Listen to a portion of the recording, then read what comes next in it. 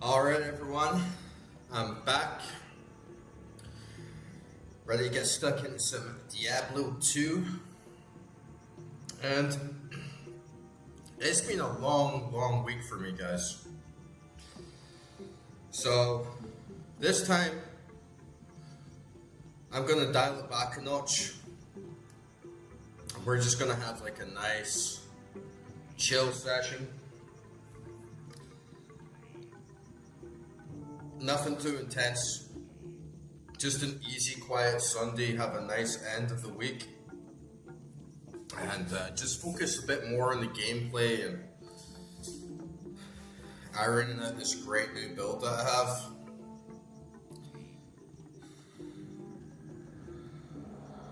I'm even going to turn down this music just a little bit. Just for myself, anyway. I got good old Burjomi here. Best water in the fucking world. Seriously, if you never tried Burjomi, you're missing out. And I am like a huge water nerd. Like, I love water. It's my favorite drink of all time, by far. And I can safely say that Burjomi is at least top 5, like, best waters of all time.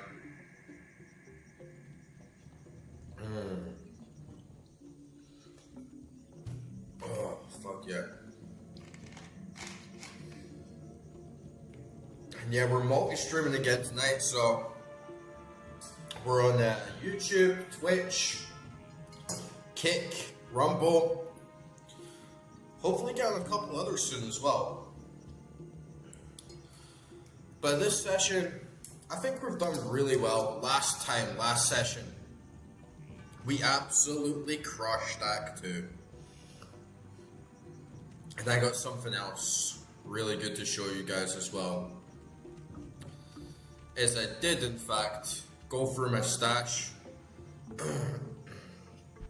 and clean that shit the fuck up. So I have way more space. Still like missing a lot on the armors there. Definitely need to clean that up just a little bit.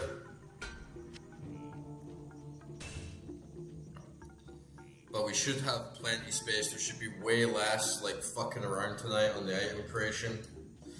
I got another bottle of wine here as well. Good old red wine. Medium sweet, it's like half sweet, half dry. But you really can't go wrong with any red wine here. Let's just get this damn fucking corkscrew in.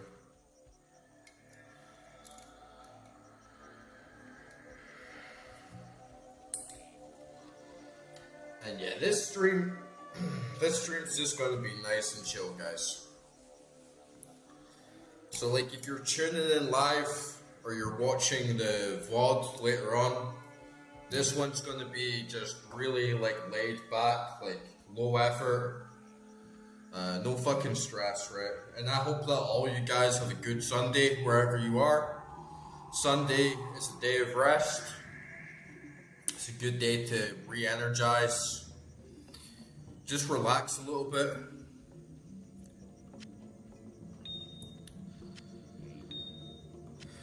Play some good video games. Or maybe it's just a good day to like lie back, get yourself a nice drink, get yourself some snacks. And just chill out, man, just chill out. I forgot to give these spears to my Amazon class, actually. And you can see the stash is, we're getting dangerous territory already. We're already hoarding these charms that serve zero fucking purpose to us. Let's do a little organization.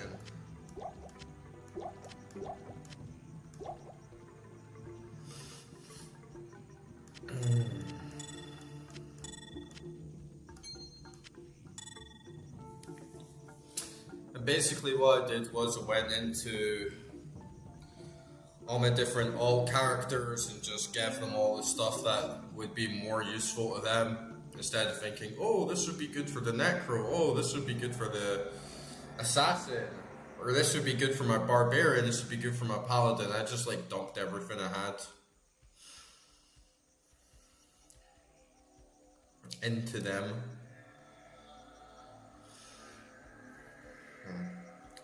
One second, I'm just gonna get my wine glass.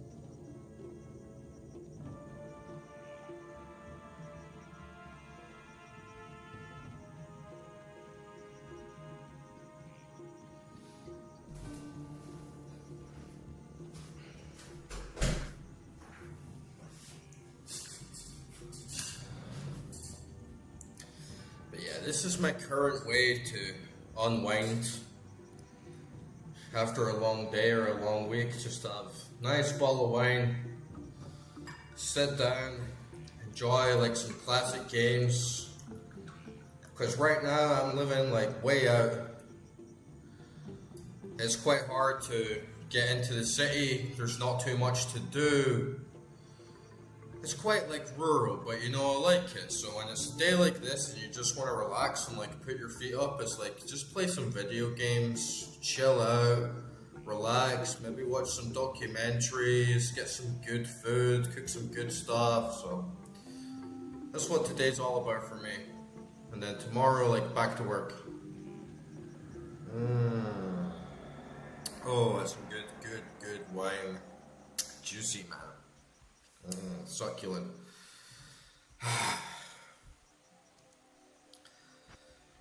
And our build's looking really good right now as well. Like everything's getting a good max. Fisher 24, Armageddon 24. Summoning, like everything's at like a flat 5. Like we're gonna really get into this one this time. And honestly, just that like extra bit of relaxation and tuning out, I think I'm actually gonna like walk in and just like zone in way more to the game, and hopefully we just like start clearing this out. Oh yeah, good old Sunday game sesh. And do give a shout out in the chat, guys, if you're around. It's always nice to hear from you guys, whatever platform you're on.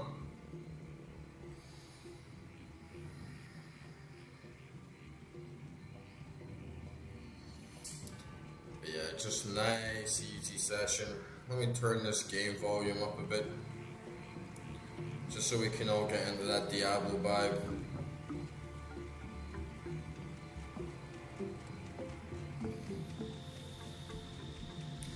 Mr. Diablo. Just like block his path.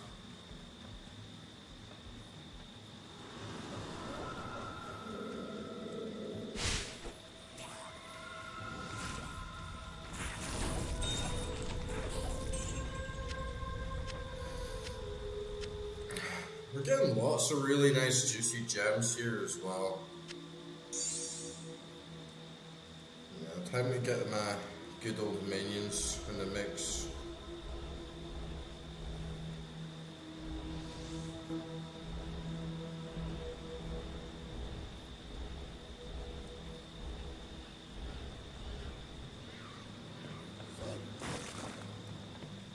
And everything is honestly going great with this build. What the hell are they doing? Like, what the... Oh, the wolves eat the corpses? Is that what they were doing this whole time? I wonder if they get like a health buff or something from like eating the corpses.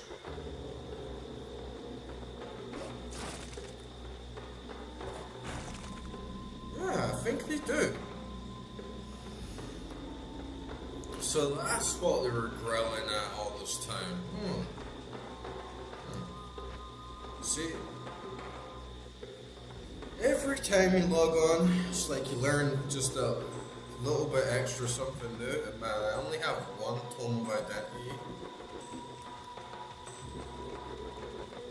Let's boogie back quickly. We'll just give Oramus a shout and get some tomes.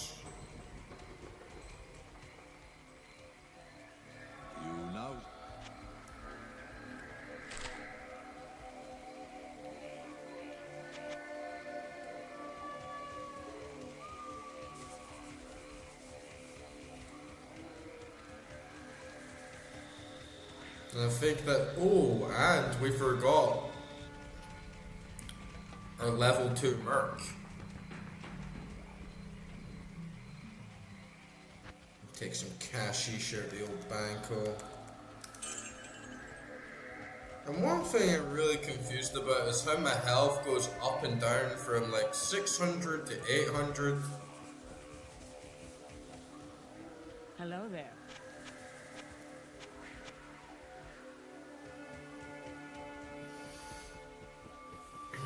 But we'll work it out. I thought it was the Act 2 mercenary that did that, but...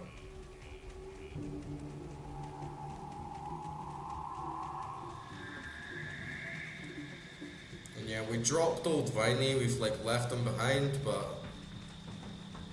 Honestly, it might be worth 1 point if we get another point just for that extra summon.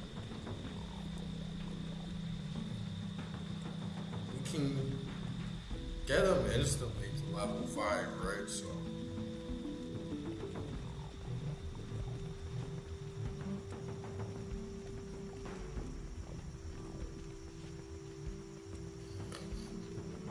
And I wonder about Spirit of Barbs. Heart of the Wolverine could be good. I'm not sure if you can summon this, like 3 spirits at a time. Because if I could dump 1 into that, get, 5 Heart of the Wolverine, 5 Spirit of Barbs, plus get like 5 Carrion Vine. It could be like a massive buff to just the whole party again and just scale everything up, so it might be worth a shout. Let me just quickly check this.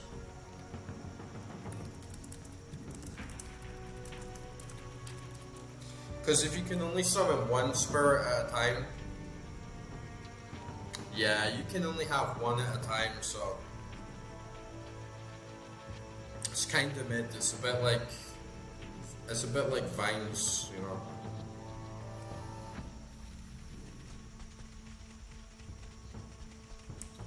Creatures and animals are the way to go for sure.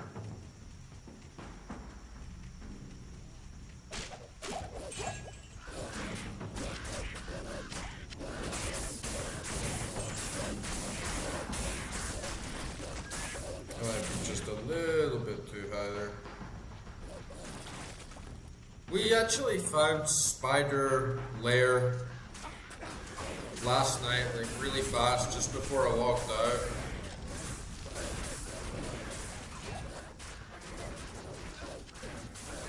And like kind of humiliatingly died like right away, but it was just sort of like running in and not really paying attention to stuff.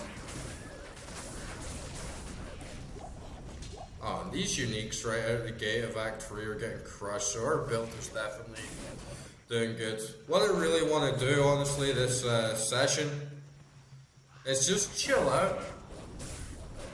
I don't think I'm going to be going on any big long-winded rants again. It's more just like walking in, getting in a good rhythm, making sure everything's ticking right, and just like completely crush Act 3, maybe even Hell tonight.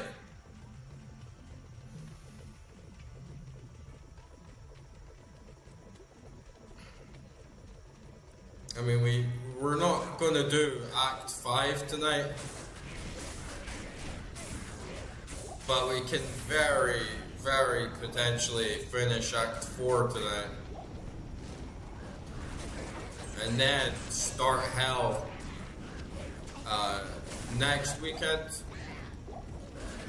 which for me seems like a great pace.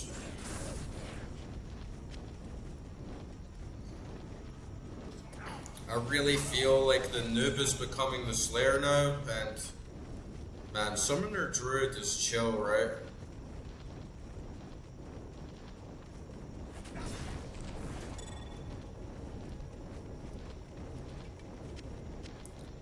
It's nowhere near as clunky now either, now that I have such a good variation of my spells and I need to refill my mana all the time.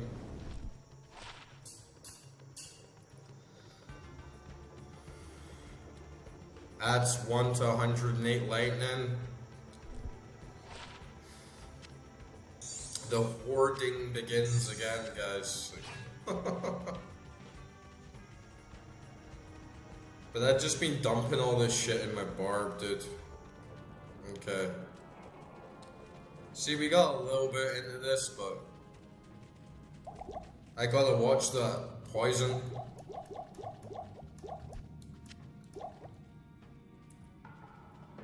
Just the tiniest little bit of resistance. So I definitely gotta watch my poison level.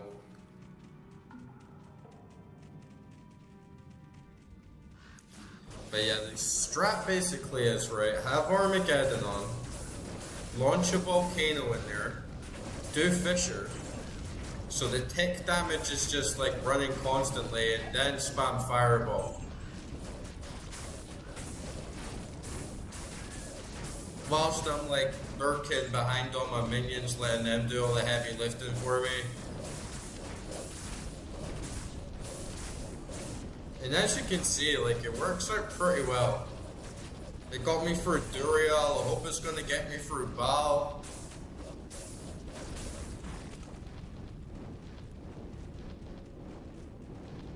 Diablo was tricky though. My minions held their own against Baal fairly easily.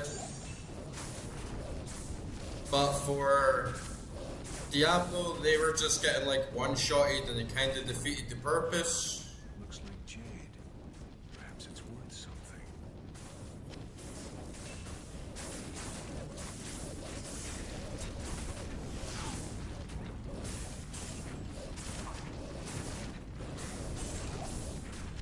You gotta be a little bit careful here.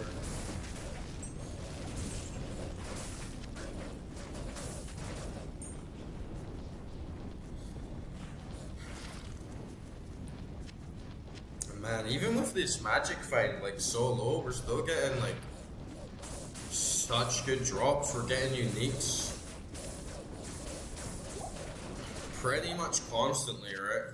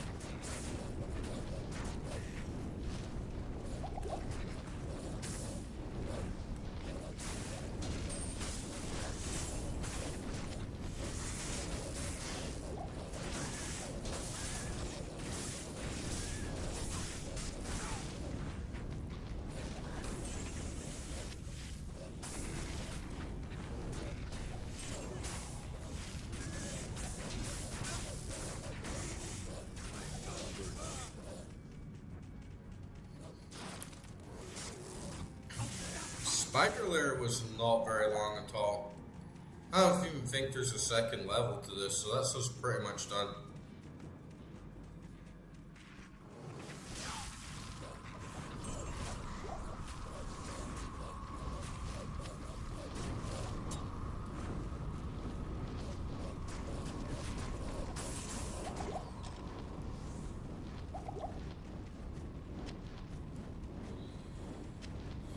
And I don't really feel Act 3 is too long once you get into the swing of it. Oh shit. I really gotta watch out for that poison though. I feel like Nightmare overall is like I've scaled up more than the enemies. But that resistance is a pain in the ass. Like you can see, it's just health just right out the fucking window as soon as I'm poisoned, right?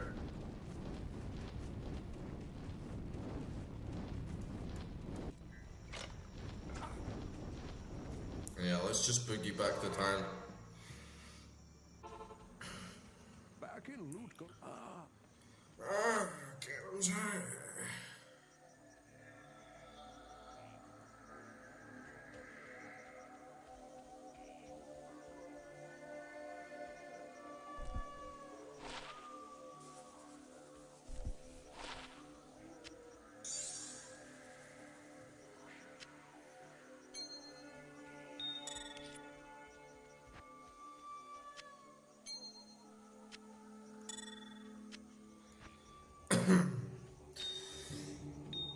Okay, we got our flawless diamond.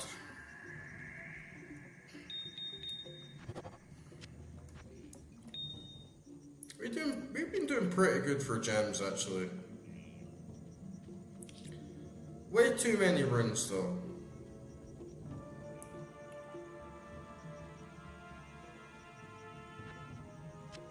I'm gonna have to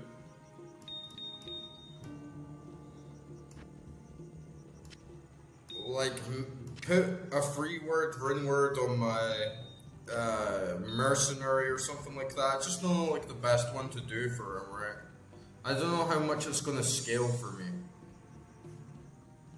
and my minions, because if I could get a rune word that gave me like extra minion damage and it's scaled like with my mercenary, like that would be fucking sick. I should put Caleb's eye in here as well.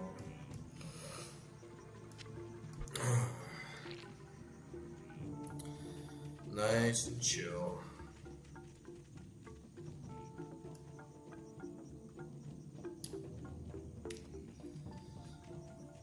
See the old man in his hut. This guy's got such a funny voice. Damn it! I wish you people would just leave me alone. You're new here, aren't you? I am Alco. You came here with mischief? Doesn't he? He's like the figurine guy though, right? To have to like talk to Deckard.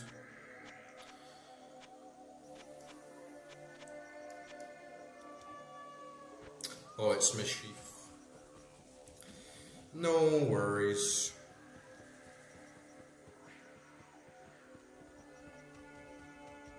Man, did we just get another level up in Spider Cave? That's the other thing about Nightmare, man. I have been leveling up so hard. Yeah, what are we thinking? We think we should get old Viney back. Nah, let's just like max out elementals for now.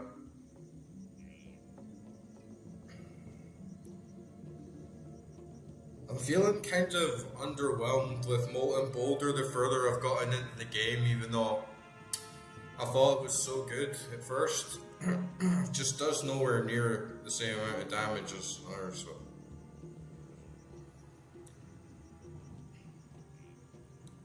You can still spam it quite fast.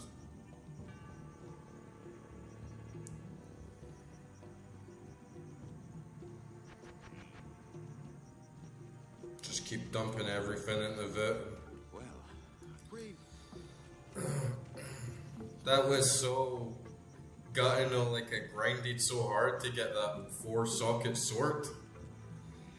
Which, man, I'm so happy to get. Like, that is such a boon for my build right now, +2 to all skills. But then finally I had something in the entire game that actually required me to have strength.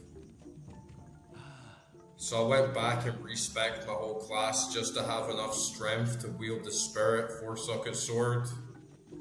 And now I don't know if there will be anything in the future that where I'll ever need strength again, or if I should just dump everything to vitality. But fuck it, if a sword comes along, you know, we get like Enigma or something later on, and I need more strength, then I'll just like respec again in hell.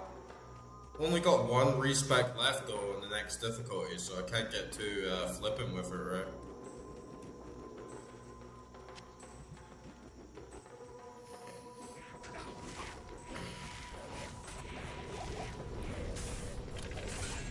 I gotta get my minions back out here.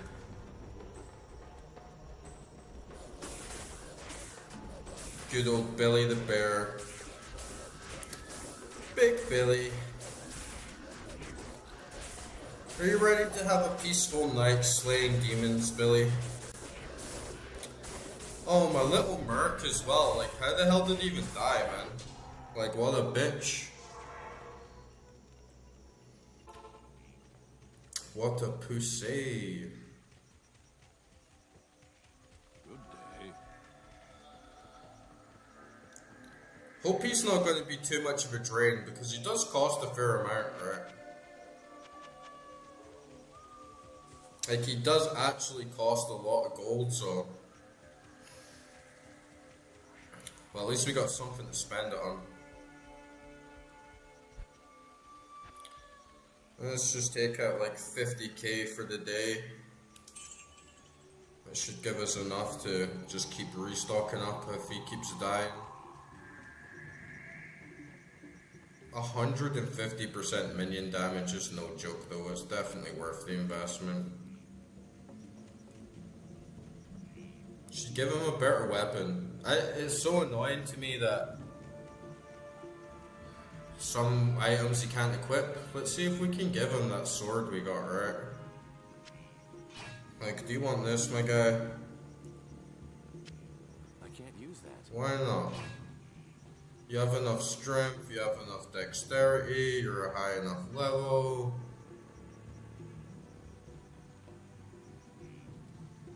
That's what I don't understand, right?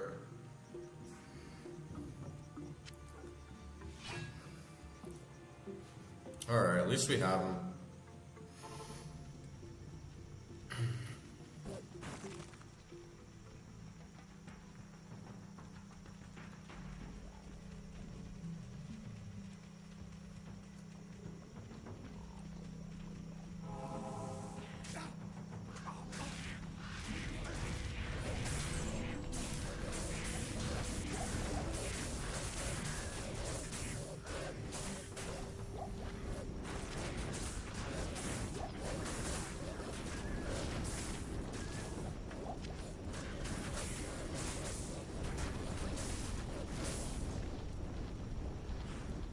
And it's so nice having that army to just have your back, so you can kind of just like scan the battlefield. You're more like a general, right? You're more like on the back row, just like commanding everything.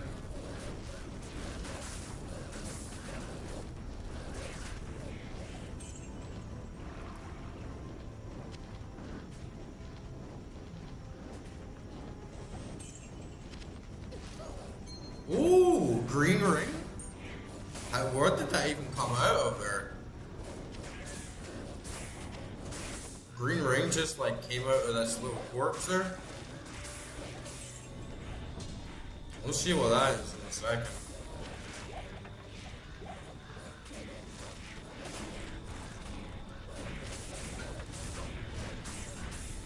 I've noticed that like when I was first getting greens I was like, oh nice, like super rare, right?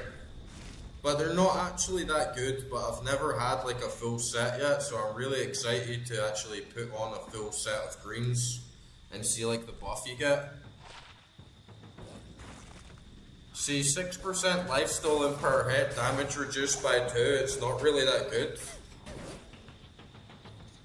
Green Angelics, it's a Cathin Seal Ring. 6% life stolen per hit, damage reduced by 2, it's nothing to write home about, right? It's nothing like too crazy. Especially when you compare it to the other rings that I have on. Like half freeze duration on that unique, big lightning resist, bit of extra energy. But I'm looking forward to actually getting a full set of greens and seeing the difference it makes. I think the one I have the closest to it is Eisenheart. I have maybe like 2 items left of Eisenheart. I don't know if it's even going to be the best one for my build. It'd be really good if there was a set that was like specifically designed for either elemental damage or something that could give me a +1 to like all my summon skills again, because that would skill me up so good.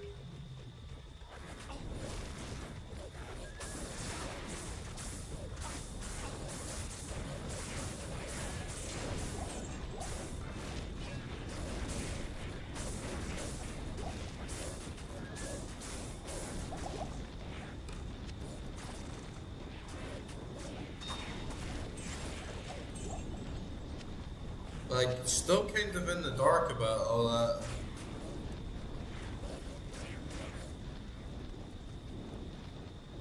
Ah, right, see. Yeah, that was kind of the vibe I was getting, honestly. Like, I have some really good unique rings, and I also have some cast rate rings. Though my summoner, Druid, and like his elemental spells, they don't really get too much out of cast speed because I have stuff like Armageddon and Fisher, so you just kind of cast it once and then let it go. It's not like having Fireball or something.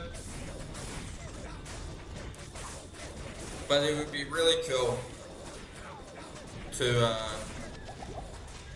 actually get like a full set, and it gives me a bunch of like really decent perks specifically for this type of build. But we'll just have to wait and see. To be honest, I don't even think in the meta you see so much people just using sets, like a full green set. I think rune words, even a common with like 4 sockets and a rune word in it, seems to kind of work out a lot better than grinding for a full set, but we'll see. We'll see.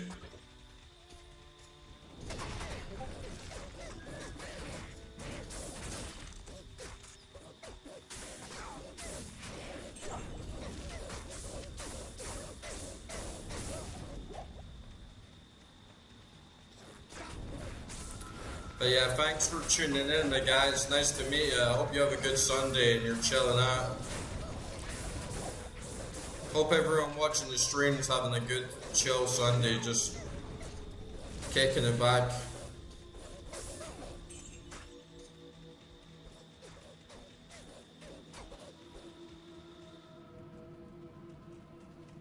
First the spider lair, then the arachnid lair.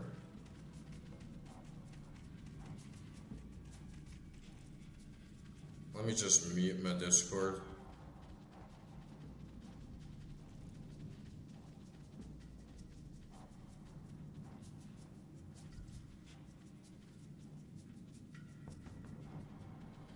Do do do do.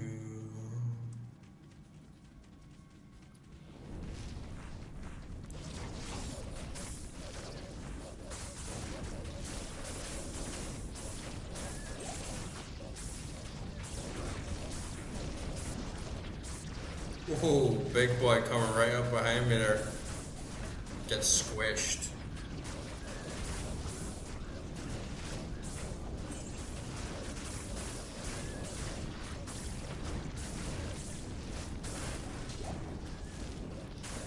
I think one of the big things that people were saying about Nightmare difficulty is you get enemies with a lot of immunities. And honestly, Summoner Druid is done fine. I haven't run into any issues with enemies having like certain immunities. I have pretty good wide variety of damage. Most of my elemental spells deal physical as well as fire. So we're just like bombing through it, like.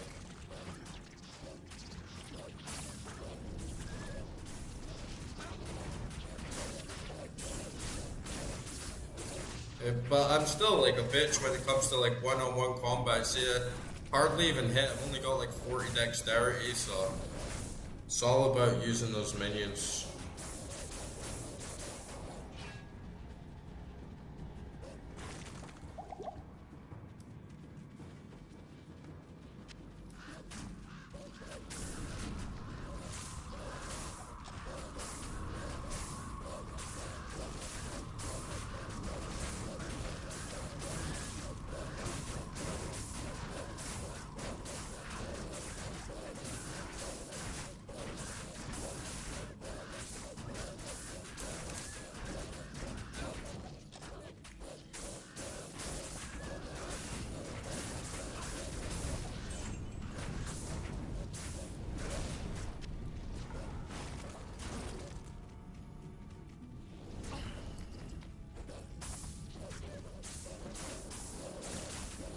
Stinking maggots, man.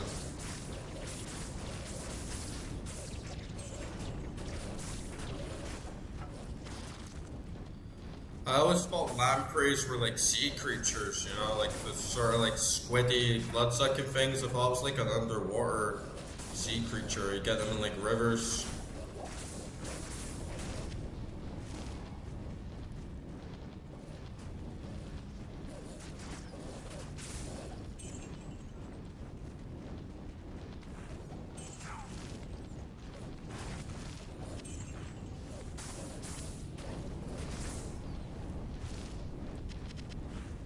We are mowing through these dungeons tonight. I'm also at the point as well where it's like I'm seeing runes, and when I first started the game I'm like, oh, a rune, amazing, good. And then I'm kind of like, meh, runes, I have too many. Unless I see like an actual rare one. Doesn't really seem worth my time. Like I think I have like at least 10 F-runes, right?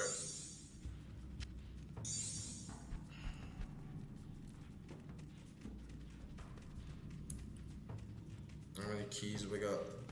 Oh, no keys. I guess I'll actually pick up some keys once in my life.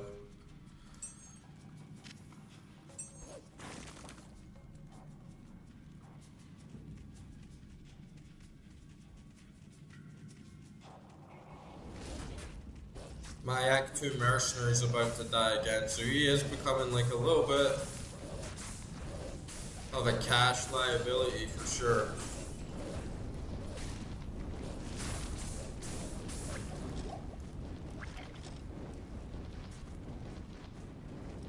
But at least gold has a purpose.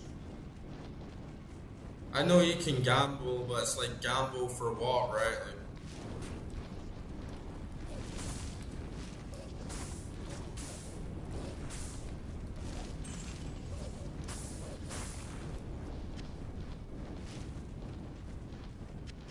Like, give me that gold.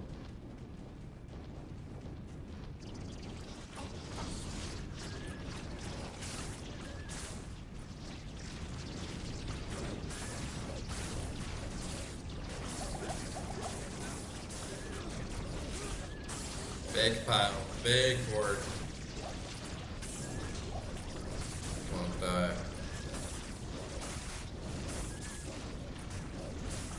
Yeah, for sure. It's just that I also have like so many of the certain runes that kind of feels like a lot of them are getting a little bit worthless. I have spirit in my sword. Oh, you can get a Heart of the Oak rune word for druids. Does that do like the same thing as like Oak Spirit and like raise my minion damage? I have lore in my hat, and I have spirit in my sword. And yeah, Enigma would obviously be amazing. but I don't think I can get that until I'm in hell difficulty, so I'll need to like wait for that and like grind it out. I'm definitely gonna do that though. I wanna lose my Enigma virginity, you know, and just get into this massive grind for it. But I'll need to wait like a little bit. And I'm not sure as well, like maybe you have some input, but like I put free socket armor on my mercenary, and I'm not sure like what's the best rune word to put in his armor, if it's even going to have like much of an effect. Hopefully something that can have a good effect on my build and my party as well, but it would give me something to actually use up the crazy amount of runes I have in my inventory right now and my stash.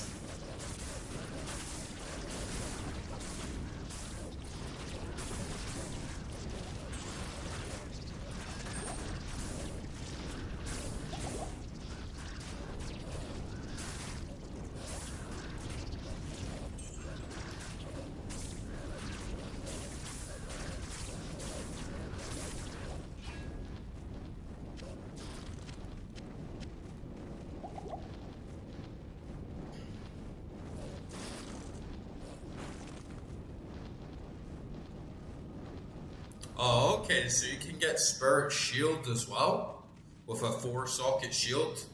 That would be nice.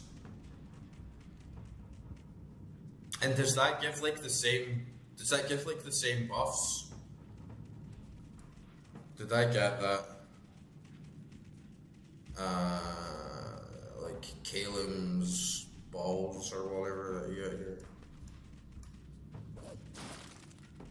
So I'll start picking up common shields now then. I'm looking for a 4-socket shield for sure. The shield I have now, it's probably like the best green that I got, and it gives me +1 to all skills, which is so good.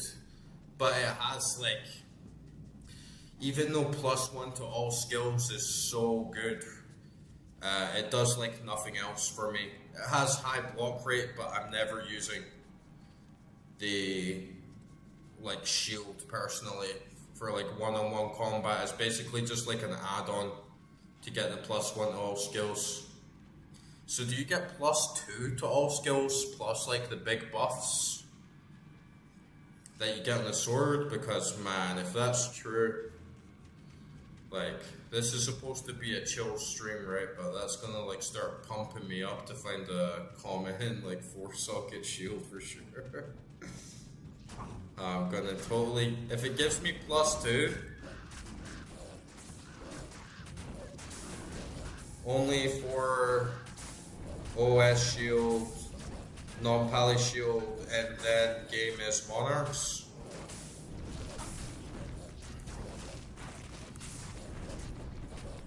Do you mean 4-socket?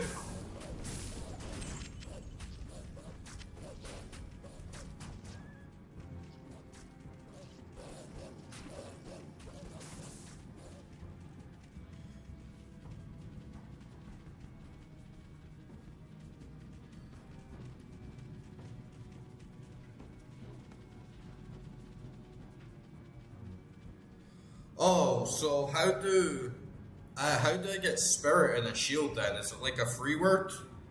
It's like a free socket shield that I need then?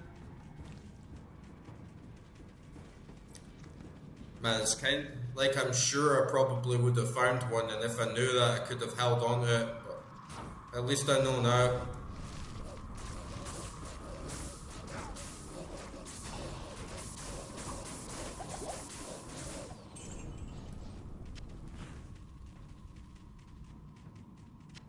It must be a free socket shield, right?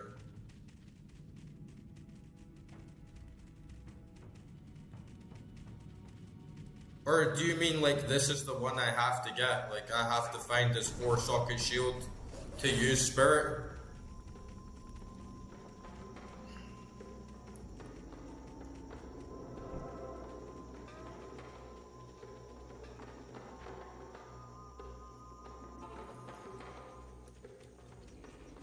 Because I will find it if it's there. I would assume that you put Tal, Tool, or Am in a shield to just get the same word, right?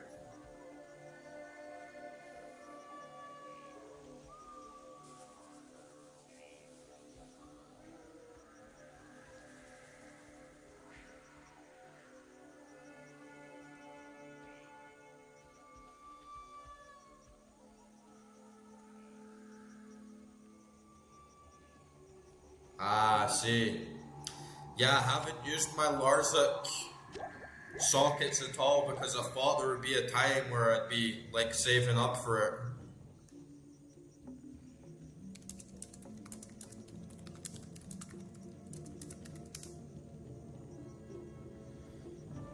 Let me just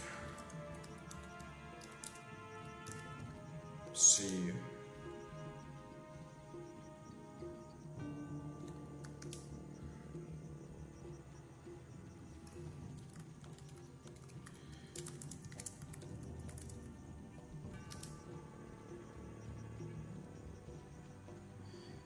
And can you get it in Nightmare? Oh, okay, so it looks like I can't even get it in Nightmare, right? Yeah, I'll need to probably wait until I'm in Hell. And that is very good to know as well, because like you probably heard me saying earlier, I don't know if I should just keep dumping everything into Vitality. But now I know I should start dumping a little bit more into strength so I can get 156 strength and then start hunting down for that 4-socket shield once I get into Hell. So like my final build will be, well, I don't know about final build, but at least like for Hell I want Spirit in my sword, Spirit shield, Lore hat, so it gives me +1, +2, another +2, and then we gotta find like some socketed armor as well, right? I don't know, like I would really appreciate it if you guys would like give your thoughts on a good 4-socket, a good 3-socket armor What do you need? to give to my Act 2 mercenary here, because I just got way too many runes in my stash, you know. Yes.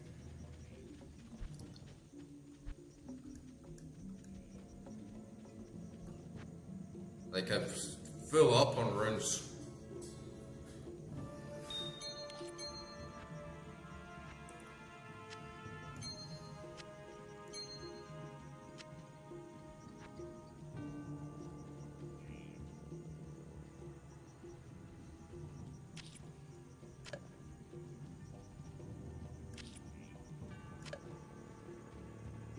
And I'm like so clogged on Joes and shit as well.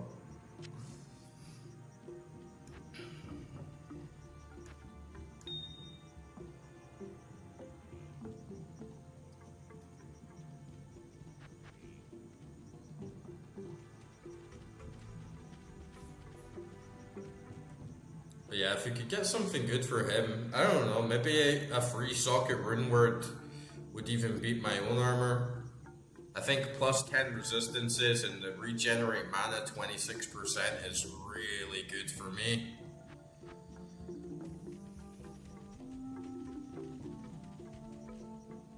From the ashes of Guile, I have mixed for you a potion. Oh, nice. That'll give me a solid 20 to life. Okay. Yeah, it's the other one that gives you plus resistances, right, that you get in Act 5. Yeah, one of the things that really slogged down my momentum in my gameplay, especially at the start, and pretty much all my spellcasting characters, is just chugging mana potions like constantly. And you just keep on having to go back to town, keep like chugging them, but once I got mana regeneration and some items that get me a pretty big stack, it's way more chill. Like you're not managing potions constantly anymore, which is really makes it a lot more fun to play.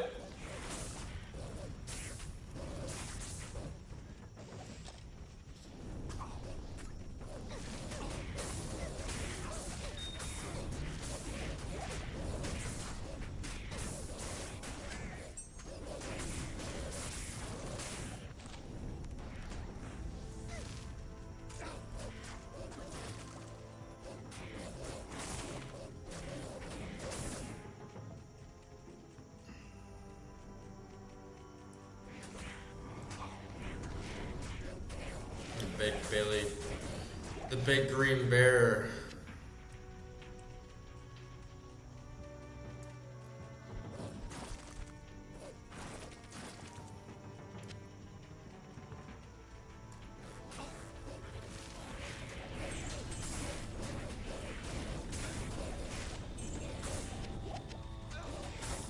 And yeah, if you guys like the Diablo 2 soundtrack, keep an eye on my channel, seriously, because I have this massive like compilation video coming out, and it has like the full soundtrack, but I recorded it all in game, like with the surrounding effects and atmospheres. So you have like the rain sounds, like the bugs, like the atmospheres, like the wind, like all the animals in the background, and then in between the tracks I put when you kill certain bosses and you get that big like shoo, like electricity sounds of them like exploding and running across different textures, like running across wood, running across like ice, next to the river, opening chests, putting in ruins. It's like this full like audible suite of like the entire soundtrack of the game with all the graphics alongside it. I'm really looking forward to getting that video done soon.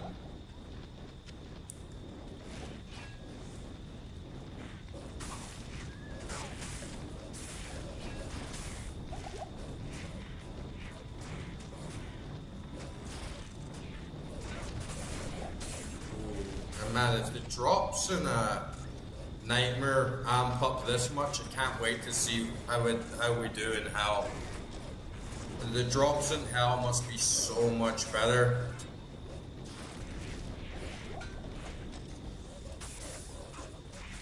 And they're already getting like so tempting. Like I struggle to know like what to get rid of at this point.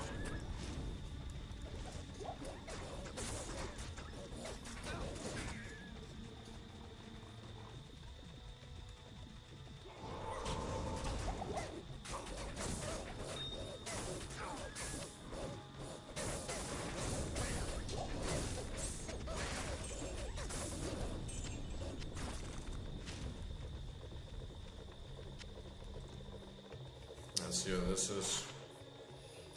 All resistances +6. It causes monsters to bleed. See, stuff like that doesn't really like jump out at me, but then I'm like, the right class at the right time and the right difficulty, it could be really handy.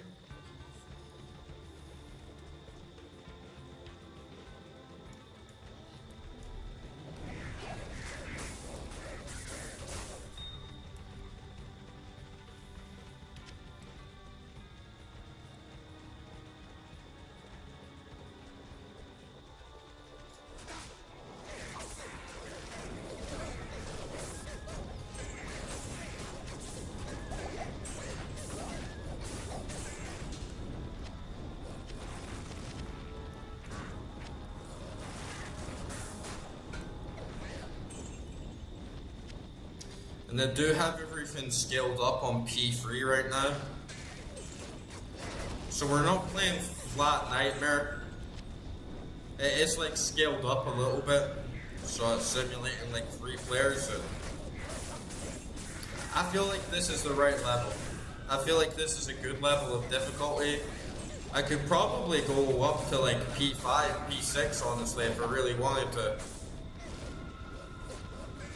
But I'd rather just like push onward into Hell so we can start getting like the real drops, you know.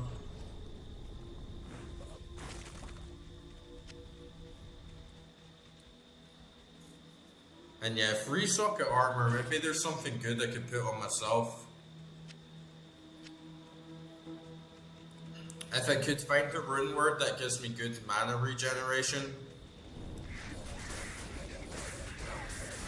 Potentially something that gives me +1 to skills, but I think that's only Enigma. I would change it right away.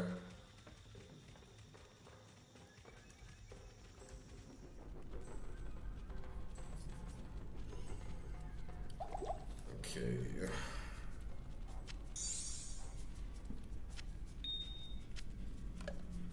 I could put jewels in it, I suppose, but this is really good armor. It's not like holy shit, but for me, +10 resistances, regenerate mana 26%. It's like really good for my build.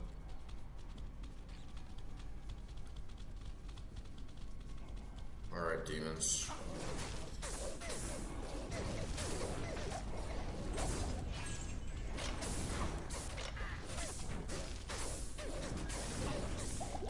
I just really gotta watch those poison stacks. You can get a little cocky, get stacked with a big pile of poison, and then my health just like tanks so fast.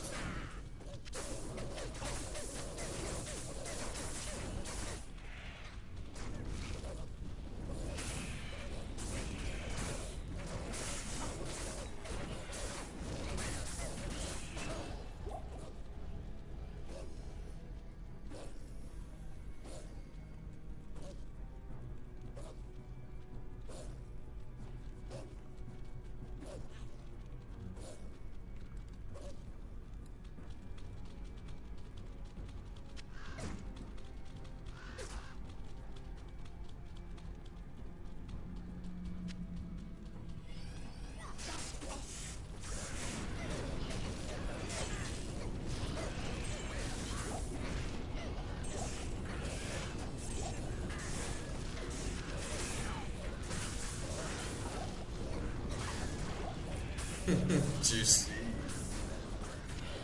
That's what I like to see, man.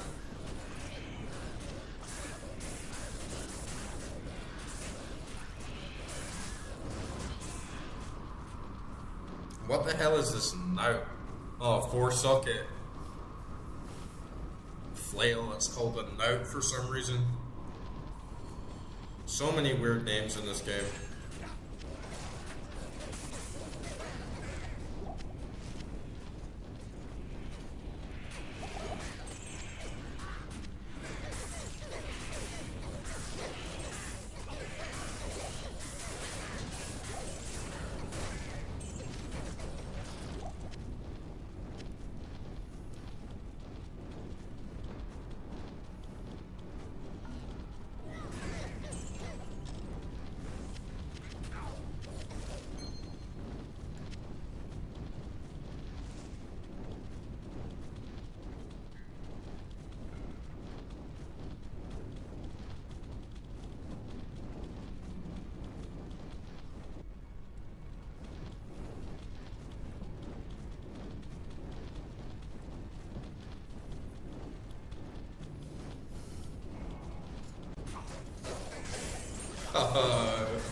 Armageddon bitches. Oh.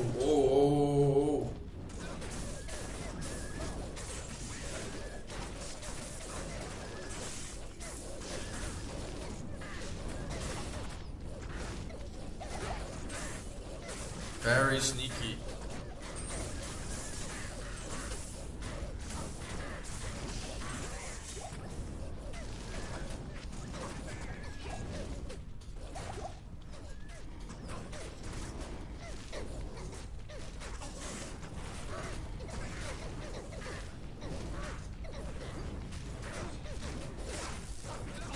Oh shit.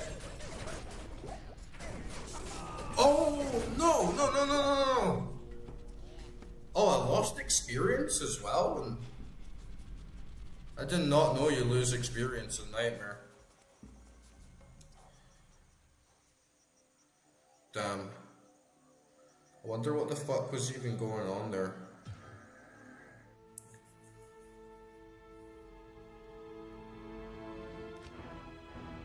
I just like bumped into him and he just didn't seem to go down like the others. Maybe he had like a resistance I wasn't aware of, but we still got that level. Okay, let's dump into strength. Get back to good old legacy. At least we got a death in though.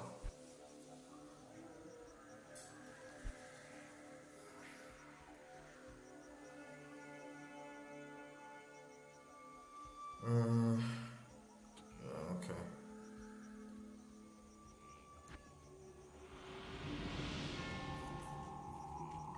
Okay, that's a bit of a pain in the ass, but we'll get over it. At least we know it's not just going to be like smooth sailing all the way to hell, like we're actually going to have to work a little bit, right?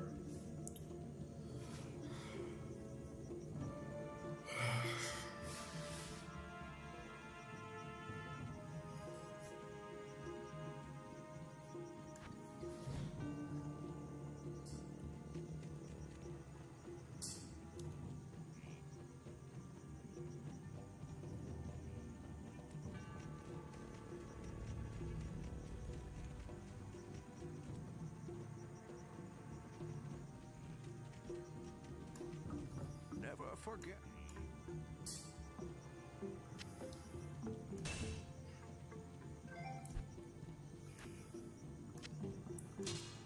Four socket flail could at least be useful for someone else.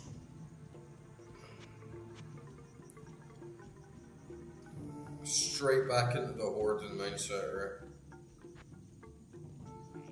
And yeah, actually I'm losing gold for like the first time.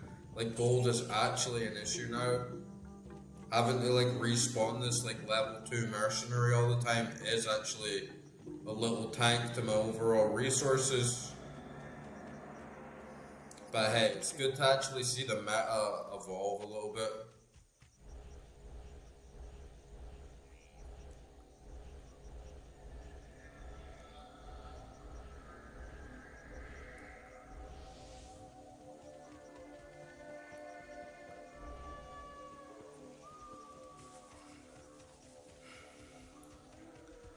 And yeah, while we're here,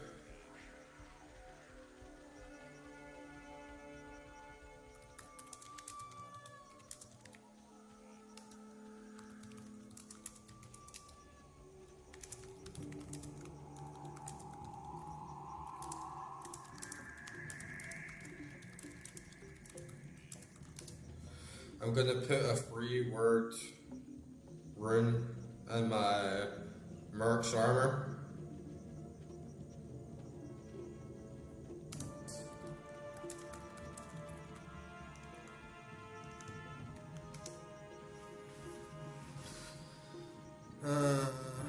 Let's see.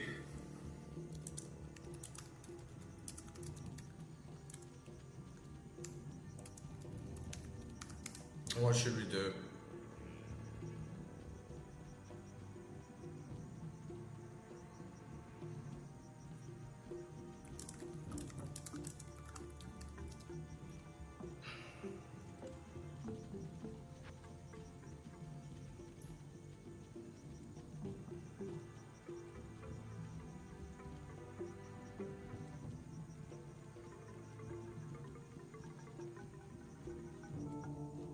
Do I have an anywhere?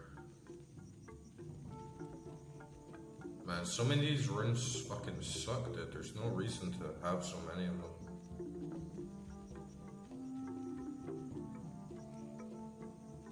Yeah, I need more runes. I need different runes.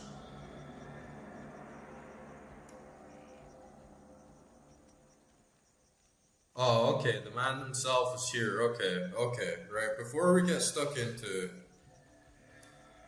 the rest of Act 3 then, I'll show you. Because all day yesterday, I'm like looking for this non-existent level that doesn't exist. And I could not find it anywhere. Like seriously, I was looking all over the place. So let's just quickly go back into normal and see if we can get this mysterious level.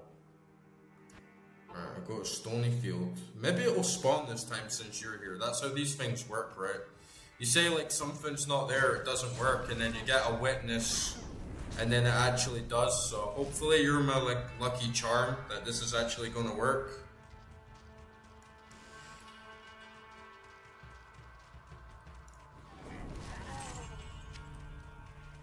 Just gotta find the old cairn.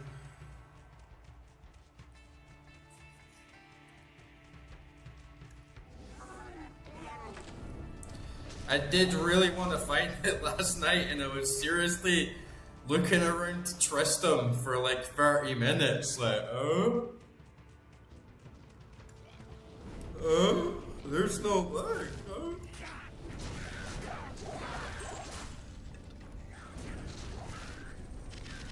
And then I just had to move on before my like entire stream became a man on a mission to find a stupid leg.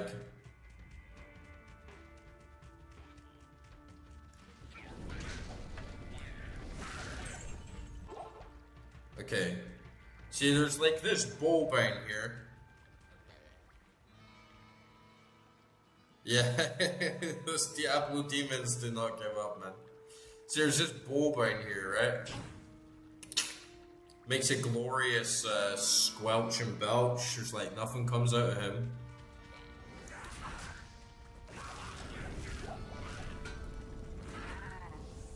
At least you get to hear the Trista music for half an hour straight. At least I got that out of it, right? I got to listen to the Tristram soundtrack for 30 minutes straight.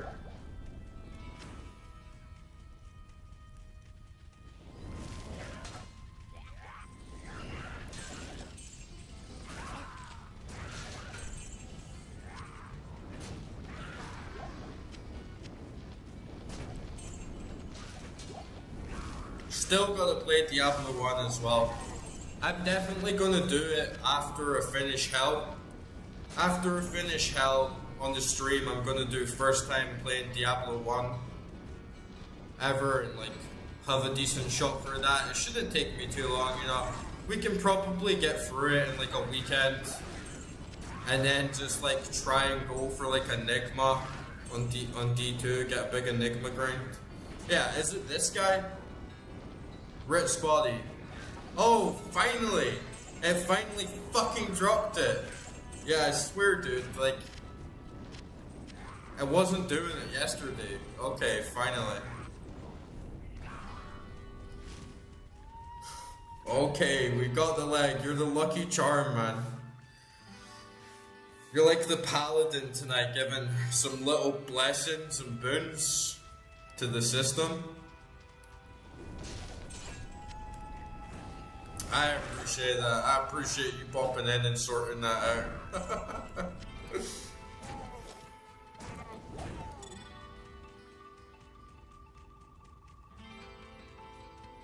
Oh man, that Trista music is so fucking good.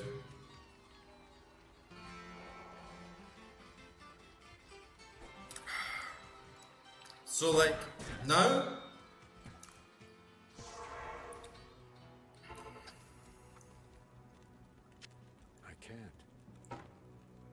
oh, I got too much shit in my cube.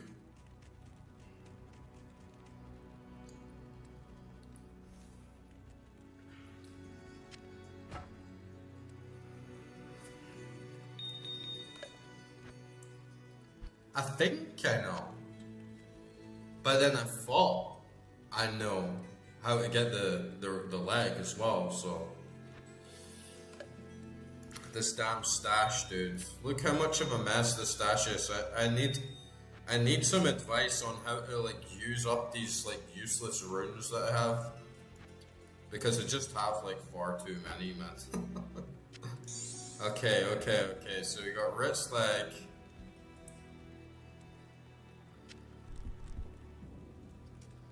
We got a little portal, I think. Welcome back. Oh, god damn it. Okay, well, let's see if this will work.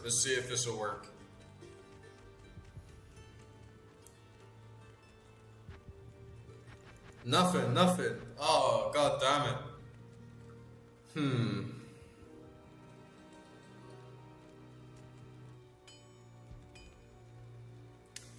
I wonder how you do it then. I thought that was how you did it.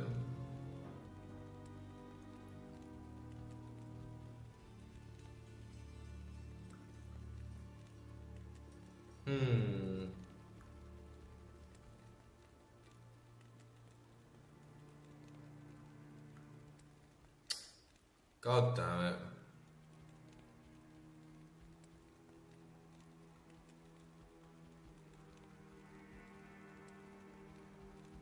I have a town portal in the leg.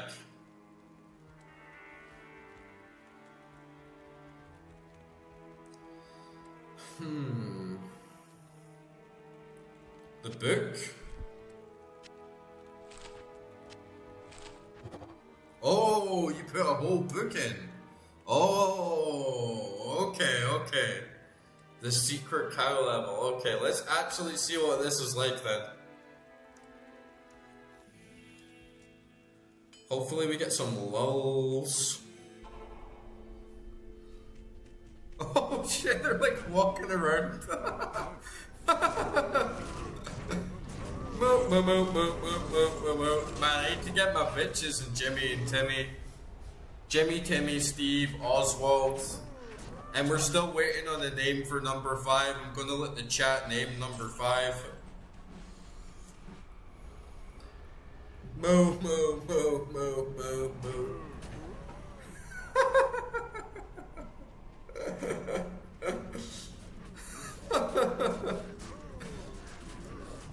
That's so, like 90s, man. When was the last time you ever saw a secret level of the game? Oh shit, there's like an army of them. Moo. What the fuck? Oh fuck, these cows aren't fucking around.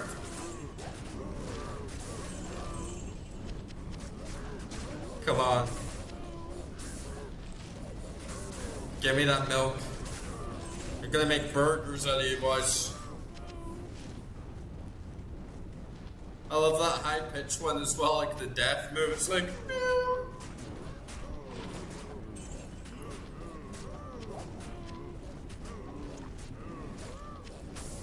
And the reason I wanted to come here is because I heard it was like good to farm the common items. But I actually already got like my 4-socket sword, so.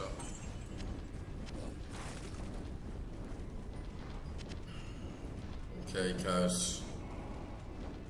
Time I make mincemeat. He looks so fucking dumb, like standing up on 2 legs.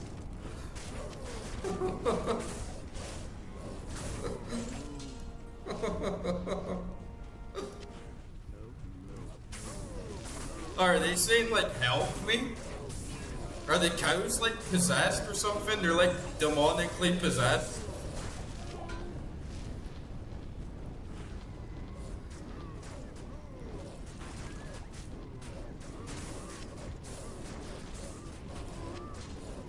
I think I might actually already have a 4-socket polearm.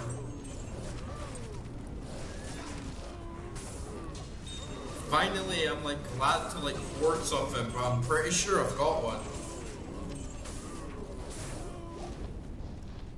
And I have a 4-socket 2-hander. And I have a 4-socket flail. Couple 3-socket armors.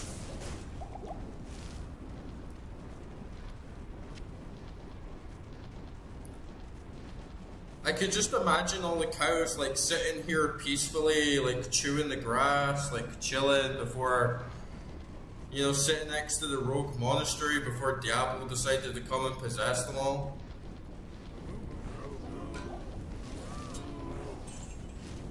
But yeah, I kind of feel bad for them now, honestly.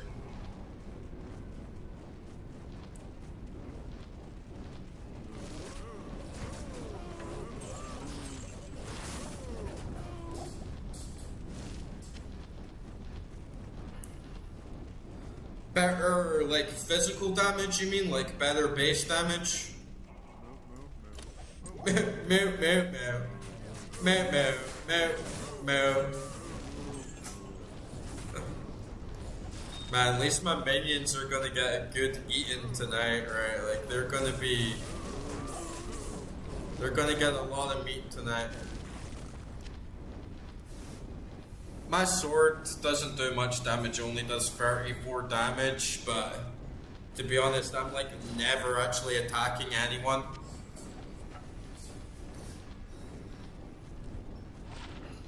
Because my stats are so low for like one-on-one combat, so it's kind of just to get the buffs.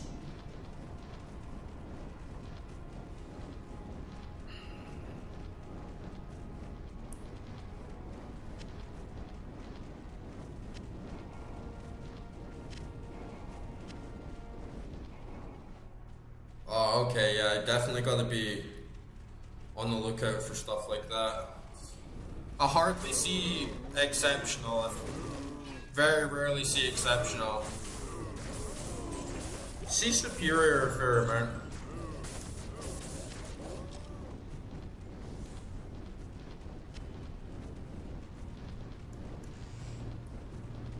Yeah, the 4-socket sword was such a nice pick.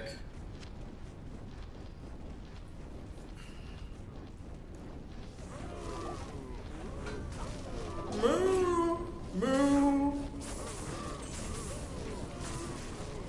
This is like the only enemy in the entire level, it's just cows. Oh, we got a horned cow helm.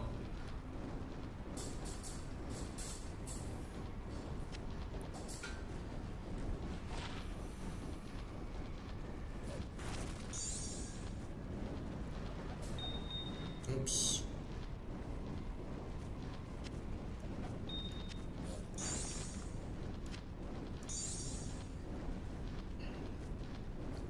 Ah, okay.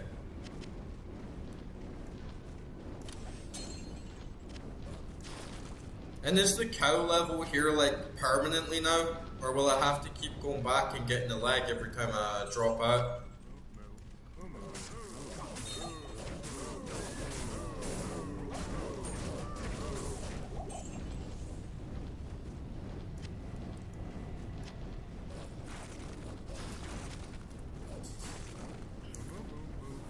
I'm not too fussed about getting a 4-socket pole or another 4-socket item.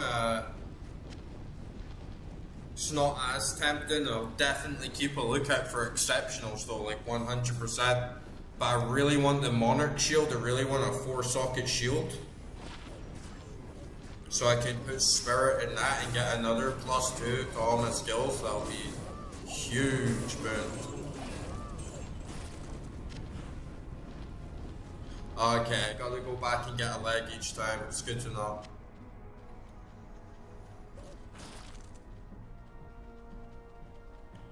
So I'm like chill killing the Cow King.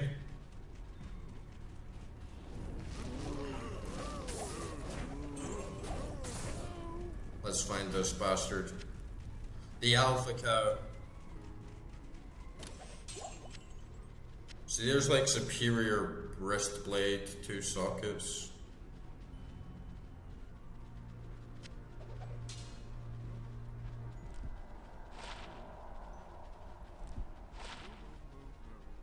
Meow, meow, meow, meow. Getting a lot of rings. Getting rings like a Sonic.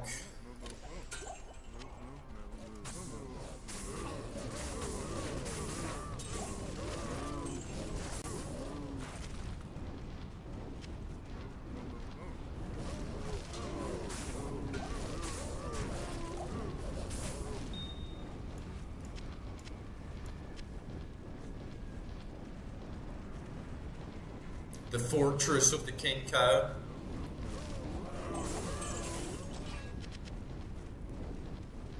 Superior 2-handed there. But if it's white, it doesn't have sockets, right? So it's like fucking useless.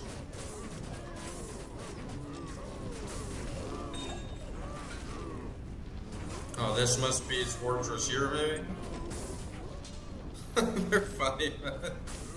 Oh, Sovereign. I'll take a Sovereign. Nice.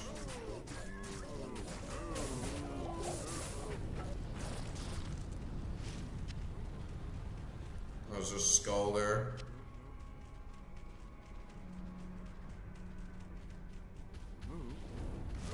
Move.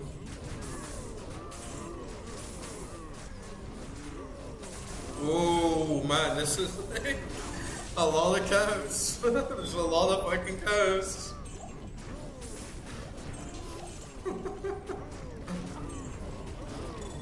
What the fuck, dude? There's so many fucking cows. What the fuck?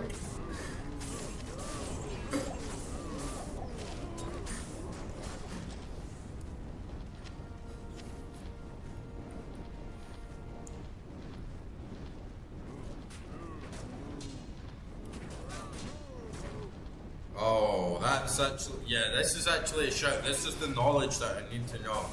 So if I can get a white...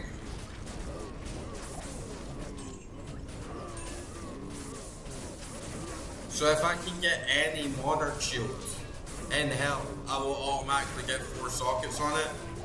I just need to find any Monarch shield at all in hell. And then I can get 4 sockets on it. That's fucking great.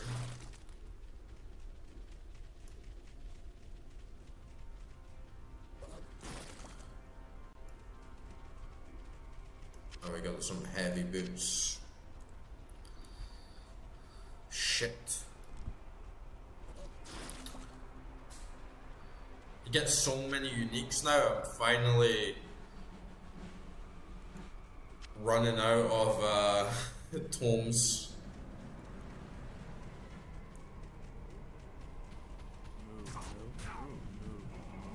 Okay, that's good to know.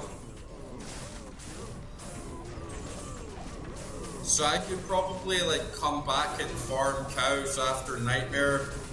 Or actually, I need to just like farm on hell to look for that 4 socket shield. Ooh. But yeah, that's going to be so sick when I get it. Goddamn cows.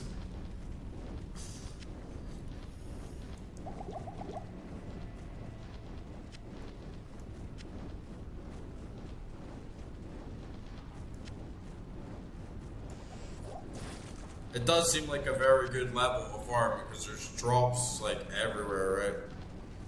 There's so many of them.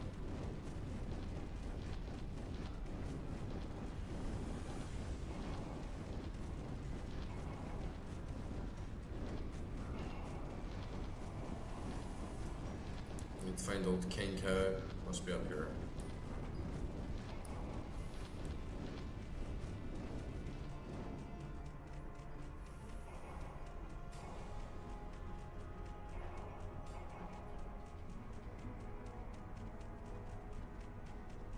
Nope.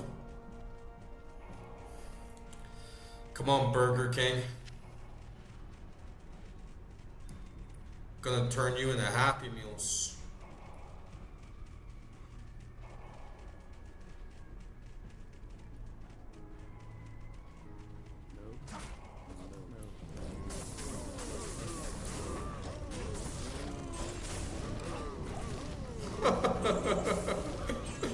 It's such old school humor, man.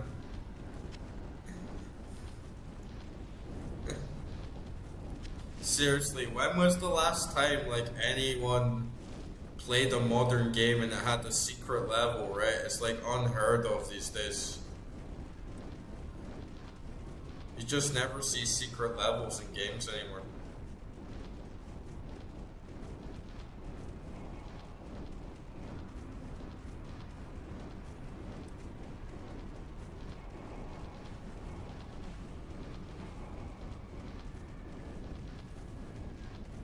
Damn, where the fuck is this fortress? Oh, I killed him already, right? He was in here. I didn't even notice him. There was just like too many cows. Man, good thing you're here, right? Because I just would have been like walking around for another half-hour session on stream, like, where do I go? Where do I go? I've done that like way too much on this game. But yeah, there are just far too many cows for me to even like see the forest from the trees. Okay, that was fun.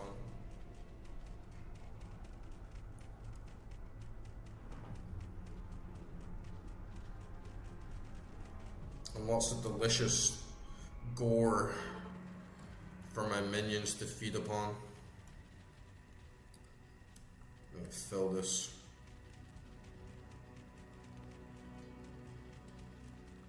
Greetings.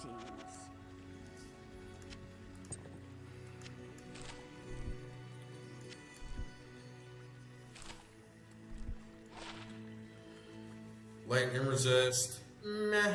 39 cold resist, that's pretty good. 8 energy, bunch of rings. Chuck them in the pot, boil them up. Yeah. The minions got a lot of burgers. Like, Billy got a big burger. It's gonna keep that mass up, you know. No fries. Could have been some potatoes, some like demonic potatoes maybe. Demonic chickens. You get chickens around the car, right? But yeah, I really want to play Diablo 1 now just to understand the lore of the cows. Like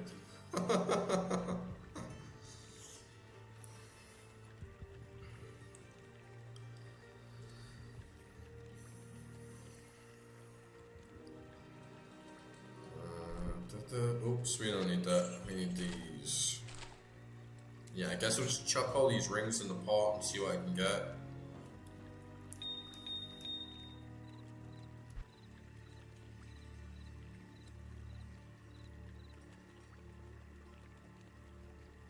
Keys in hell?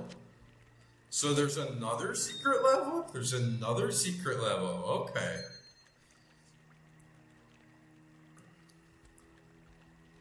Something else to figure out. The plot thickens. But thanks for your help, man. I literally would have been walking around like a dumbass. I already was. Because you weren't there yesterday, I was walking around like a dumbass, just like, fuck it, it's over. We can't do it. There's no leg. It's gone. There is no cows. You don't exist. It was a troll. We're being set up by the community. The Diablo demons are putting weird hallucinations, weird deluded fantasies in their mind. Like, I swear there's a non-existent level somewhere, you know? Look at this filthy stash, dude. It's absolutely stinking. It's a lot nicer than it was before, though. Give myself credit for that.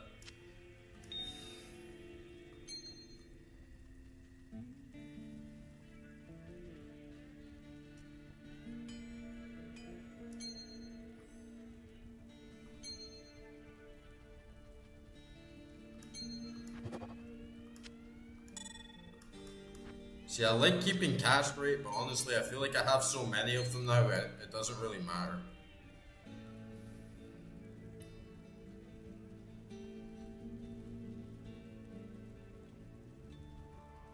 And some of them are good. I want to get rid of my goodies. I guess if you just keep playing this game, though, eventually it's just like meaningless to pick up half the rings once you have like the best rings you can get, right?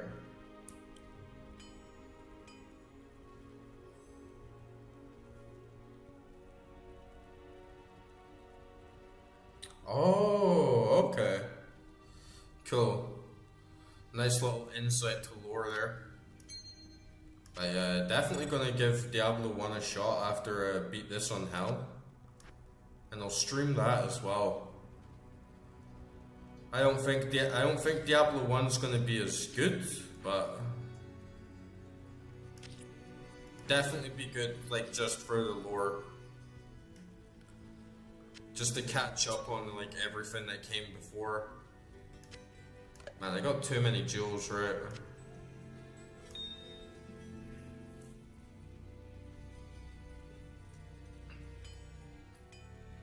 I can give this belt to, like, someone else.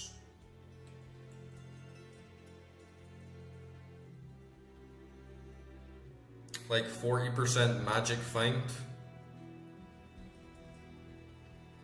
I got something with very, very high magic find. It wasn't a ring. Or maybe it was. Yeah, I got these rings that give me 26% better chance of finding magic items, which is pretty good. Put both of them on, they get 46%, so that's quite decent.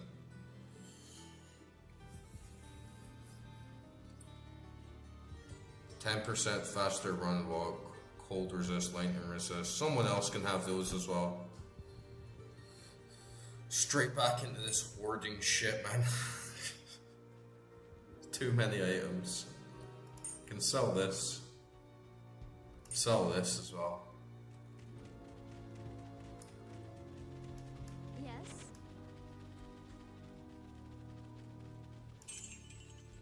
Yeah, sell this. Keep this on me until I throw it away, get some extra run speed. Alright, so you can get 40% on each ring, so you could get 80% just from your rings. Plus they give you some pretty good perks as well. So you could probably get like 200% like magic find if you wanted.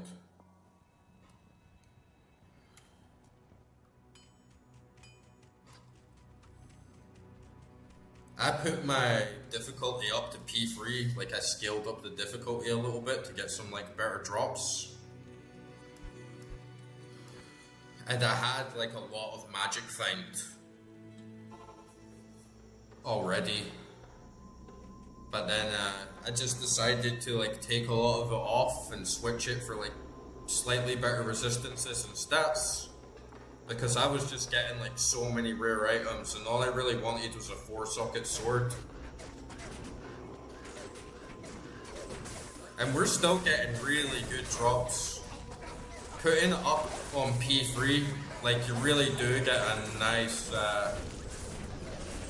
nice big variety of drops and like lots of uniques dropping.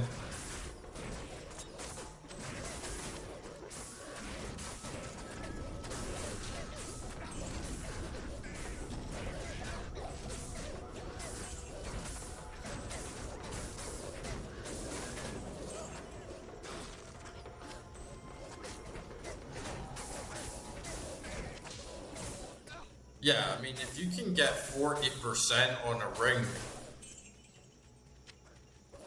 there's no way you couldn't get even like above 100% magic find, right?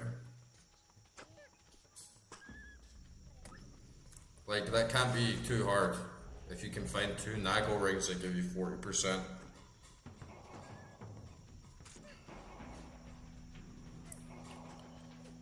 An Easter egg, you say?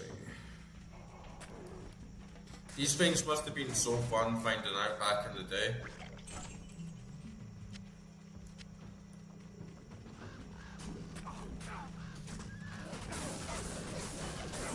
Still fun to find them now.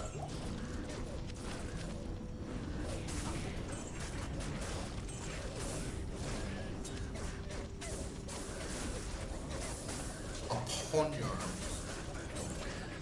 I swear my vocabulary has extended so much since playing this game. It might just all be words for weapons, but rondos and poniards and all sorts of shit. 400%, right? Yeah, that's a shit ton. I'm feeling quite comfortable, honestly, on P3. I feel if I wanted to, I could bump it up to like P4 or P5 and like still hold my own.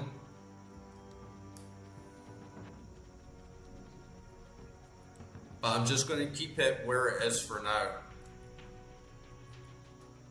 I'll just keep it at P3. And we'll like push on to hell, and then once we start getting into hell, we can start like scaling up the difficulty. Yeah, I feel that like most of the names for stuff, like you get spears, it's just like the African name for a spear or something.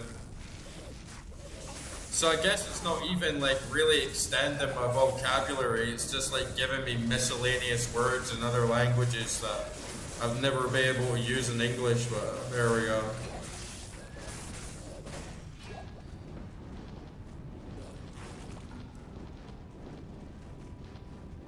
We get like map reset now, right, as well.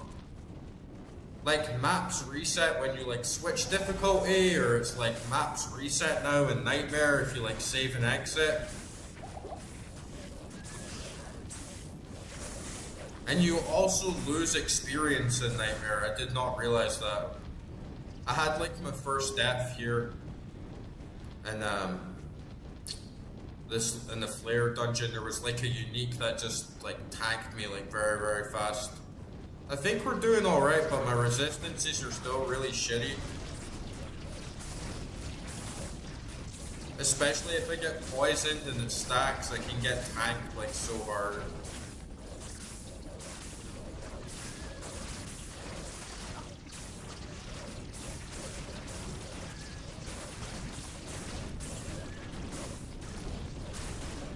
Wait, Insight gives you infinite mana?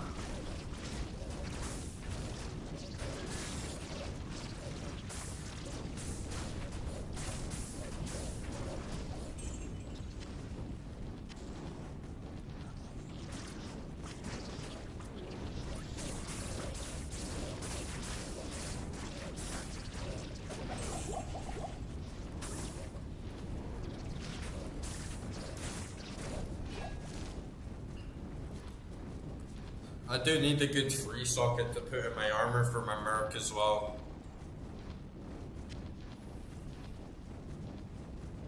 Oh, nice.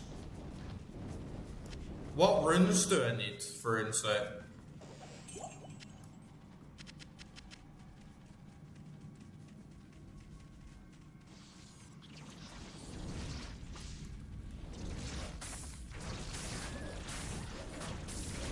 My mana regen's already really fucking comfortable at like 25%.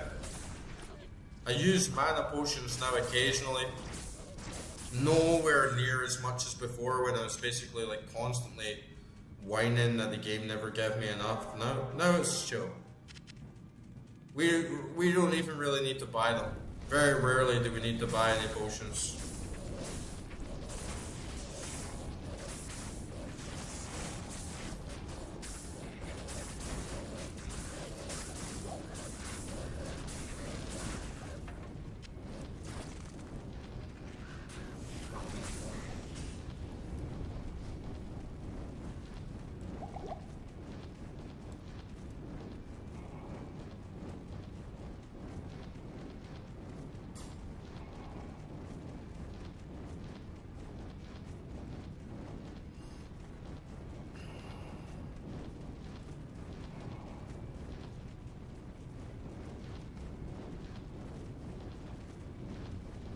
Oh, we didn't even need a Arachnid lair. What the hell am I doing? We need to go in the Flare dungeon. My bad.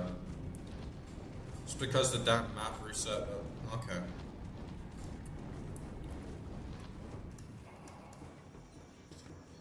We got a little bumping grand. Rao, Tier, Sol, and Tal. Rar, Tears, Tal, and Sol. I think I already have all of those actually. Yeah, not too hard to get.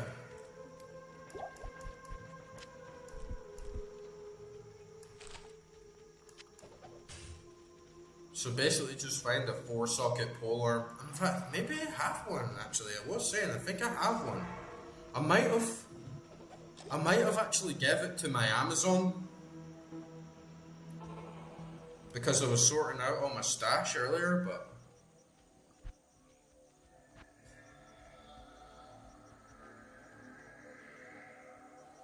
Yeah, I have a 4-socket flail. I don't know if I could like put it in that. Can you put it in flails?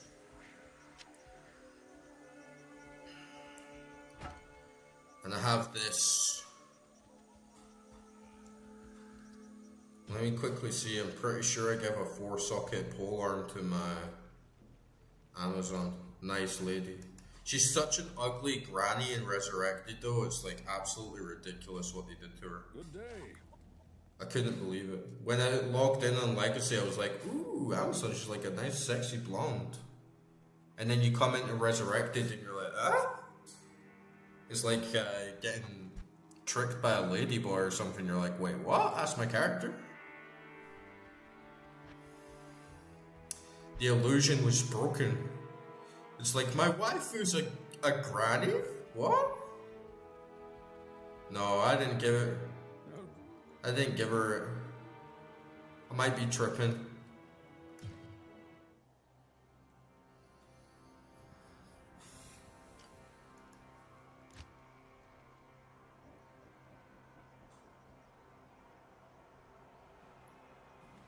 I got a bunch of 4-socket stuff though, like a 2-handed sword and the flail. And, yeah.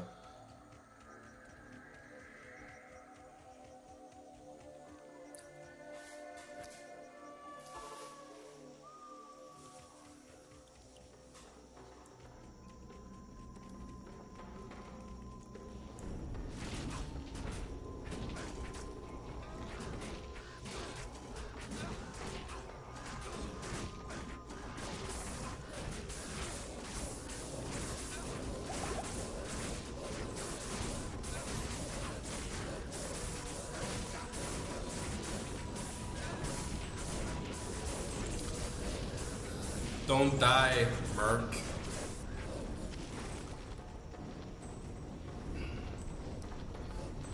You should have seen my minions tanking Duriel last night. It was so satisfying.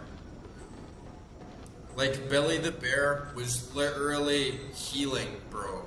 He was literally healing.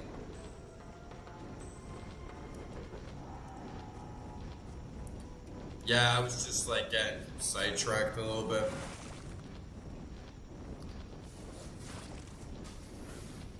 Already done Arachnid Dungeon. We had Flare Dungeon before you came on, and we went into Cows. Shouldn't be far.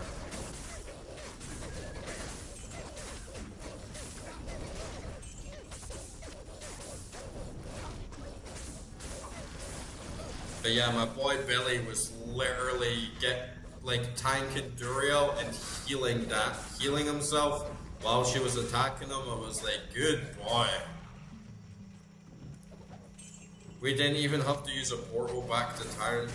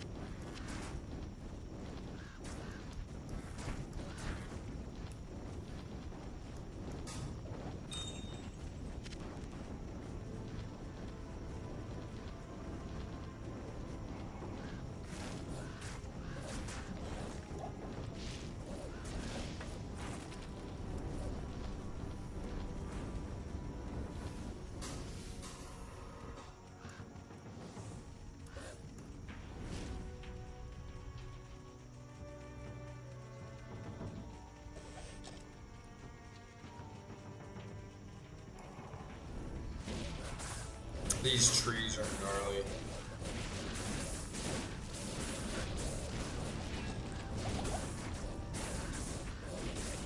Yeah, we got a big unique here.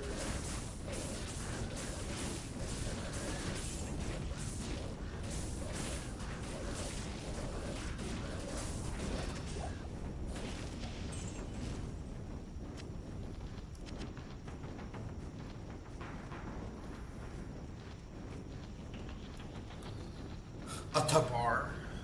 What's a tabar? I can't carry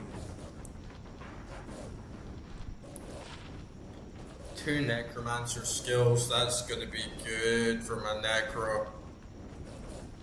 Get rid of this useless shield. Tabar is an axe. Okay.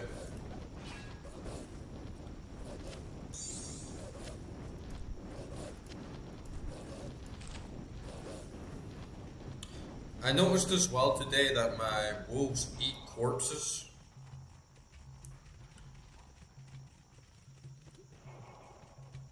I don't know if it heals them, but it's cool that they do that.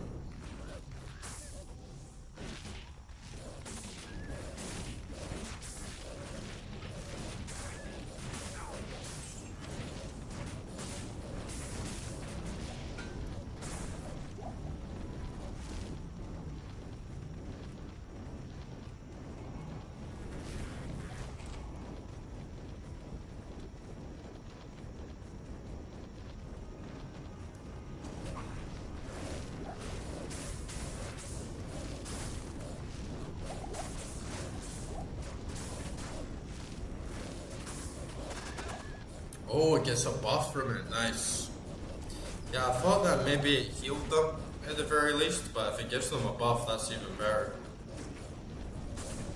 I feel bad for them now because I was telling them all to shut the hell up when we're like sitting after a big fight and they just keep like growling and making noise, but now I see, oh, you're feeding, it's okay. You're buffing yourself up. I will allow this. Do you think it's worth taking like superior gauntlets and like max socketing them?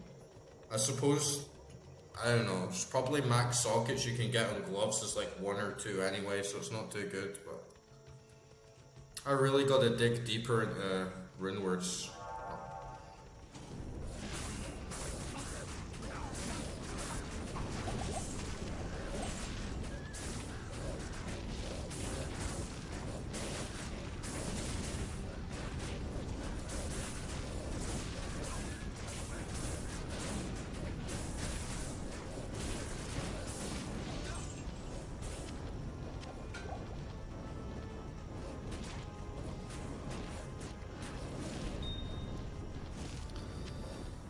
My health goes up and down. I have like 600 base, but then sometimes I come out of town and then it goes up to 900. I'm not complaining, I just have no idea what's going on with that. Oops. Dumb mistakes. Oh, we're still in fucking spider forest, man. We need to go the other way. Really, no sockets in gloves or boots? Aww.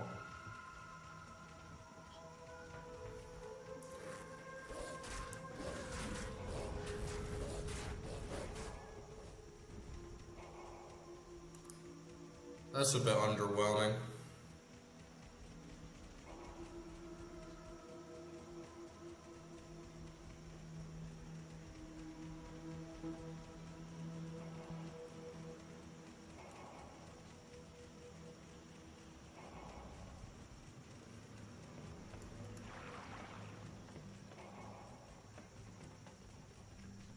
Yeah, the map reset can completely change the map on Nightmare.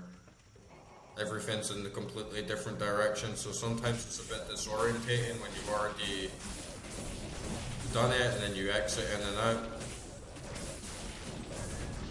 Adds a decent variety though.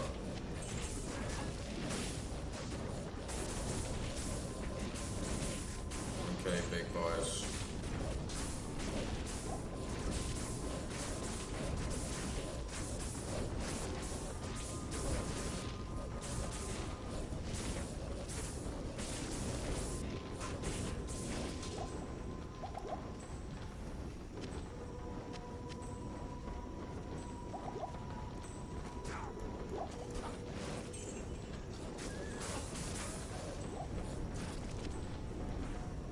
So it's from Oak Spirit. Oh, that's so obvious. That's so fucking obvious.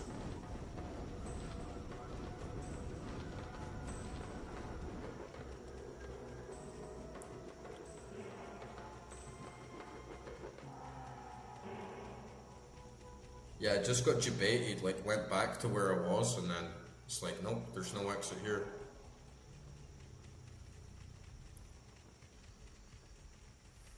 That is so obvious that it was my spirit all along. I guess it's just because I scaled them up so massively, and I had basically 1 point in them.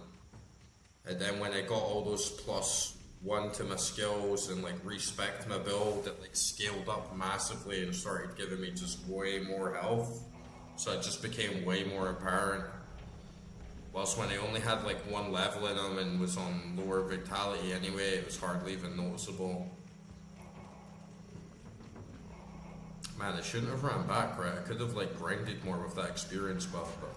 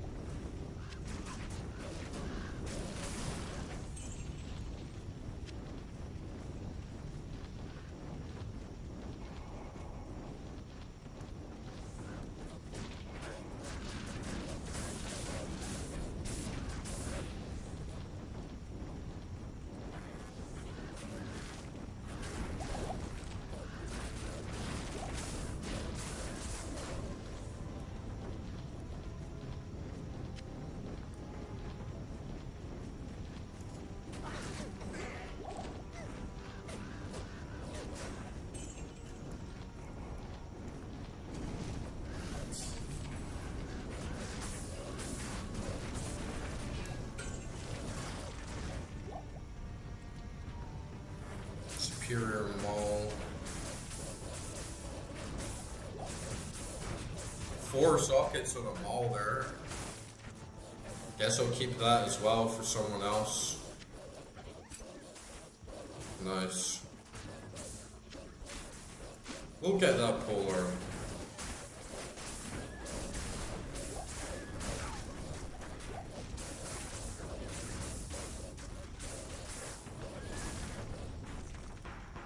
Superior Griffin headdress.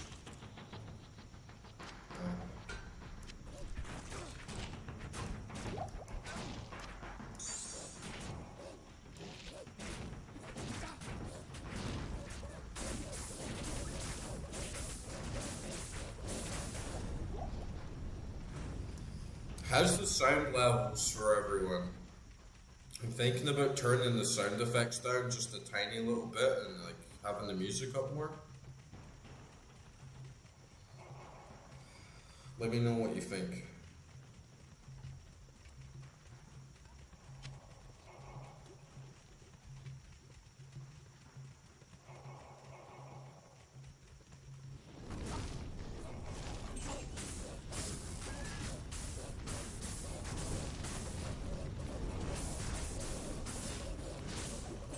We'll just keep it nice and chill tonight. Nice Sunday with some ARPGs.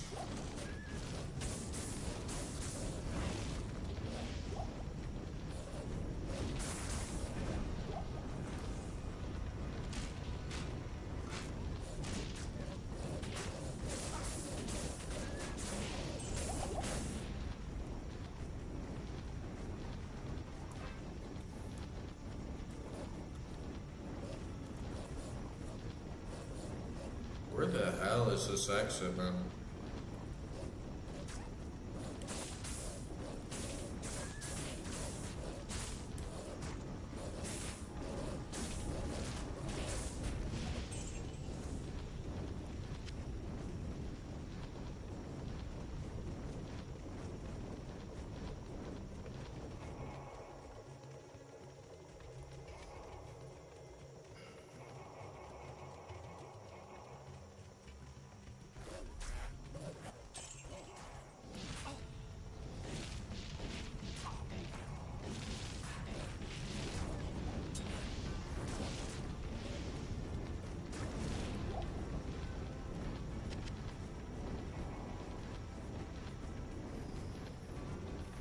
Said it was in top right, but we must have to look around.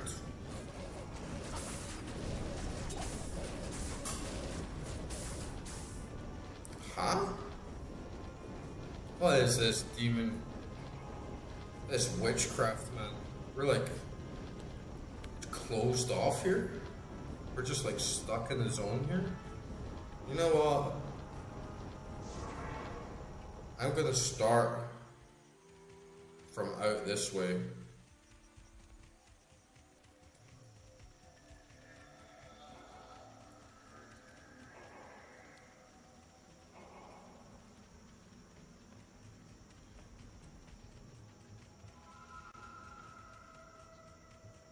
And we'll work our way from within.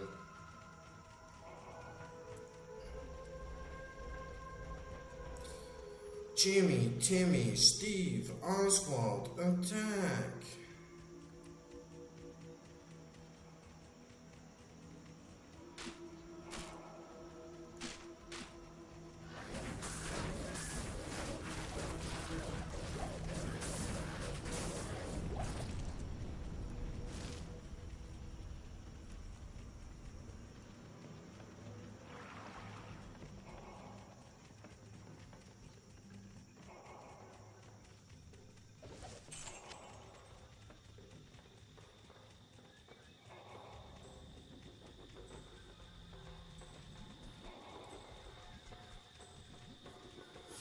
Yeah, sometimes the jungle's a pain for finding where you need to go.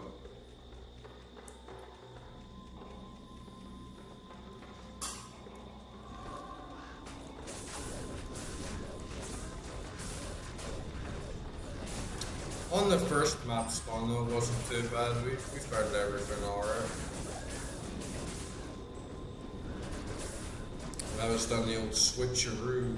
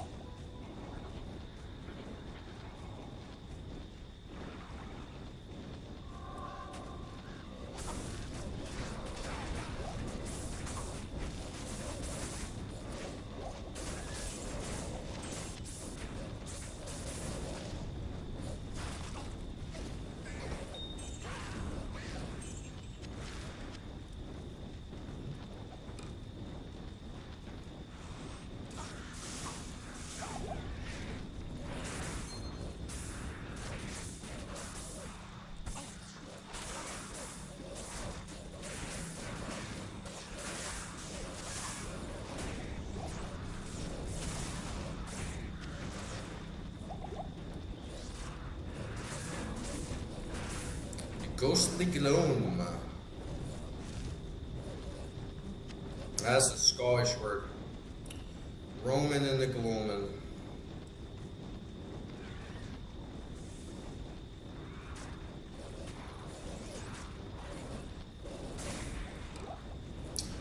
Roaming in the gloaming with my bonny lassie by the clay.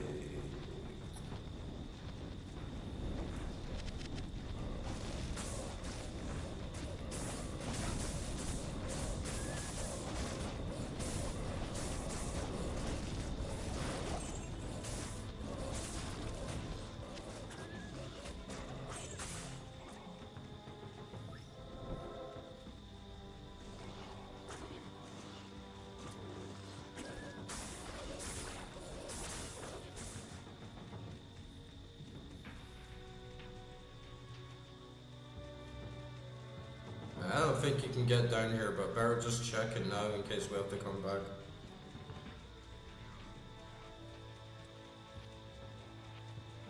Oh, that is a good way. So juicy, man.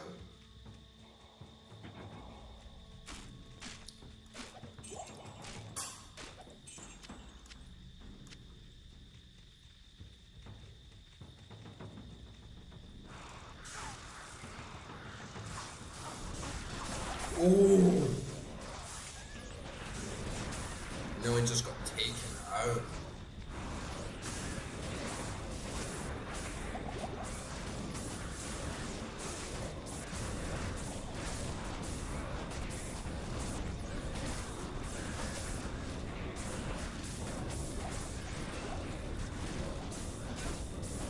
You have to be so careful with these uniques.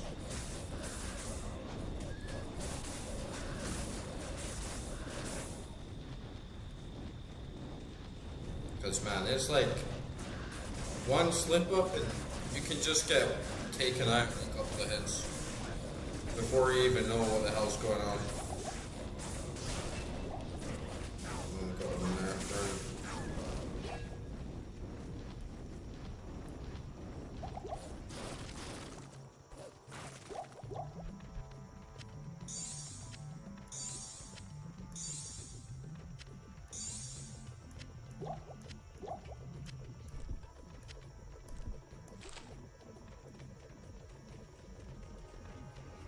I definitely don't want to get knocked out again in Flare Dungeon like a bitch.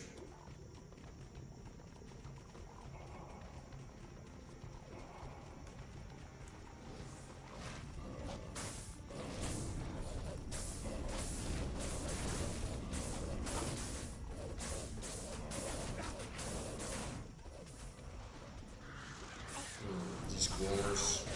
Oh, you know what it is? Oh, no, not like that, not like that. Oh, you know what it is though? It's that lightning resist, right?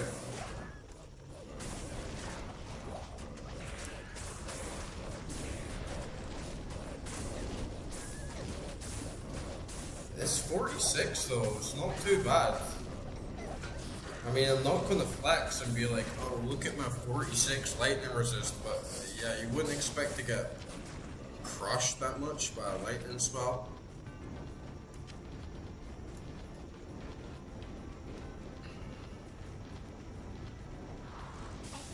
Diablo is the one that's going to stress me out because on normal, he was just killing my minions in one hit. He was just doing like his lightning attack and just wiping the entire party out. Then you have to haul back, sit and spam your spells, drain your mana, jump back in, they all die instantly. And then if he hits you with that lightning spell, it's like game over.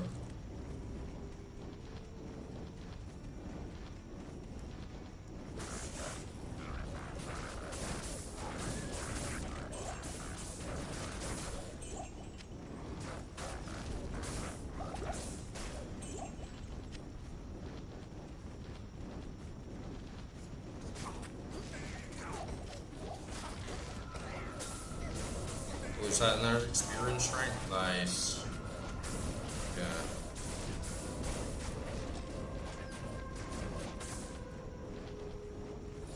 Yeah, he was so strong and normal. We got him, it just took like a lot of chip. I think you were here when we did Bale, and Bale was a pain in the ass. He wasn't as heavy hitting as Diablo. Like he wasn't like one-shotting everyone and just taking out the party, but had a massive health pool. But Diablo's damage was, you know, if I even took like 1-2 hits from him, it was just over in the blink of an eye. So I definitely got to be on the wary of that going forward. To be honest, I've got a fair amount of like lightning resist and fire resist hauled up in the stash. So before I do Diablo, it's definitely going to be one of the bosses where I just take out all my high resistance gear and just hope for the best. Hopefully my minions will actually stand a chance against them now.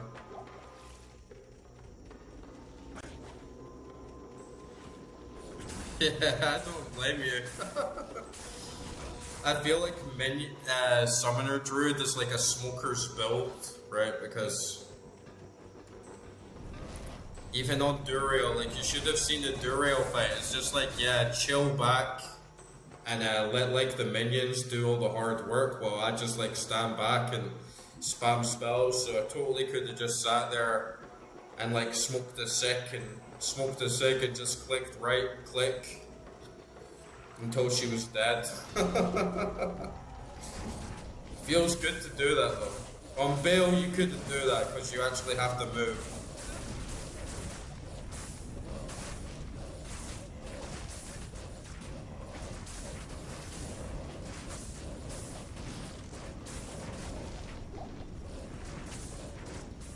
But yeah, Bale's got like a big swimming pool of health.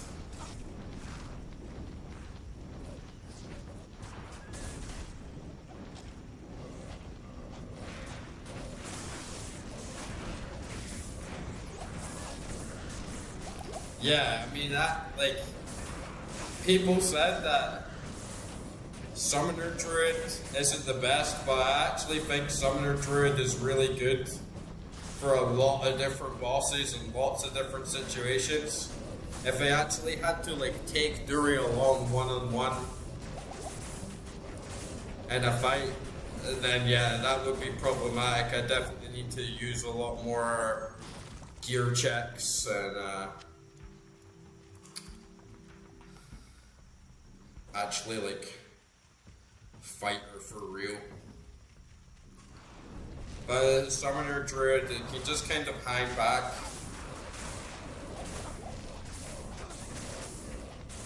The amulet that I have for +1 to all summon skills was really useful. Because they scale up so well with each other, you know, I mean, if you're starting off in the game and you're using each of your points, you know, put one in Wolves, one in Direwolf, one in Raven, one in like Oak Sage, you're just spread far too thin. It's like a waste of points. There's no way to efficiently like min-max. But like if you can get the +1 to all skills and just boost them all up at the same time, it does make such a difference. Yeah, I'm not pure summon, I'm like elemental summon. To be honest, since a respec, it's way more elemental. Because once I had the items that give me +2 all my skills, like I got the sword that gave me +2 to all my skills, the helm gave me +1, the shield gave me +1, the amulet gave me +1 to all summons.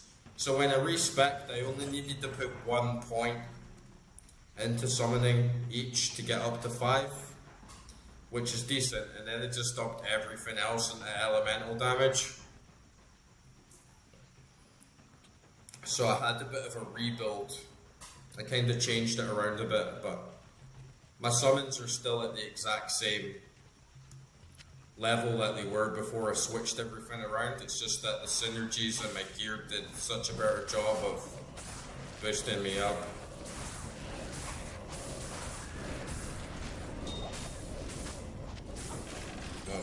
Math always wins, right?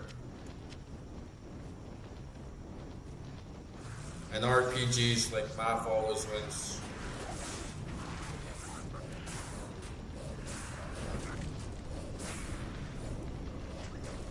Yeah, definitely. See, the thing is that with the minions at level 5, sometimes you get into situations where they go down fast, but generally, you don't have to spend too much time resummoning them. They do a very good job of tanking damage, like you can see here. Some of them go to the left, some of them go to the right. You get good coverage, like you get good damage rate. It's very, very like good to manage them all.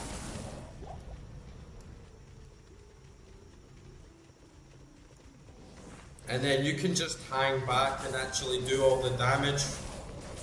Sort of like playing a rogue or something on WoW, you know, you just sort of like play DPS while your minions tank. And just kind of use them as a meat shield and give enough minions to actually distract them all. Let's see what his gauntlets are. Yeah, I got a 4-socket maul. I don't know what I can do with that, but everything with 4 sockets now, I just feel like keeping in case I can get like a really good rune word.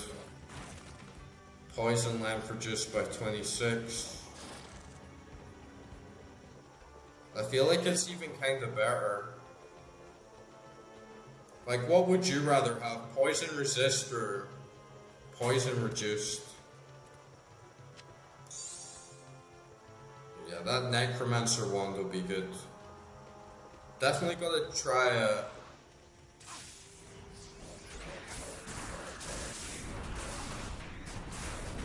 Oh, so you would rather have like a superior or exceptional one, I guess, yeah. See, for me, like as I was saying with my build, all my damage is done for spells, like all of it. The only time I left click is to move. I never left click on an enemy and actually attack them with my weapon. So the damage is kind of like inconsequential. I don't really have much use for high damage on my weapons. Because I'm never actually going to attack anyone.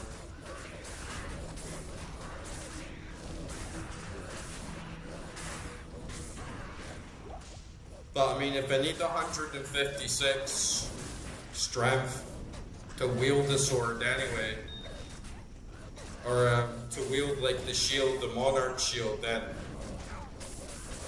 it probably come a lot more handy. Like at least I could do it. But as you can see, if I like click on the enemies, it really doesn't do anything, right? Like, it's so minor, and it just opens myself up to like way more risk.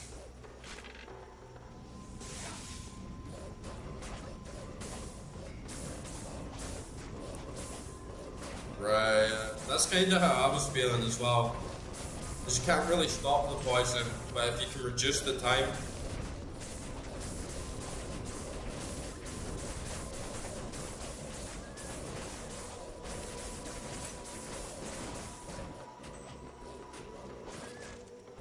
And it gives me slightly better magic find, but it's like better defense. It's only 6%, right? So it's hardly even noticeable.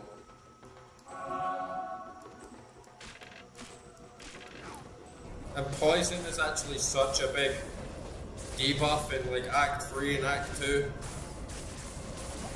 Sometimes if it stacks, it's just game over for me, so I definitely want it reduced as much as possible.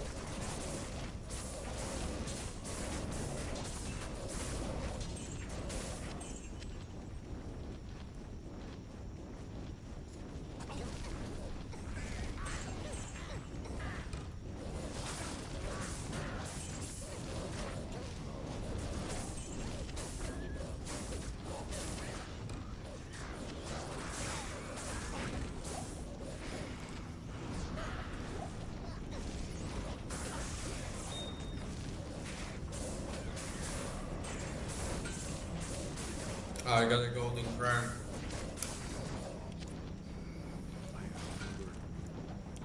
Stinky Rowerin. It's a superior mode, dude. It's not a normal mode. Still not exceptional though. Is there any like items you can get like cannot be frozen, you can get like cannot be poisoned? Because that would be so shit hot, honestly.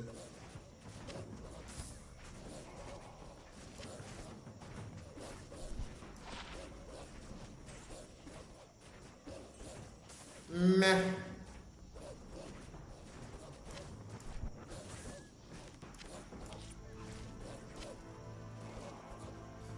In more runes that I have far too many of.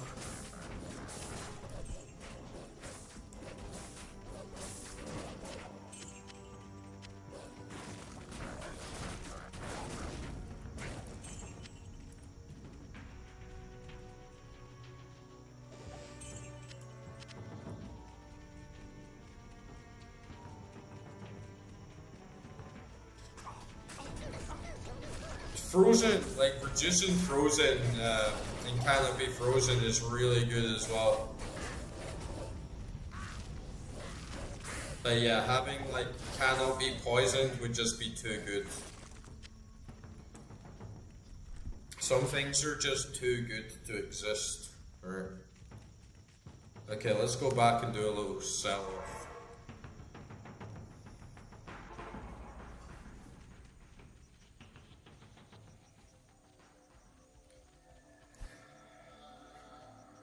Too many runes.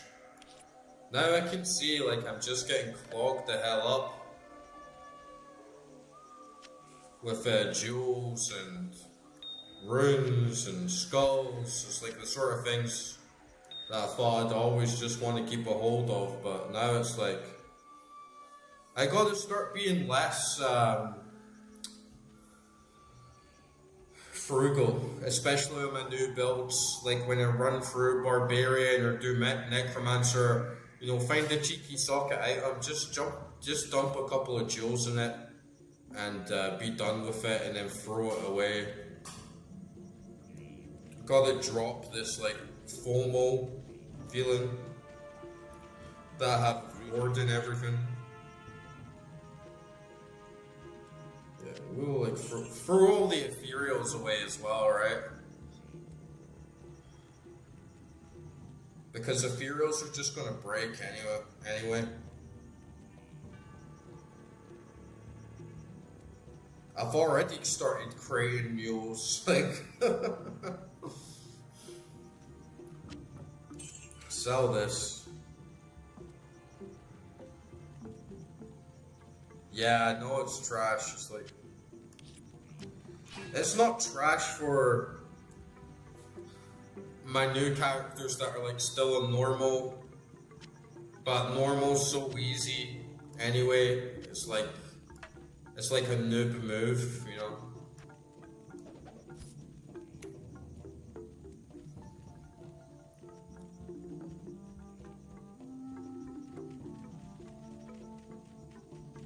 Okay, that's good to know.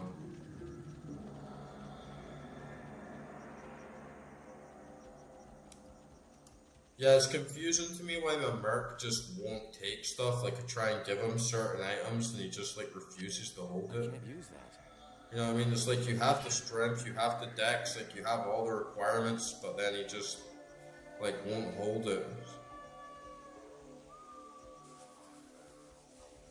Maybe he's like not high enough level or something, I don't know. You don't even need a level for it, so. But yeah, definitely keep this wand. I'm gonna need to just create a mule and dump all my runes into him. And I can start, I'll do a little cleanup while I'm here and just gamble. And like, get some higher gems.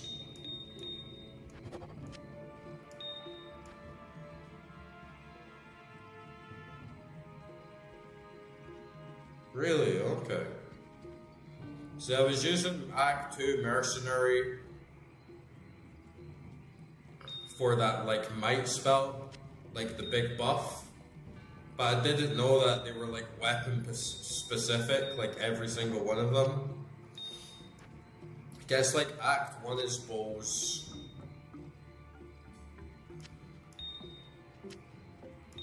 And then Act 2 is like scythes or whatever, and then Act 3 pole arms. Oh shit, one of these aren't even the same skulls. Skull, flawless skull.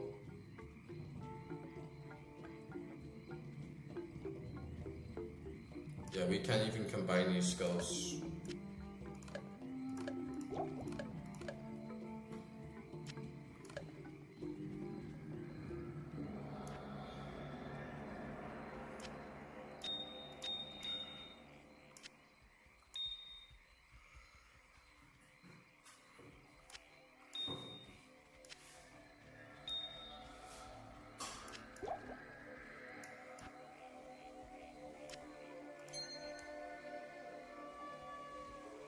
Gamble some rings.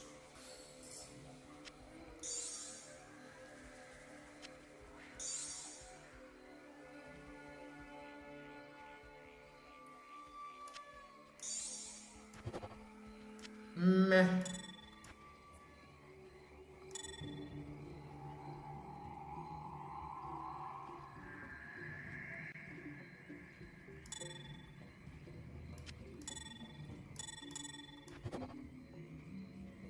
%26 chance of getting magic.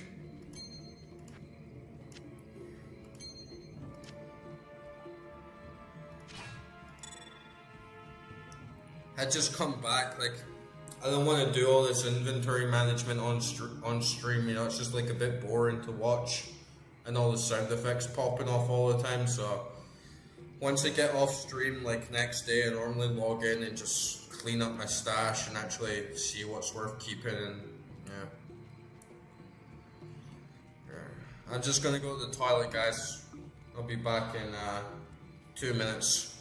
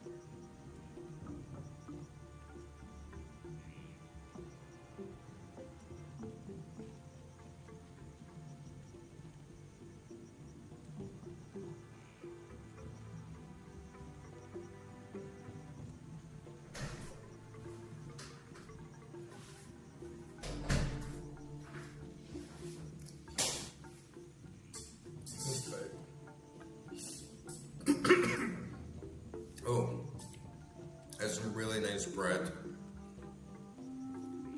Bread and wine. Sticking to the basics. But man,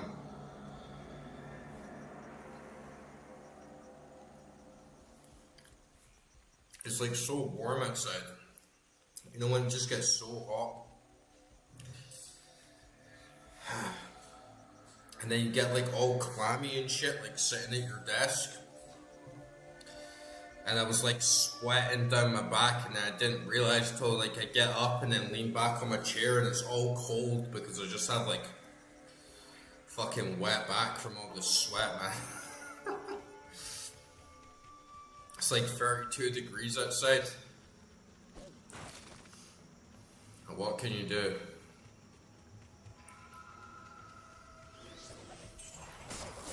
Chill out. Chill out, play Diablo, I guess.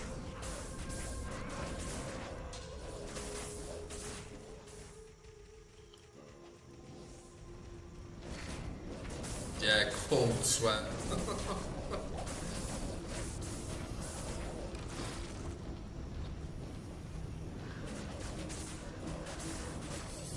But I've been so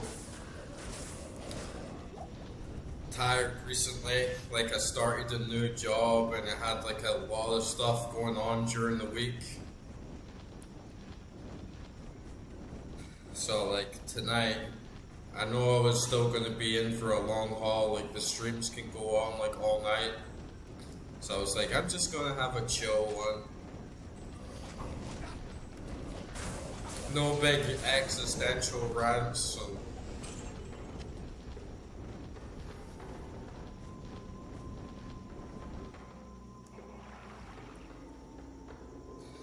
just a nice chill session.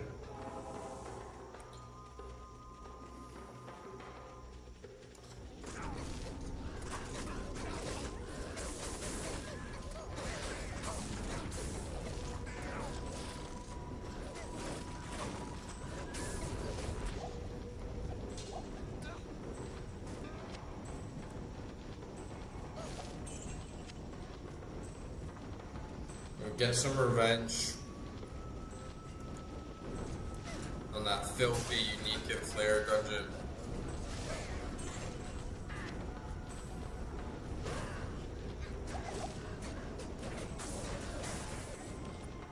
Oh, another soul room, nice.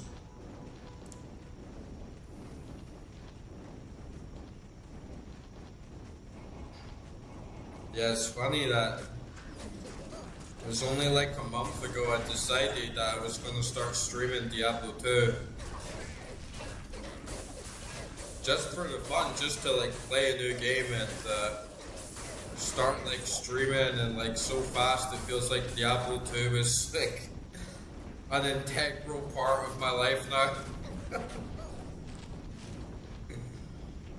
It's like, what will it do when there's nothing to do? Play Diablo 2. Oh, I can't sleep tonight. Oh, I'll play Diablo 2. Oh, I have like an hour to kill. Oh, I'll play Diablo 2. You know.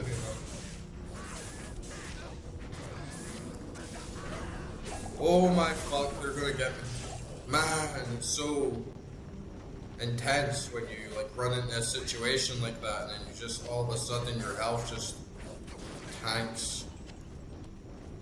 Luckily I survived. I gotta get big oak sage back, right?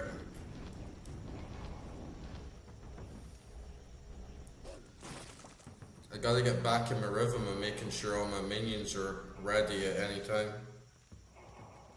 It is such a great filler game, right? Because you could just like grind for half an hour.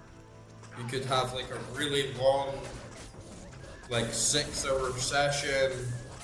You could pop on just for like 10 minutes to like organize your loot, or like look at your charts and like look at rune words and like your inventory. So it is really a game of all games. It's like one RPG to rule them all, right?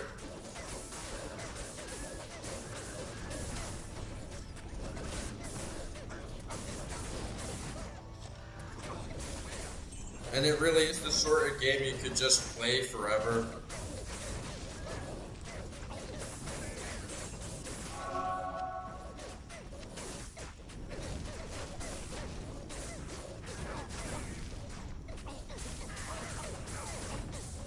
Oops.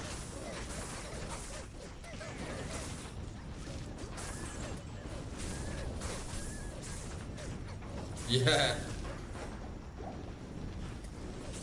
And even other games that did reuse the same recipe, I feel like they didn't do it as well. Even though I started off with a lot of those, right? Like PoE and Torchlight 2.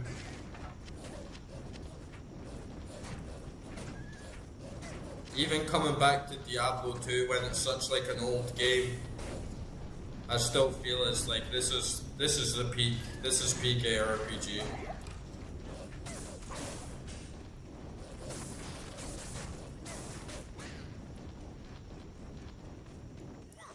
Right. I mean, even though like half of Exile should be better, it's more mechanically complete game, right? Like, there's a lot more depth to it, there's a lot more variety to it, like... The graphics on Path of Exile 2 are, like, way better than Diablo Resurrected as well. So, like, on the surface, it's, like, a better game, but it just doesn't have the same, like, feel and, like, character to it. And there's something about the pacing that just makes Diablo 2 feel like really natural and like organic and engaging. Whilst like Path of Exile is kind of like a slog. Yeah, the storytelling's not as good by far, and it's way too padded up. Like with NPCs and enemies, it just doesn't really like engage you. And it's a good game, don't get me wrong. Torchlight 2 as well, absolutely amazing game. But yeah, there's just something about Diablo 2 that feels better. It's the simplicity. It's the way simplicity generates depth, as opposed to just having too much lore, too much story, too much content. And I feel like having 6 quests in an act actually really hones you in to Diablo 2. Whilst Path of Exile just feels like there's too much going on and like too much to absorb. Yeah, exactly. I feel like story was an afterthought. And I can't even remember the story to Torchlight 2. You know, I literally can't remember the story at all.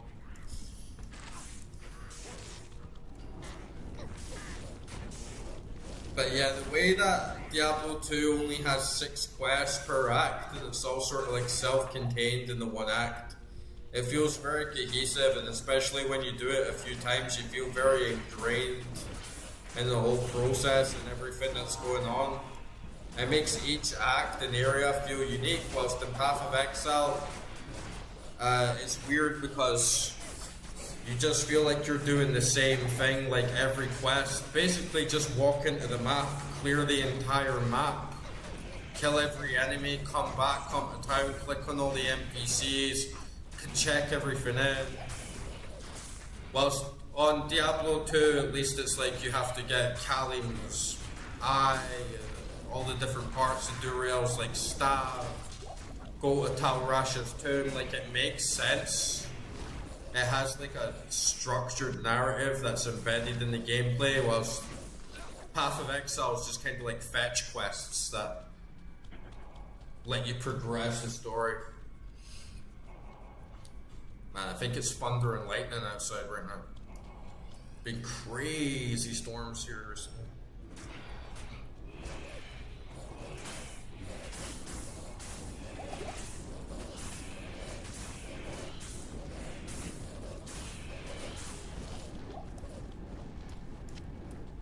Yeah, I think the skill tree in Path of Exile lets you have like so much more variation and variety, but I agree, like especially at the start, you feel kind of overwhelmed and boggled, and to be honest, like so much of the stuff in Path of Exile is just completely ripped out of Diablo 2, like so many of the spells, like the skills, just all the ideas, like the concepts, and there's kind of like too many currencies. But at the same time, I do think I can't really say I've not played both of them for like thousands of hours, like so many of you guys have, but I feel like Path of Exile kinda is a better game mechanically. It's just not a better game that adds in the ways that matter, that pull you in as a player and make you like really love it, if that makes sense.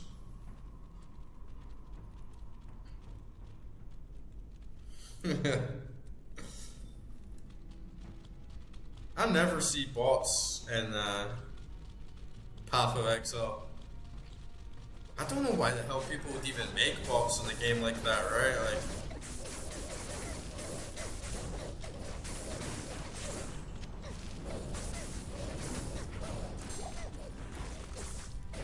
I guess you can farm items and like grind, but like, what's the point?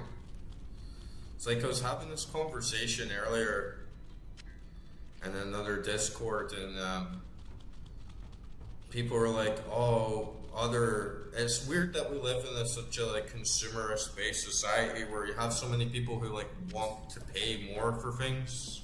But people were saying, "Oh, Path of Exile content creators should start charging money for build guides and have like Patrons where you can like buy their like build guides and like walkthroughs and stuff." And I guess for such a very deep game, I can understand the appeal and I can understand there's like a market for it. But yeah, it kind of just like takes away from the personal experience if you just copy what someone else does, right? And it's the same thing with like botting. Like, why'd you want to bot when it's about like the player, not just like what you can do automatically and automate? It doesn't really make sense to me.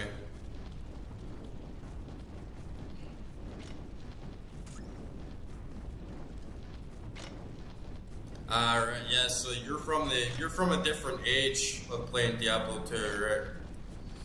Like, there must be so many more glitches and like exploits and things like that, and I think stuff like that's fair enough, like especially when it's like such an old game and it probably took players so many years and ways of like creative thinking to like realize they could do certain stuff to like get ahead. I have much more respect for that than people just like, oh, I bought a guide and copied everything that was in this guide or everything that was in this YouTube video or just went on Wikipedia. It's like, it's not really a game, right? Like, it's more like just straight up like spreadsheet simulator. Get a calculator to do it for you. I guess you still have to be like fairly skilled. Like, the games are more than math, and it's not like a turn-based RPG. Oh, Green Greaves there, where you can kind of just like sit and wait and make the best decision. And I like that about Diablo as well. There is a lot of subtle strategy that goes on in the game beyond just like your numbers and stats. Saigon Sabbath Greaves.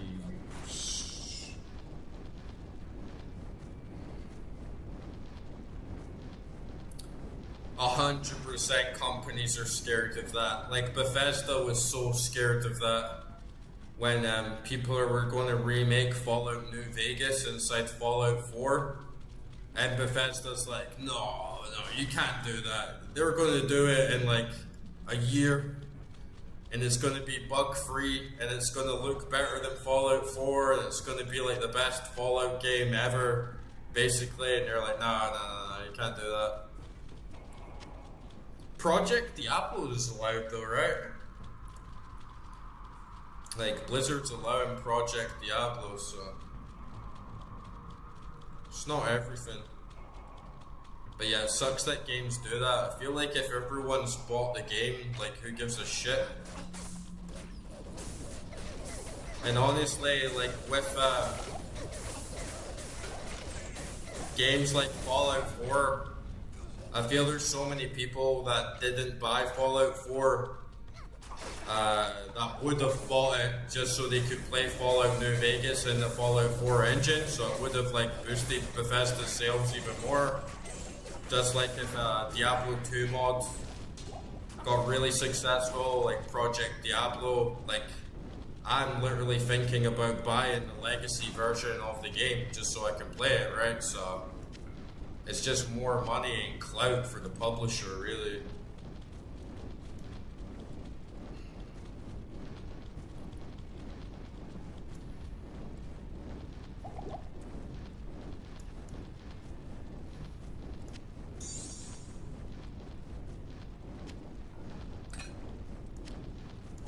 Look at all these mana potions.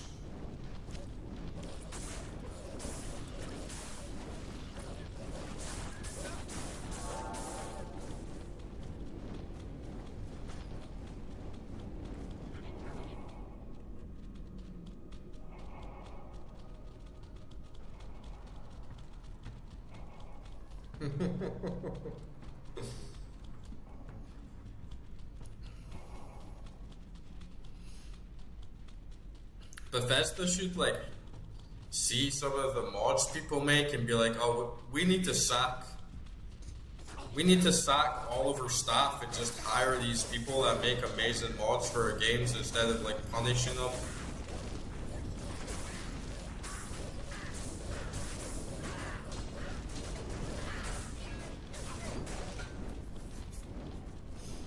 I remember when they tried that stuff of they brought out like the Bethesda workshop and you had to pay for the mods, and then Bethesda like took a cut from the top of it. It was like, come on guys.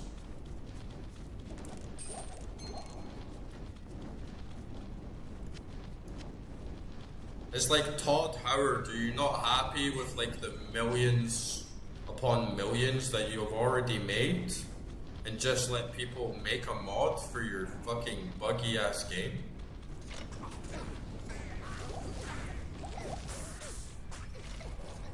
And these people, they work normal jobs. You know, a lot of them, they're not like rich people, they just do it in their free time because like they love the game. And then to see like a big corporation shit on it, it's just sad really. Oh no, I just clicked fucking save and exit by mistake, man. Oh my god. That was like my biggest fail. That's one of my biggest fails ever, man. And there was a shell rune as well. I just like lost that shell rune. Oh, man.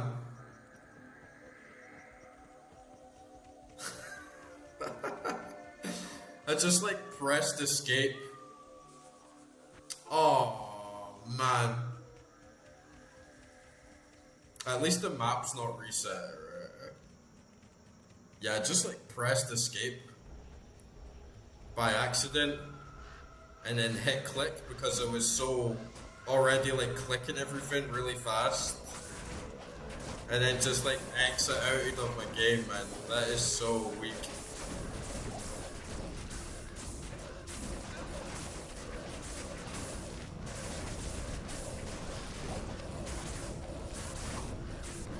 Sorry about that, guys. Sorry about that. We'll get back. Just more grind, more level. Get another shell rune.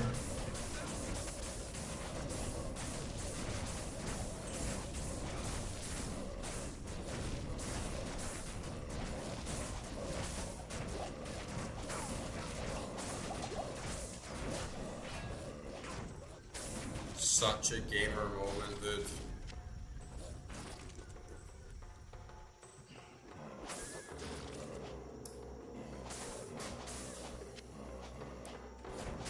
I feel like Bethesda's time is at an end.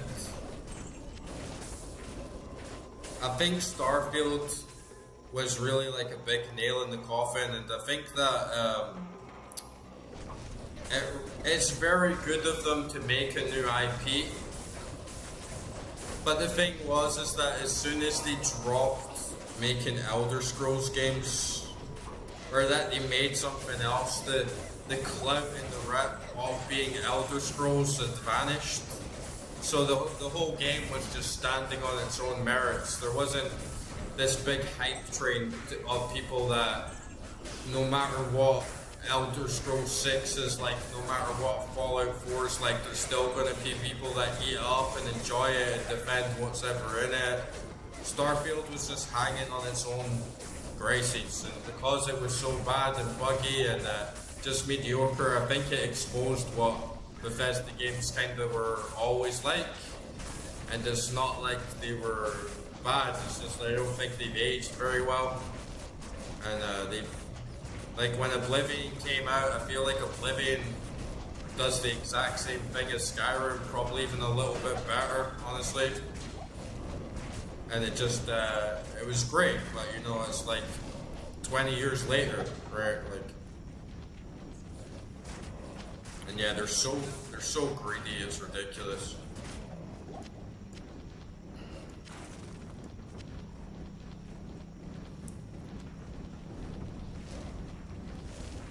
Blizzard aren't much better, honestly.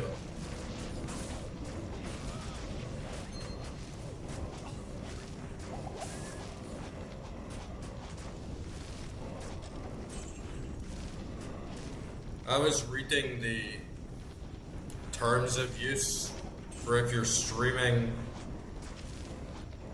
Final Fantasy games, and it says that you're not allowed to stream any Final Fantasy game if you start saying like Square Enix is like a trash company and they'll like take your stream down. And they even says like you're not allowed to use footage of their games if you like criticize Square Enix like employees and stuff. It's like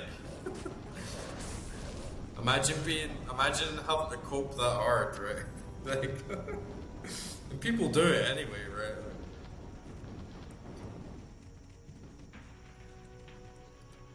Because it's funny that their terms of use, it's like, yeah, that's not legal. You can't like take someone's content down just because they criticize you, right? Like, that's not how it works, guys.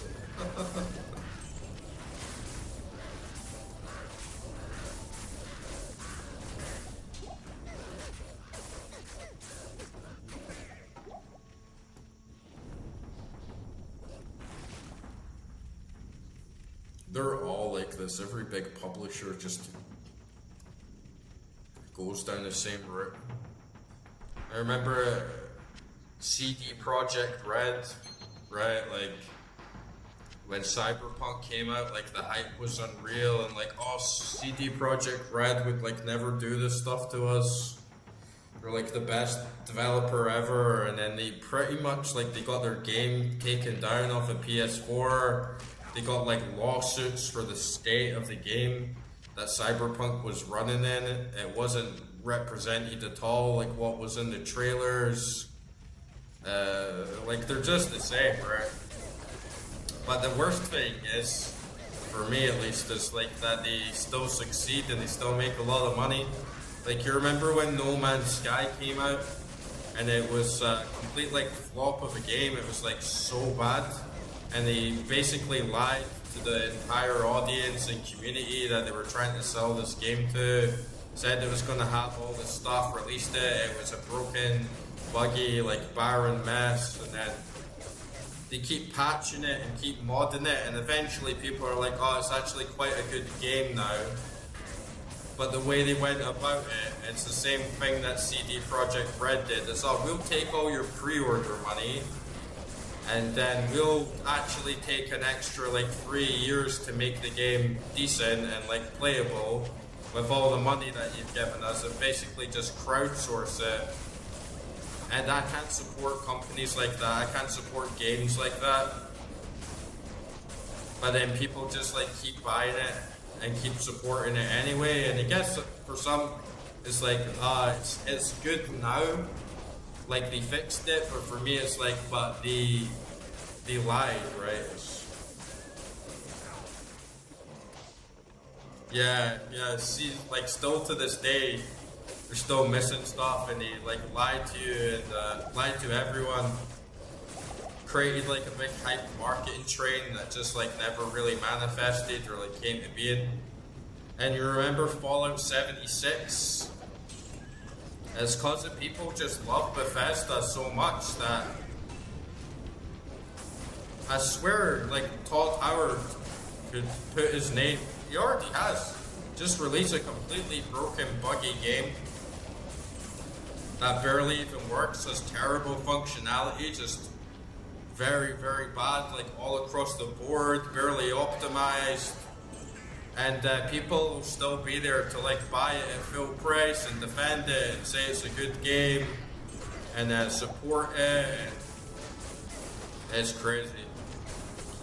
I feel it's a lot of like the new wave of gaming. I feel gamers used to collectively be a lot more grumpy and pissed off about subtle things like that in games. And there wasn't like so much of the like fanboyism. I feel like gamers were a lot more critical of like my generation and like my era. But like the new generation of gamers like Gen Z and like Gen Alpha that never grew up with classics, they seem a lot more like eat it up, like eat the slop up, and you know, like when in the millennial generation, I feel like an average game was a bad game, right? If the game was average, it's like who cares, right? It's just like an average game. Whilst like for a lot of Gen Z, it's like, oh, what's wrong with it? It's fine. You know, it ticks all the boxes, and it's like that's not like what we used to crave. We used to crave like we want the best game ever made. Like we want to see the systems and the technology and gameplay like pushed to just like unreal levels. I want to see like big ambition and things doing something new, but Gen Z are a lot more complacent.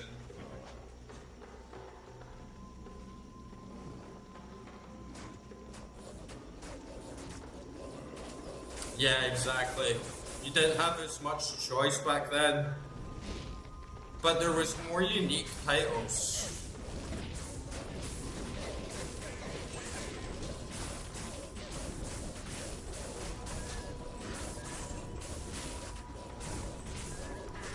And I think like modern gamers are way more complacent about pricing and stuff as well. I feel it's mostly like all the older gamers, like why would I pay $80 for like this remake of a game sort of thing? And then the Gen Z crowd, they're like, it really annoys me that you get all these people and they say, oh, a game's only worth whatever value that you think that you get out of it. So if people want to pay crazy money for the Switch 2 and Mario Kart 8, then it's actually worth that level of money, and everyone else should just pay it, and Factorio should never go on sale because I think it's a good game and I played it for 400 hours, which is more than what I played this game for, and I paid this much for it, and it's like, why are you bringing us down, man? Like, why are we living in this era where gamers are saying, like, just pay the companies more?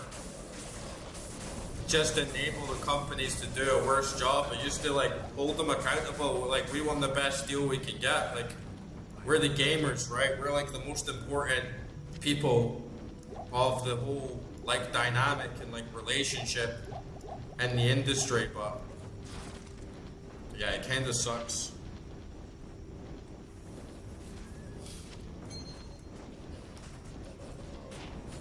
I feel like it's not even just that companies were more prone to like taking risks and trying new things, is that because the whole industry was still very much aligned with this like emergent technology of not simply graphics, but the possibilities of what you could do with a game, that it really inspired people to think outside of the box of what a game could be. And some people, it's like, I've spoken to younger audiences about this, and they're like, oh, shut up, like, you're just trying to be all artsy-fartsy or whatever. And it's like, no, seriously, like, this is how we have ARPGs, right? Because a bunch of dudes came together and said, imagine a completely different type of game. Imagine a game that nobody's ever played before, something really different, exciting, cool. And then games like Diablo like came out of it.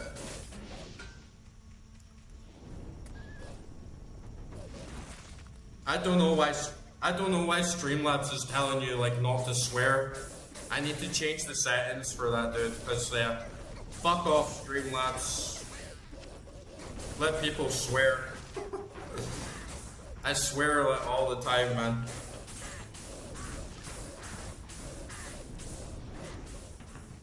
Oh, shut up, Streamlabs.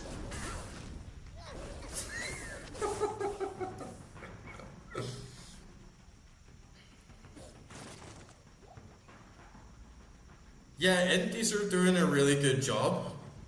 And I can't complain, I love my games. I could play all these, like, big genres all the time. I could play more ARPGs, I could play more JRPGs, I could play more survival horrors. I love all these genres. but you don't get this like same feeling of booting up a game and you don't know what the hell it's going to be like. You don't know if the game, what kind of genre it is, what the art's going to be like, what the music's going to be like. You know, emerging concepts that's never been done or tried before that could actually go on to become a revolutionary next big thing that people are mimicking and copying for the next 20 years. In the early 2000s and 90s, like these games were coming out left, right, and center. You know, there was like hundreds of them. But these days, you hardly see it at all, right? Like some little indie games, but nothing like big.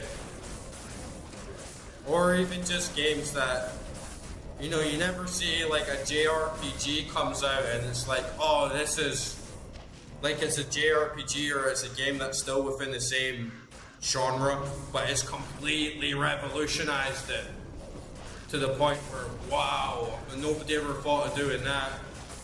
In fact, what we normally get is like games like Fallout 4 and it's like, oh wow, it's you can do half as much of the stuff and you only get 4 dialogue choices and there's like half as many skills and like half as many builds.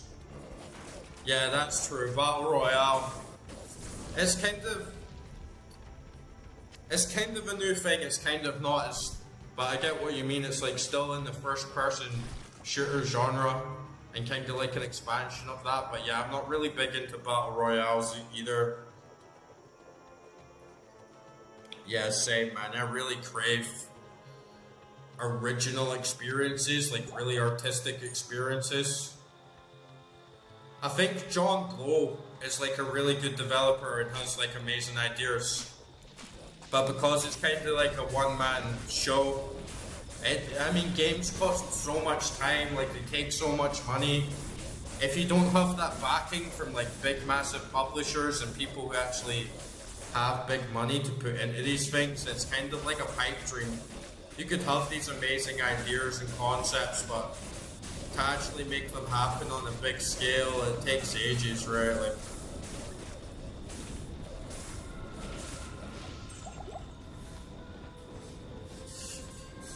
the industry's not really made for it. And then there's always the risk that the greatest game of all time could come out these days and like Gen Alphas just rather play Overwatch or like Fortnite or something. And then it just sells like shit.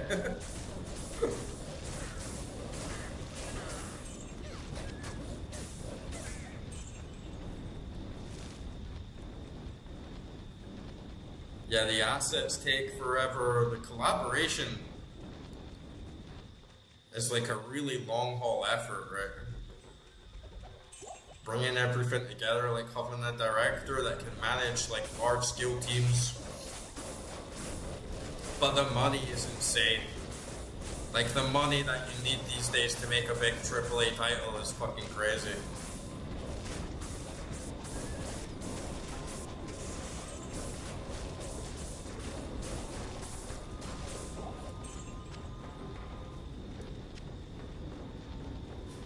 I hope eventually technology can keep expanding and expanding to the point where what we have now isn't hard to make or is much, much cheaper to make, you know. And hopefully there can just be better tools available so that people can make games without having huge studios and, you know. But the way it's going is that it's probably going to be AI, right? Which nobody wants in their game, and I can understand it, but it's probably the way things are going to go. And it might have big impacts on the industry. Like before these big publishers and developers start making really good games again, they're going to cut costs and start sacking artists and filling in all the gaps with AI slop and getting like AI writers and like AI voice actors, and They're just gonna try and save so much money. Oh, nice! You're making your own game. That's awesome, man. Like, what kind of game are you making? Like, is it like a type of genre? I always wanted to make my own game, man. I had like a big notebook of like game ideas that I wanted to make and design. I still keep a lot of them in my head. There's like 3 main ones that I really want to make one day.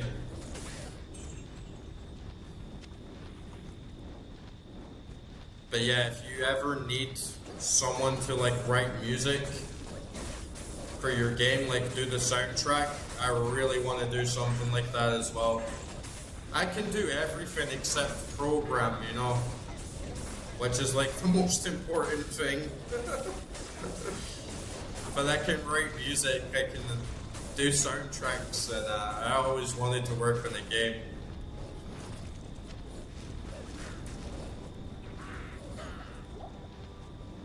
Ah, right, so it's like Bitburner a bit.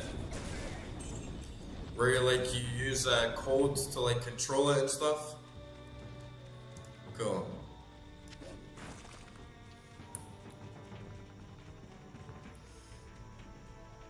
I need to really teach myself more code. I'm slowly learning, doing like web design.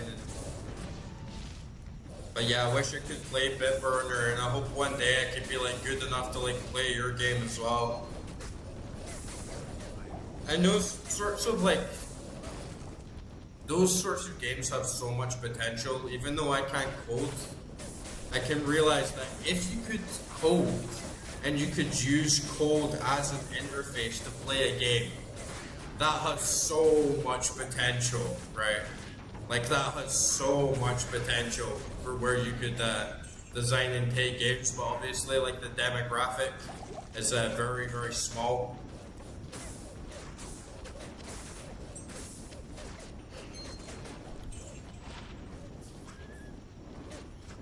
Yeah, exactly. You can get like really good niche audiences for that sort of thing, but it's a shame that I feel like we should be taught coding in schools. I feel like it should be mandatory. Every kid these days should get like taught how to program in like different languages, and if everyone could do that and everyone could speak those languages, if you know what I mean, everyone could like interact in those languages, we could have such a fucking blast with entertainment and games. I mean, that's not why we should all be learning it, right? It has so many practical uses. Like the IT skills, like the way our society is just becoming way more digitized, and give people control over their devices and their products more. And have like way more of a grounded understanding of how all these systems that govern their lives actually work and function. But yeah, if we could use code as an interface to play games, I feel like the sky is the limit.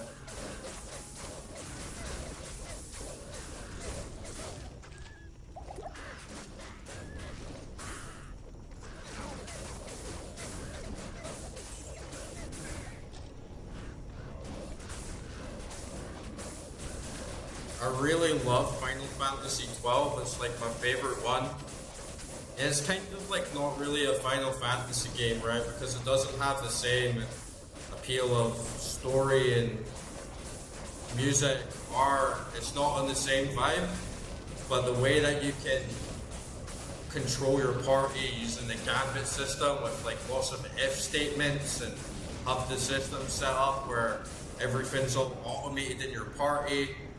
So you can have like, if so-and-so is below 40%, then use cure, and if a group is below 40%, use cure, and if a foe is weak against lightning, use Fundara, and just setting up this whole like list of squads and tactics and strategies, so you can just sort of just control your main character and walk into the fray and they just do everything themselves. I love that, man. It's nowhere near on the same level as actual programming. It's just using a bunch of chained if statements to control your party, but man, it was so satisfying. Especially if you're a smoker, right? Like, you could just smoke up and watch them all do it. You go back to town, like, roll up, buy a bunch of gear, buy a bunch of spells, equip everyone up, like, make sure everyone's all geared up, like, ready to party, and then just go, like, right out of town and just watch them, like, unleash hell on all these monsters and see how good, like, your little programming was for your party.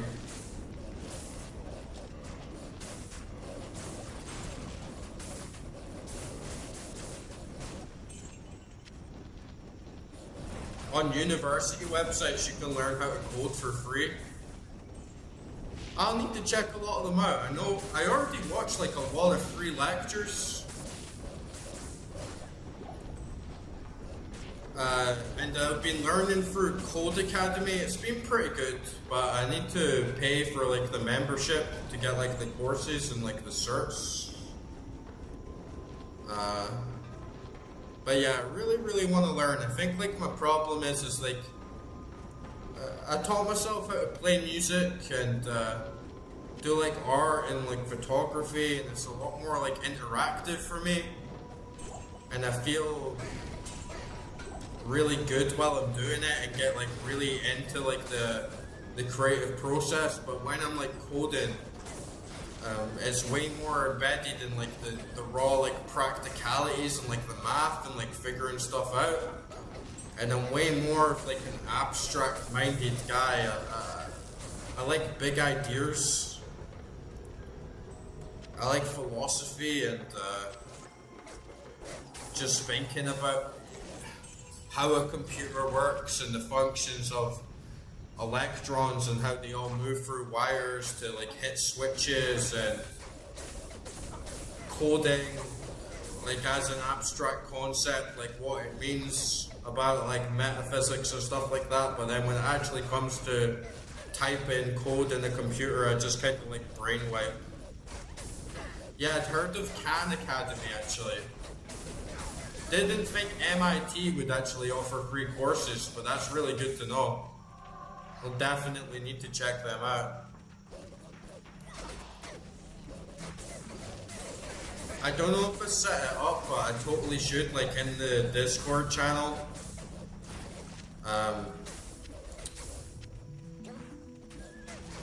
Like a little section to share resources and knowledge. Definitely, if you come across things like that, drop a link in the Discord server. And I like collecting a little library of knowledge of things like that to get stuck into. Man, these frogs.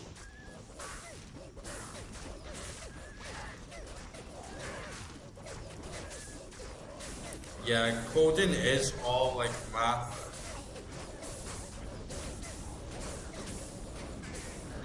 And I'm honestly like not bad at math. I think I'm actually kind of really good at math. But like my teachers at school and like at physics and stuff used to get like really pissed off of me, because they were like, oh, you clearly can do all of this, right? So why don't you do it? Like all these questions that you ask, like my math teachers always be like, you're asking all these like PhD, like professor level questions, and my physics teacher's like, we can't answer that because you're in high school and you have to go through so much more to actually like learn the mechanics of how all this stuff works. And I'm like, man, I don't want to. I didn't apply myself to it. And it's the same with coding. I have a really difficult time trudging through the basics and like the elementary stuff. I get like very bored and don't really like counting, and I just really got to learn to appreciate it from more of a creative standpoint, I think. I'm trying. I'm putting in like I'm putting in like 8 hours a week right now. Try and get like an hour in each day, or maybe like 2 hours another day.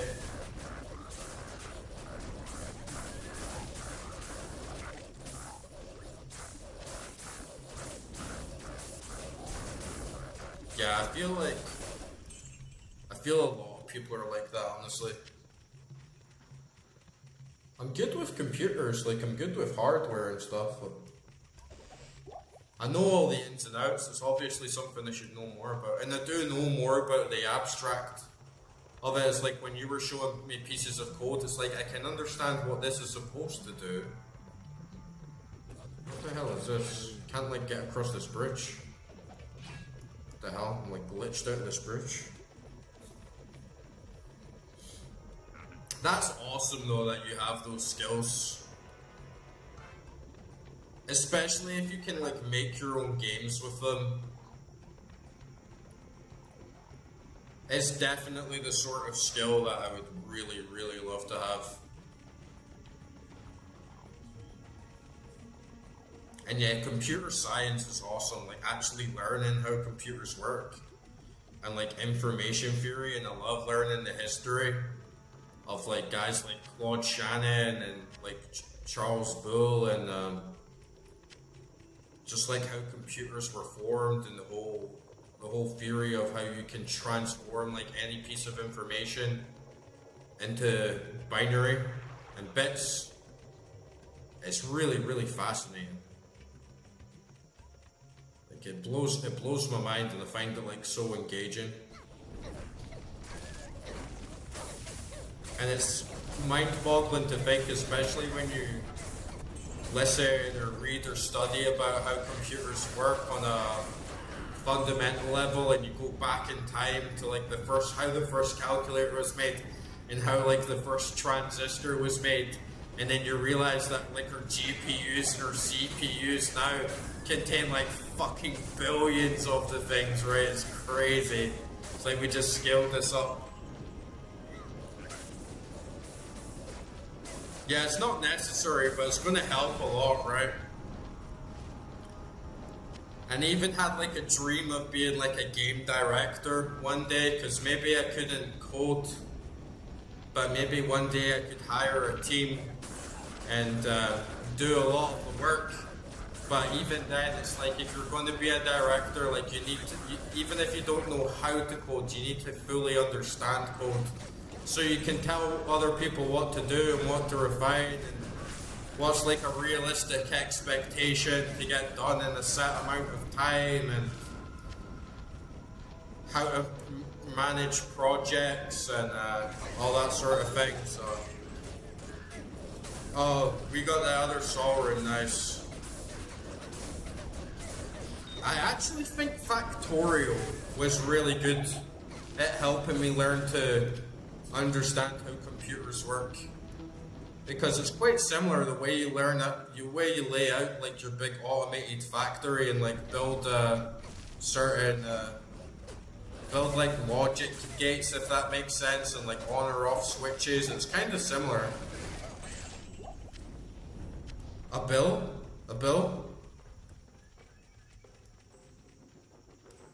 I am overburdened. Where is it?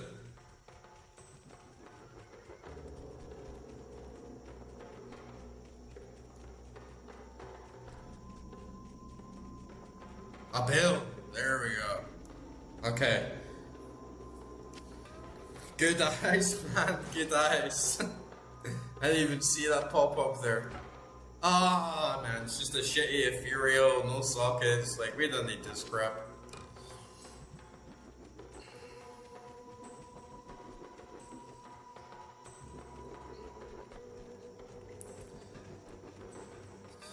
Worthless bill.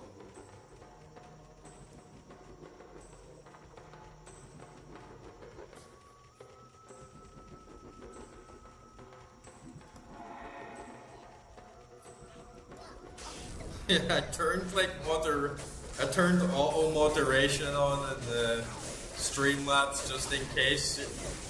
you just get trolls coming in and start going crazy or whatever, but I didn't think it would ban like saying fuck.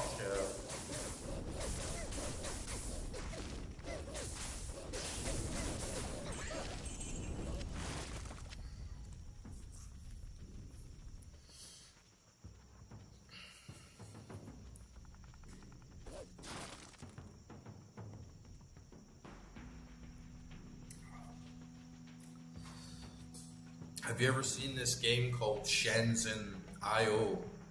And it's like you get hired by this like Chinese electronics company, and you have to work as like a sort of software developer that builds like electronic products. It's like a coding engineering simulator. It's really cool, but it's like so hard and realistic. You have to like break out manuals and read like hundreds of pages worth of like technical documents and like specifications to kind of like work out these puzzles. I have it, but I've hardly played it because it's just like overwhelming to me. But again, I need to get into Factorio was kind of similar in piecing parts of a puzzle together like that to be like the most efficient and get everything running, but it's abstract, it's not practical.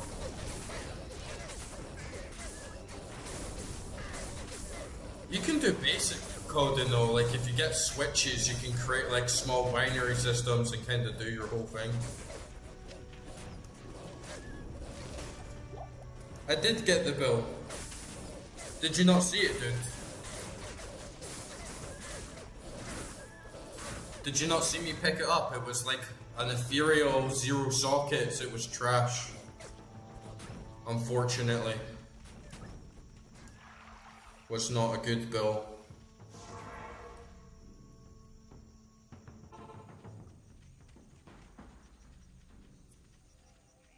Look at all these rings, man.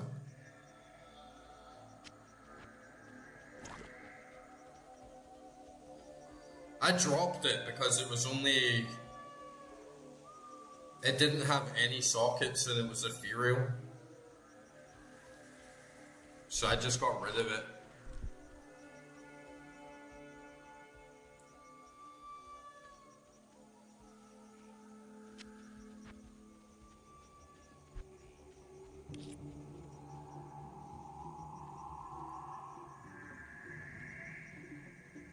Oh, but it's ethereal.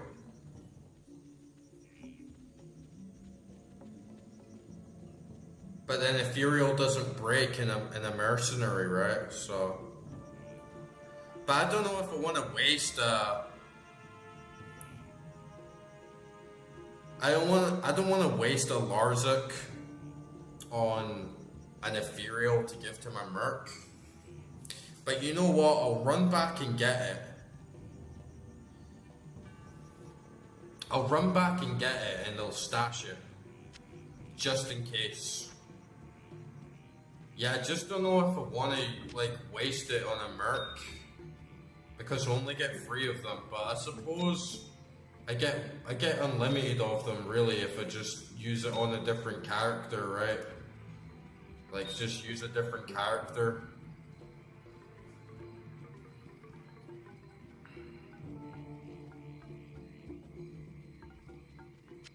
Yeah, okay, I'll trust you, bro.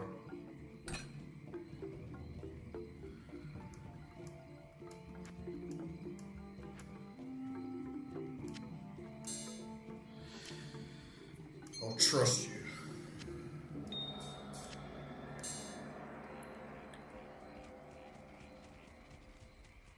But I was just thinking anyway, I get like unlimited Larziks technically.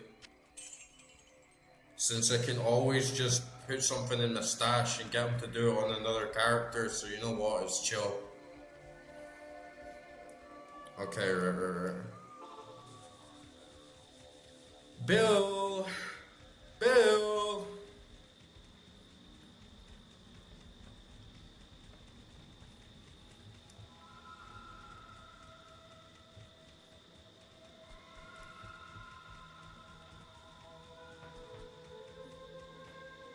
Okay, it's still here.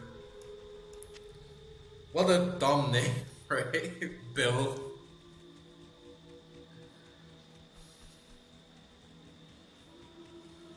Who calls this spear Bill?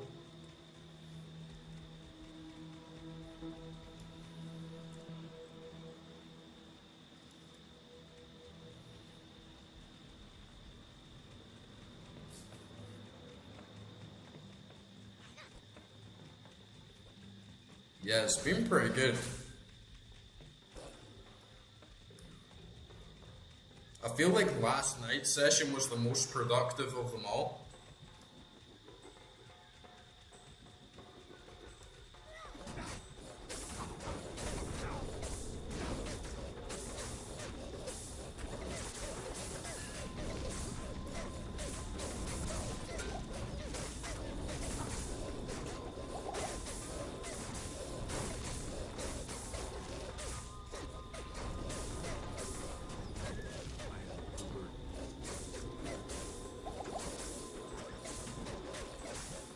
Big Bill.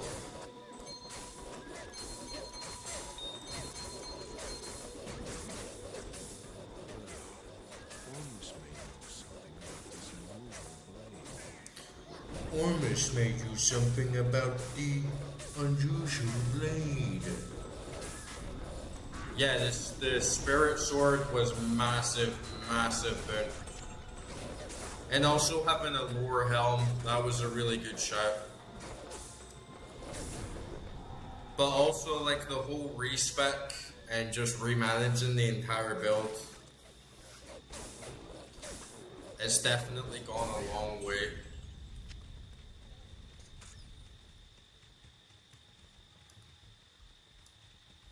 And yeah, I'm definitely moved from like noob to like mediocre, veering my way towards let's just get rid of this shit.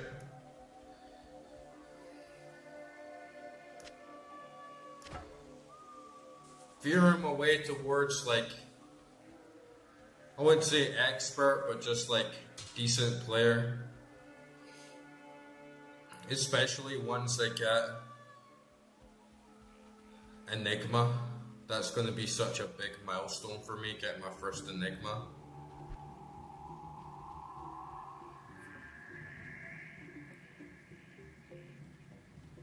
Yeah, look at all these rings, man.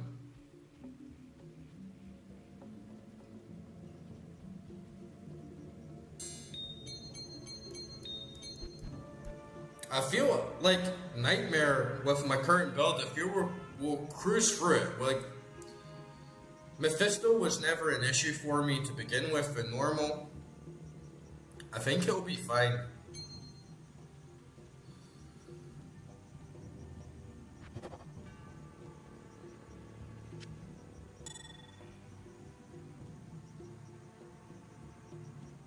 No, I'm gonna grind for Enigma.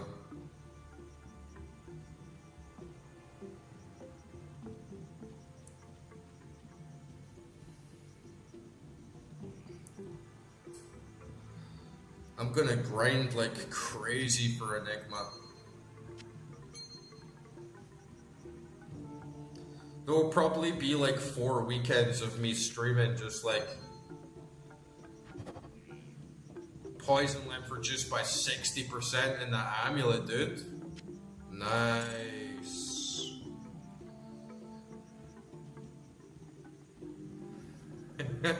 Great. Probably going to be like at least 1 month of stream that's just like grinding for Enigma, me being in front of the computer.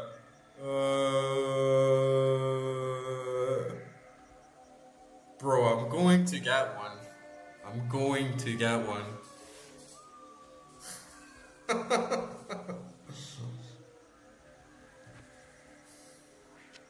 And once I get the Enigma, you're not gonna have any people like Niz again in the comments being like, "You're such a noob, dude." It's like, no, bro, I have Enigma.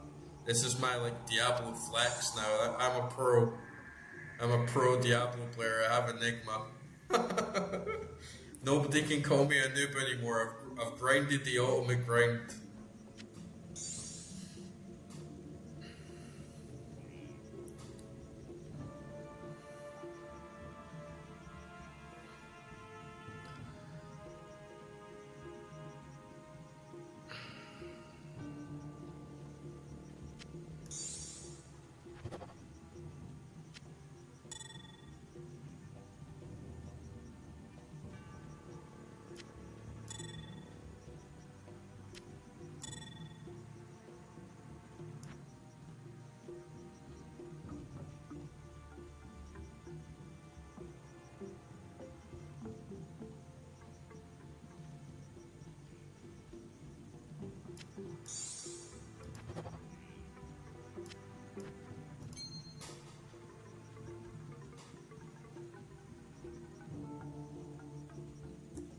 Terrio Might Armor? What the hell is that?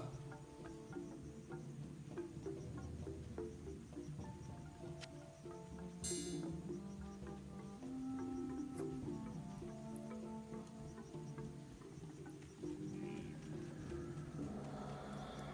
have done well, noble hero. Ormus congratulates you.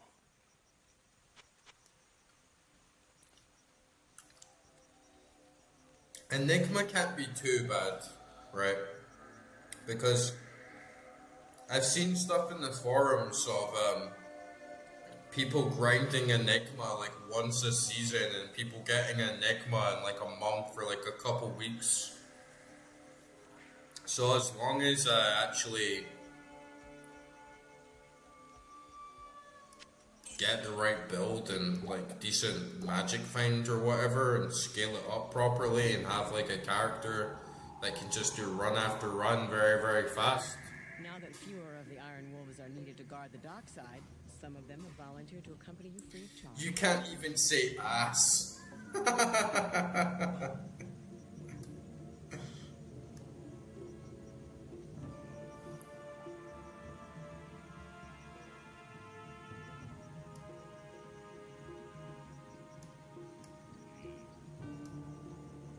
Okay, Streamlabs is banned from the channel. Streamlabs is no longer allowed to talk in the channel anymore. You can't say fucking ass.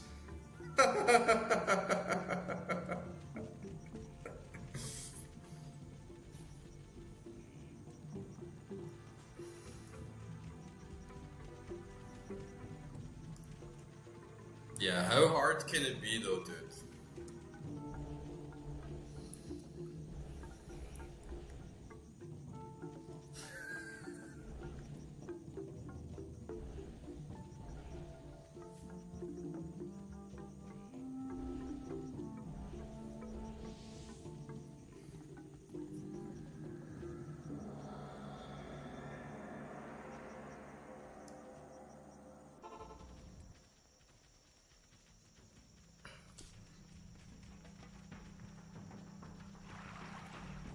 Evil runes.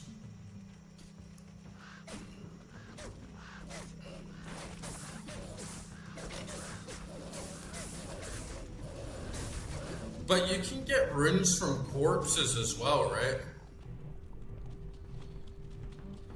So it's not just the super chest, right? Like you can get a jar rune and a bear rune from enemies in Lower Karash or whatever.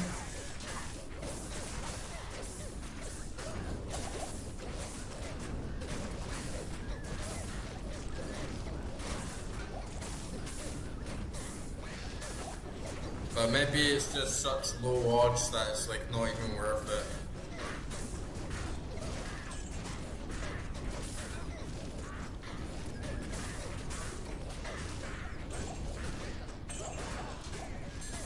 Try saying ass in the chat now.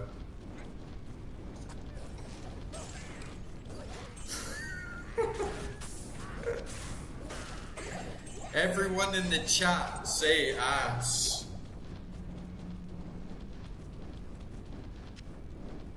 Alcohol.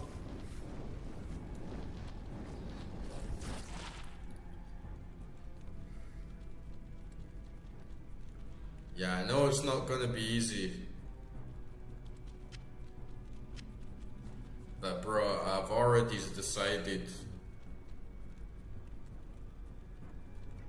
And it might be a bad decision in my life, honestly. But like once I've decided, like that's it, it's done. I'll get Enigma. Let the gods of Diablo do their worst. I shall have my runes. Demonic gods of Diablo. Well, hey, you can say ass.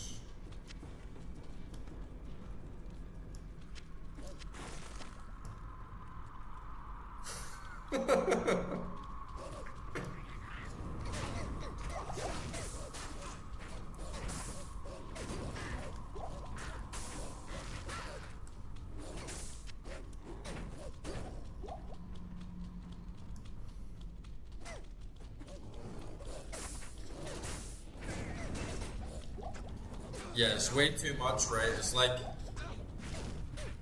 low moderation, auto moderation on Steam Labs. I thought I was gonna cut out like people like threatening to kill me and stuff, but it's like a child lock for like 10-year-old kids. Like you can't say ass.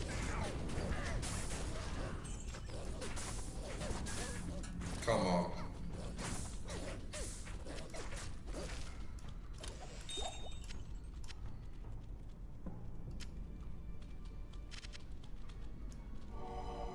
How fucking glorious would it be though if I got it on my first run?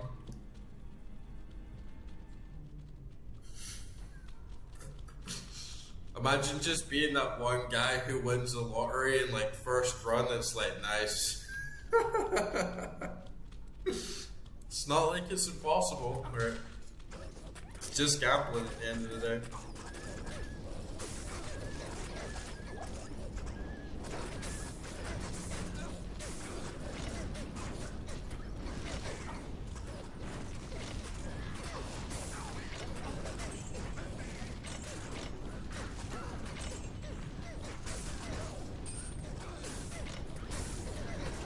Together, boys.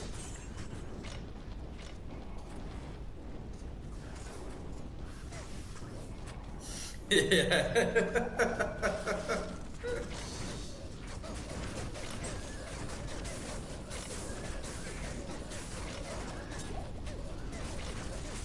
I will stream my entire grind.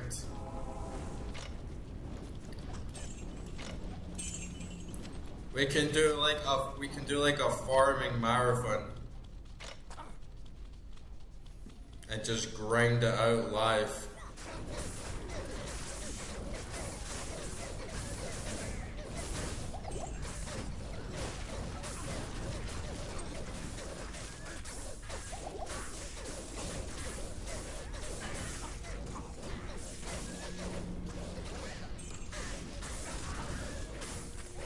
It makes you like locked into your version, alright? Because I feel like how you were saying, I can't play online with my offline characters. It's like, right, well, like, fuck online. Right, I'm not like grinding for Enigma and having to like restart everything. I'm not gonna buy like Diablo Legacy and have to like restart everything. It's like, this is it now, like I'm locked in.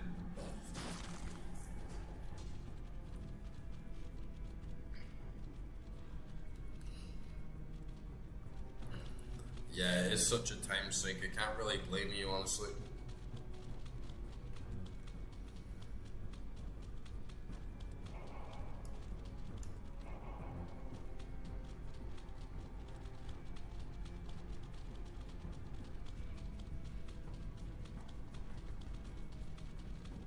It's not the most productive use of your time either, is it? Like, grinding for fucking Enigma.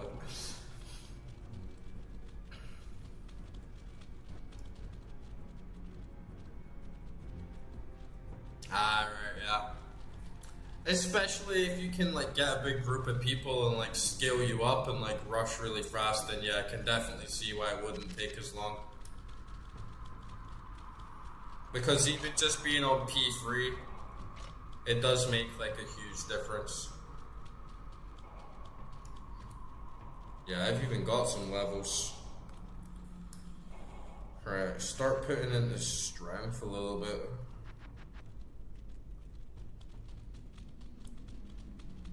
I got plenty of levels left in me though before I get to hell to get the monarch shield, so can kind of just keep putting into Vit for now. I'm only like 50 points away from getting the required strength for the monarch shield, so it shouldn't take me too long, honestly.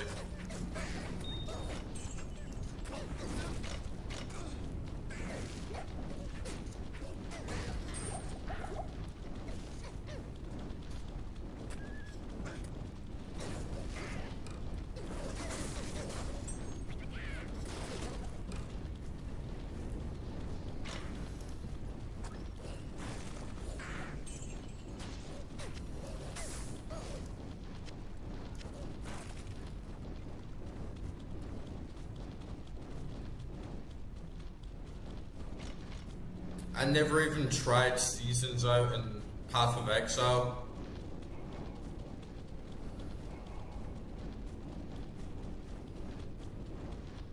I'm such a lonely gamer.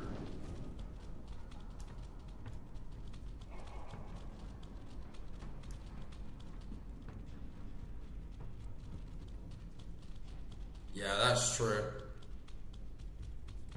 These aren't really hard fights though.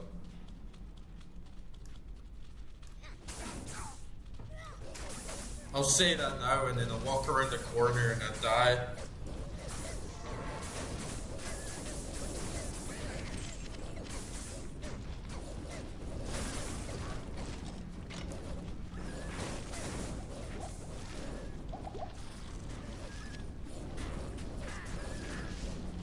Get him.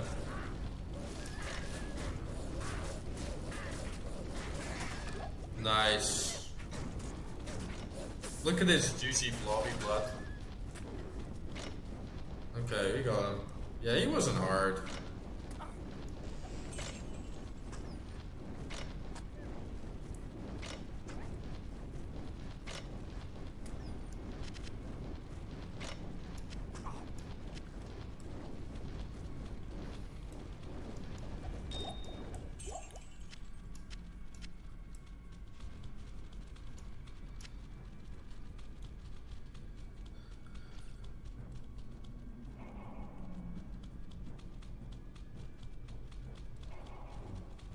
I don't want to like just TP back to town without getting that waypoint first, because it's such a pain in the ass walking all the way back. Oh, this is a maze. Everyone knows gamers love a maze.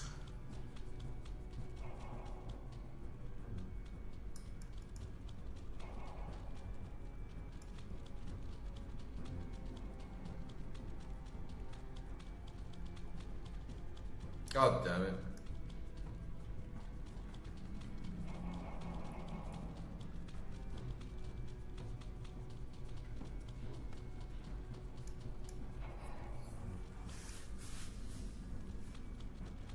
Enemies can just crush you so fast. I feel like it's responsible for probably every death I've had up outside the bosses. Is just wandering around like da da da da da, and then oh shit, this guy just took me out in like 2 shots because I wasn't paying attention for a second.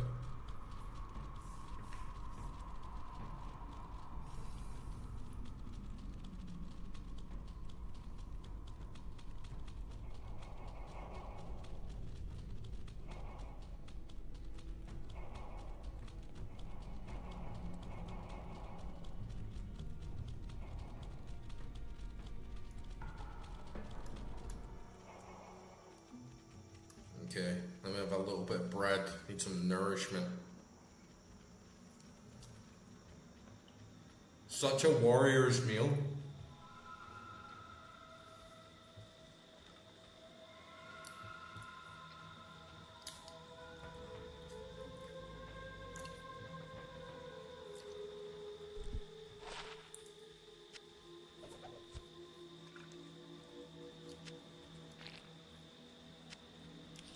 More useless runes.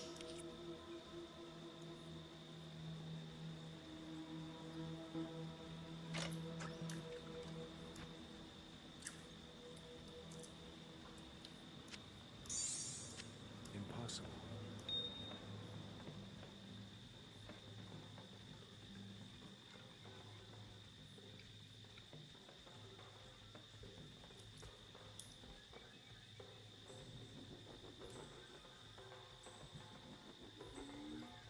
I need to sell all of my jewels.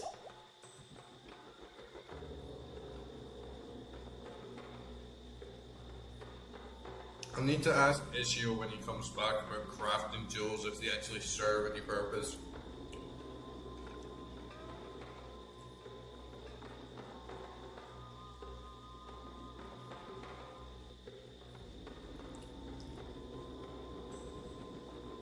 Man, that is good bread.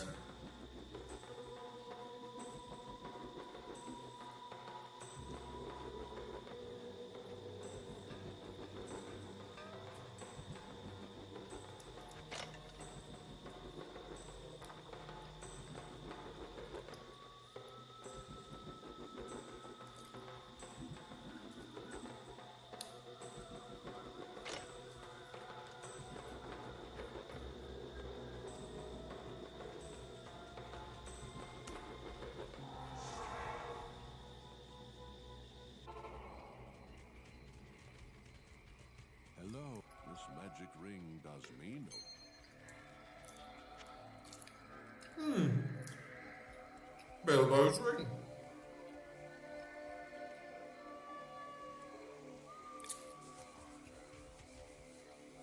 Good evening. Good evening, Deckers Gain. Colleen's bread.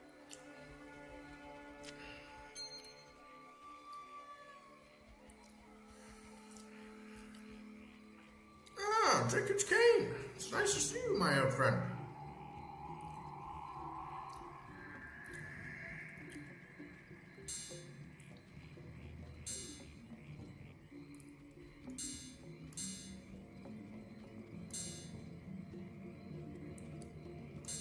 Start selling the basic ones anyway. Free up a little bit of space.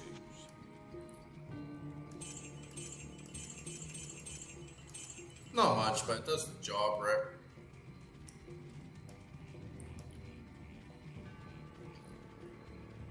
And I start putting some runes. And yeah, I'll sell this.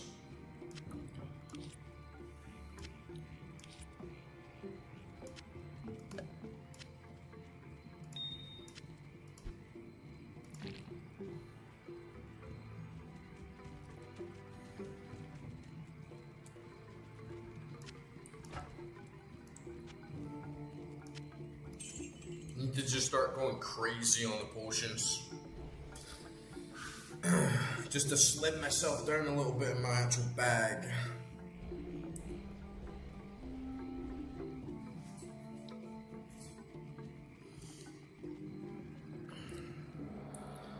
Very close to that next level up as well.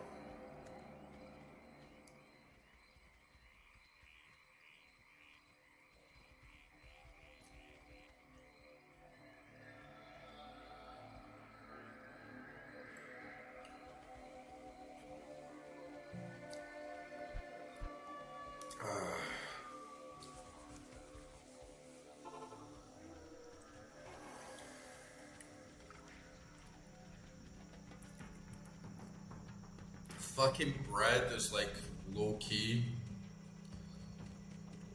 a peak snack.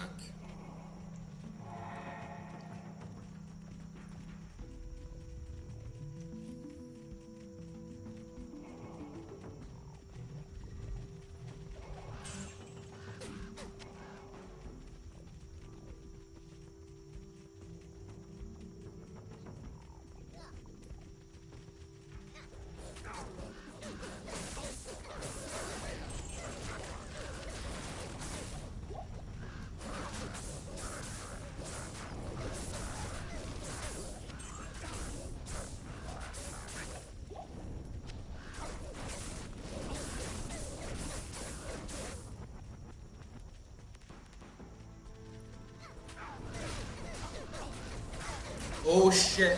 Oh, you're fucking kidding me. Oh man, you're fucking kidding me, bro.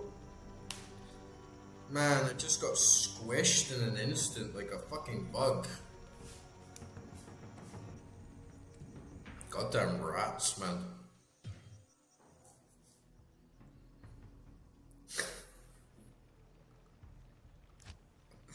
Wasn't even any uniques there. They just like bum rushed me like crazy.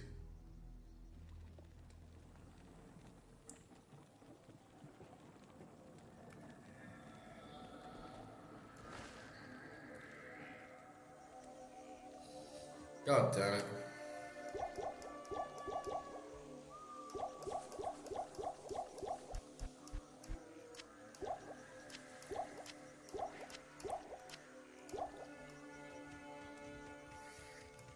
Is that like every... Oh man, I just wanted to get the fucking waypoint.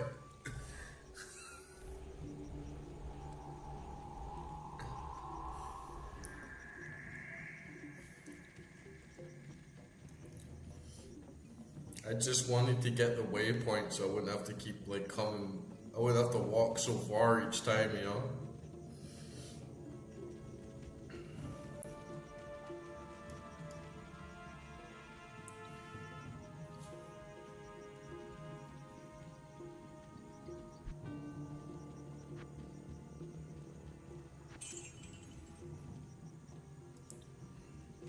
I'm using up all my gold trying to revive this mark, so things are definitely balancing out a bit, right?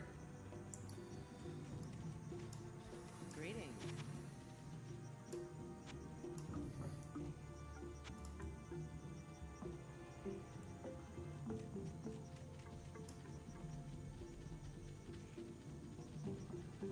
Oh, we actually still got plenty of gold. There's like an extra 0 there.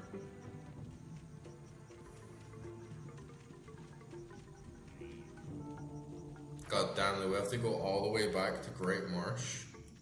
We have to go like all the way back around.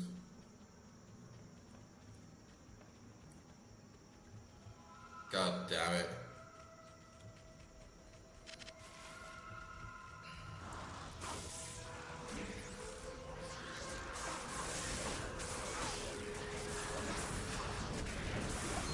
Goddamn Diablo demons, man. Oops. I was literally just saying how sneaky those little enemies could be as well. You're just minding your own business, then you walk around the corner, and then all of a sudden, some guy just like takes you out in the blink of an eye before you even have a second to realize what's going on. And that's exactly what happened.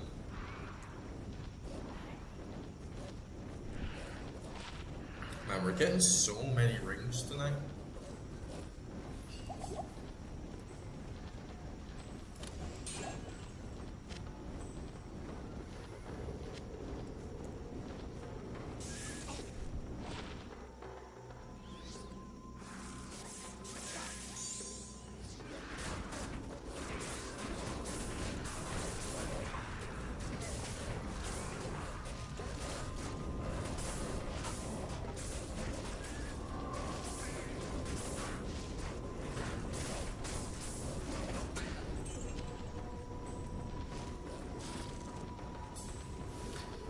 We gotta step it up.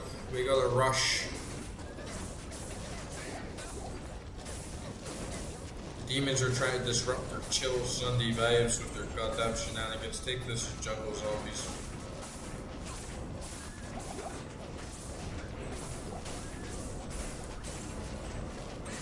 I got a bag full of mana and I'm ready to use it.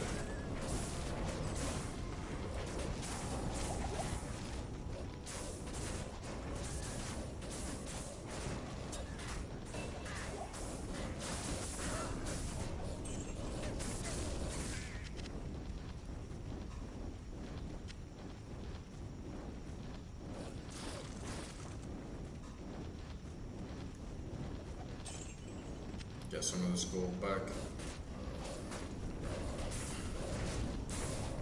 I feel like we're pretty good for gold now, but honestly, if the merc keeps dying, it does cost a fair bit to keep reviving. Gotta be a little bit extra bit mindful.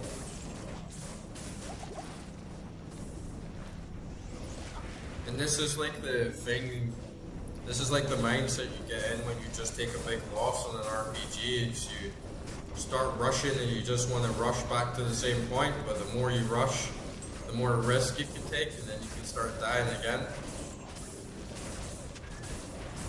So, yeah.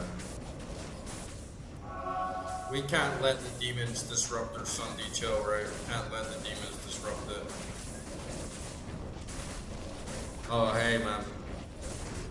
I fucking died. To a bunch of tiki boys.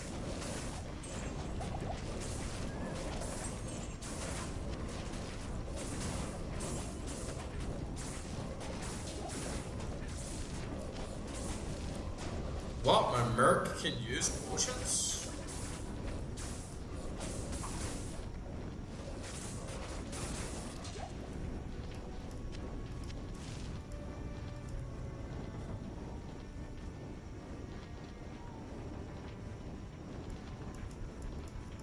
That doesn't do anything.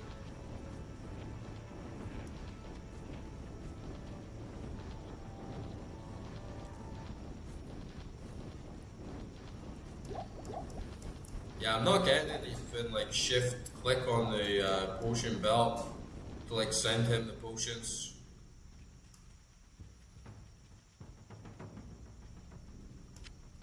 Man, he dropped so many potions though, I really shouldn't be dying.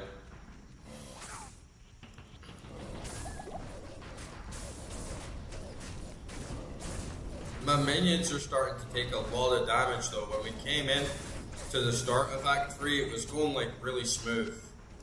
But now I can see them falling off and dying a little bit easier, but at least we got that bigger mana pool. To be honest, the Merc isn't too bad. It's just when I die, like the Merc goes and then I have to revive him.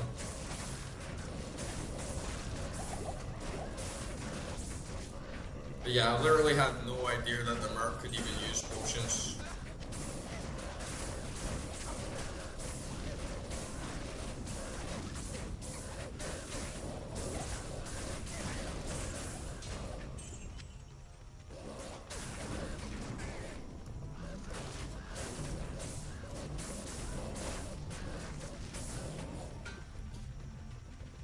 Oh, here it was right here actually.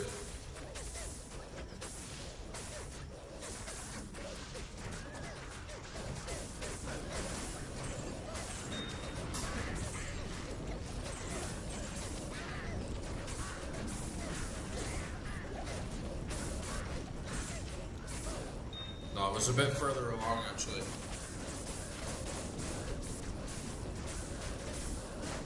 But yeah, these enemies are getting spongy.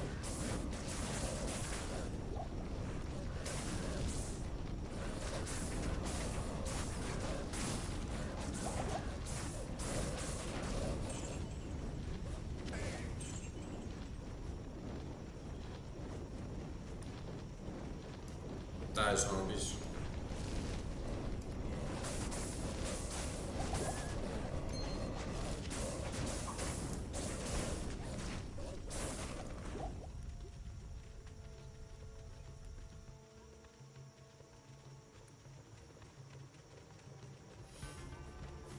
Do do do. Do do do. Do.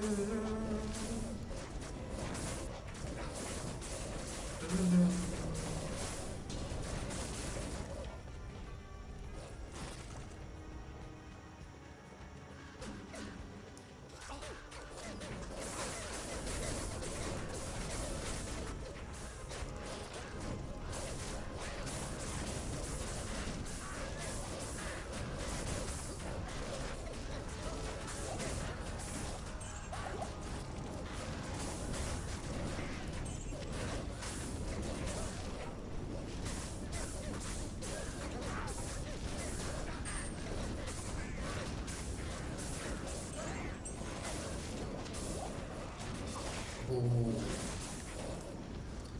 I'm gonna see how I do. Like, I haven't been pushed down too hard to make me want to like drop the difficulty. Yeah, I feel like it's a good mix.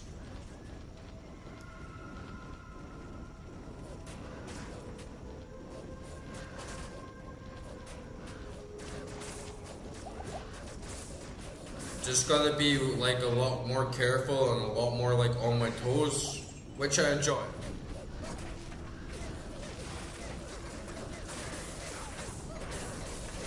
It forces me to like really get in the right rhythm and have like the right positioning and like strategy, which I really gotta get used to if we're gonna go through hell.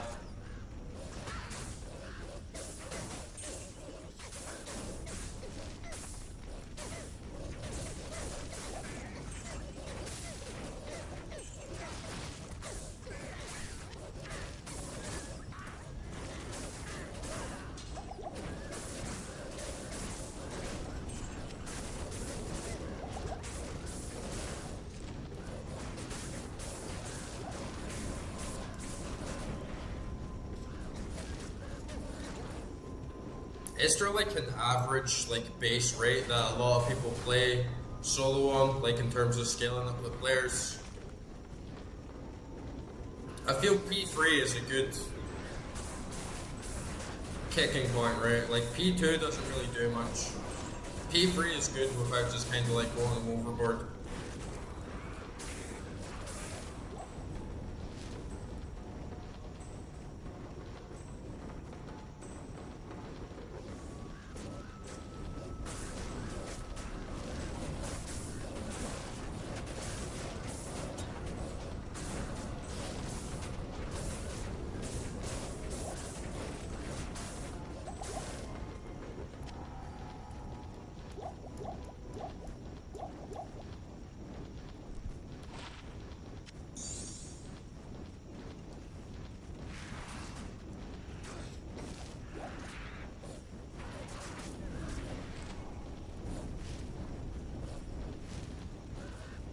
Yeah, if I play the game right.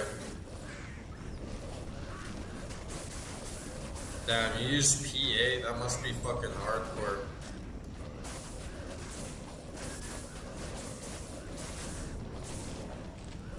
I'm gonna need to get into that eventually though. Especially if I want that Enigma drop, right?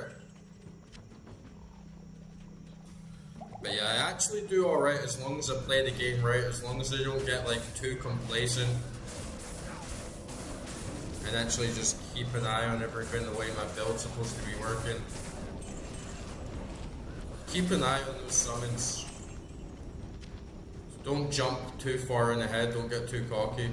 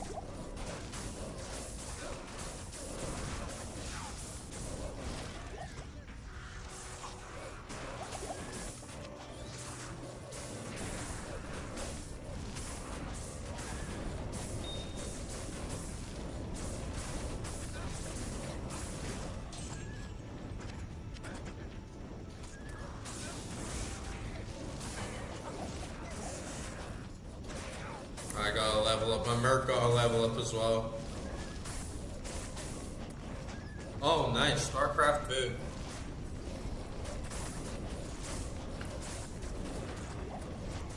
I haven't played that in a while, and honestly, I haven't played too much of it. If I remember right, there's like a lot of expansions, and the base game just gives you like the human campaign, right? So I think I played like most of the human campaign. And I didn't do the rest, but it's such a good game. I didn't even bother getting into the online because I just knew like the skill ceiling was just so fucking high, but it's a really, really good RTS. I love this. I love how streamlined it is, and each mission feels like really fun to play, which I feel is like hard to pull off in an RTS.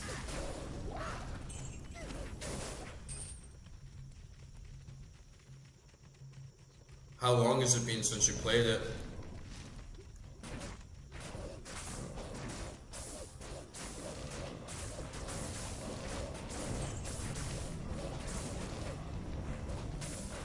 I was like really close to installing Hearthstone again the other day. I used to be like really into it years ago, but I don't even have like the same Battle.net account. I kind of can't be bothered like starting from scratch. And I saw they added all this like crazy gambling stuff to it. It can cost you like $150 to like buy a pet and stuff. It's like I just stick with Diablo 2. Yeah, the story in StarCraft 2 is awesome. And it's normally like my least favorite part on an RTS. Normally like RTS, the story just kind of feels like an add-on or like how it teaches the game. But in StarCraft 2 it's like really engrossing, you know, you feel like really into the game. It's like, you know, when you play like Age of Empires story, it's not really that fun, right? Or like Total War and games like that, like a lot of the campaigns aren't that fun, but then when you just do like a big free mode, that's when it really like kicks off or you go online. But no, I really like Starfield story. I love the graphics and the feel of the game, like the sound design and the music, like the atmosphere. It's an amazing job.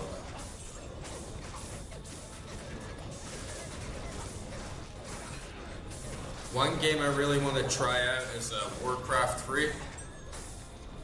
I've never played Warcraft 3, but I heard it's like fucking peak shit.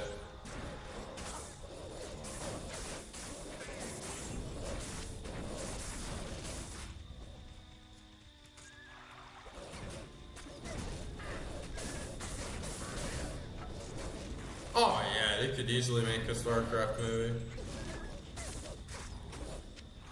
It's been quite a while though, right? Like StarCraft 3. I don't think it'll ever be done. I feel it's one of those games Blizzard is like scared to touch just because of how immensely successful StarCraft 2 is as a esport, like how much demand it has is like a really competitive, balanced experience, and it's very big shoes to fill, right? Very big shoes to fill. Like if that game's not perfect, and probably like every fucking way, it's gonna just get panned.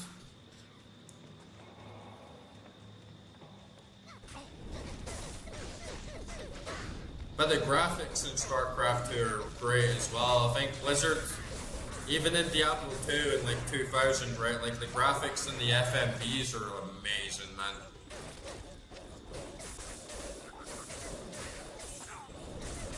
The animations and stuff look a bit stiff at times, and resolution's not as high, but man, it still looks like absolutely amazing.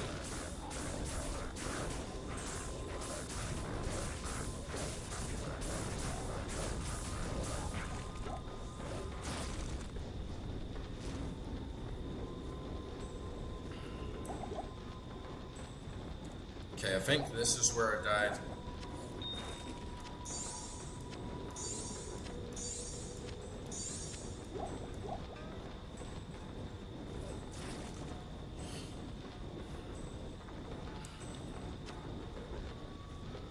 Yeah, I feel like the online of StarCraft 2 is kind of overshadowed everything else about it.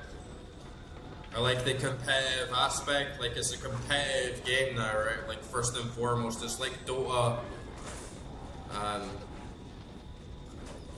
Just that's like the main drive, and I think like Blizzard kind of knows they don't have the same developers that they used to, right? they kind of know, probably from their experience of Diablo 4 or like recent World of Warcrafts and having to always like update games like Hearthstone and Heroes of the Storm, not really doing too hot in the long run, that creating a game that's on par with StarCraft 2 would be so difficult for them. And I guess as well, they're all very engrossed in, we need to sort of casualize things for the modern audience and make things more accessible. And to do that with StarCraft 2 would just like break the scene that's already there. I mean, there was what, one expansion for it?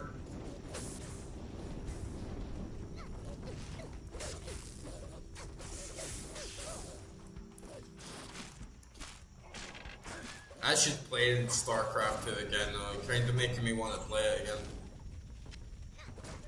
Warcraft 3 as well, for sure.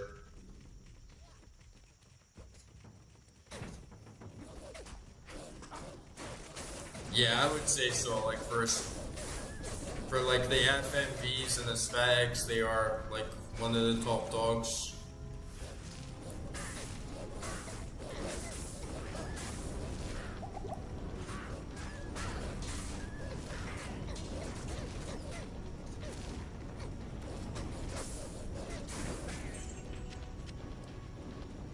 Square Enix is not as good as they used to be, like for graphics and stuff, I feel.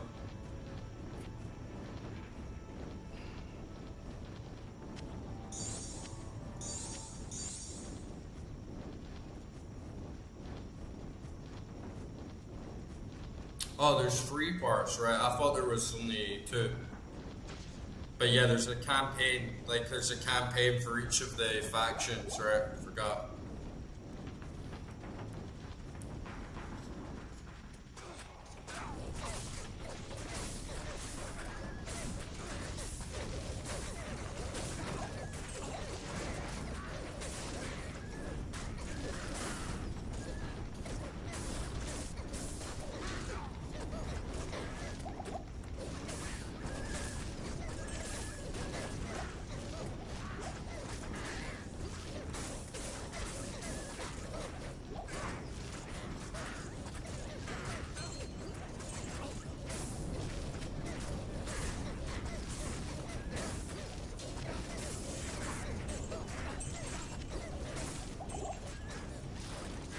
This is where I died. This is where I died last time. They're so sneaky, right?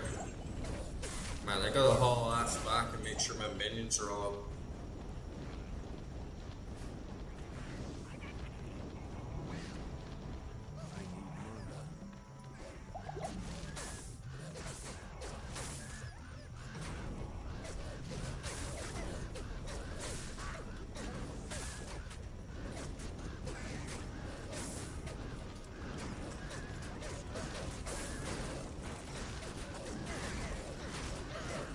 Well, I don't know about... Ooh, man, this is a big pile.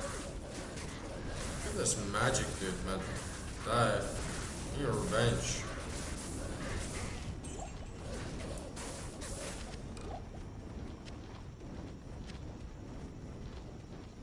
I really didn't like Final Fantasy VII Remake at all.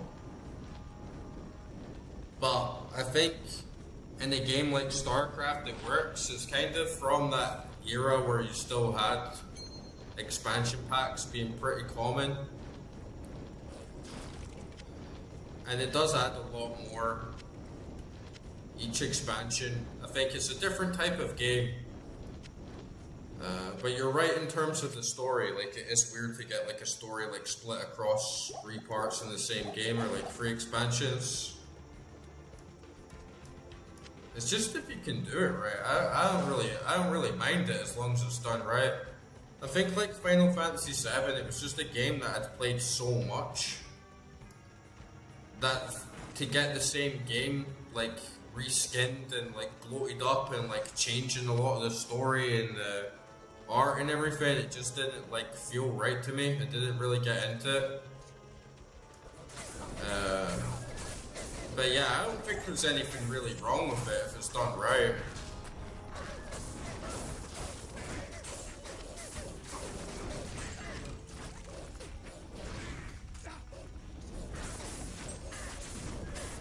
I think if you leave too long of a gap between parts, then they kind of not really even feel like the same game. Like it's just kind of like having like 1, 2, 3 instead of like the same game split into 3 parts. So.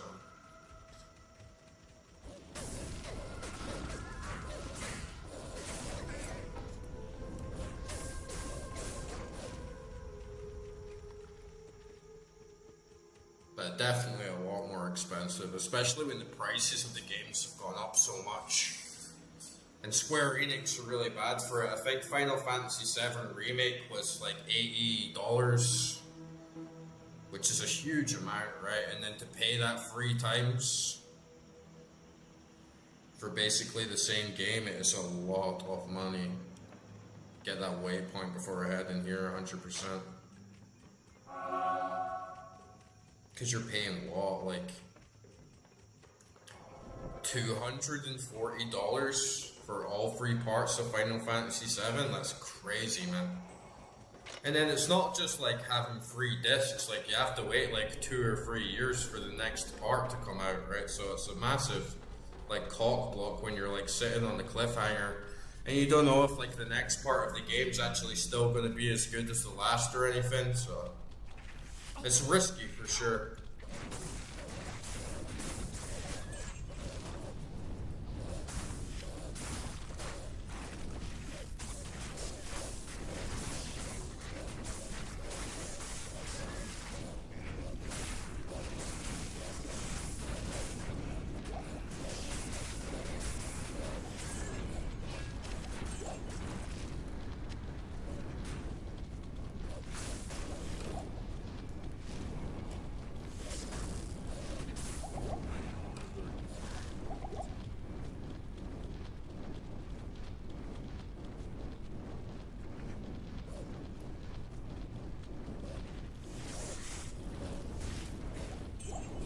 Did FF15 sell a lot?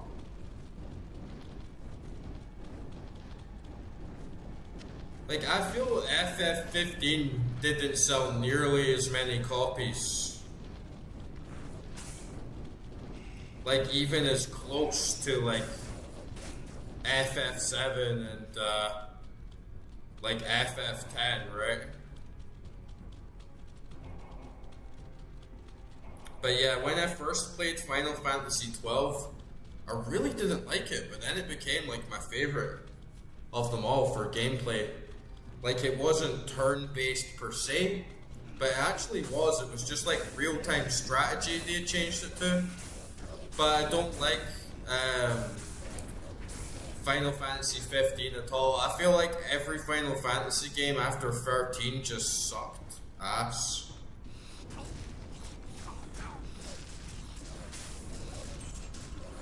Every Final Fantasy game after 13 just felt like it wasn't even the same thing and they changed it too much, but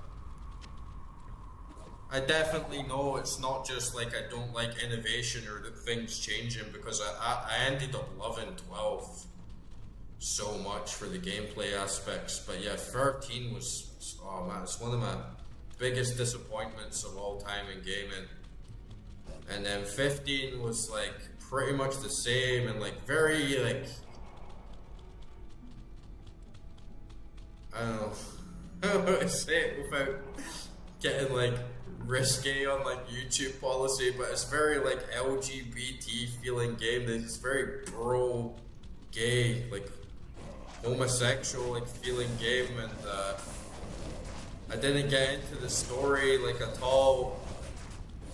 I didn't really like the world. It had good graphics though, and then Final Fantasy 16,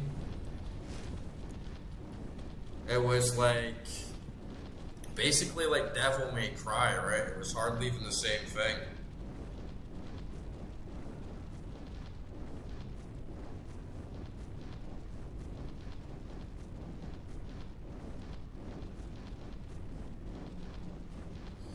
Yeah, I mean, the copies of like turn-based games that they were trying to sell at the same time, like Octopath Traveler and stuff like that, I could see it outselling that for sure.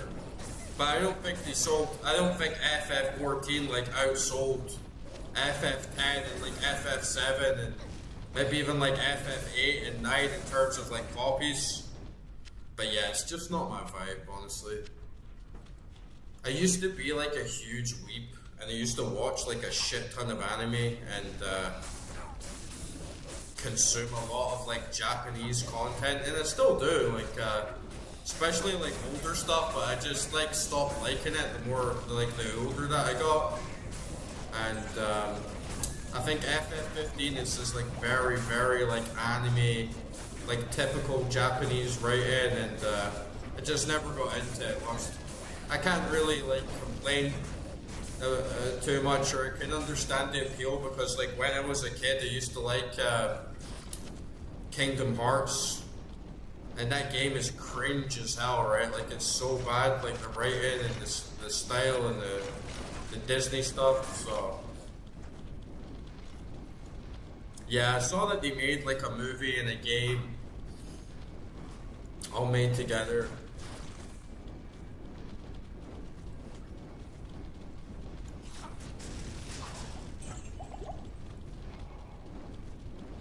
I was actually pumped to play FF15 when it was originally labeled Final Fantasy 13 Versus.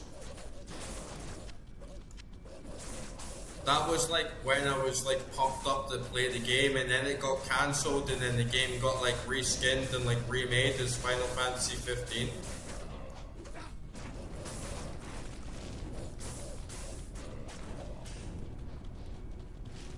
Okay, alright, so it's still like fairly high on the list.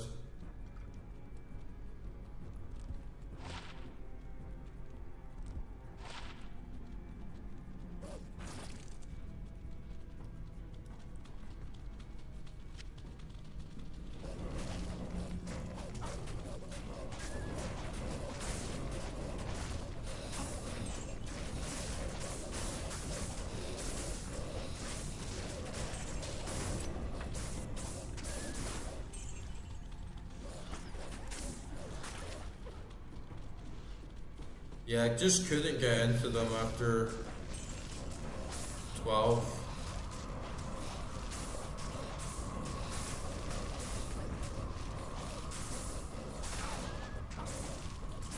But I feel like Square Enix had already kind of given up on turn-based games a long time before.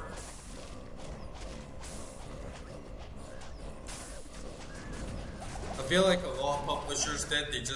A lot of Japanese developers in the AAA scene thought that they were like, turn-based strategy was like outdated and wasn't competing enough on like big graphics and big scale, but they never really gave it a chance to do it again. I wasn't a fan of Clair Obscur personally, but I can still appreciate it that it showed that there could still be a very big demand for a turn-based, like traditional turn-based RPG. And I hope we see more of them, because I think the ones that Square Enix did make, like, ooh, alright, I gotta watch my health here. I feel like Octopath Traveler was really, really weak as a game. It was so easy, and the story is so basic. It's almost insulting to intelligence. You know, if you've ever read a book in your life, it's like, what is this, man? This is just the most sloppy, cringy, generic, trashy writing I've ever experienced. Even in a game from like the mid-90s, this is like, feels pretty bad, and zero challenge, very bland, repetitive gameplay. Like it wasn't good at all. Bravely Default, I kind of like that, honestly, but still like nowhere near the level of attention that they put into a mainline Final Fantasy game like back in the day.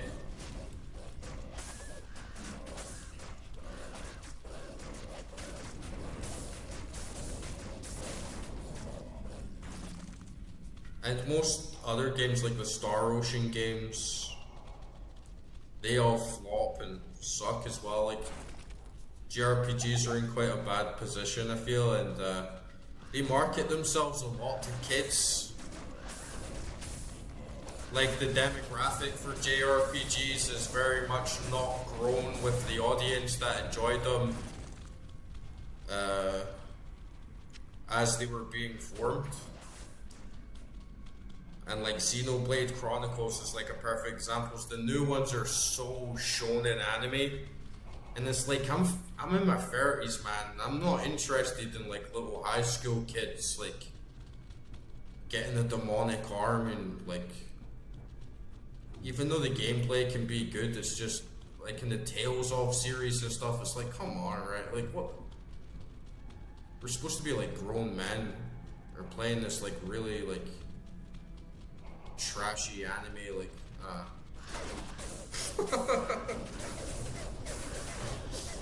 it's not for me. Yeah, new Grandia game would be like really good.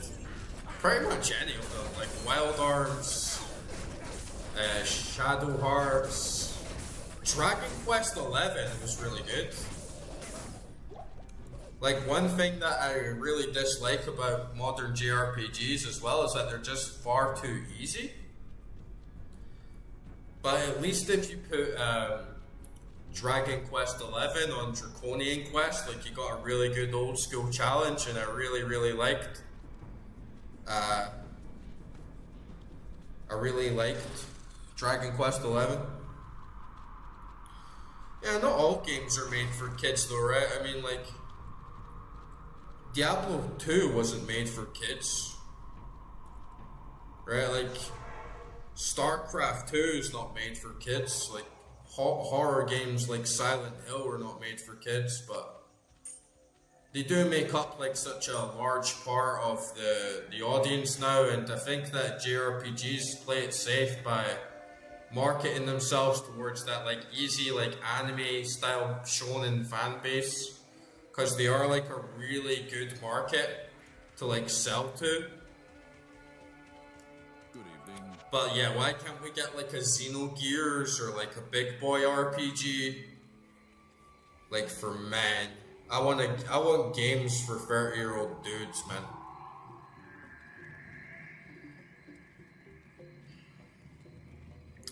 Yeah, it's marked T for teen, but it doesn't mean it's for kids, right?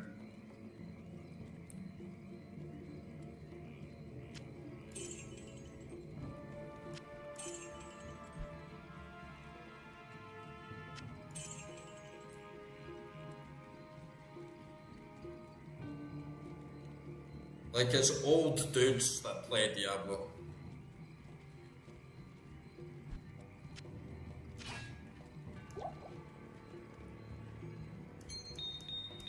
You do have them, like XCOM 2.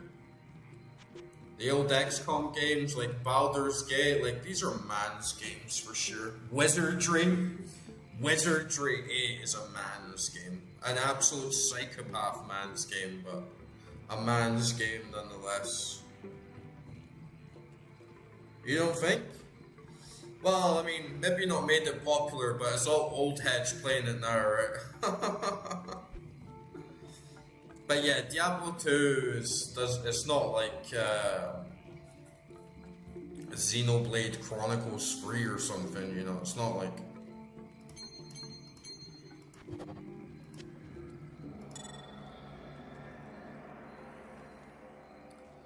It's not like little school kids like running around like...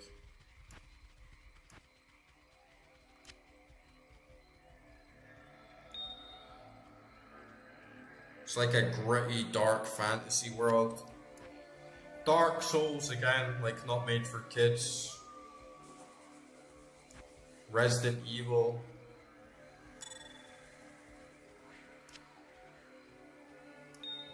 Okay, we're literally at peak shit. We just need to fucking sell these, man.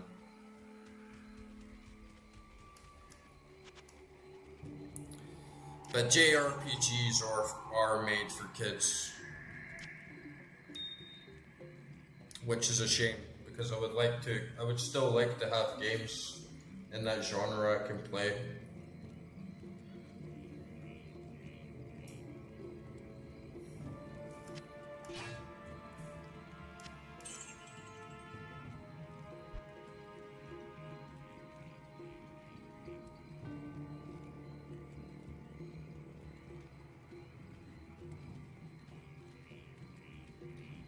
Yeah, but I mean, like,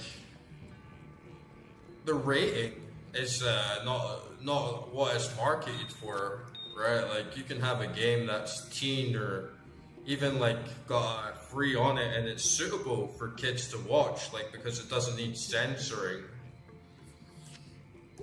But it doesn't necessarily mean that it's marketed towards kids because it has like a rating on it that's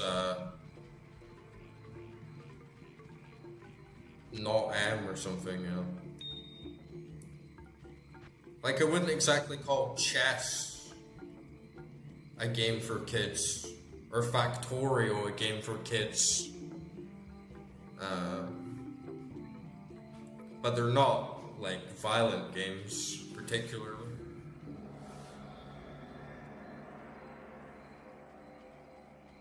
Yeah, I do feel that's kind of what I'm saying, is that especially in the Japanese market, but in lots of them, kids are a very, very good market in games. They're way more likely to like spend more money and like buy DLCs, and they have lower standards, right? They have lower standards in story. You can create like a mediocre world, fantasy world, and be more like formulaic and get like a bunch of kids to like really like it, compared to, you know, like a 30-year-old like nerd needs like a lot more grit to actually like get fully immersed into something like Elder Scrolls tier, if that makes sense, or like Fallout tier. So they're easier to produce, and yeah, it's just all part and parcel of like how games, it's just like a money-making machine a lot of the time. That was always like that though. I feel like always JRPGs had a more playful style, I guess you could say. They're cringe as hell though, I'm not gonna lie. Even games I like. Dark Cloud 2. It's like a really cringe voice acting and like story, but I still love it. I still love the game.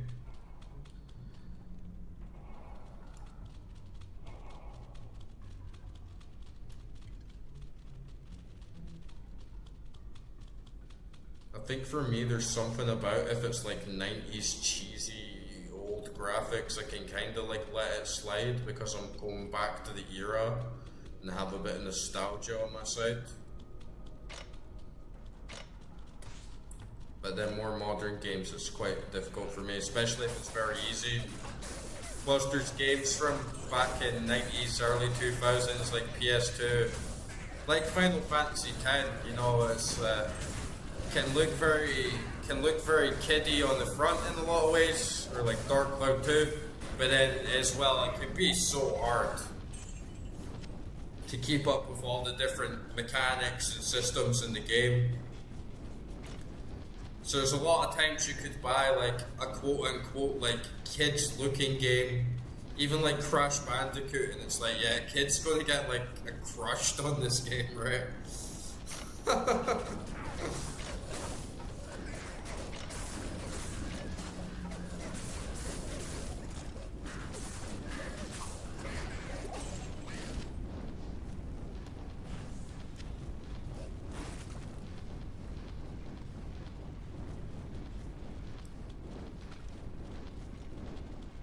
Yeah, Japanese horror games normally very, very good.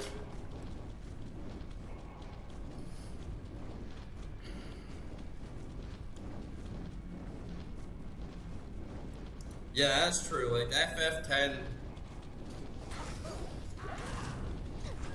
you can look at it on the surface and it looks really goofy and like queer.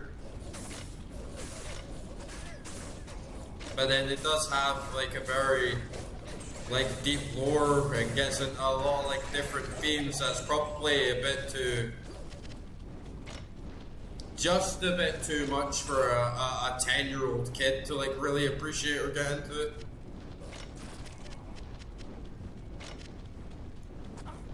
But yeah, it's good as well when you get a game that doesn't have to be all blood and guts and gory and still like appeal to adults, and not everything has to be like edgy Diablo style, you know, that's not what I'm trying to say.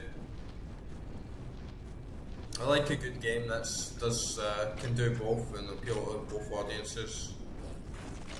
Just anime for me is like so like cringe these days. I'm very bored of it, you know, tired.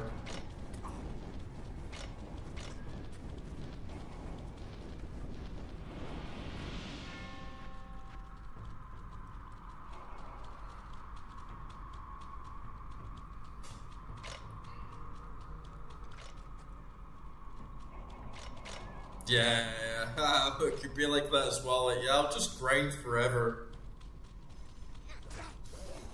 I just grind my character till I'm like level 99. Final Fantasy games were actually kind of hard to do that in sometimes. I feel you can do it in 7, and you can do it in 9 for sure. But 8 and 10, they had a lot of bosses that were kind of like little puzzles. Like you had to beat them in a specific way.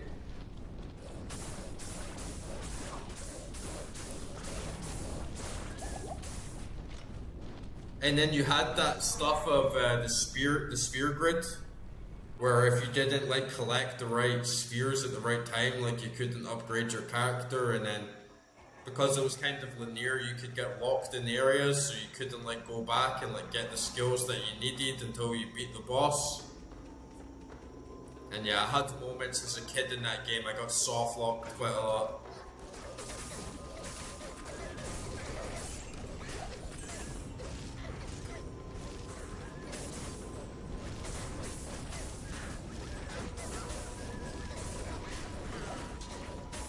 Yeah, like, do you remember the Cloister of Trials in Final Fantasy X? That was a nightmare sometimes. Especially the one in Xanarkand, man. Even with a guide, I was still like, what?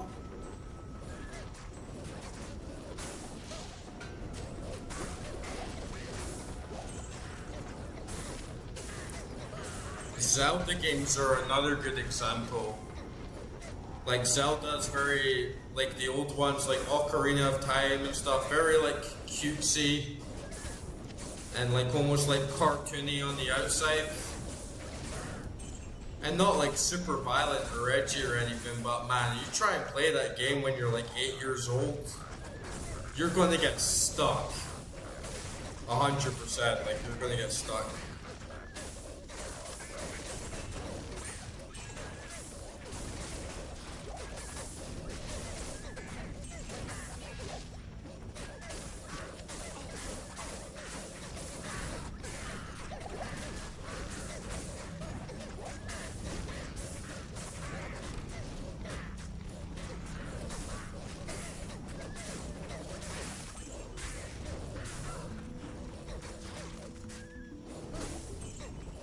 I feel with like some stuff of the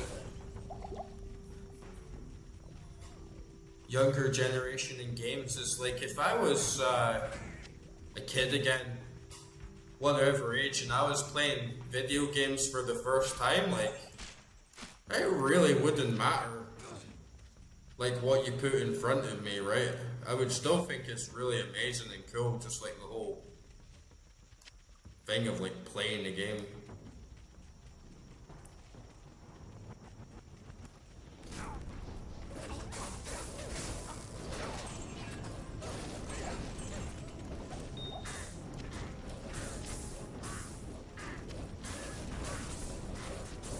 Yeah, the Xanarkand Cloister of Charles was too far, man.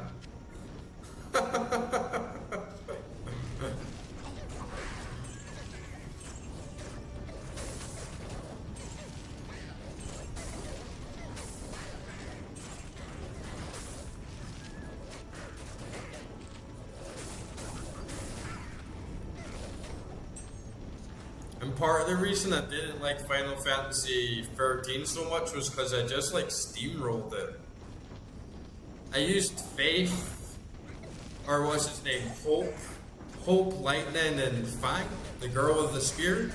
And man, I just like blitzed the entire game, like hardly even needed to try. I just like made this like really basic build. Had one to heal, one for like a bit of support and DPS, and the other like pure DPS. And it's like GG, game done. Just a cringy cutscene simulator now, you know.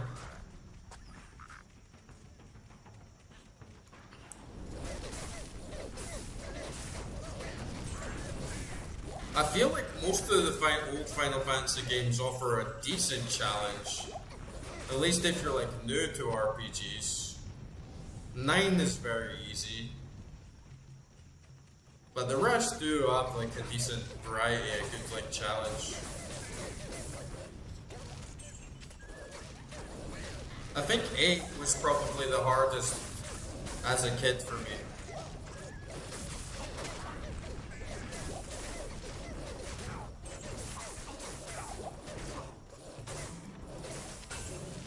Not today.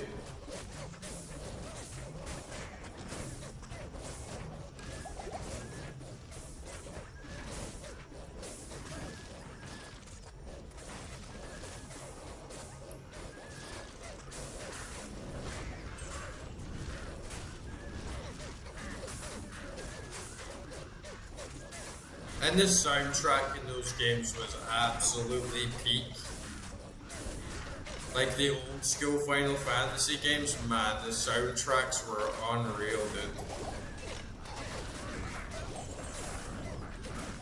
And the sound design as well, I swear they should never, ever have gotten rid of the little white glove that points up and down as a cursor.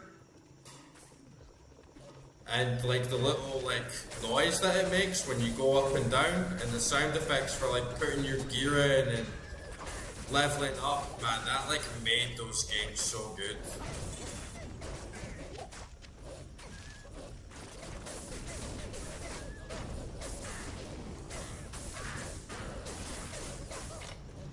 And like Final Fantasy 16,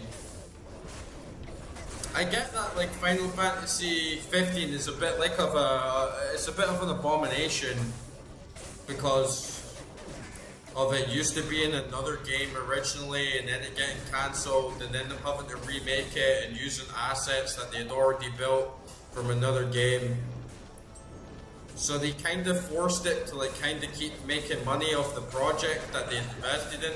But Final Fantasy 16 is like you could have just called it something else, right? You could have just made a new IP.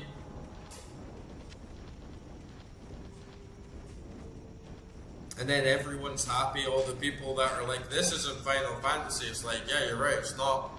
And then all the people that like it will still like get a good game out of it, you know?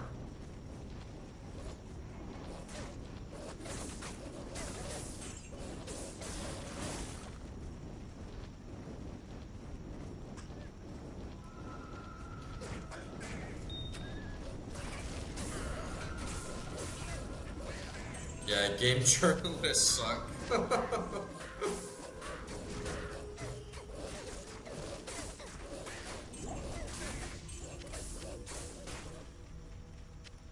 Steam reviews aren't much better now though, because I feel like the people who bought the game,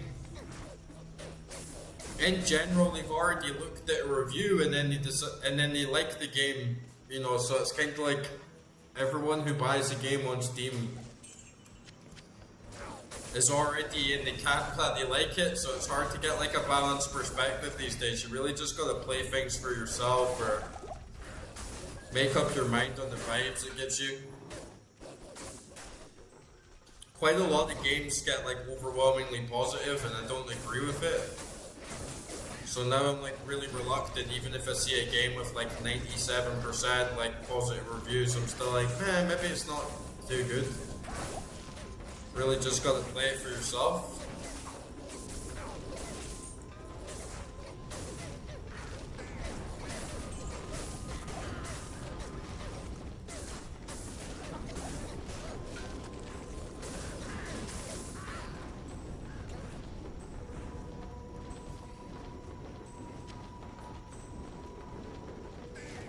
But yeah, I'm really picky when it comes to games.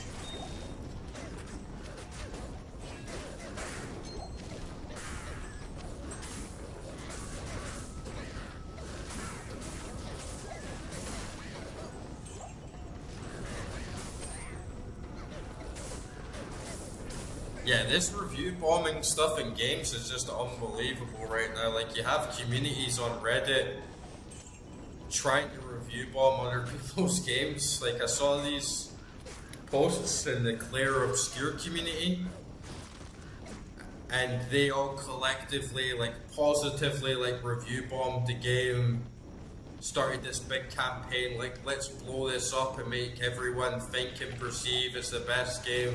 And if, like, literally posted, if people say it's not a good game, go into the forums and attack them, and like it's a war. And I can't remember what game it was that came out, but it was another like modern RPG game from like a big publisher.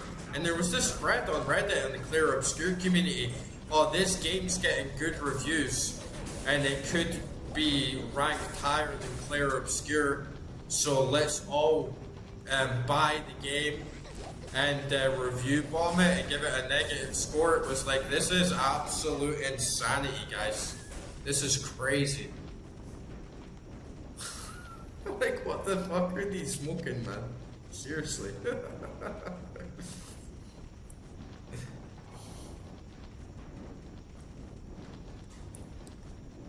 And it just makes you realize like how much of these Steam reviews is companies use bots and like fake reviews a lot as well nowadays, just because like the score on Steam matters so much to how much funding they can get for the next game, or like how well it's perceived, and raising like perceived value of a game and creating like FOMO and good marketing. So yeah, it's all just like rigged. And you can even get games where, what game was it? It was like Animal Well, and it was like released by this guy who was like friends with Donkey, and Donkey made a video telling like his whole fan base, go buy the game, it's great, give it a positive review. And then all these reviews on Steam just say, Donkey told me to buy the game. Right, Donkey told me to buy the game, and so I bought the game, and I have 0.2 hours in it, and I give it a positive review on Steam. And it's like, this is just making it like very difficult for someone who actually wants to know if a game is good, if they should buy it or not. And it just conflates reality. It makes it really hard to discern what's actually real.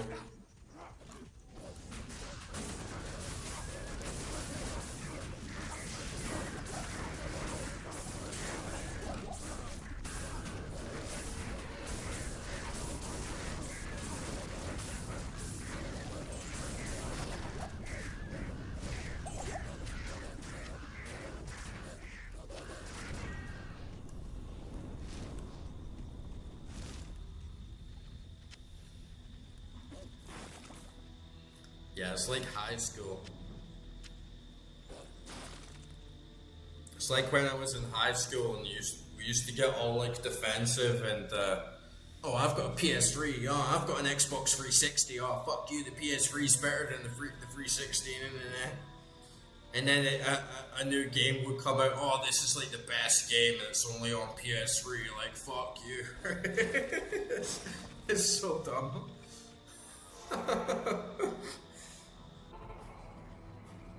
Alright, yeah, this is my new home. This is my new home for farming Enigma.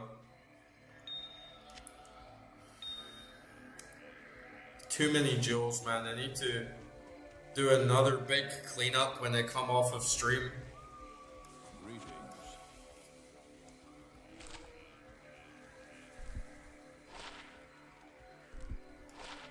Too many jewels.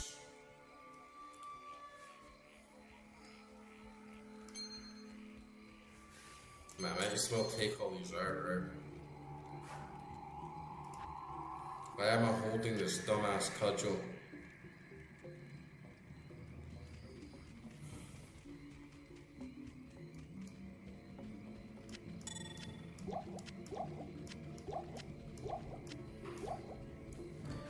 games is really good for actually like engaging people. Though people don't really talk about film or music or other types of art and books so much these days outside the games, right? But you can get a group of people together. They'll talk about games for the rest of their life, right? 20 years go by, it's like, oh, like, you still want to give us your critique and your take on Final Fantasy X? Only games really do that in the modern era. And they make people mad, dude.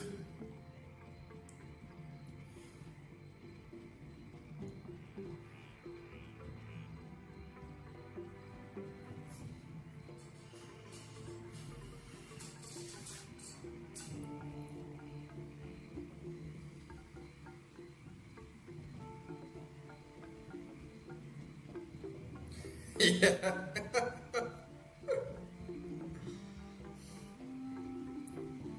We'll be like the first old people, you know, like in a retirement home sitting with like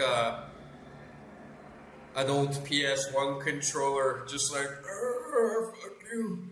Just sitting in front of the computer. It's like, oh, what? All Grandpa does all day is play fucking Diablo 2.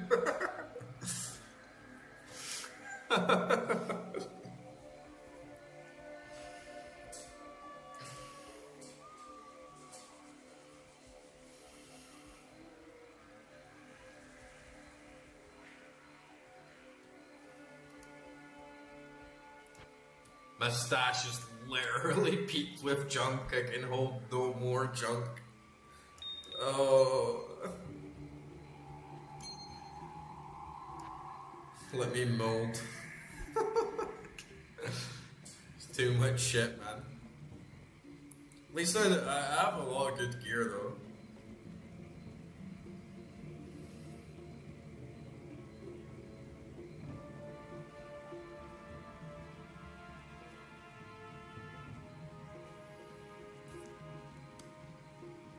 Just fucking sell it.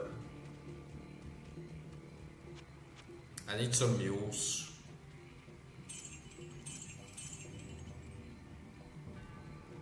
Even sell this dumbass towering. My potions slow me down as well.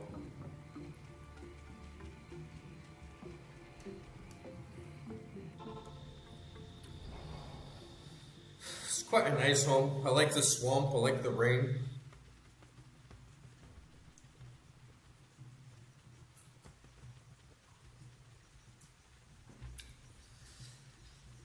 I can see myself grinding here for 500 hours.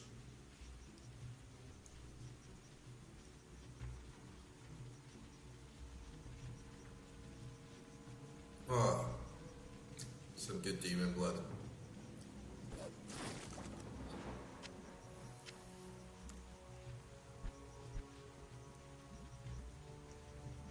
Good old demon blood.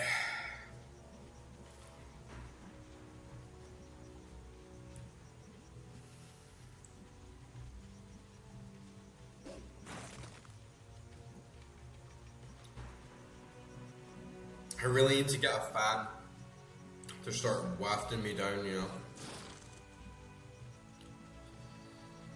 Just getting clammed up in here.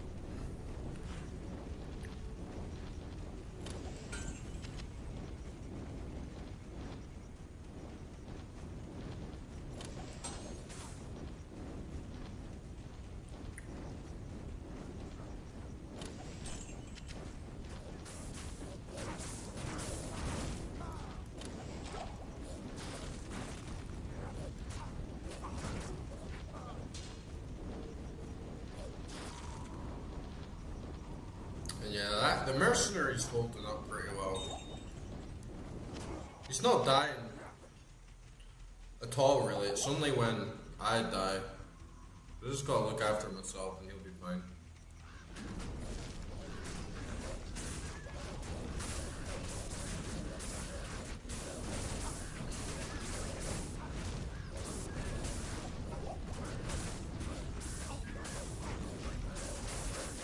If you die at this point now, like, and then you have to reset the map, it is a blowback because you do have to spend a lot of time just wading through everyone.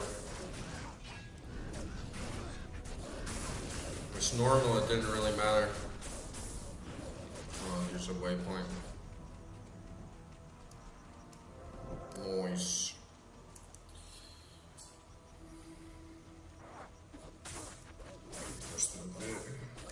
Points.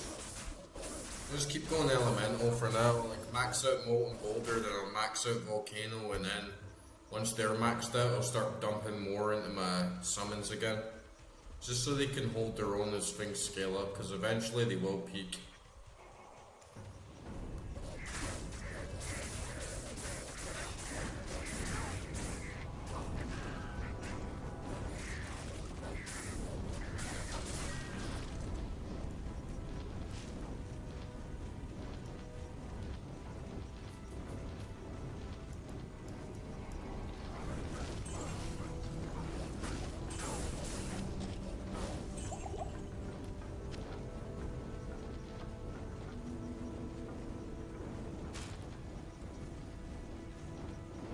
Black bugs. Oh, they're like apes, doom apes. This is very 90s.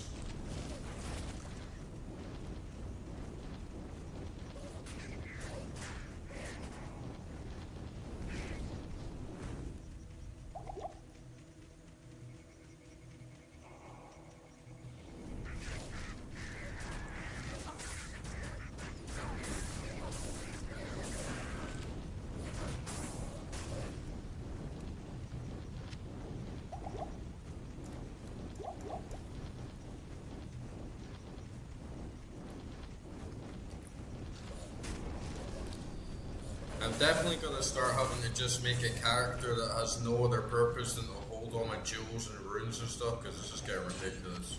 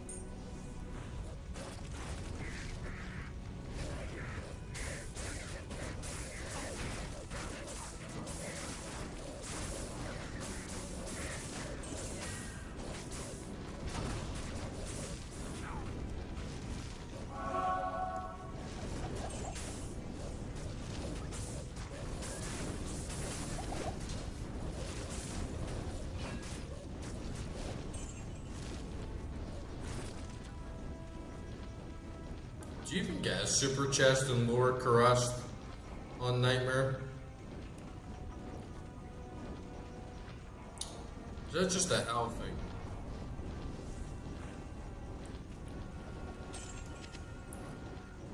I don't know, Lower Karast is pretty chill. That never gave me much grief.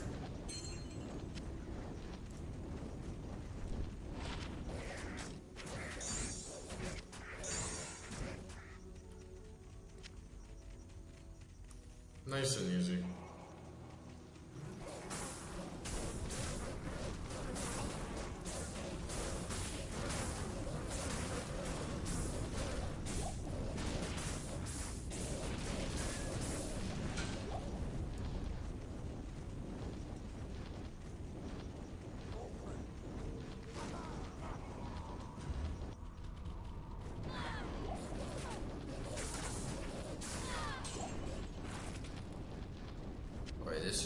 right bit, right? We gotta go to the sewers. And then there's one temple that we gotta do.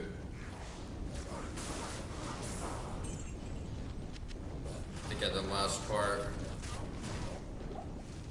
And then we get into Mephisto.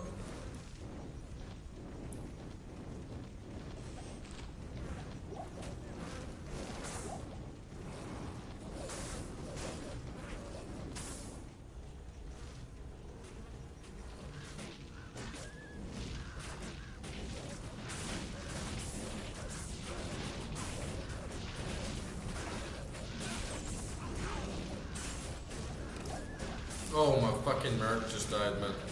Shit.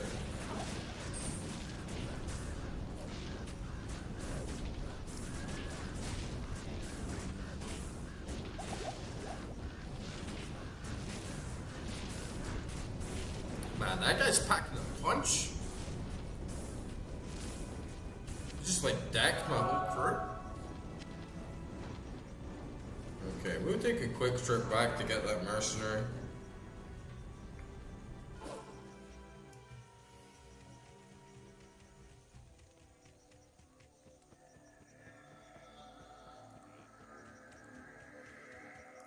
Good day.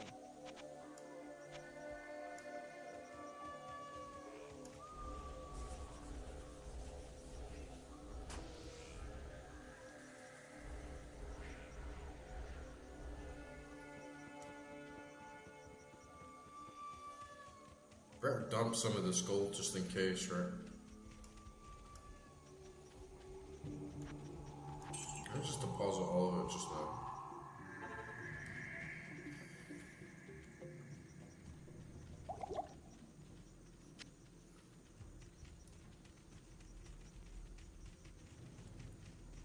Find the stinky sewers.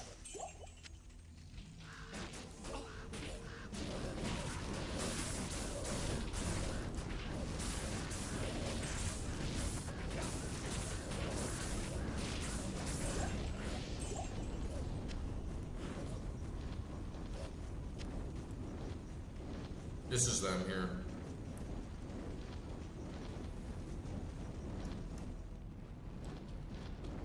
You ever notice how games have like really nice sewers? I'm not saying I want to live down here. But you see how well structured they are? There's so many places to walk. Like a real sewer is like just a big pipe of shit, right?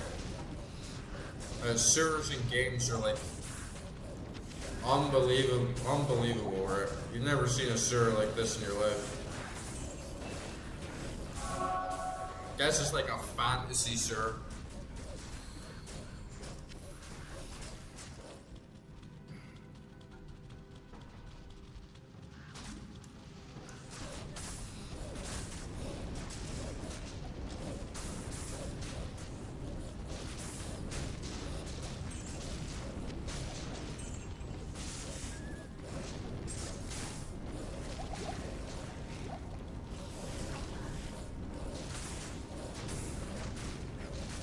Guys, you gotta prioritize. Get this guy Sin knock.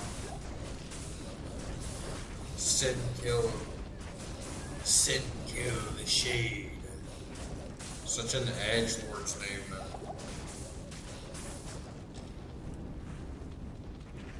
Like next character I'm making an MMO is getting called Sin Kill.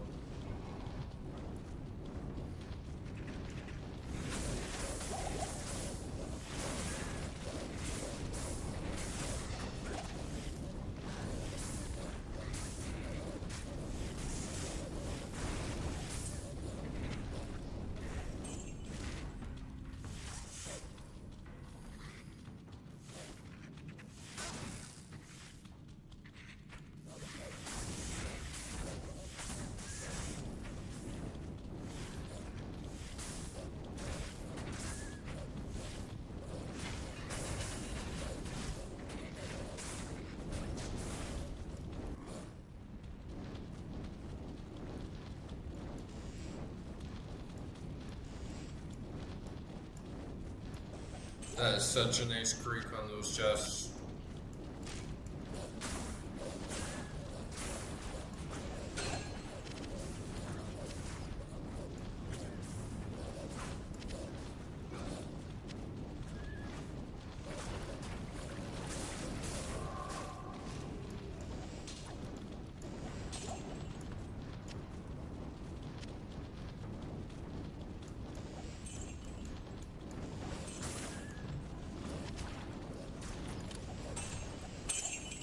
There we go. That was nice and easy.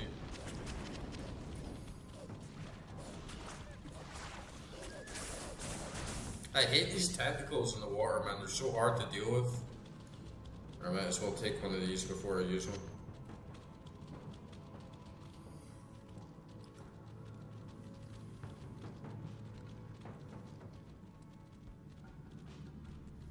Cool, man. Hope you have a good night. Thanks for tuning in. And yeah, I'll speak to you again soon, man. It's always a pleasure. Always a pleasure. Peace out, dude. I maybe got about like another hour of play until I call it a night myself.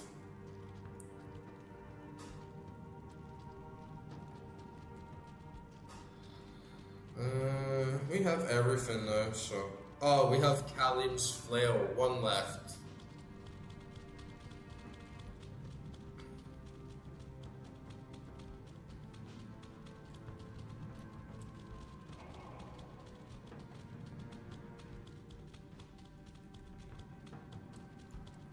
Alright, it's time to get the chill on. Lock and load.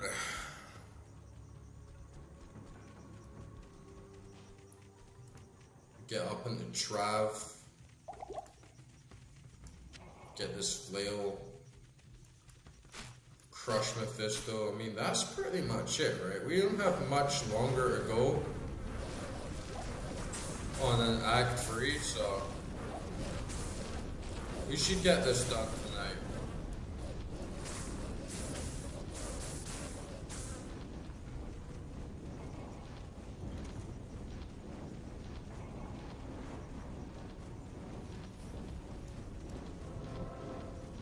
Yeah, Upper Karash, Travancore, the Endurance of Hate.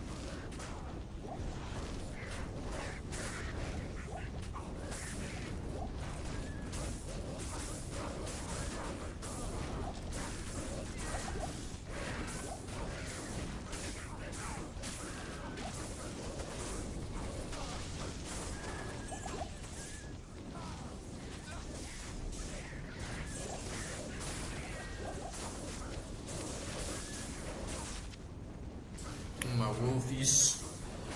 My wolfies.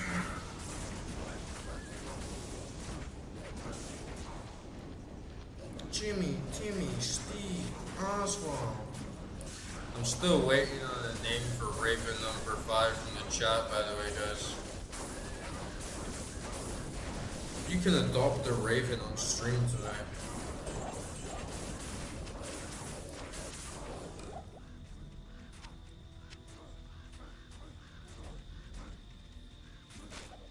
Let's wreck these guys.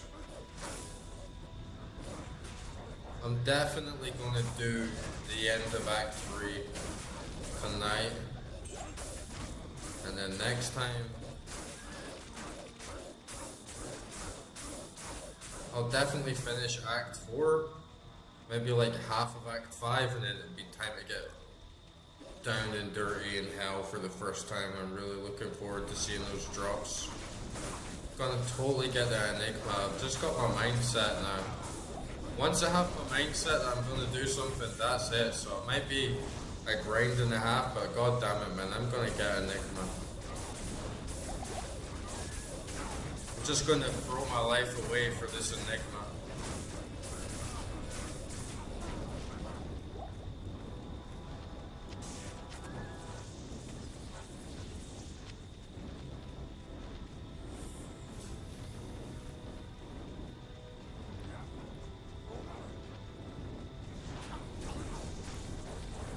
I don't really feel like there's anything here in Upper Crust.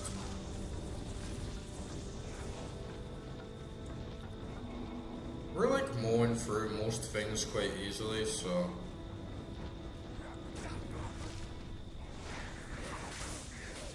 No need to holler or grind. No need to like take too long to do everything.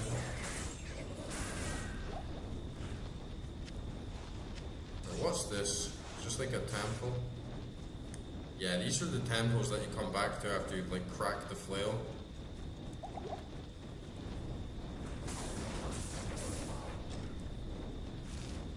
Yeah, if I'm getting an Enigma, I'm definitely gonna get used to seeing this place a lot.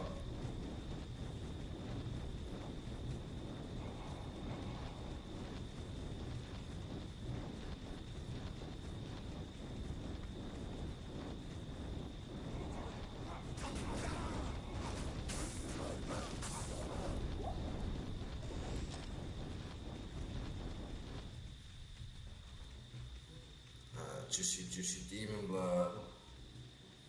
Whoa.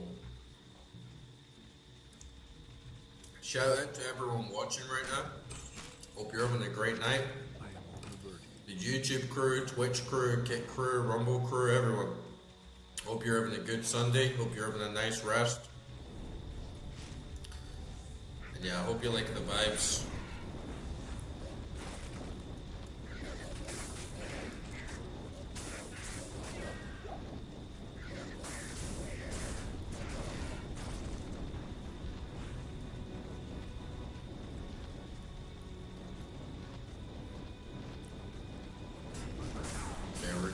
Trap now. Ooh, close one. I gotta get my Oak Sage back, man. I'm getting sloppy.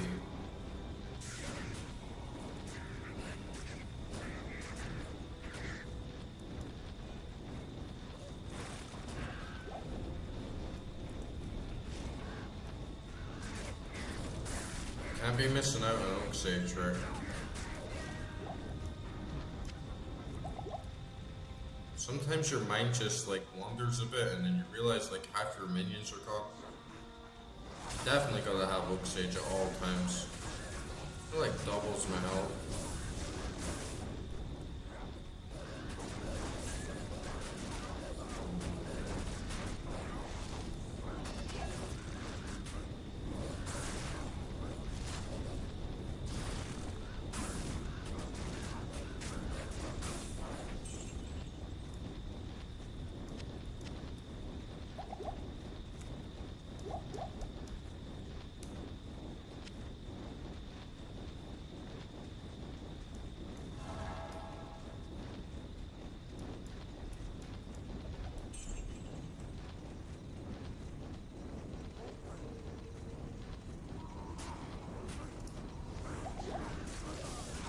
I really gotta check like how much Oak Sage is gonna scale. Because if he does keep like raising my vitality, honestly it kinda seems that he would be really useful for points into, because if I'm dumping everything in vitality at this point, Oak Sage as a percentage based scaler would do me so much more. Next level max life 60%? But it already does 66, right? So that kind of makes 0 sense why it would be less. But it does more radius? Ah man. Fuck that. I think I've got him on his sweet spot now then at 5 points. If it's just gonna descale and get lower, but give me like more range, I'd rather just have him give me the buff than stay close to him, honestly.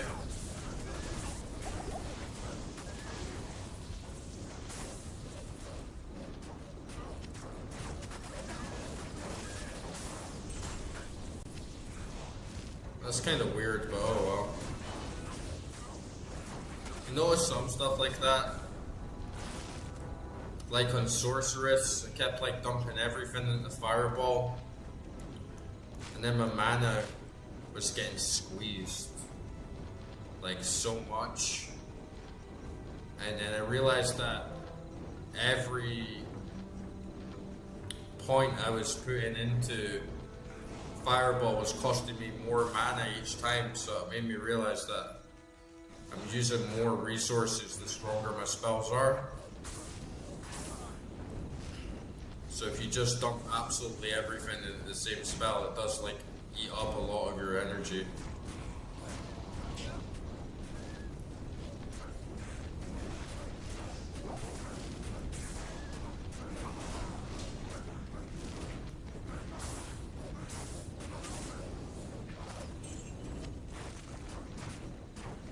Missed that waypoint in Upper Kurast. Don't know if I should go back and get it or just like push on for now.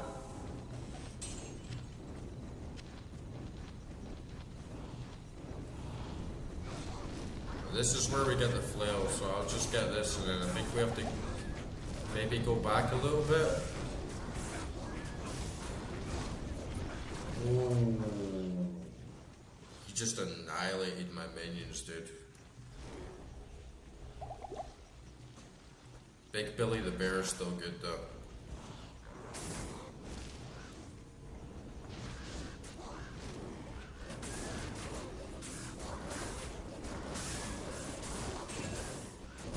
This guy's coming for wrestling. This guy's actually like not fucking around.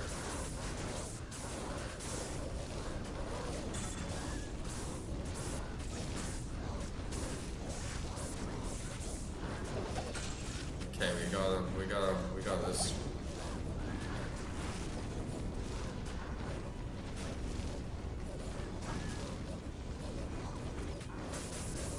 Die, bitch.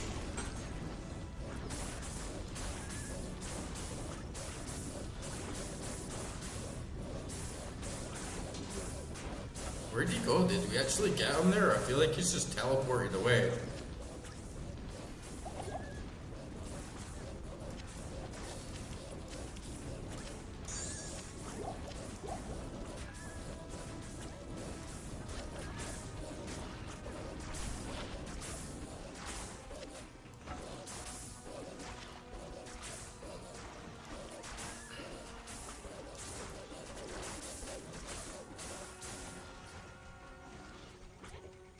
Is this him here?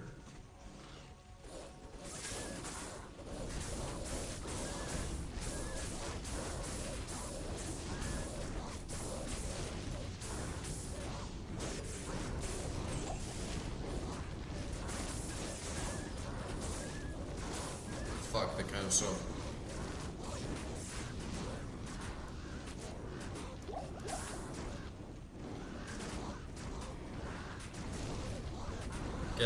Get him, Billy. Alright, we need to back out. There is home once again. We got him though. Man, these fucking tentacles in the water are such a pain in the ass.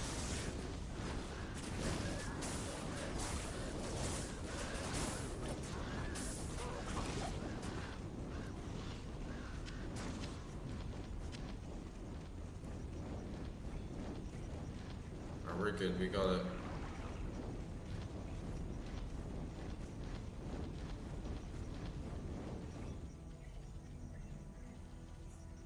You want to find out?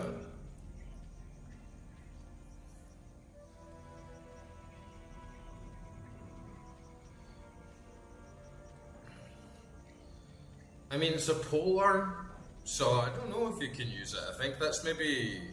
that would be like Act 3 Mercenary. But it's okay. I've seen a lot better uniques. I've got a lot better uniques in my inventory, like overall. But I'm using the Act 2 Mercenary right now. I can't. Because it gives me like extra like minion damage and stuff. Oh, we need to go back to Kane first. We need to go back and consult the wise Kane.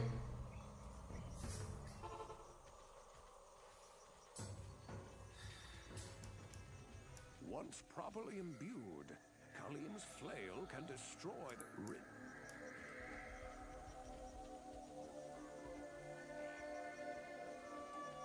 Oh man. I got too much junk holding me down. Alright. Kalium's heart, put the flail in.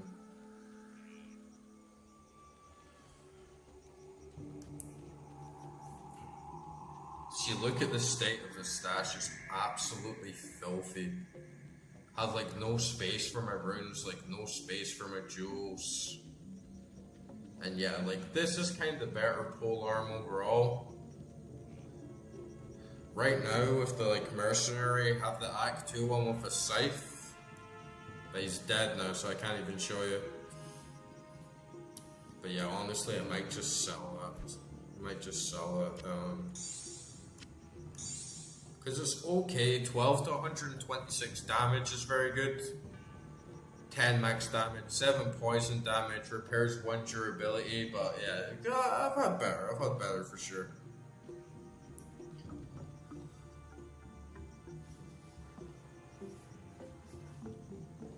I should definitely get rid of this, right? It's trash. I need to get rid of this free socket dirt.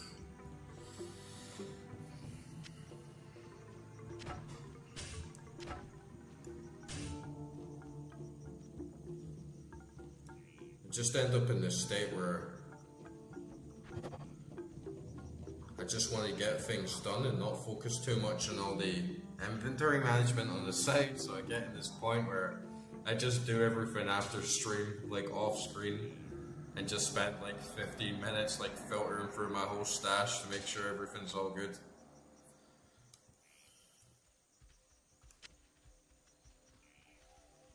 I am overburdened. Let me just go back here.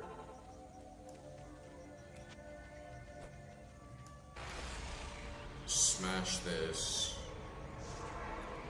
Our flail's broken, I can put that back in.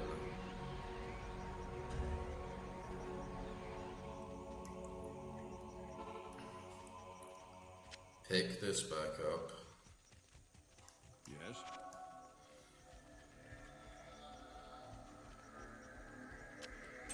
Sell this. Dump my shit in here.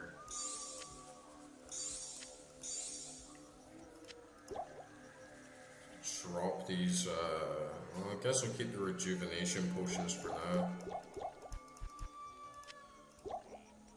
Just for like a quick heal if I need it, but you know what, I'm probably not even going to really bother. Let's just put them in the bottle. Throw this away, throw this away. Okay. Slam down and like get rid of Mephisto. We'll go like straight into Act 5.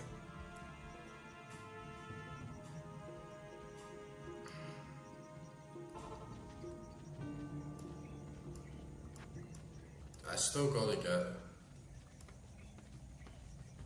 What quest am I missing? I must have missed a couple quests, right? Yes? Yes, take it game. Never forget.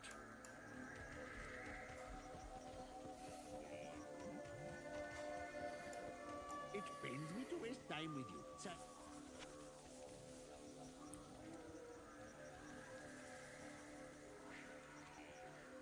Search the 6 temples in the bazaar, Upper Kurast to the causeway for Lamb Essence Tome. Okay, I totally forgot about that one.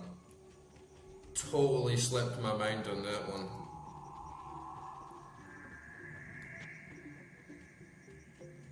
Greetings.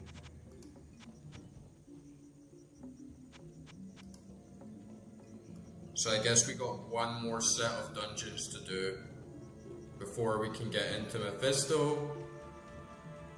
The dungeon's open though, right? We probably could just like slam dunk down into there, but you know what? Like, we're gonna do it the real way.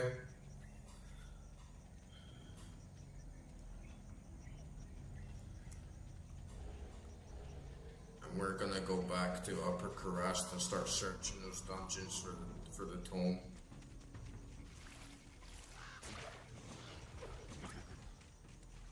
I already got the potion that like Alcor gives me. But screw it, we'll do everything.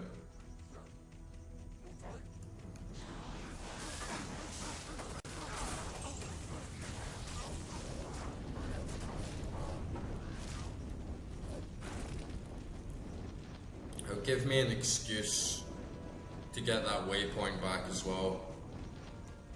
A matriarchal bow. I thought it said mathematical bow for a second.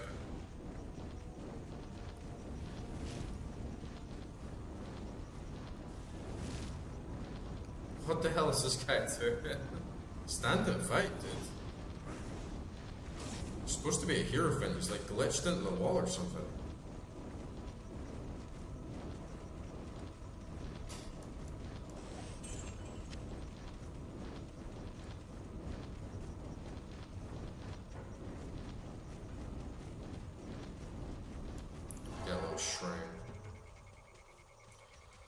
A little shrine shall be mine.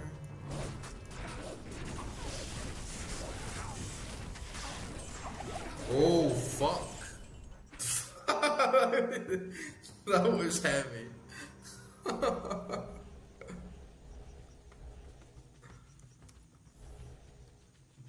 Okay, one more time.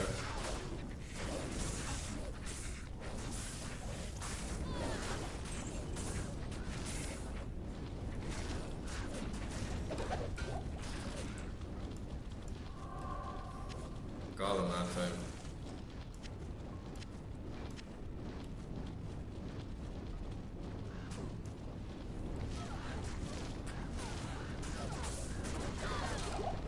Ooh, green.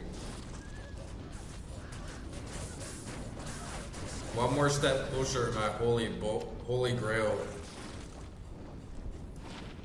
Arctic Horn. Guess this will be a good set for my Amazon when the time comes. I think that's the first one of this set that I have actually.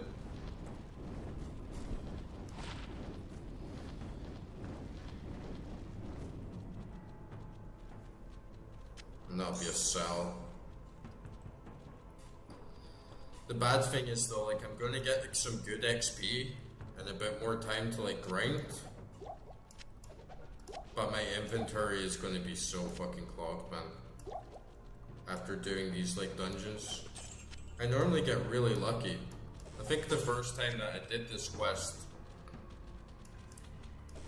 when I was running through a normal, I got out on the first dungeon and it took like, you know, 2 minutes. So I kinda just like forgot about this quest altogether.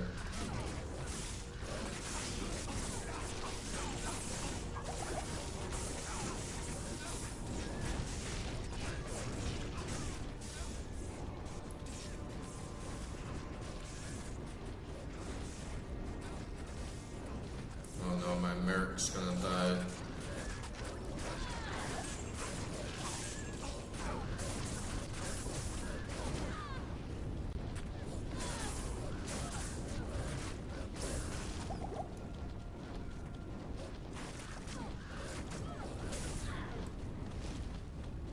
Oh, we got this, we got this.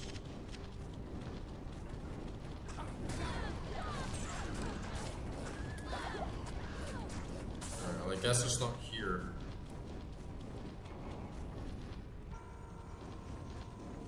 I'll have a little nosy around for this waypoint as well while we're at it. Holy shit.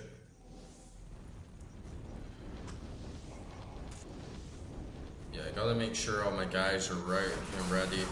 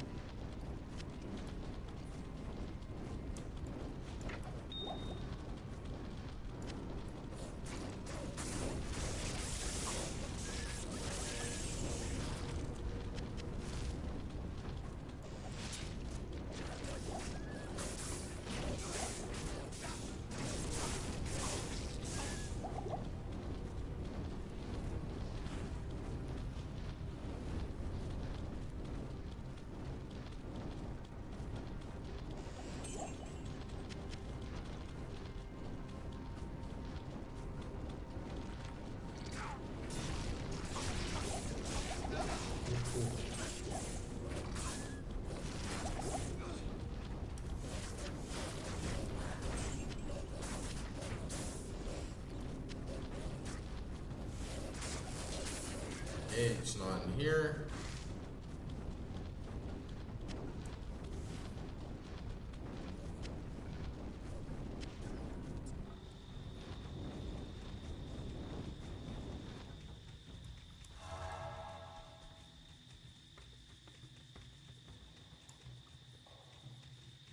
At least they're not too big.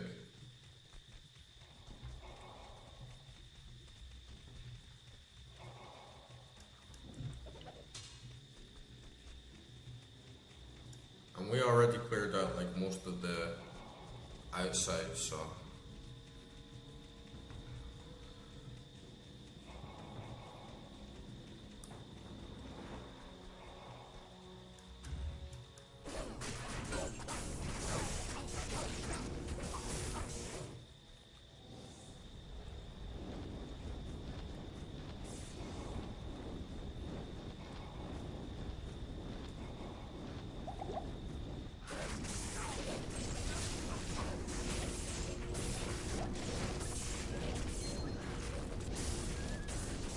Definitely scaling up a fair amount at the end of Act 3.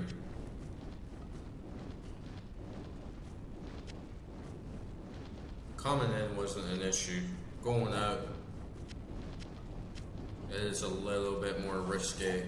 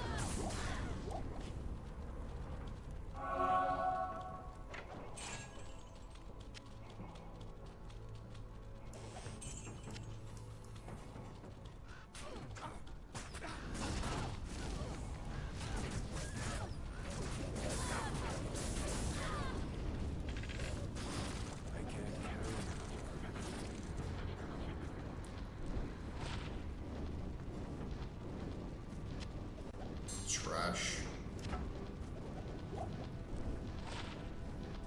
Ooh, +2 to masteries on the Barbie. Could be alright, but honestly, I'm like specializing in sword masteries anyway, so it's kind of like defeats the purpose. I think that's another one for the cell.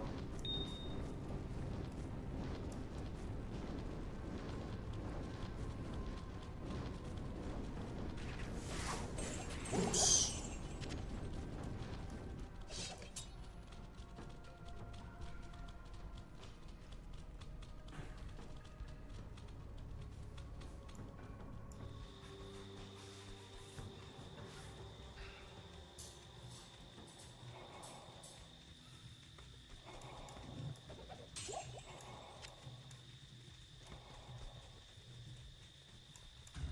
I should just go back and sell this shit now.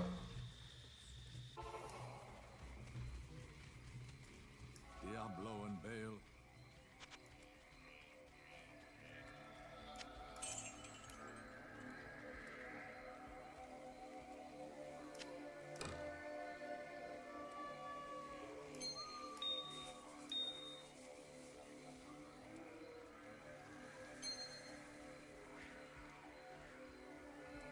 Good evening.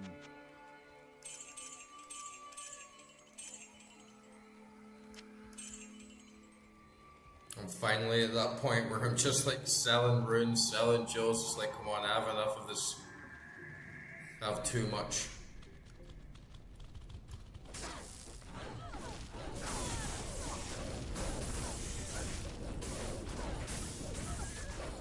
But definitely next time I play there's going to be like a big change. And like loot management, like I need a couple mules. And I just need to like unload everything out of the stash. Have a setup ready. So I know exactly what I'm going to keep, exactly what I'm not going to keep, and exactly what's going to be like moved to another character at the end of the night. Just so every time I come back on the stream, my stash is like completely clean. poison lamp reduced by 76%. That is very, very good. Especially when I already have those gloves, reducing it by 25%, so I can basically, but the max is 75 anyway, I think. But it's just little moments like that. It's like I really want to keep hold of it and use it for just those little special moments where it will come in really handy for one specific boss, but then it just doesn't really compete with what I already have. And since my build is so based around the minions and not really getting hit in the first place, it doesn't make the greatest deal of difference, but I guess it's still an item worth holding on to for someone else, like Paladin or another character. So yeah, it's one I'll probably stash.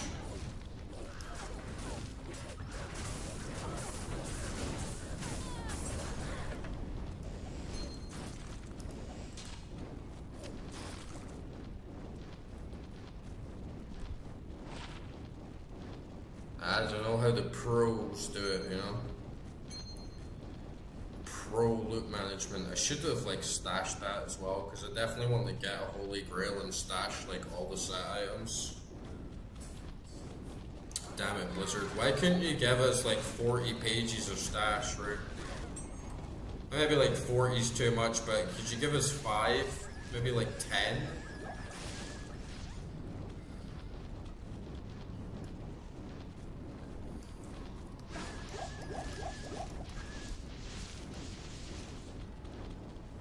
Looks like it's not in here either.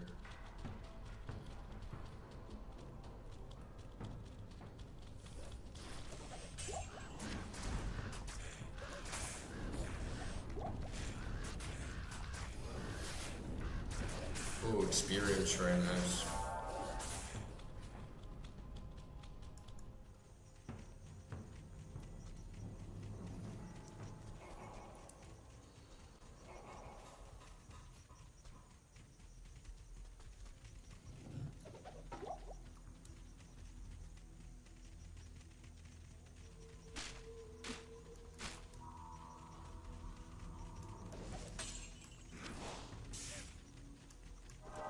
Oh man, I shouldn't have took that right. I just cancelled my experience gain. Oh well.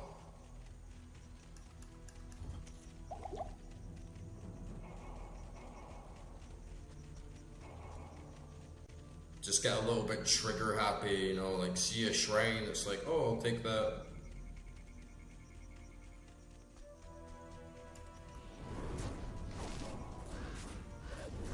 Get like a bit goldfish minded playing this game sometimes.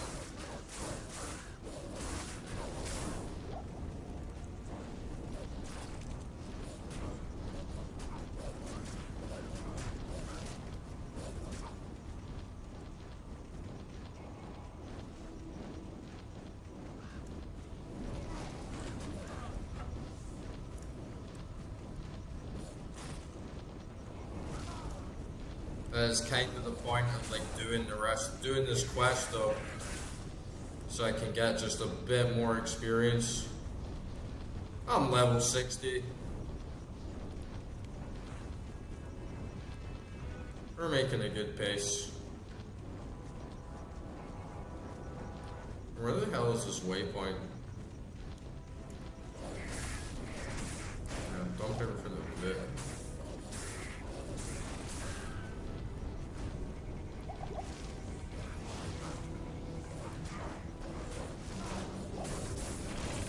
Nearly got 1,000 HP, so that's pretty good.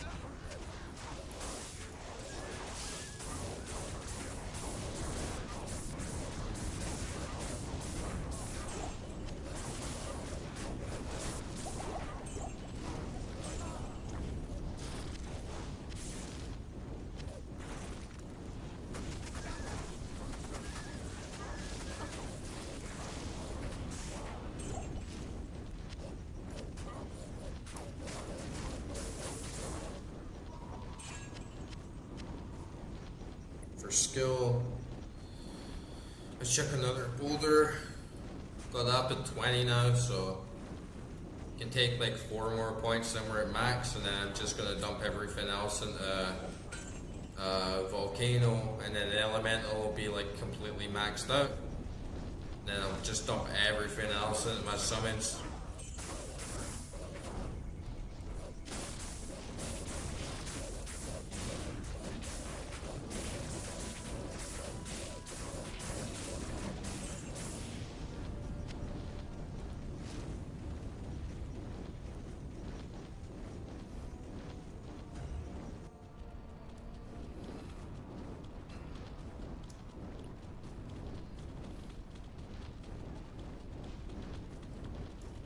Ooh, that's a big pile.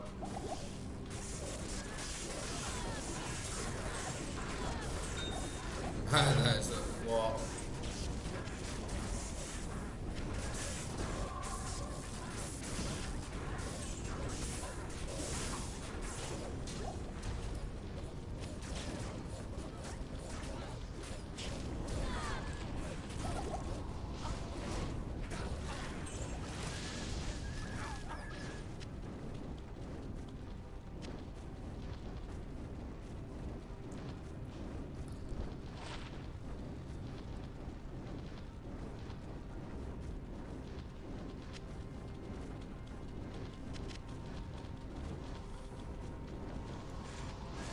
Okay, we found it.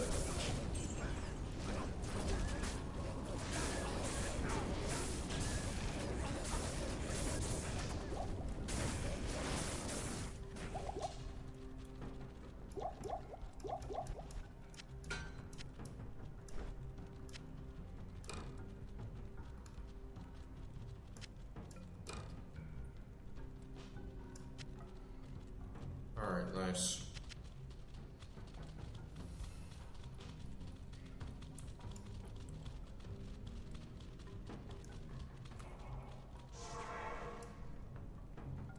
Okay, now we do Endurance of Hate and get into Mephisto and then onward to Act 4.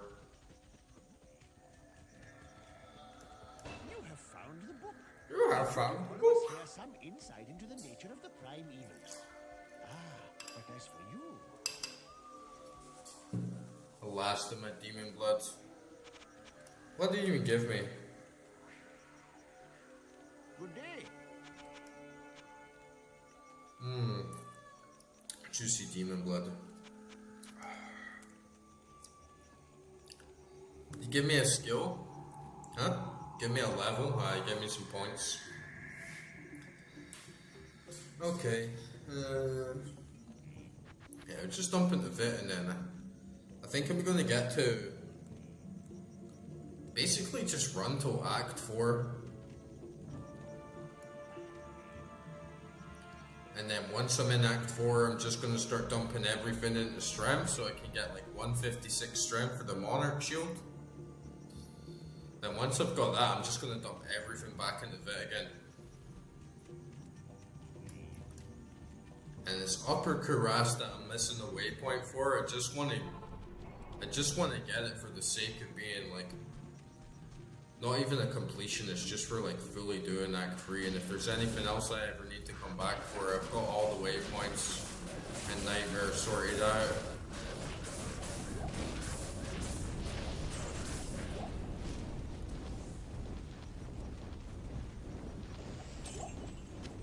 Let's see. If I was a waypoint, where would I be? Probably over here, right in this corner. That seems the most likely place. Then we'll get the point. Death's Advocate approaches. What the hell does that even mean? I got Oak Sage. Get my health up 962.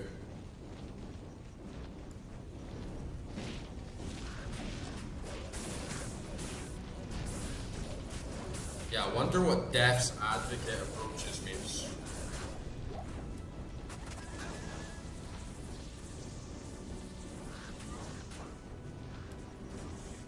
It sounds like the sort of thing that you would get on a roguelike. You take a little gamble and it's like, oh shit, now I better get off the map before like death gets me and like Sri Lanka or something.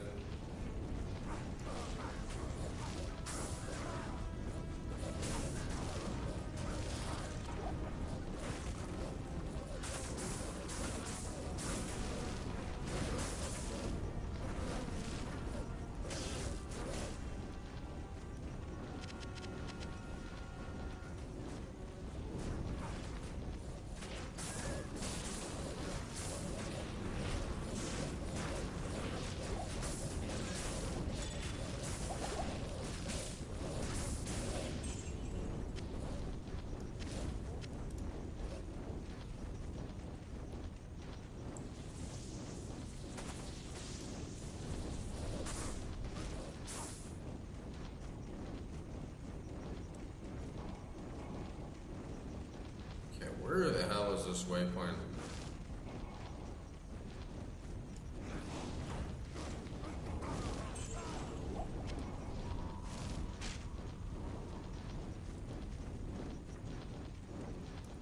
That's it there though, right? Yeah, I'm just like tripping out. I'm already in Karas Bazaar, it's like upper Karas that I'm missing. I'd just like do a quick run up to Travinko, up to the dungeon anyway. And then hopefully we see it on the way. Noob.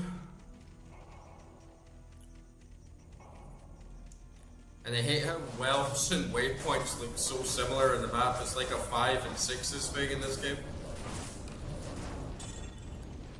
Because I see this and I'm like, that's a waypoint. It's like, no, that's a well.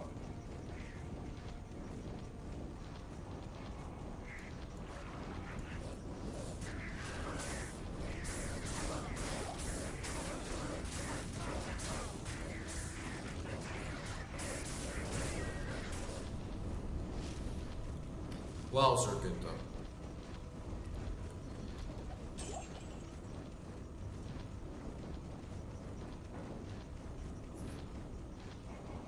Maybe up here in the corner.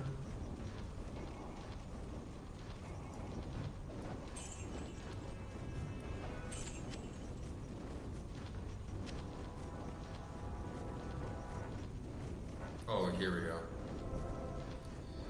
Okay, we go Trav.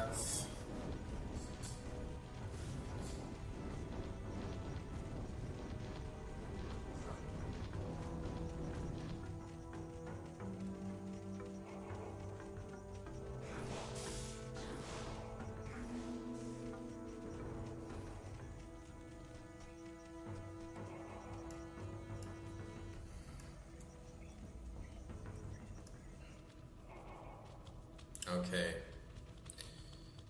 This has turned into a really good session. And Act 4 is short, right? So definitely Act 4 can be done in one session easily. I'm kind of sweating about Diablo though. I hope it's not too hard.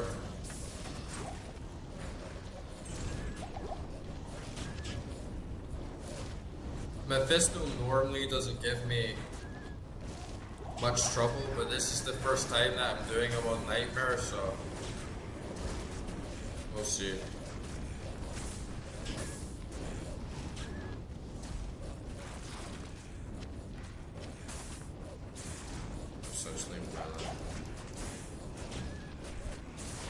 All resistance E16, that's quite good.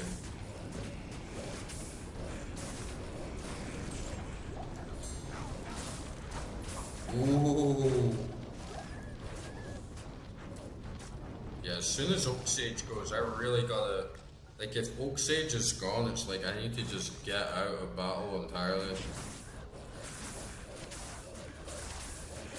And my Merc's gone.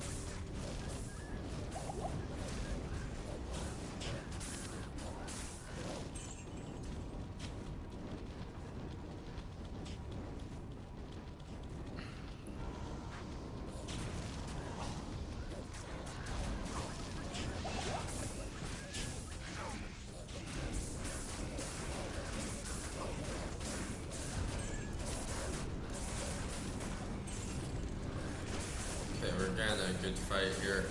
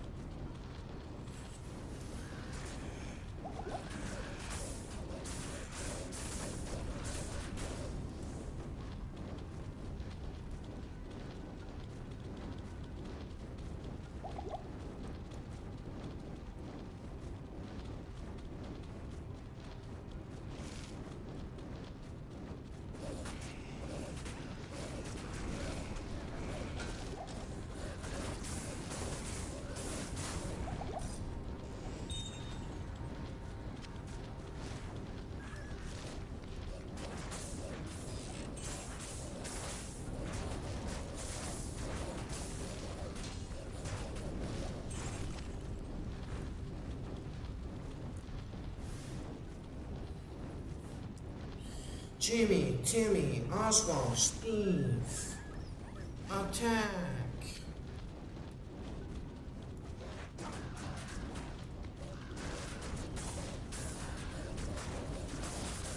We're doing pretty good, like we're mowing through most of these mobs, there's not too much hassle. Do need to be a little bit cautious with my poison and just to keep a close eye on my health.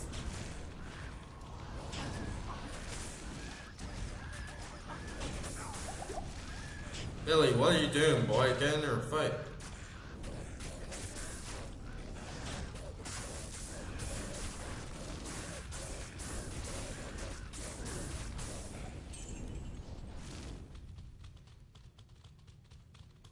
Ooh, juicy, juicy. Well, the big multicolored golems.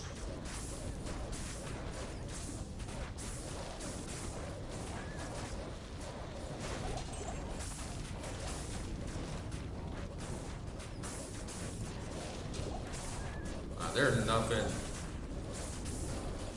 Yeah, they're getting crushed.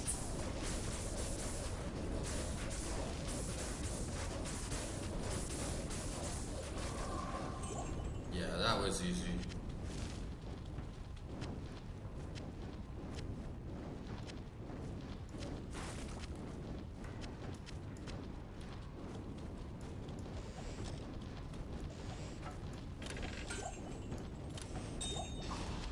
Oops. Took a little bit of explosion there at a chest.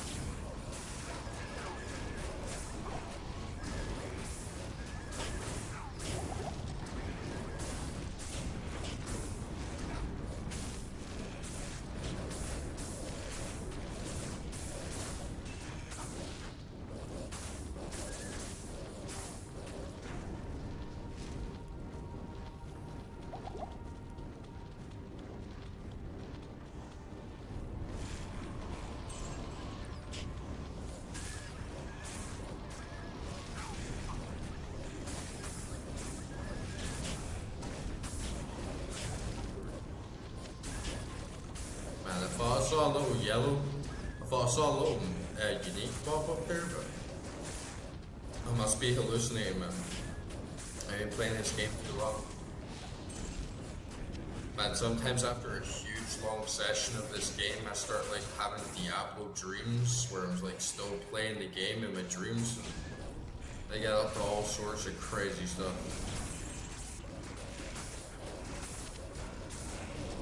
And I heard this is like a real phenomenon, like Diablo dreams is like a real thing. Apparently lots of people have them.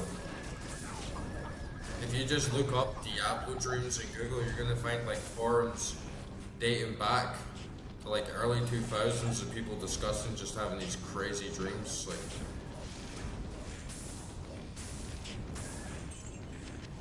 I don't know any other game that has that like culture behind it. But yeah, it's a real thing, Diablo dreams.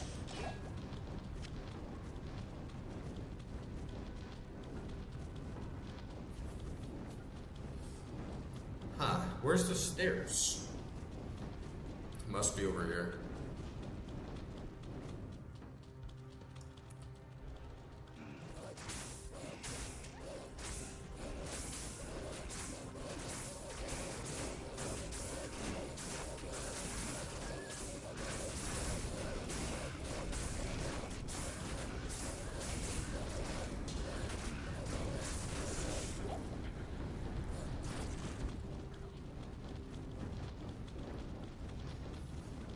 Super healing potion.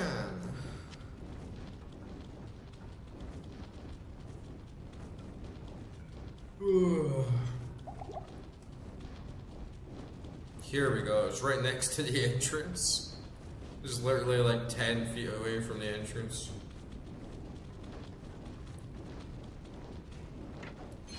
Oh, a green ring? What do we got here?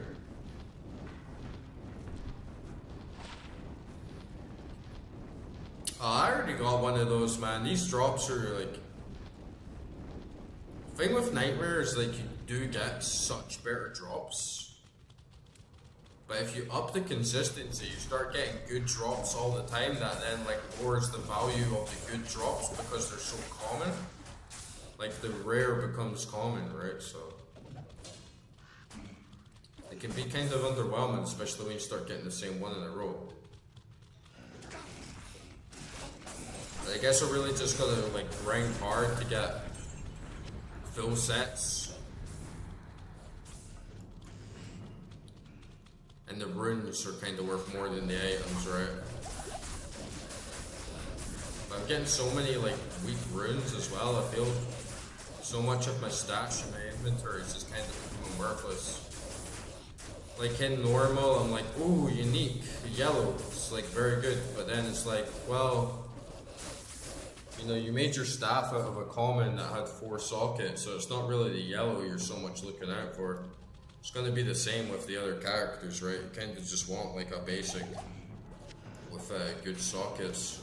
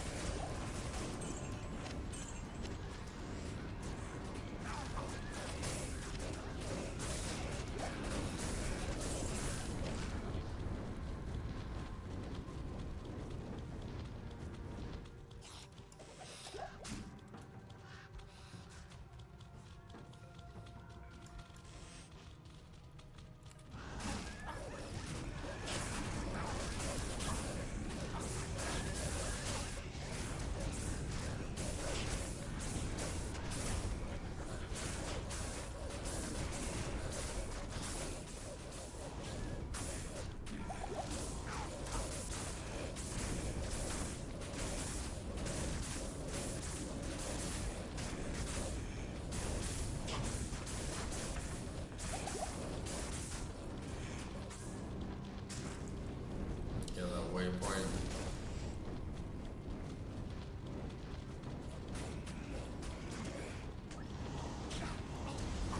I think Mephisto was actually like up there.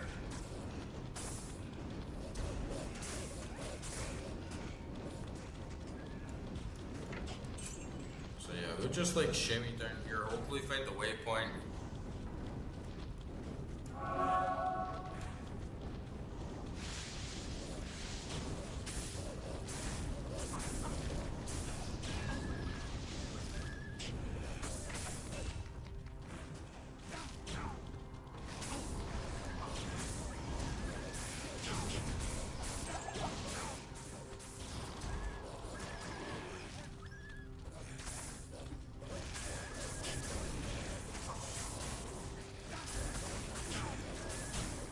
Better be careful now, right? I got like no health potions.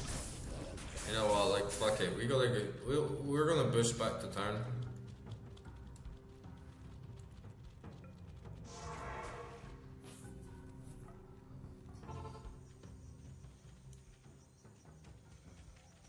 Sell a bunch of this crap.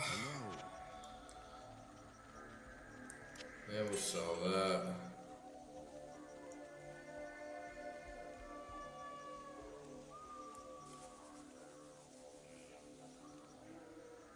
So this, just want to double check that I do have 2 of this ring, because I will keep it if I don't. Yeah, and it's exactly the same.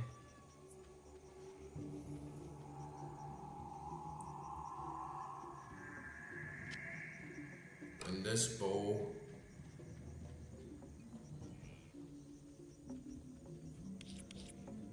I wonder if it gives me a higher chance if I use like a rare item.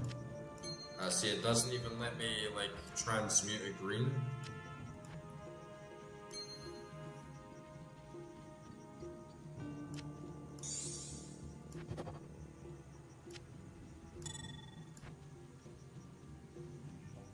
And yeah, this stash is just a mess.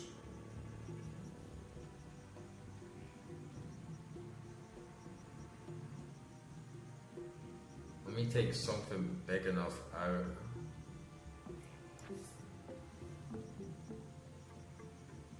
Oh, what am I gonna do with this goddamn stash? It's just far too messy. I need to take a step back and just clean it all out, like it's just too much. You think this is good? You think Frost Nova with Frost Nova level 2 with 16 charges is good? I was just gonna sell it.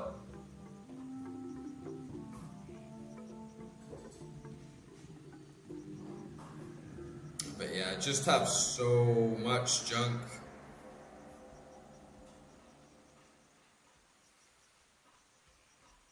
Some of it's really good. To be honest, I was going to hold on to this because it's got poison life reduced by 76. But I've already got that, which gives me 27% poison resistance as well. So that can definitely get sold, actually.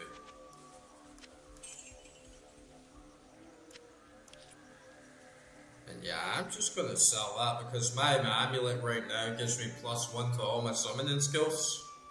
So that's such a big boon for me personally. And this would be a big drawback, so that's just gonna get sold. I already have a shit ton of Ifrins. Small, I don't really rely on defense.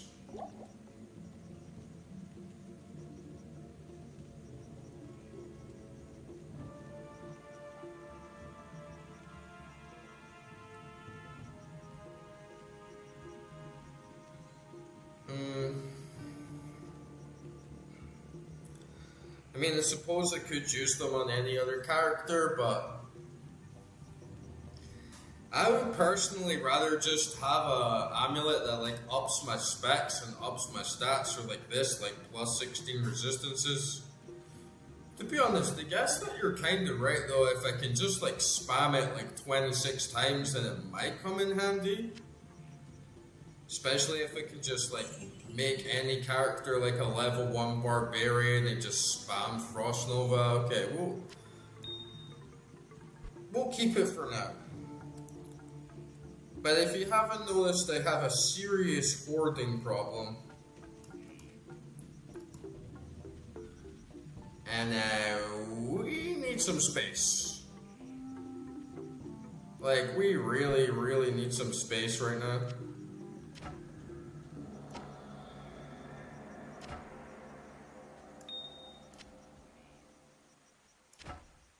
And this, yeah, oh, what the? No, wait, huh? Ethereal Bill. Wasn't this supposed to have 4 sockets on it? Man, I swear this had 4 sockets on it. That's like the whole reason I picked it up, right? No, I wouldn't use it now because I have +1 to all my summoning skills as a druid, which is really useful right now, so I definitely won't use it on this character.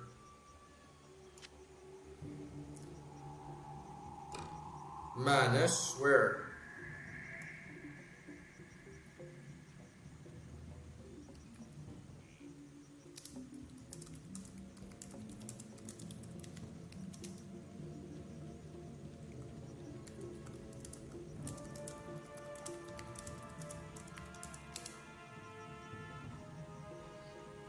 I swear this bill had 4 sockets on it, right?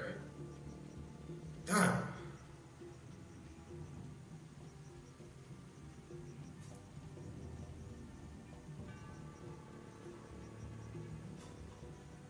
And we're like crushing through the mobs already. So honestly, like Ice Nova is not really much of a boon. We'll sell this charm. We'll put this back in.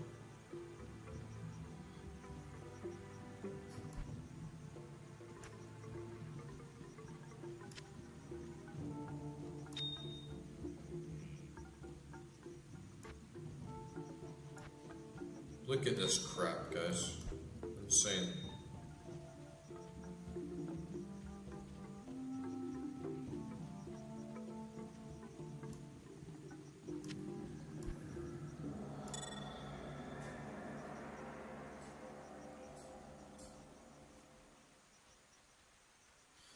Jewelry is kind of like a mixed match because I confuse them together, right? And like make a fairly good item. But and like we've been grinding like amulets, like we've been gambling a little bit on amulets.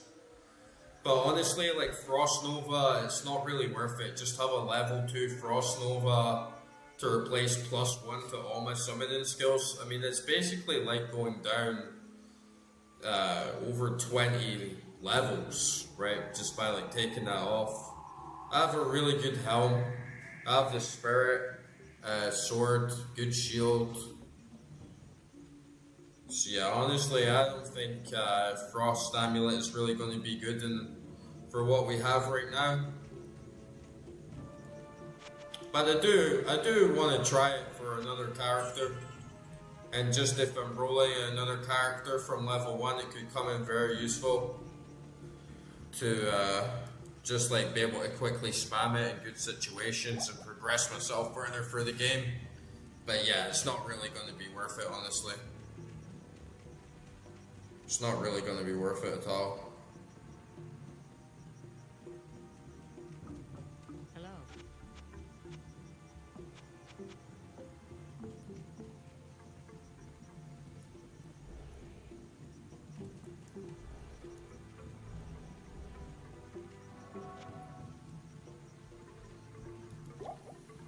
Fill up on my potions. I got summon there.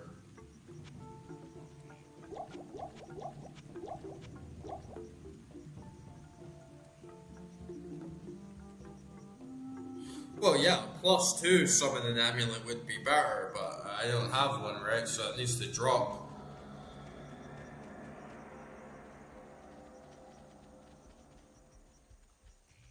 Obviously, if I find an amulet that gave me +2 to all summoning skills, that would be much better. But it's just a case of it dropping. I don't even know if it will drop. And nightmare difficulty, I might need to like wait until I get into hell to be able to get stuff like that. But 100%, if I got an amulet that gave me one more, that's just bigger numbers, right? Plain and simple.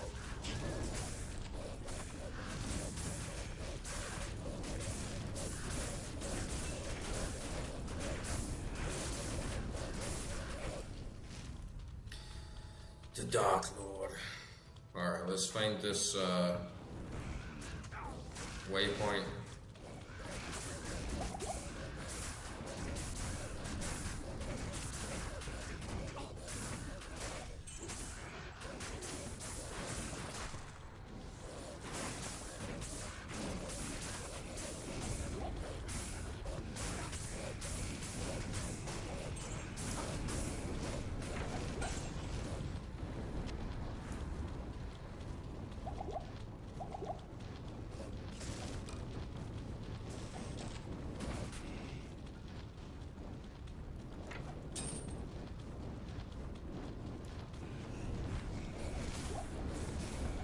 Yeah, of course, it's rare to pick up a +1 tall skills than a level 2 Frost Nova, right? I mean, that's pretty obvious. I could grind for small gear like that, but honestly, I'm kind of more inclined to just blitz through Nightmare. Ooh, I better watch my health here. Like, I don't have too much longer to go till I get through Nightmare, and then once I get into Hell, I'll have way better opportunity to like grind for like much higher level, like juicier drops.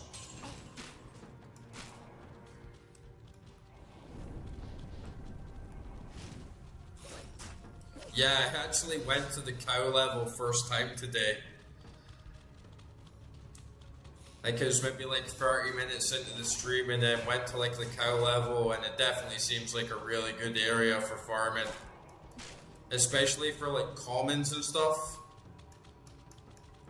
So definitely, like before I go into Hell and I defeat Bale and Nightmare, I'll definitely go into the cow level and have like a good farm. And then see what I can get. Anything with +1 to my skills or +2 to a certain tree is going to be absolutely fantastic.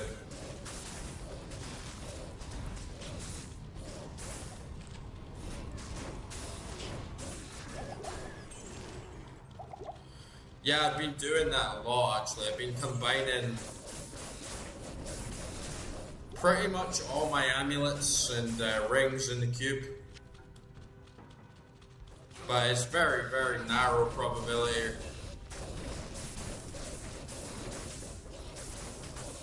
We'll get it eventually.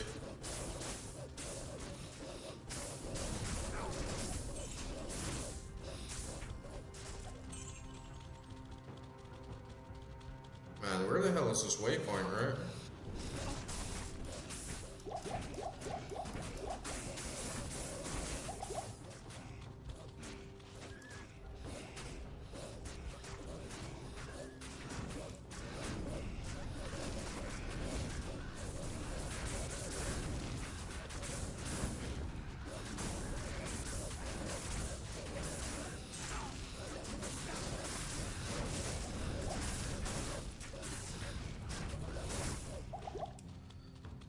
Well, you need like 3 rings to make an amulet anyway, so at the end of the day, like you always just have to grind them out and pick them up.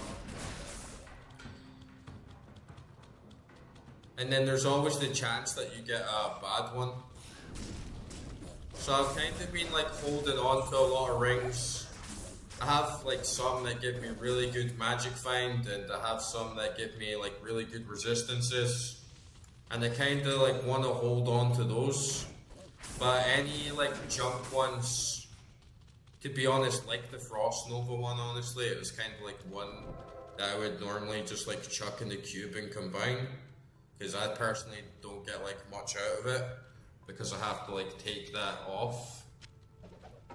But yeah, I've just been gambling and combining them all and hoping for the best. We have had some good ones. We definitely had better amulets than rings, but nothing fancy. Nothing like really glorious, you know.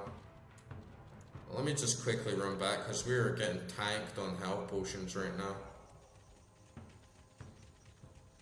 I hope I get better amulets. I think like we already pretty much got some really good rings. The only thing that could make them better is just like scaled up. I could probably get like 56, I think it is, magic find, like just from rings, which is pretty good. But even on the resistance side, because my build is so much more focused on like using the summons as tanks, I'm not even really getting hit, so a lot of stats for me I haven't been too concerned with. Like defense isn't much of a priority.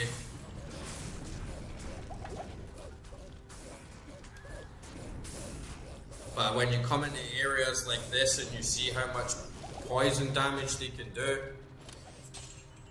you either have two options. You can like go back, unique belt. No, I didn't see a unique belt.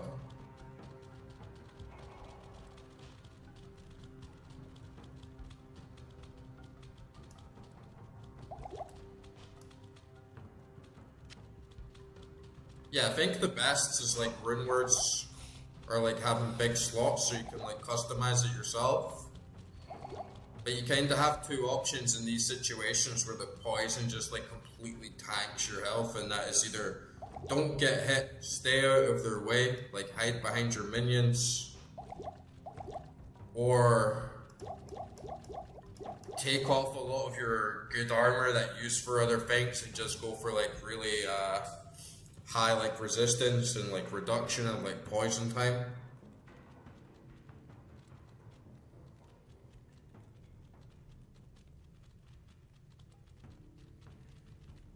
Yeah, I don't really bother re-rolling and gambling. I find items on the ground. I find like some rings that I would just sell anyway, and then just throw them in the cube to see what I get. But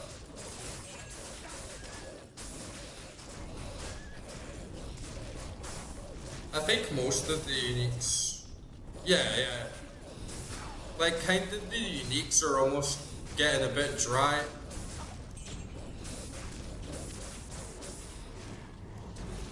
And I'm not really too concerned with a lot of them right now.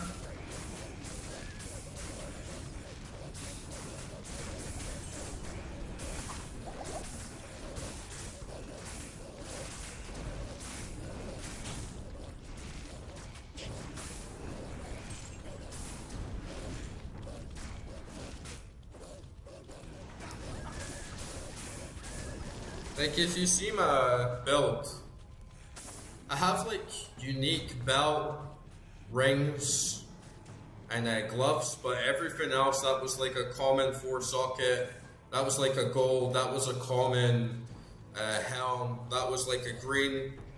So honestly, like uniques haven't been too great. I definitely don't think I'm gonna get much better sword than Spirit Sword right now. And my shield gives me like +1. My helm gives me +1. That's definitely the way to go. Like uniques can't give you that at all, so 100% runes are a lot better than uniques. But I'm really looking forward to seeing the drops that I get in hell. Oh, man, they're really tanking me now though. Man, shit. That is heavy.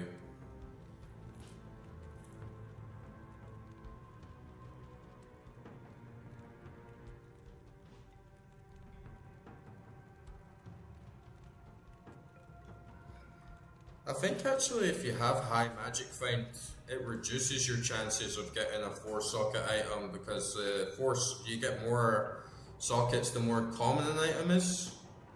So actually it's better to not have high magic find if you want a 4-socket weapon.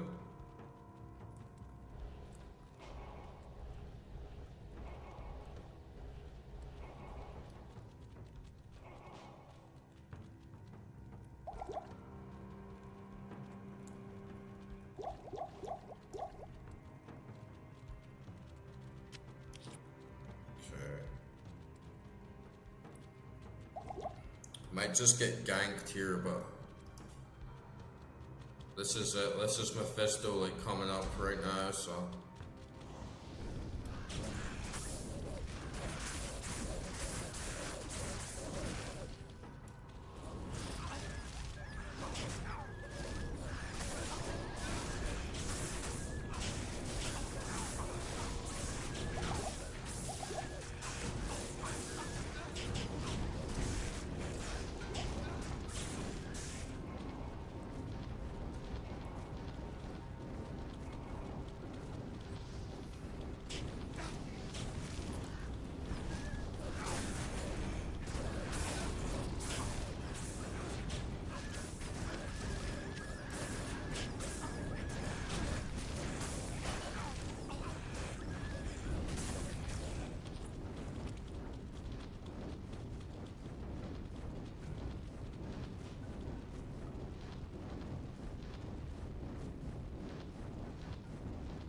Yeah, plus 3 charms. I don't know what you mean, like plus 3 to skills or just have like free stats on them, but yeah, I'm not like. I'm already like 61, so I'm like well past that point. But yeah, the big charms, they're too rare to get like a really good one, and they don't really give you enough to make it like worthwhile. But small charms, I'll pick up small charms if I see them.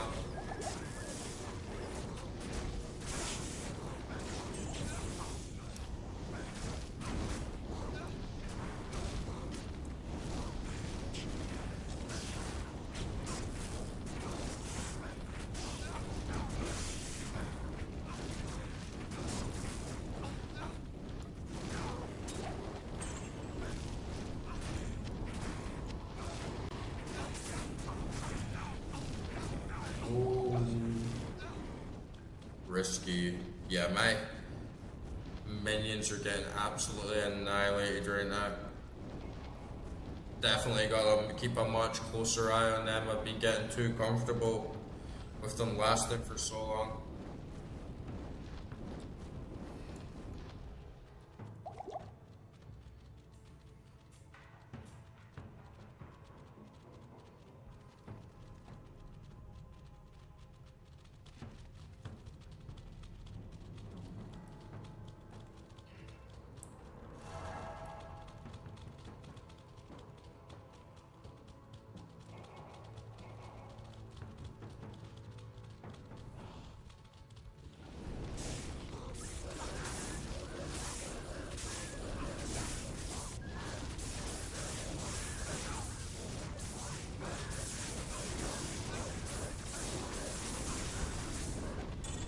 Squish.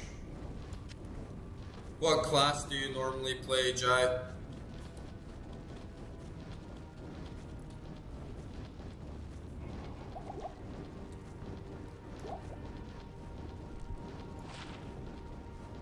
See, this is what normally happens. You just get trashy amulets.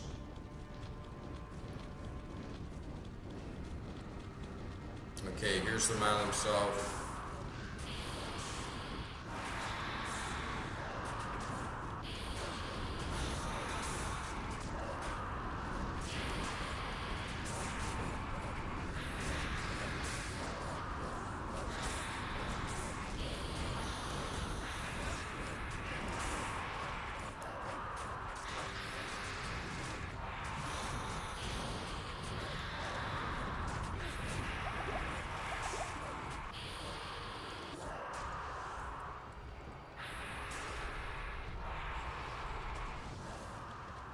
Okay, definitely want to get a portal here. I think we got him. This guy shouldn't be too tough. Hello. Might just be like a bit of a grind to like chip him down, but if we got the potions, like we should be fine. Alright, let's fill this up. Okay. Fill this.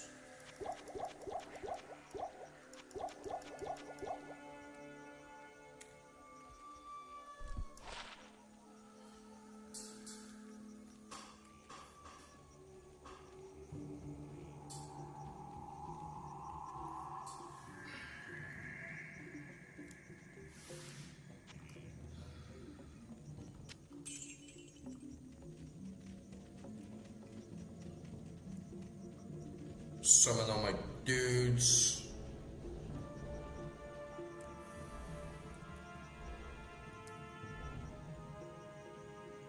Get the Merc back? Sure.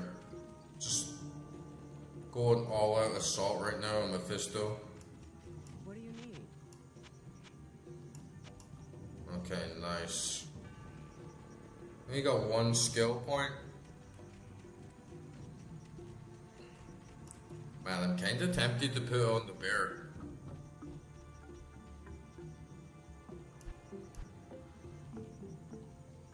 But you know, screw it, we'll stick with min-max and we'll do nearly 200 damage on Boulder.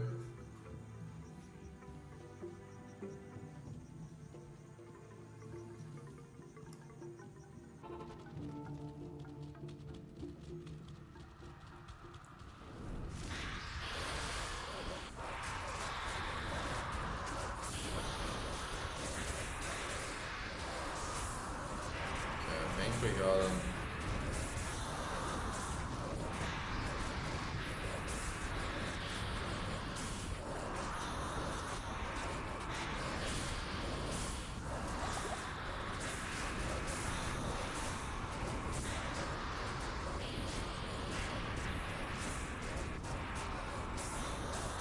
Oh, that merc didn't last long at all. Waste of money on the merc.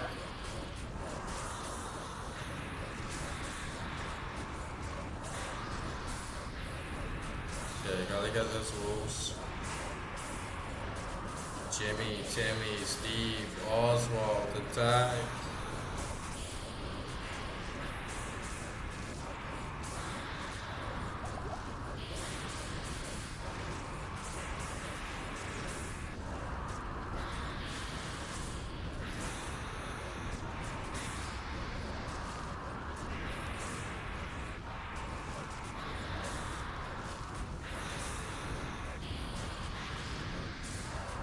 Oh shit.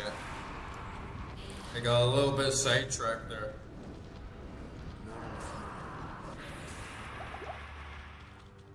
Okay, let's just jump out quickly. No point in trying to tease them. Not here.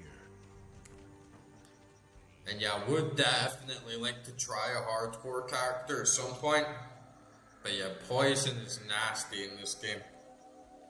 Especially when it stacks, it can just like completely drain your health so fast. And then stops you from getting it back up. It's probably the worst status ailment in the game, I would say. Okay, guys.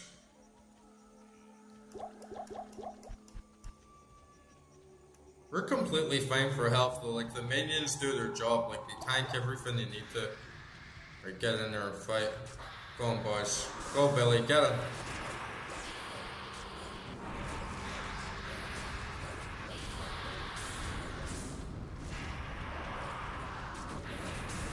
Get a bit of that space.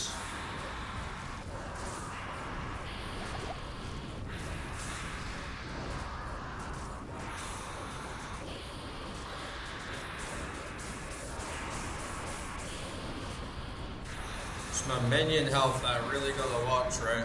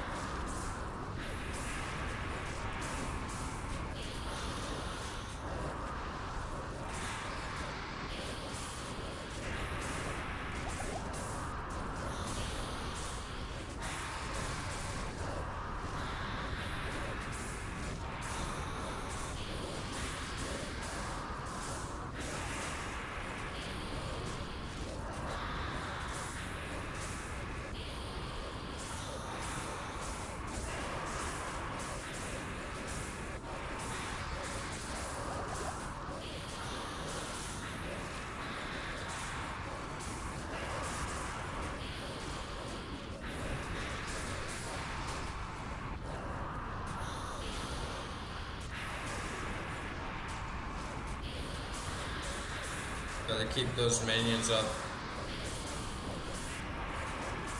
Die, my bitches, die. Oh, took out Billy the bear. Billy!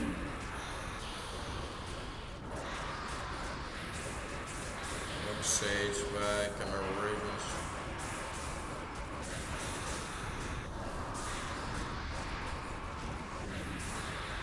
Is he getting stronger? I feel like he gets stronger the more health he goes through. Oh, we're so close. Come on, we're so close.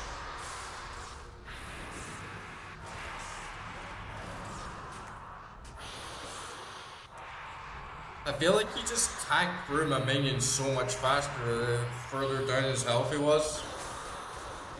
Come on, we're so close. And I'm like out of mana.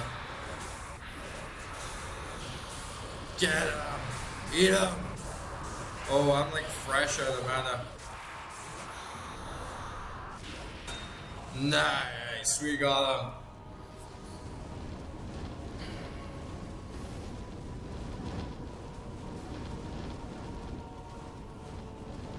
Nice. We got really nice. Hatred was a poisonous void. We got really nice drops off him as well. Poison resist 90%, poison length reduced by 60. That is actually shit hot if you want to get away from poison. Let's see, guys. Old Soulstone. What's this? We got so much good loot for Necro. That's not even that good, honestly, compared to what I got before. Okay, let's see the helm.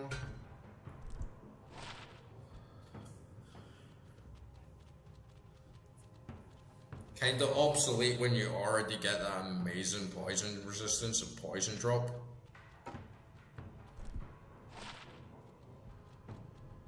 Uh, 160 lightning, 118 lightning, 160 attack. Meh.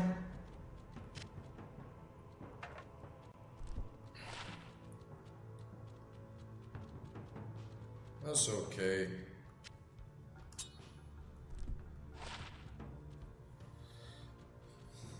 Okay, the rest was kind of mid, but this was actually very, very good. I'm pretty pleased with that.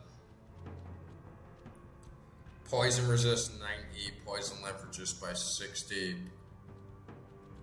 Plus with these gloves, we're pretty much at max poison reduce.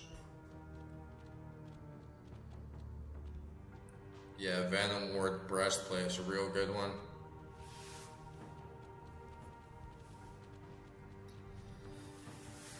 Though coming into Hell in Act 5, there isn't even that much poison enemies, so we get that like amazing poison drop as soon as the poison is about to like not even be that much of an issue. But I'll definitely save that one. And that just means as well, I've been holding on to so much other gear in my stash for like poison resistance and stuff, but honestly now that I have that, it just makes the rest of it obsolete. So I can start throwing away a lot of my poison resistance stuff. And like armor, and just like start using that, just like start keeping that. But yeah, he wasn't too hard. Like he packed the punch, and I'm definitely sweating a little bit of how much he was crushing through my minions. But overall, I think I'm probably going to need to start dumping more points into them soon so they can scale up a bit more. I maybe need to do a little bit math of which one's going to be the best to dump. See, this one gets more bonuses. Maybe Big Billy the Bear.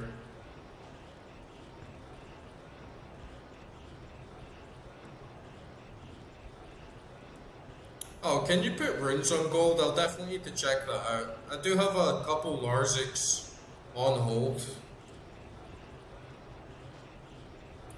But yeah, it's mostly just to use interchangeably. I really, really like my armor right now for the mana regeneration and plus 10 to all resistances. But it's just if needs be, I can like quickly switch out to something that's like very high poison resistance. Alright guys, I'm just gonna go for a piss, be right back. I'll leave you with the epic Act 4 cutscene.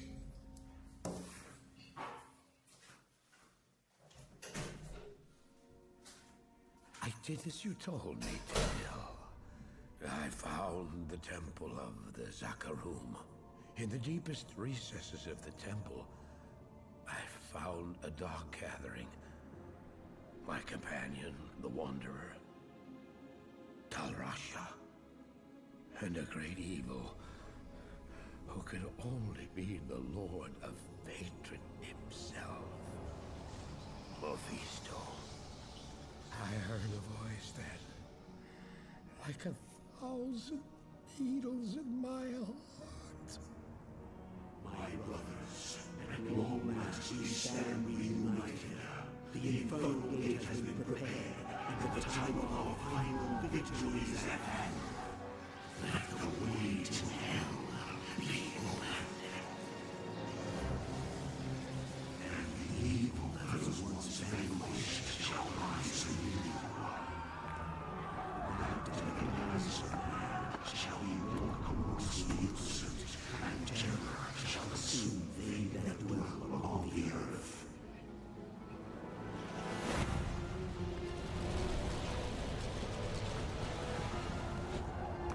The skies shall rain fire, and the seas will become as blood.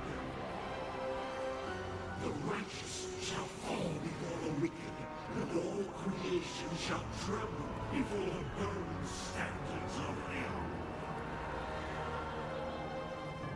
What I saw then was not meant for mortal eyes. The gate stands ready.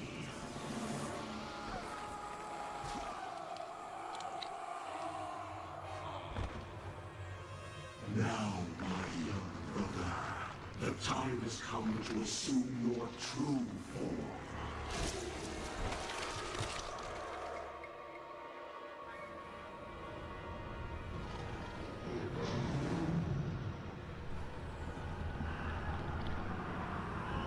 Arise, Diablo, Lord of Terror.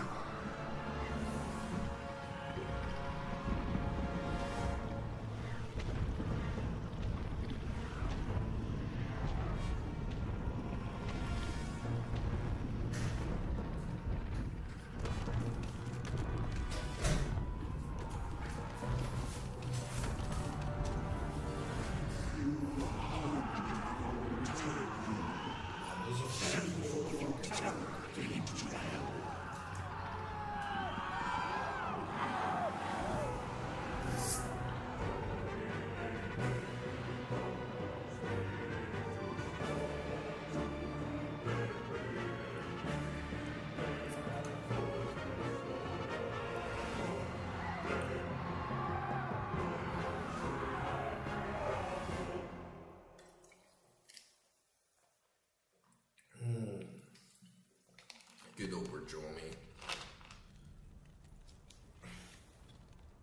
Take some melatonin so I knock myself the hell out. Alright, nice. Act 4. We did it, guys. The time has come. The time has come to gain. It's good to see you. It's an epic fireplace.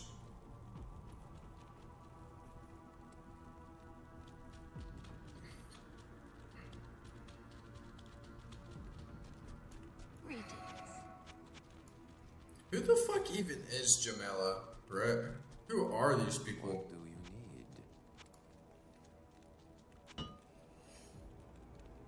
you need? What do you need? I'll sell you this.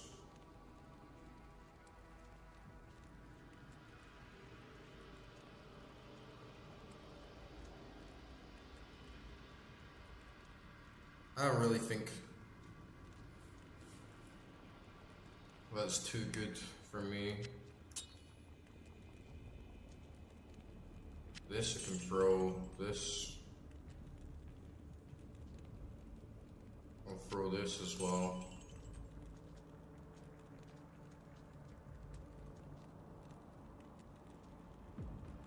I'll maybe keep a hold of that. I'll do some checking when I'm in between streams. Just to make sure I'm not getting rid of something that could be potentially juicy, but yeah, god damn it, that is the stash full. There is like no more room at the end.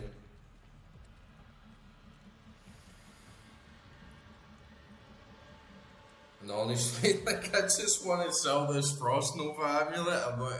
I'm not gonna lie, I'm gonna sell it. Like I don't need it, I don't want it. It's gone. Bye bye.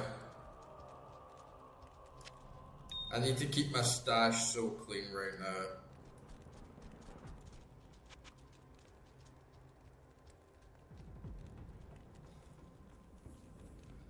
Even these jewels like flawless amethyst, I don't have enough for. I can't like put my tower in it. My Venom Ward plate, I gotta stash that, right? I've probably got some stuff in the cube as well. You have this head, I have another amulet, that can get sold. 100%. Just sell it. This is my new motto, right? Just sell it. It's my new words to live by.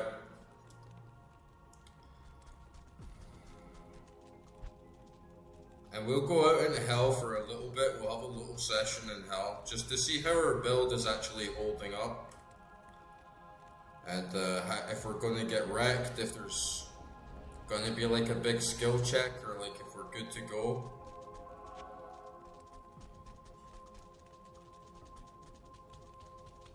And is it Tyrael I get my merc from? Yeah, resurrect them.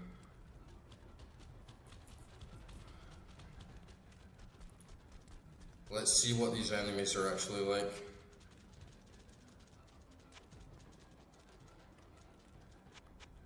Man, I don't even have enough gold for some measly mana potions. I still got plenty in the stash though, right? No, I actually don't. Fuck. Oh wait. Yeah, I have like 30k.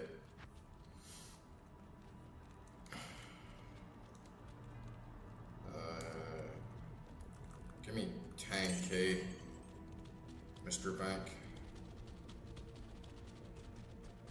I think it's actually like 300k I have close to. They really need to add commas. But yeah, we'll see how we do. We're not going to play too much longer just because I really need to sort my stash out.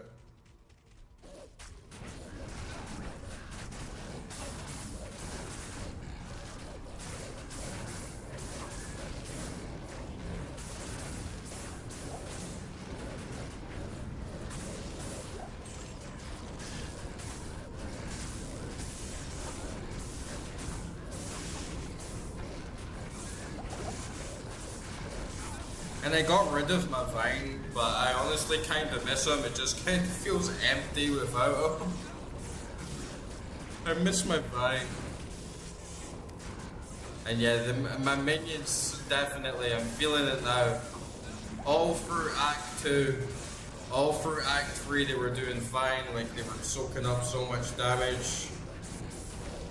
But now there'll be like an odd unique or something that just really tanks them.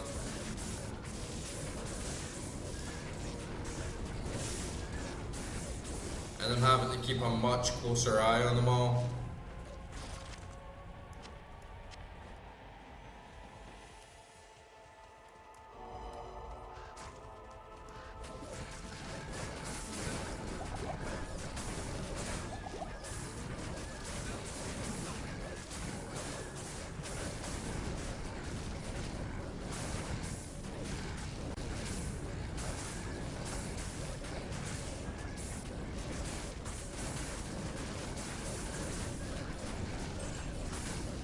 Ooh.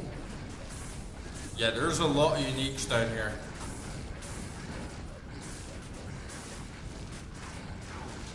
Man, my minions got fucked up there.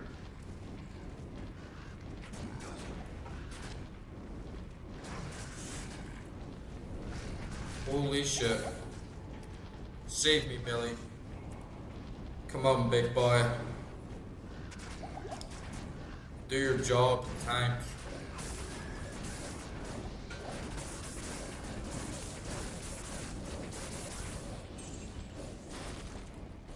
Oh, they actually munched them down pretty well.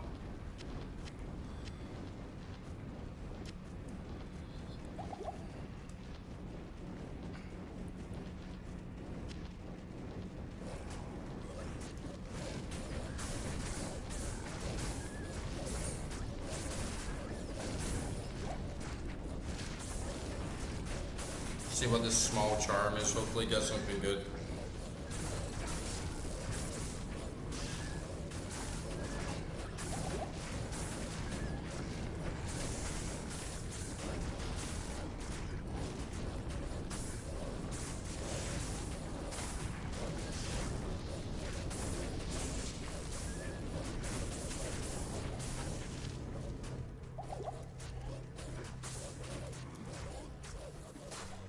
I'm definitely back now to constant minion management and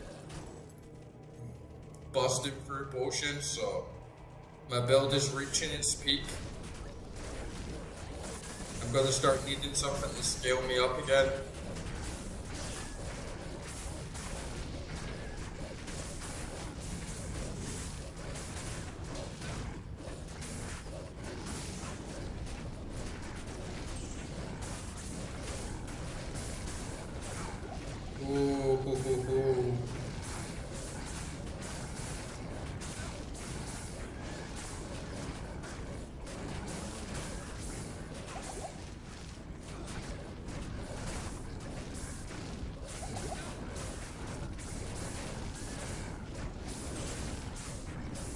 Yeah, this is gonna get nasty, I can tell.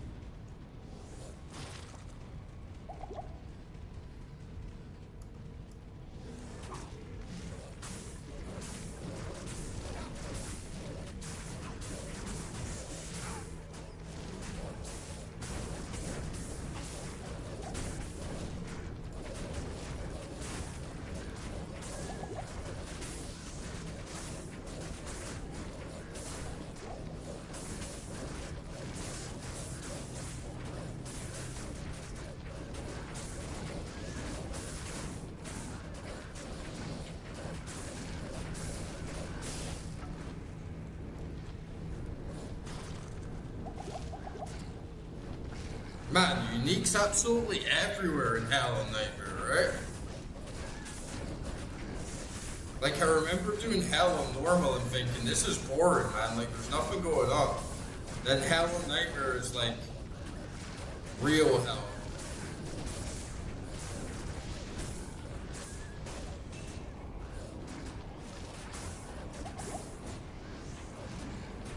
Got Mr. Oak Sage back.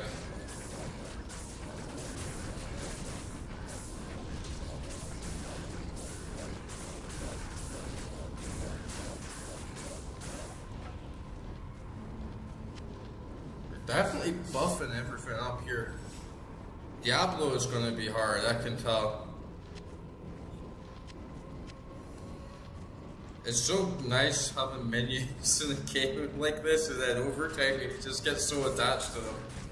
They're like my literal crew. Facing off against like the darkest depths of hell and other dimensions, like these wolves and my ravens and my bear, like they've seen it all now.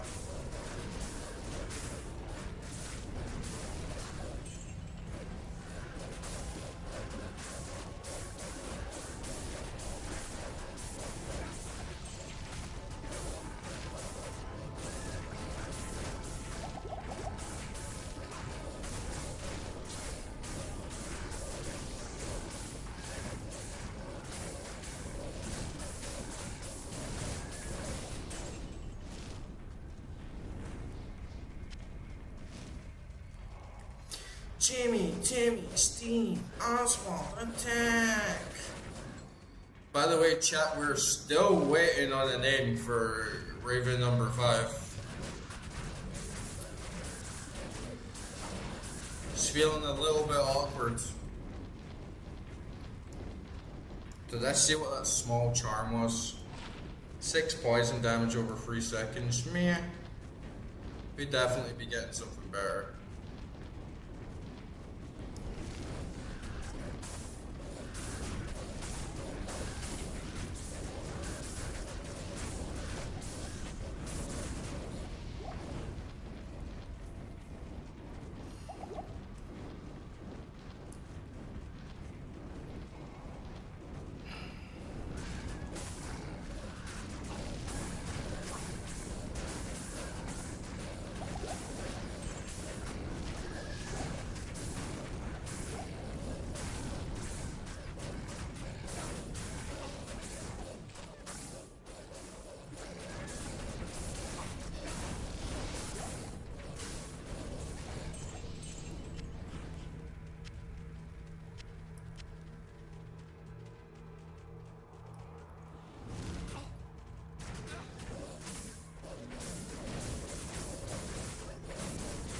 And these demonic ET figures. ET, go home. Back to whatever cesspit you crawled out from under.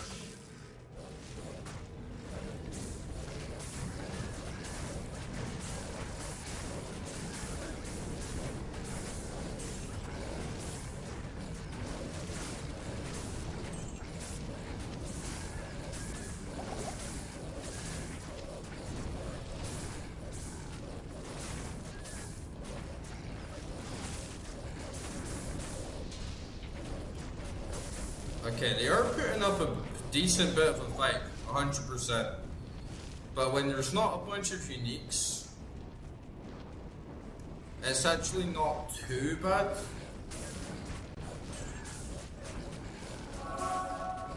So I still think we got this, honestly.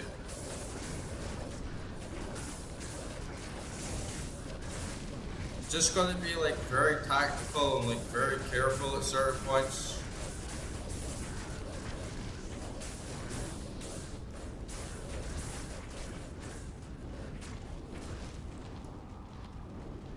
And at least I know what's coming after doing normal. There's a couple uniques that I think will be the same. Like that gang of huge orcs that comes when you open the seal at the bottom of hell. Those guys are a pain in the ass, but at least if I know they're coming, I'm going to be well prepared.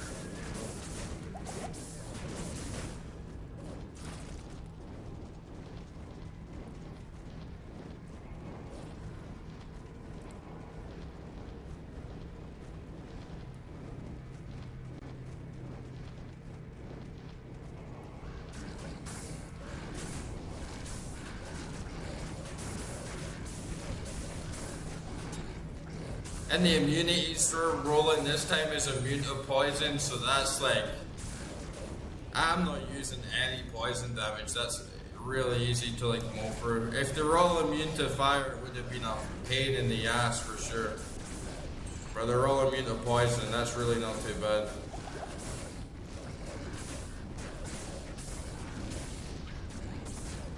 Look at them, my minions are doing so well actually. We still got this. Like when those uniques aren't there, like nah, we still got this.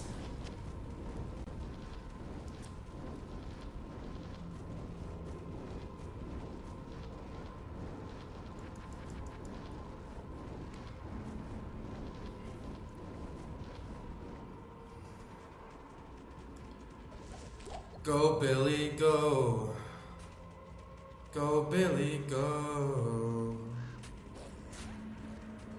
You're the greatest bear that I know. Go Billy, go.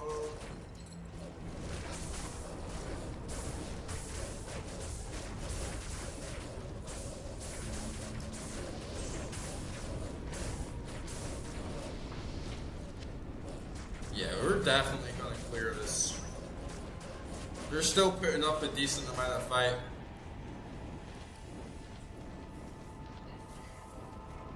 Last time, like, whatever his name is, Azal or whatever, like, he got wrecked on normal.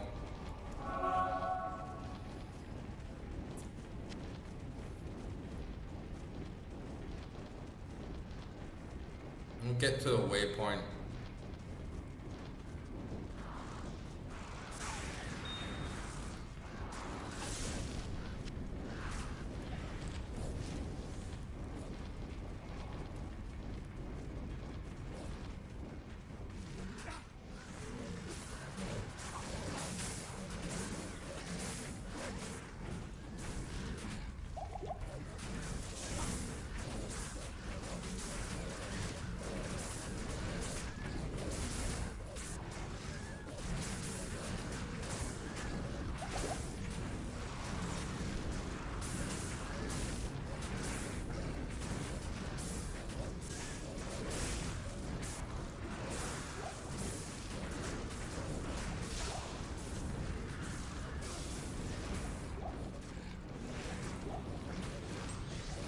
He's like just up here, right? Oh, we got a little bit further to go from.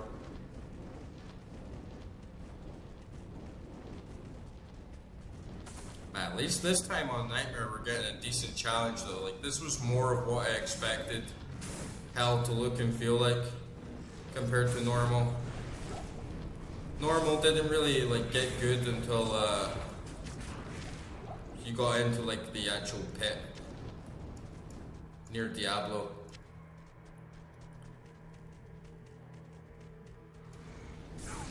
Oops.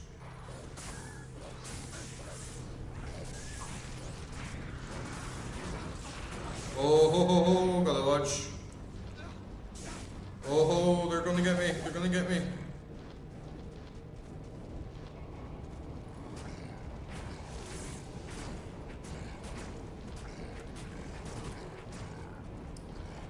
Jimmy, Timmy, Steve, Oswald. Attack!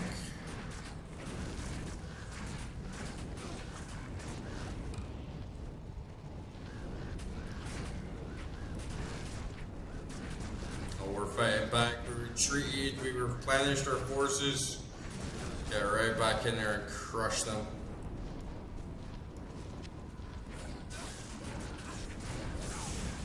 Just a nice Sunday, relaxing in hell. Slaying some demons.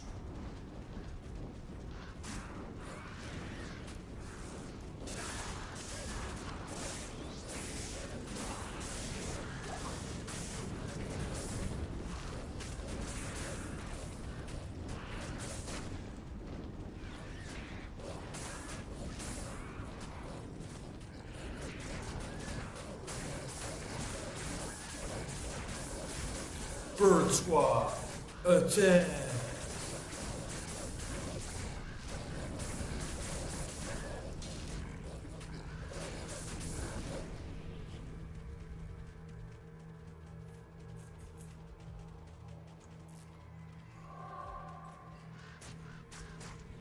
Ooh, unique over here. Oh, this is him. He's just coming out from a different angle than usual. Alright, get him, guys. Show him what you got. Bitch this guy up. Kick him in the nuts.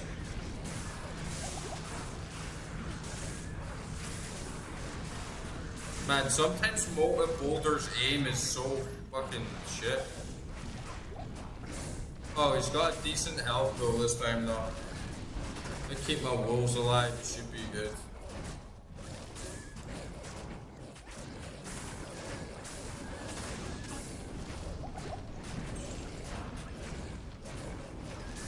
Good thing is like when you have Armageddon and Fisher, it still lets you deal a decent amount of damage while you get your summons back in order.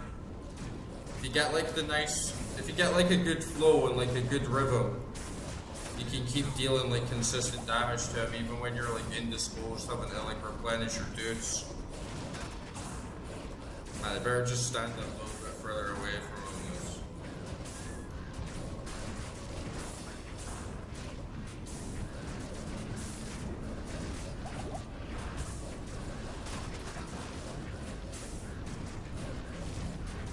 Okay, we got this, we got this.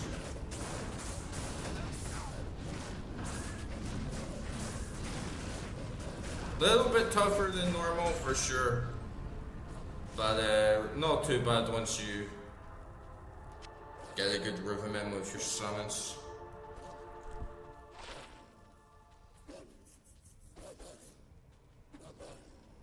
Pain new now. Kirill was a fool to have trusted me. You see, it was I who told Diablo and his brothers about the Soul Stones, and... What a dick.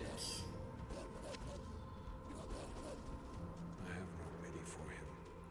Oblivion is his reward. Imagine telling Diablo how to corrupt the Soul Stones after Kirill trusted you, dude. What an absolute twat.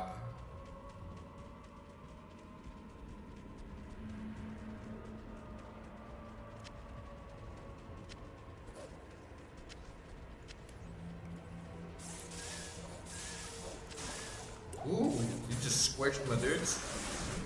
Who you squishing?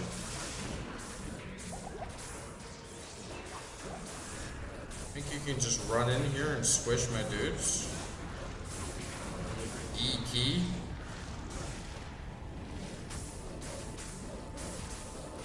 Like these guys look like E.T. or crap, man.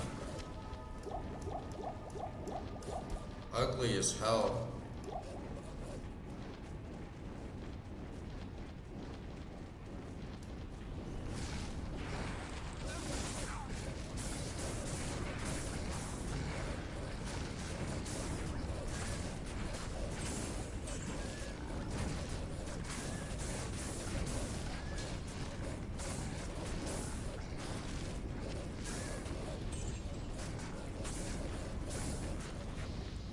We're crushing them.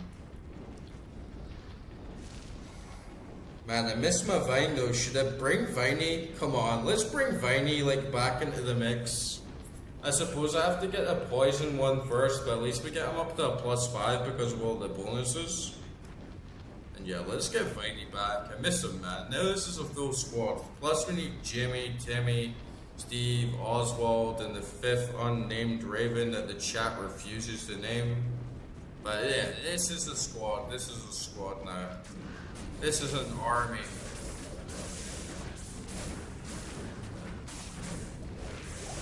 You get a little bit of poisoning.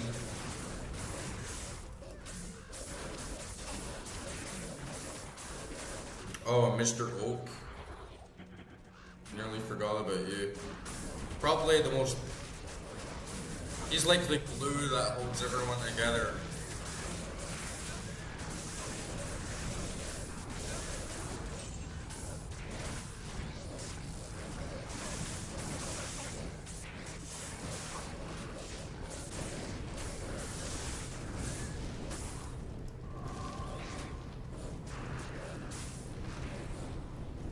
Nothing like getting a shrine just in time for when you're just flat out of energy.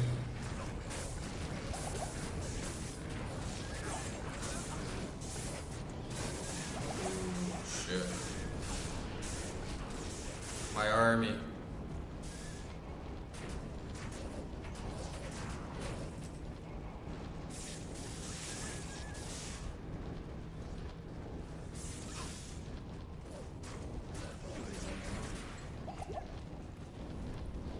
Can get into a bad deficit as well, you know, when you get a wipe out of a lot of minions, it can be a bit of a struggle getting them all back up because they all kind of depend on each other. Ooh, big unique here.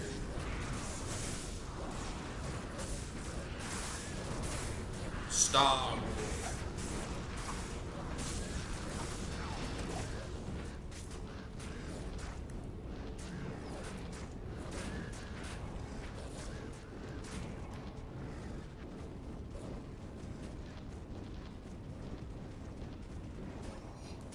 Get him, Billy.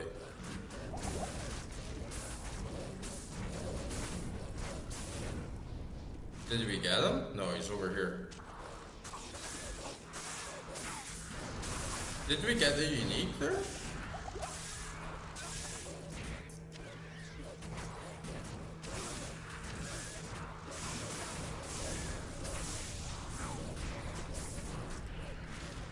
Nice. Well, I think we actually got him. Or is this from here?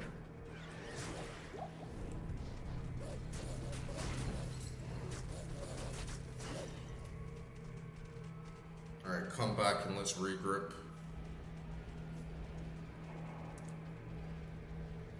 The Beastie Boys. Okay, eat some flesh, my bitches. I give this flesh to you, my bitches.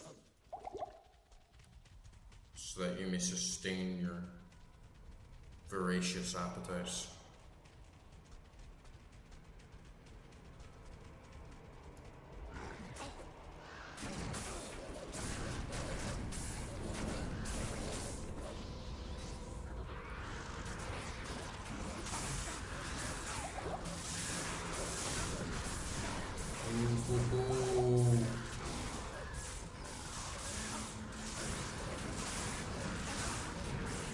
Oh man.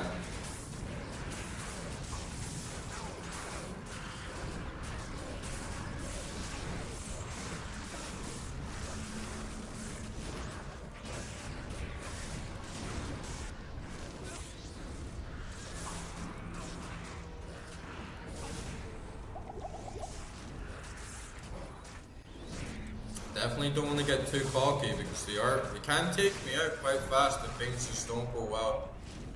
And once, like, this is the weakness of the summon build, is if they just run through your summons so fast, you're fucked, right? You need to, like, run back, you need to, like, retreat, you need to set everything back up again.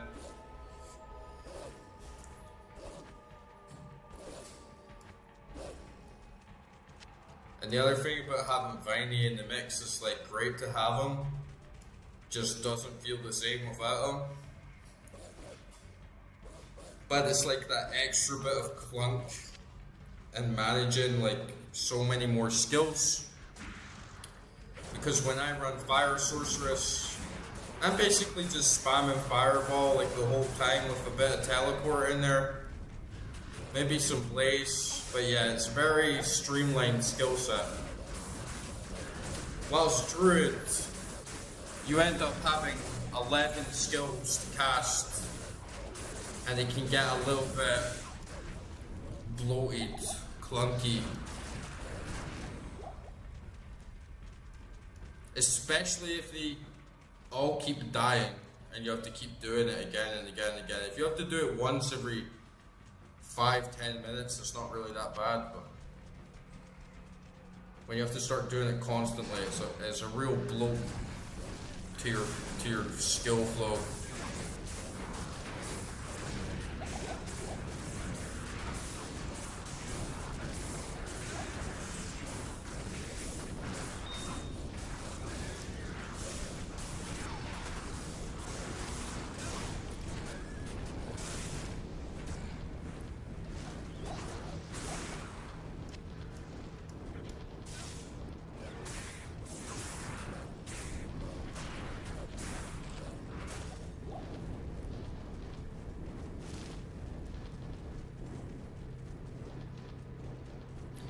That's the thing though, is I actually do have very good specialization in my elemental build. I have many skills maxed out, either like at level 20 or past level 20.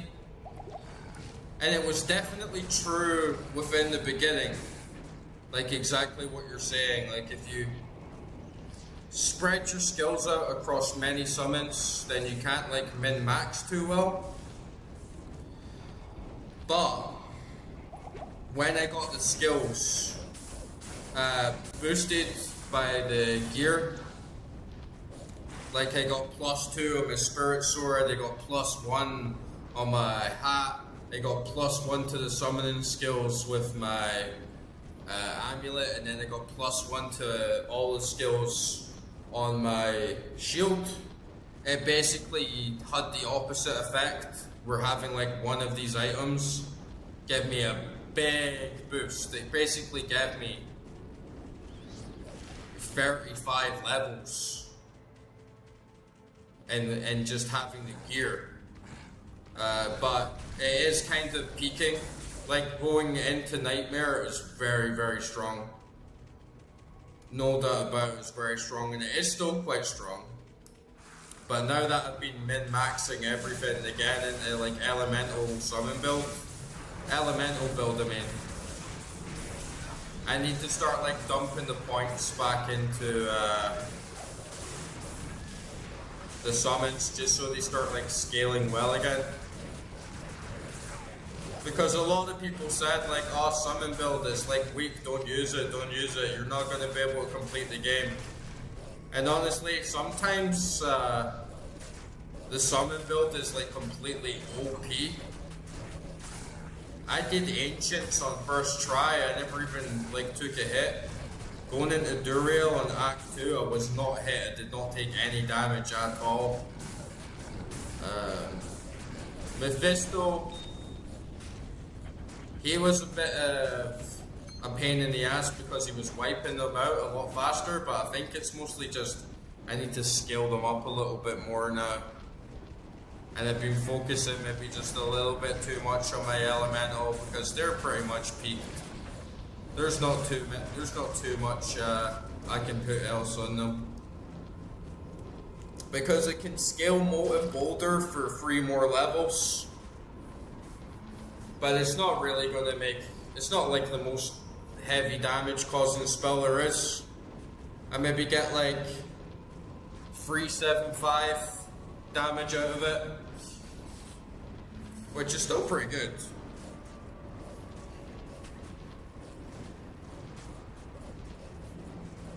Yeah, I did hear that as well, and I think that actually another really good thing about Summoner Druid or like summoner elemental hybrid that doesn't get talked often enough is the variability in damage. Because like Molten Boulder does regular damage plus it does fire damage. Armageddon does the same. Volcano does the same, and my wolves deal cold damage plus physical damage. Bear does physical damage. You can deal poison damage with the vines. You can boost attack up if you get these, and you can also reflect damage if you have Spirit of Bards. So overall, it's actually quite varied and quite balanced. I think it's actually a pretty good class and build to have, especially for a beginner, because it teaches you a lot about the game, and it doesn't rely too much on like advanced movement or like too much advanced builds. It's quite clear cut without much like tricks. But yeah, it's definitely not the best. If you know what you're doing, you can probably definitely make way better classes and clear rooms a lot faster. Like Druid is slow. You rely on your group maybe like a little bit too much.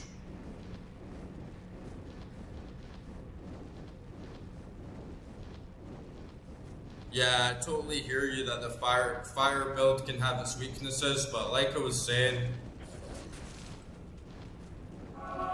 you actually get really good variation of damage. You do a good amount of physical damage with the fire. Plus, if you have the minions, they'll do cold damage. The vine does a bit of poison damage. You can reflect physical damage. The bear is a good tank. It's quite decent overall. Yeah, I actually did already reset my skills for my Kara, because I got this spirit sword, and I put like the rune word in it and got like that massive like +2 to all skills, like really nice stats on the 4 sockets. But I didn't have the strength for it because I had min-maxed so much into vitality. So I ended up just going to a Kara, respecking, and then it was kind of, it worked out really well because I probably had like all my summons at around level 5 anyway. And then because I have like +2 here, +1 on the hat, +1 there, and then +1 on all the summoning skills, I just needed to put 1 point in, and then I got all my summons back to the same level, and then just dumped absolutely everything into the one tree and elemental. And hell, like coming into hell, it's not too bad. The minions are getting wrecked a little bit more, they need to scale up, but all of Nightmare, basically. Especially since I got the Spirit Sword, it was like a piece of piss. Like we blitzed through Act 2, Act 3 wasn't really an issue. So it's definitely a very good build. And it pulled me through all of normal quite easily, actually. It's just you can get in some tricky situations where your minions just aren't quite cutting it, and when they're not, it's awkward.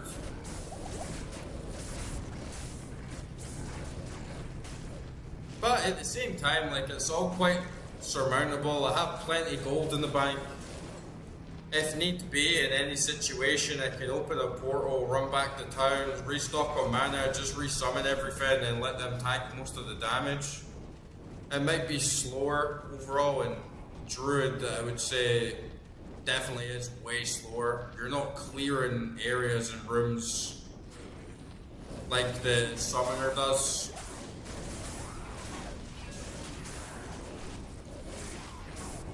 But quite safe, I would say.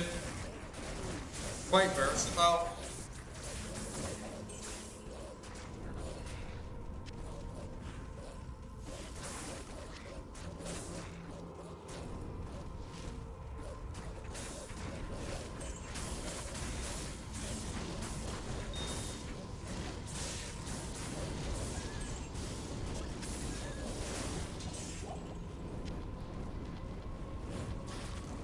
definitely not the build I'm gonna play for the rest of my life, you know.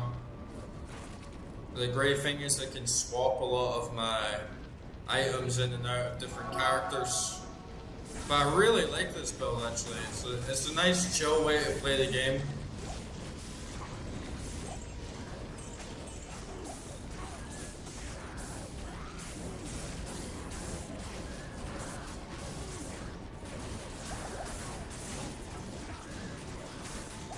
And it gives you a lot of experience in different playstyles, different damage types, different mechanics.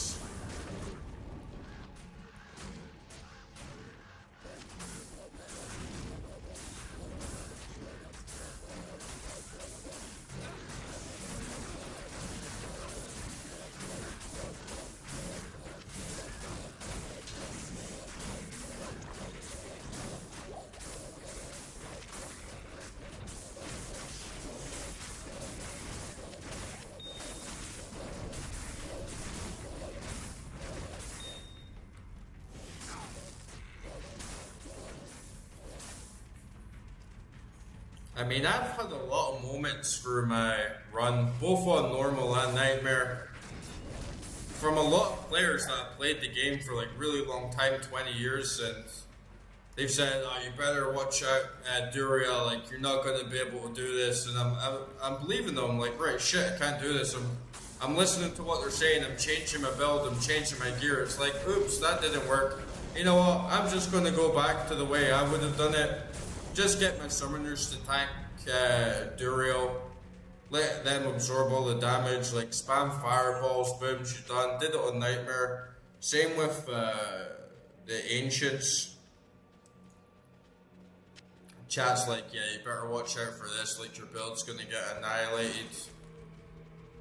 And then did it first try, like no issue at all. Diablo, big pain in the ass, for sure. Not everything went as smooth as other times, but I think it surprised a lot of people that watched.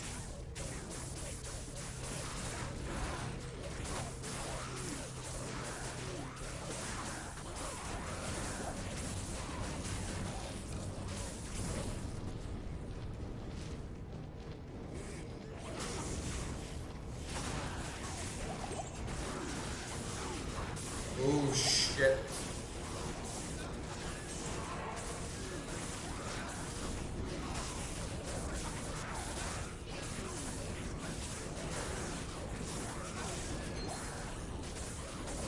I don't think it's the most fun class either. It's like safe and slow. Slow and steady, like wins the race a lot of the time when you get in a tough situation like here.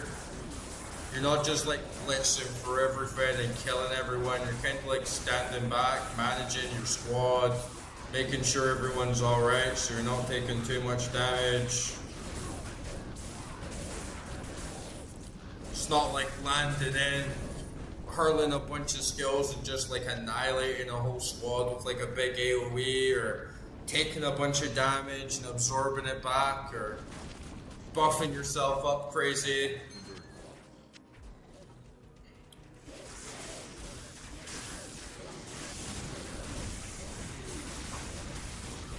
But at the same time, it's like kind of low effort. Like you just kind of chill and like walk around the battlefield, not stressing too much, right? You got plenty of time to like open your bag, fill yourself up with potions, pick up an item off the ground. Even here when there's only like 2 minions on the field, it's like you still get a decent bit of breathing room and space to do your own thing and absorb what's going on.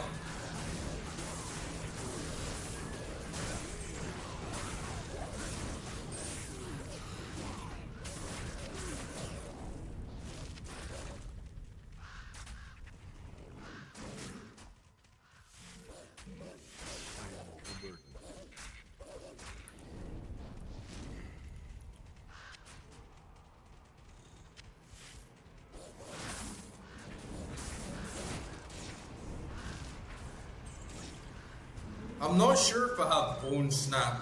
Is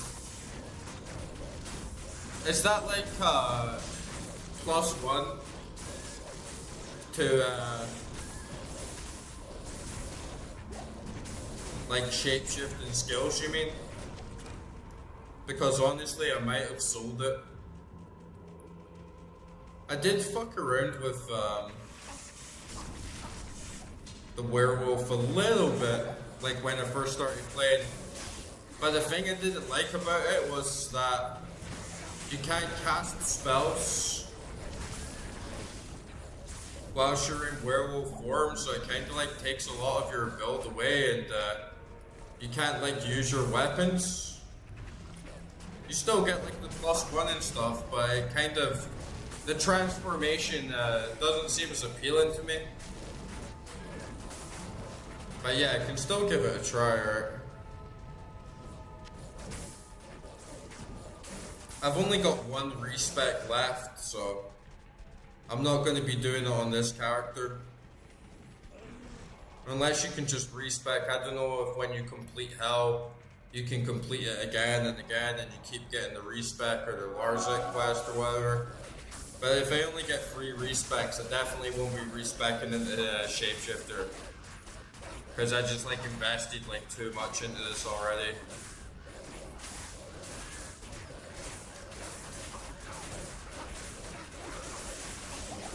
And on Hell, I'm gonna grind for Enigma. Oops, I'm gonna get Enigma. And then that'll give me another +2 to all my skills.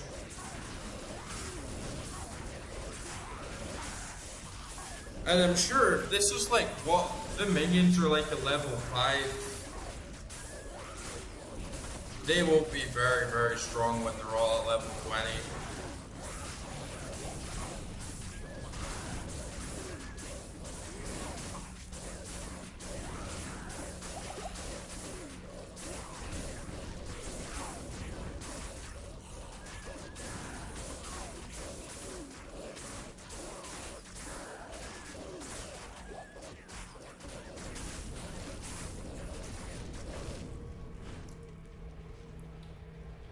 Come on, guys. We need a name for Raven number 5. We got Jimmy, Timmy, Steve, Oswald.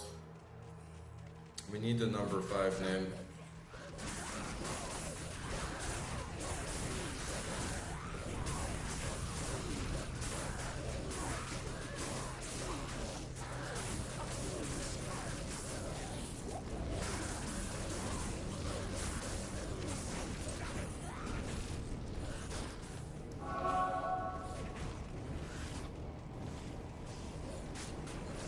Billy just appears out of nowhere. You're just like walking through the map and then Billy's there, just completely doing his own thing.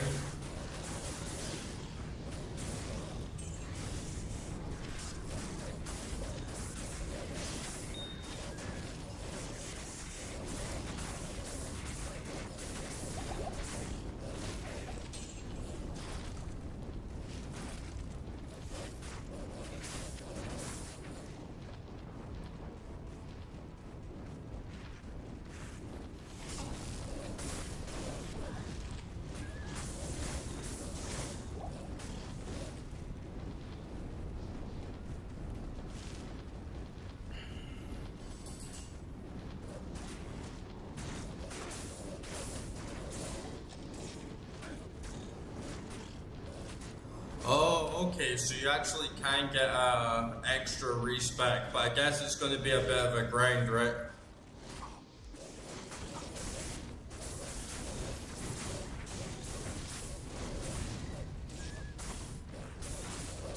Yeah, I only have one reset for my Kara left, so...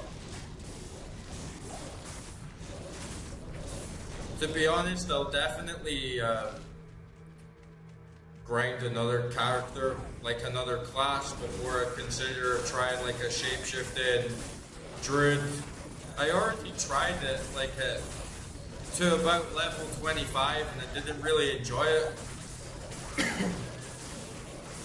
So I'm not really too keen on like trying it again right now, but maybe after I get done with Sorceress I got a lot of really good gear for Necro. So I'm definitely going to be playing a Necro. Plus Amazon, Assassin, there's just like too many classes, man. There's just too many good stuff to get into. Paladin as well. Paladin will definitely give me a good feel for one-on-one combat. And I want to get the Monarch Shield. I want to get the Monarch Shield and put 4 runes into that. And then work my way for like Enigma through Hell. I think after I do that, like I'm pretty much done with this character for a while. I'll like grind something else.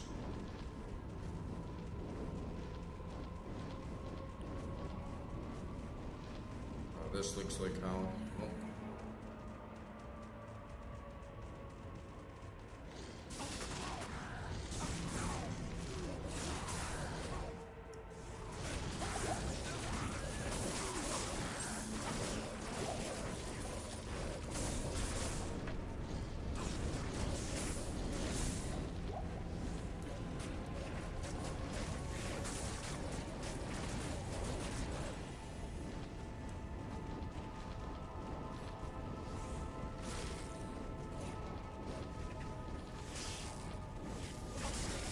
Yeah, it's also the amazing items that I got for my Necro.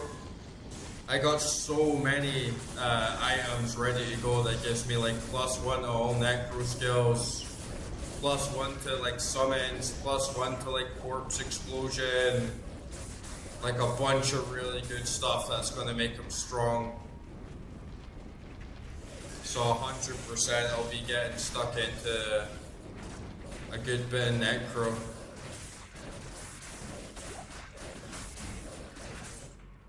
That wasn't even so much that like I liked summons. I just like picked Druid because I thought Druids were cool at the start and didn't understand what I'd even be getting into. I went into this game like completely blind. So I've almost been putting off playing Necro a little bit because I am so used to summoning and want to try like other playstyles. But 100% I will be trying them more.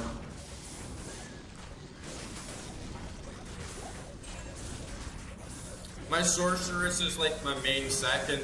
I have nearly gotten her to Nightmare as well. And I have a really good build and like really good gear for her. Not as complicated though, right? You just kind of like dump everything into the same fire spells and like a bit of warmth.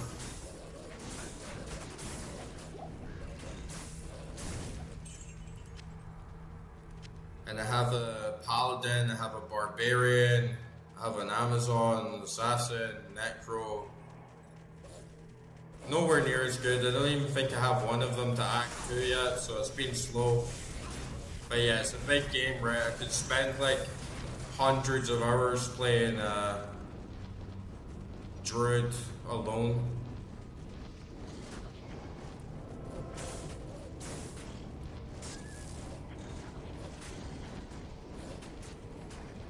It's one of those types of games.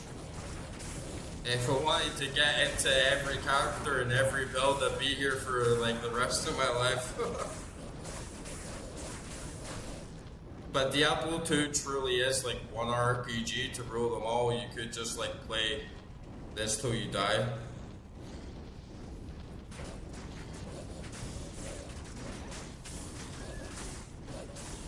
Yeah, that's what I mean. Jai is like, if you just stand and wait a lot, and it's very similar type of gameplay. I'd rather play something with a bit more variation first before I get like stuck in a Necro, but at the same time the Necro gear is so good, it's like very tempting to just start playing that for a while too. Especially when I get like a few rune words in there. It's going to be a huge buff to all his skills and stats.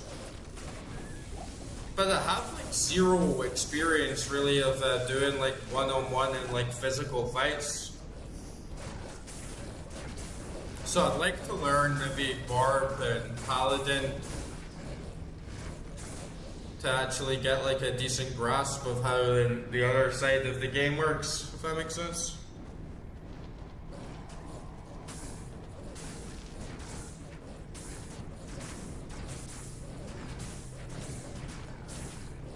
Yeah, I found the same on Sorceress as well.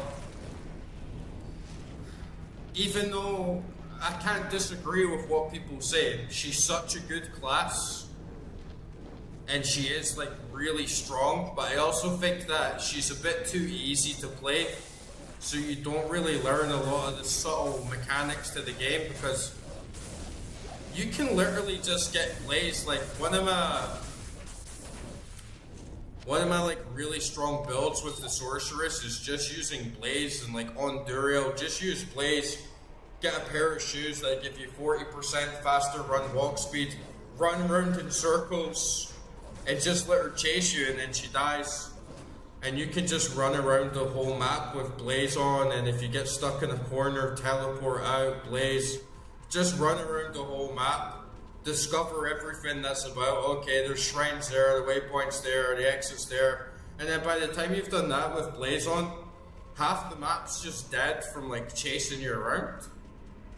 And it doesn't really teach you what's actually going on with the game, if that makes sense. And the build choice is like basic. Like for me anyway, I only tried like one fire build, but it's really easy. You just dump everything into Fireball, summon a warp, a little into Blaze, get teleport, and like GG, like you're done. Obviously on Nightmare it's going to be a bit different, but the way I understand it is you just get Cold Orb, and that's enough to last you. If something's immune to fire, just spam Cold Orb and you're good. Plus, like a Paladin build is really like mathematical, it makes you like think more. Same with Druid, I guess. Druid does a bit more like variety, makes you like think a bit more, you have to strategize a bit more, you can't just like steamroll through the game, so.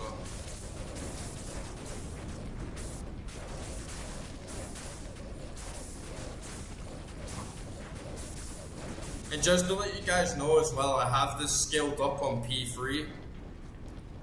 So like, I'm not playing on default settings, I have this scaled up a little bit on difficulty, so the enemies are doing a bit more damage.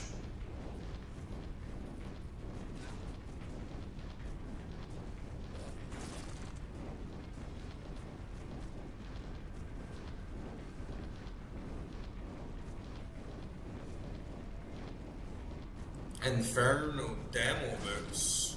Yeah, Blaze.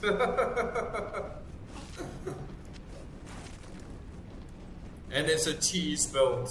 It's a real cheese strat, like playing Fire Sorceress.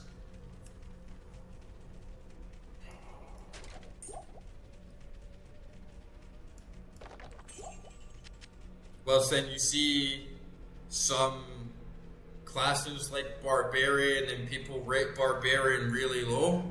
And then you look up a video, very high level Barbarian play, and it's like, oh shit, this might actually be like easily an S tier, like one of the best classes in the game if you play it right, but the skill ceiling for it and the knowledge required is way higher.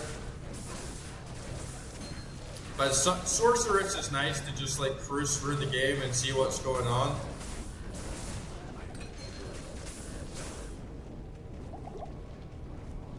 Teleport is OP.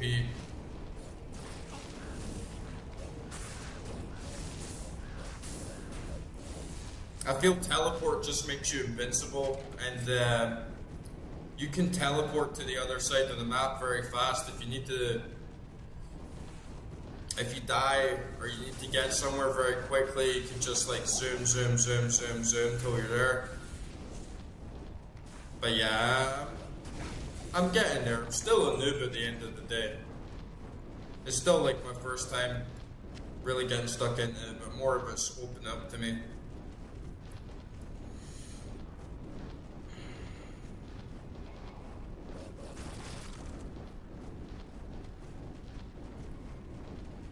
Yeah, one thing I'm confused about is what the hell do you grind for after you have got Enigma, right?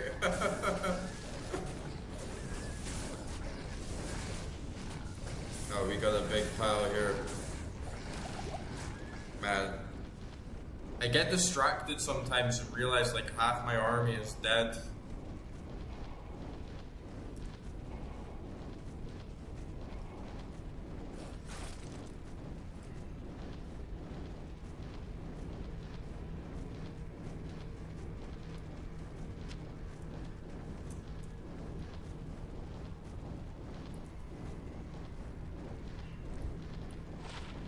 And I'm absolutely overblown with shit in my inventory as well.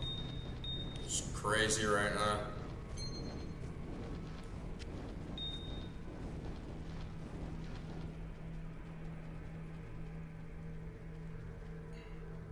Really, you can get +1 to skills of a Grand Charm.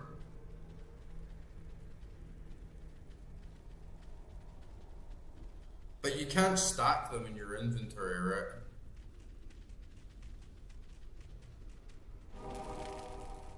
Like, you can't stack them on top of each other. But if you can get a +1 skills Grand Charm, then I would definitely be like so keen to pick them up. To be honest, I already had been picking up every charm that I saw. And so many of them were just junk. It kind of got like unmotivated. But you're talking about grand charms specifically, not large charms. So like +3 strength is like junk.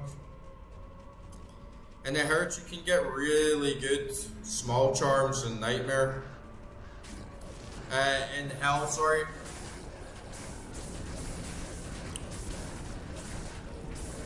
So I'm kind of just pushing through, getting to Hell, and then that's when the end game loot is kind of gonna start appearing for me.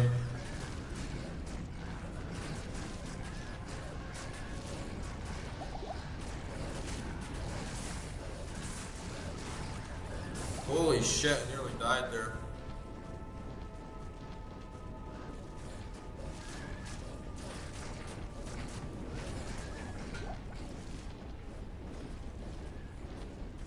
There's like audible feedback, audible and visual feedback when you're taking a lot of damage from some things. Kind of throws you off guard if you're not paying full attention.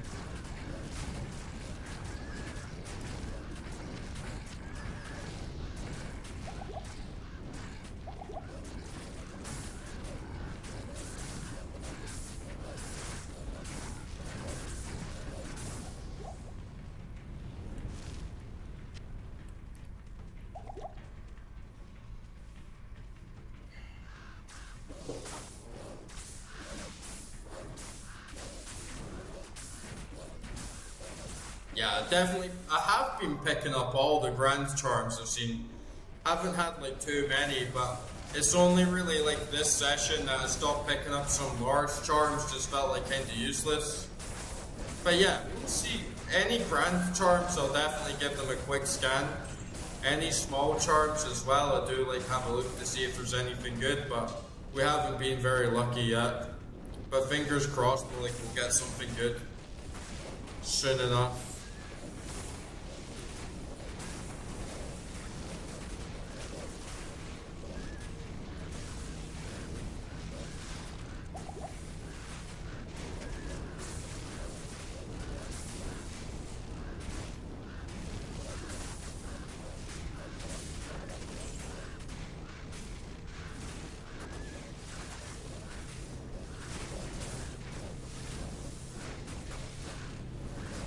This guy's a pain in the ass because I can't even get over to him. He's like floating above the lava. So I gotta kind of like kite him.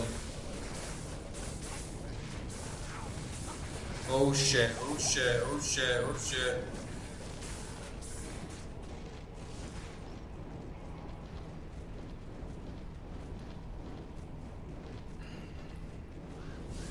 Okay. Time to die. Ghastly beast.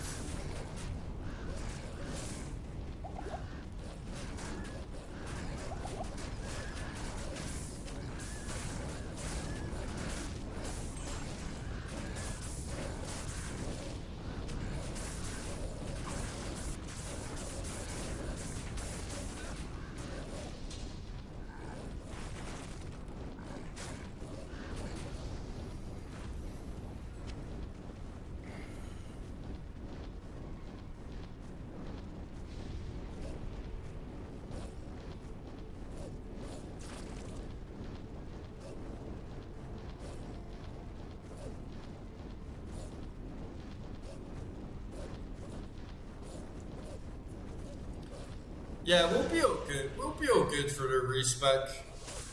It's very good to know that if worst comes to worst, I can respec if I need to, but I think we'll be all good.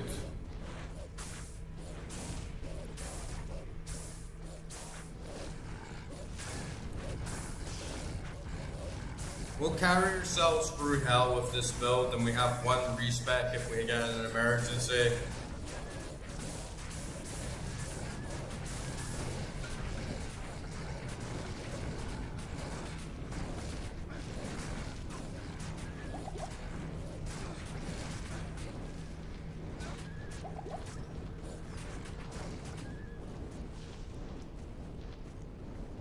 Countess, I think, is good for farming everything as well. I think Countess drops so many different types of runes, and you get good gear out of there, get good money.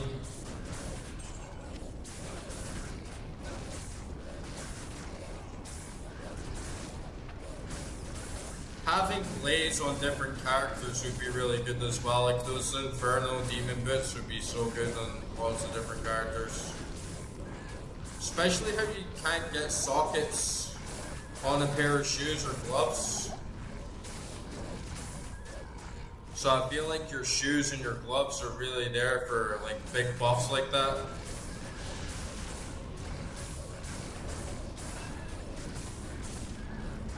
My Merc is dead.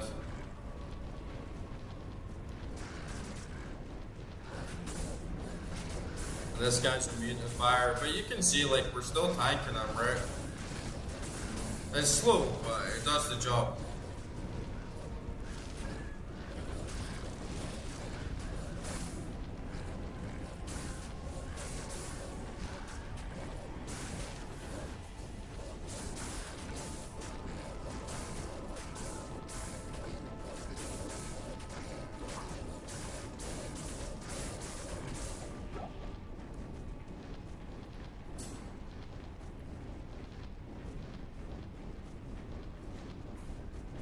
I am in Nightmare now. I am in Nightmare now, Jay.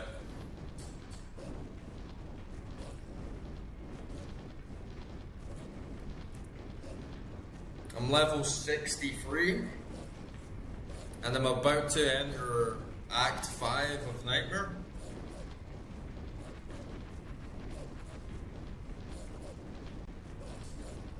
Yeah, rest in peace to Merc. And that is the big thing that puts me off those like large charms, is I get so hogged on my inventory space.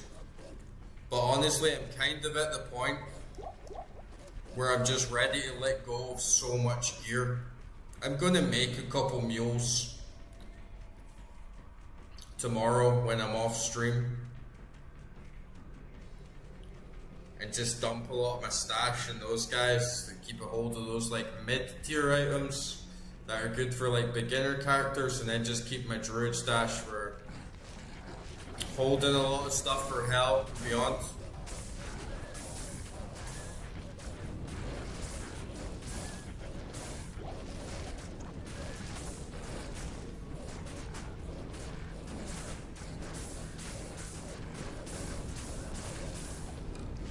The Merc held his own. We should maybe go back and res him.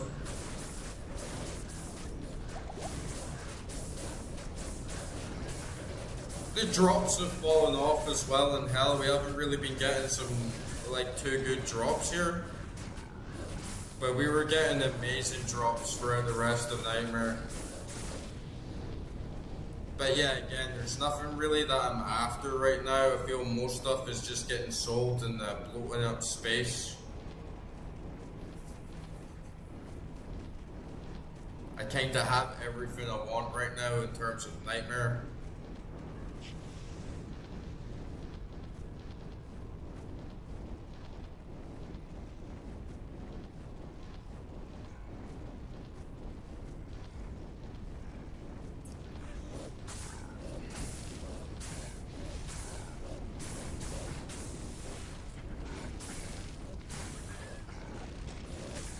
It shouldn't take me too long to get to that level. we're definitely shaping up, so next session, definitely the next 2 sessions will be in hell.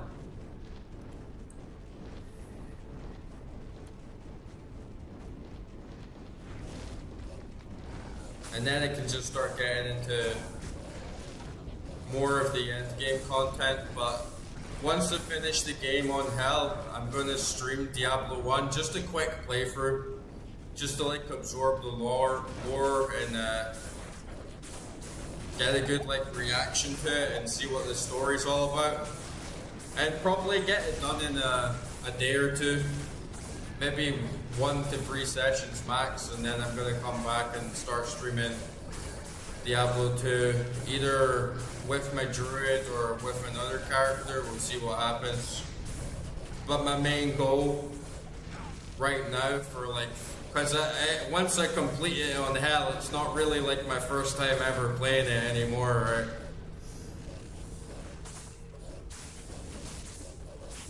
So I need to like switch the hook a little bit.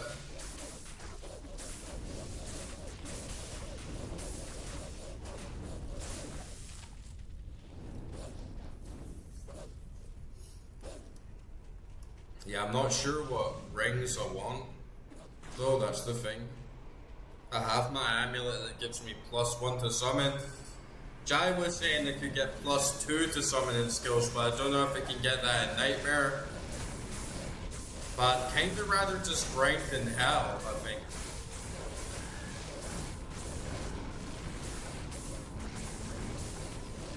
We'll see, we'll see. We still got some time to think it over. Figure things out.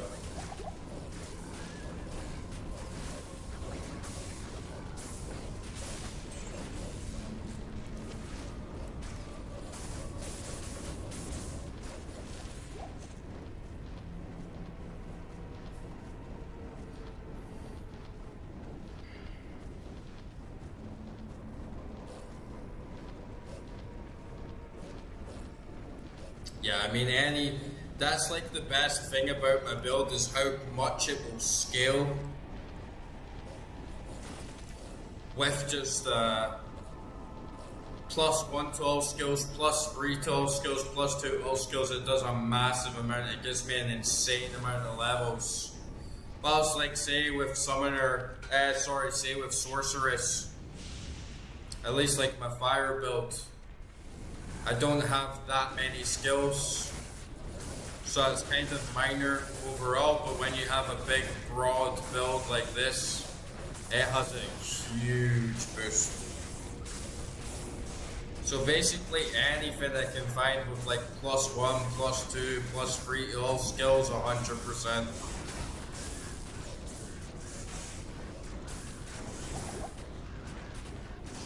Especially when I don't need to rely on resistances and stuff as much.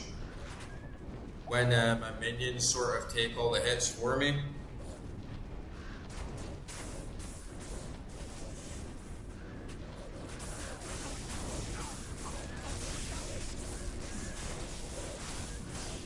Okay, big boy coming through.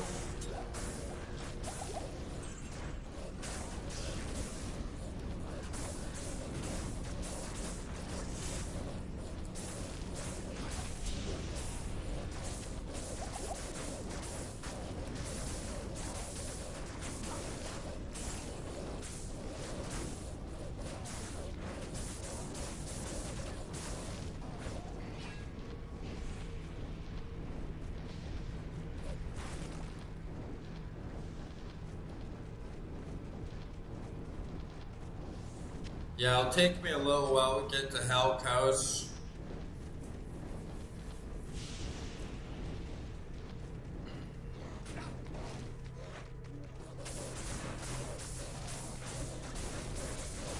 The general rate that I progress through the game seems to be 2.5 weekends to complete the game.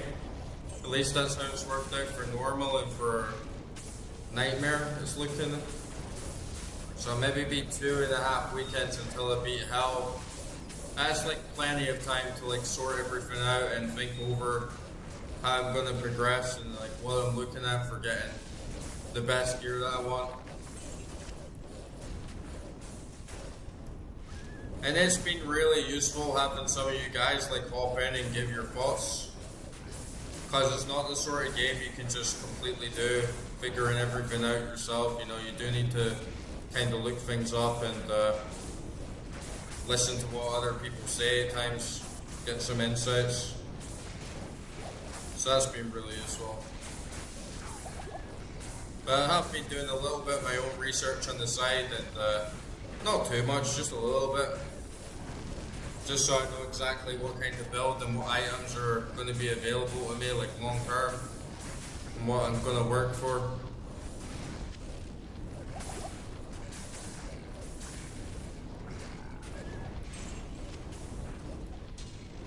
Look at that, all my minions dead, that's just like that.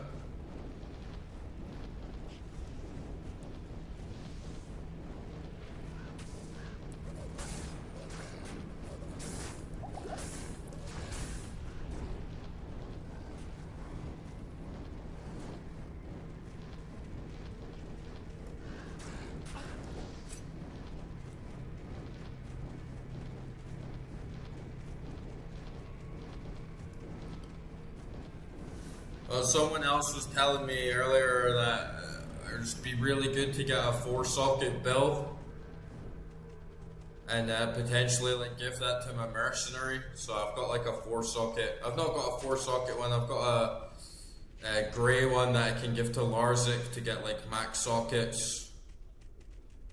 So I'm going to give that to him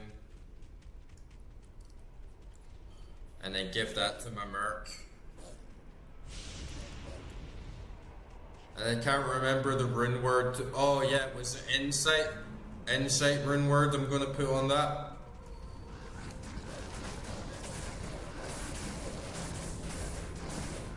And that should work out like really well.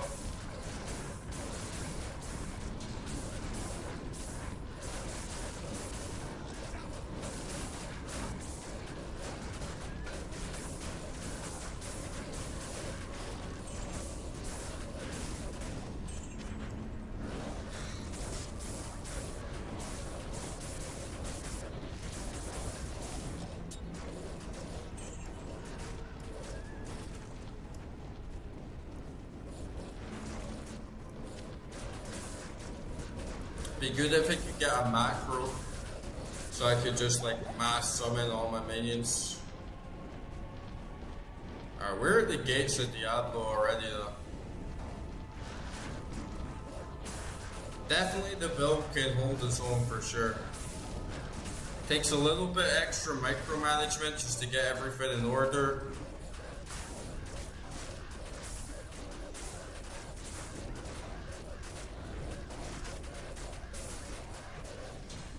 But overall, we're good.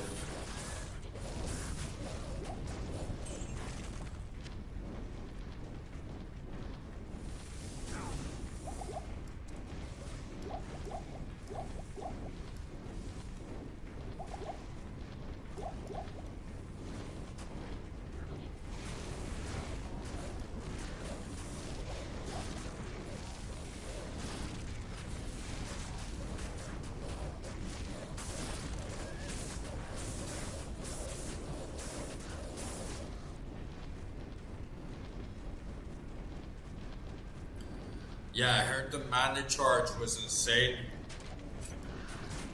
And that would come in really handy for me, even at like 26%.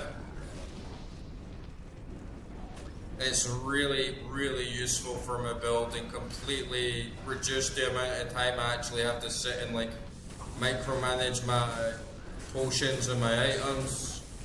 Like I hardly have to go back to town at all anymore to recharge and keep buying potions. Whilst before I was kind of always just needing to dump a lot into potions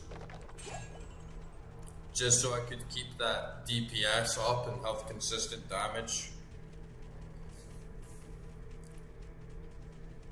Oh, there's the waypoint up here actually. You can see it.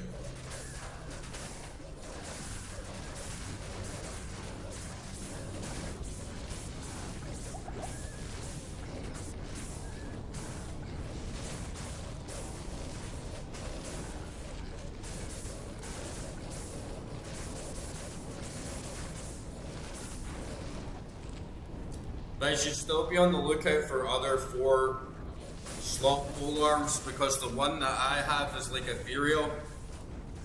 And I don't think like mercenaries break ethereal weapons. But it's just so I can have one for myself. Maybe like switch it out, switch between the spirit sword and the insight polearm until I get something better in hell.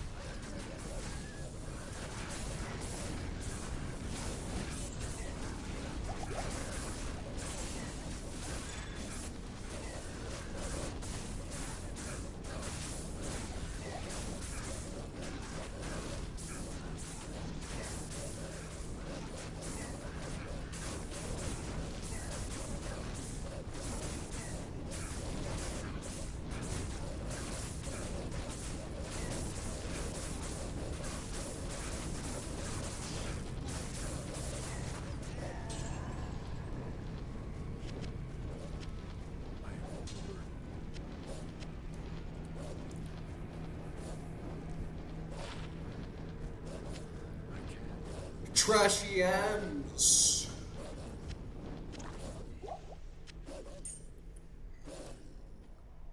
Yeah, I heard this got really good stats for the mercenary as well. Yeah, I got that as well. Like, need to find like a superior or exceptional to get like the best base. The thing, at least, it would obviously be better just to get like the best base. Hey, Orby Led shouting out from Twitch chat, are you a bot like the rest? It would obviously be best to get the best base possible, especially because I can switch the items around on my characters, right? But at least for me, I was quite satisfied with just getting a normal sword, because I'm never really going to be in there slashing anyone, right?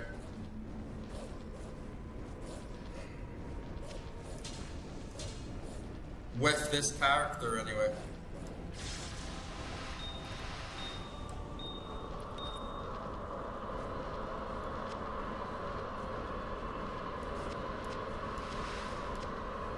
So for me, it wasn't really important to have like exceptional sword and then 4-socket that, but obviously if you can find one, then hell yeah, it's gonna be like much better.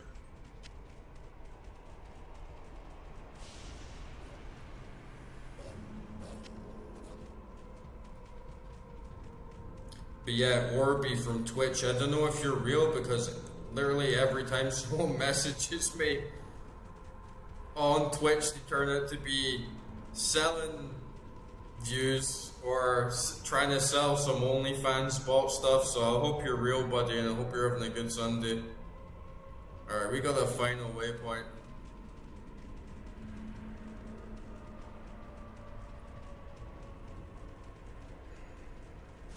Proceed, hero, into Terror's lair. Know that Diablo's innermost sanctum is hidden by 5 seals. Only by opening each of these seals can you clear your way to the final battle.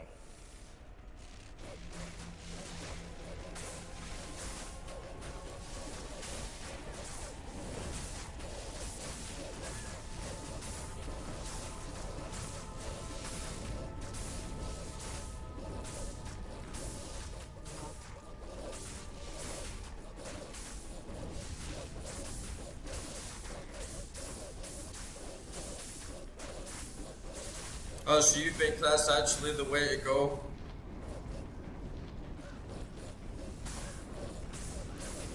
But it'd still be better to have like an exceptional, right? Just so I could have switched it out to another character if I wanted.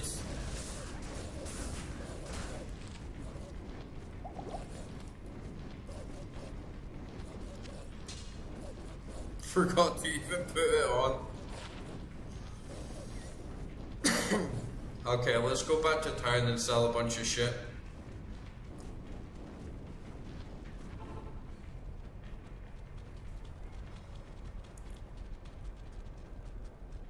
Not in town. Not in town. What do you need?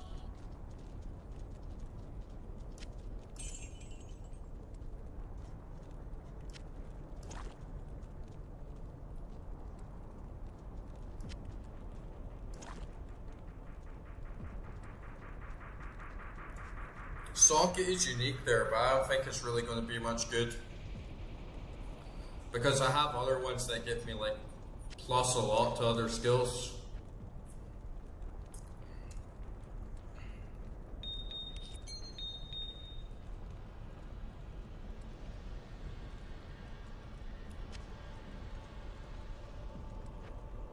Can like sell this.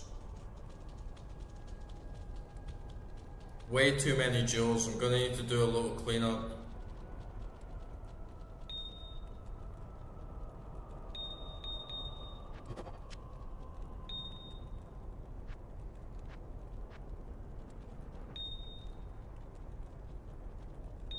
Oops, like the stash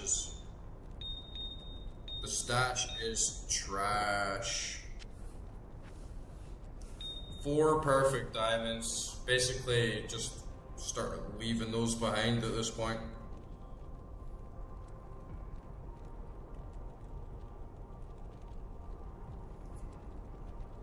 Yeah, I did hear that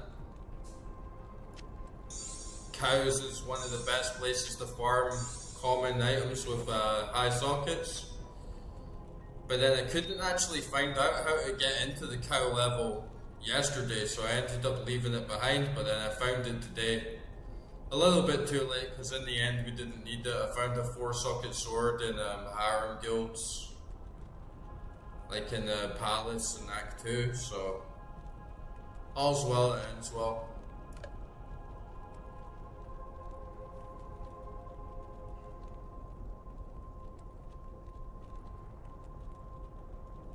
Man, you see my problem here? It's like I have few flawlesses, but just not enough to like turn them into something decent. Maybe I have enough for amethysts actually, yeah.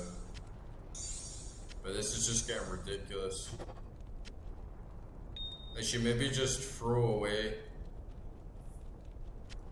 like all this junk, like all these chipped ones. Might just like sell those. And sell the chips. Because they stink.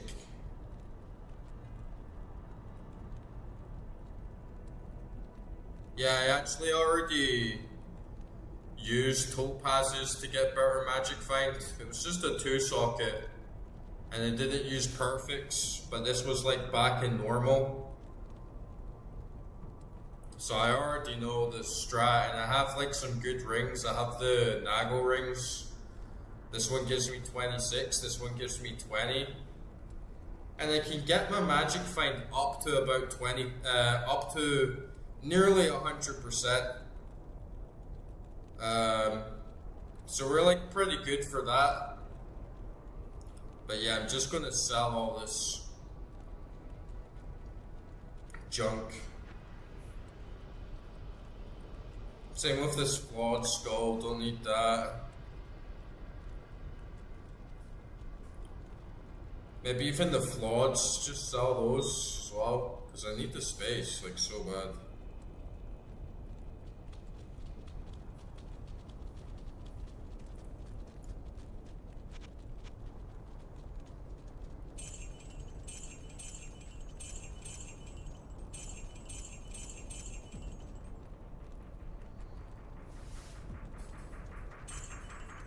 Have like way too many of them.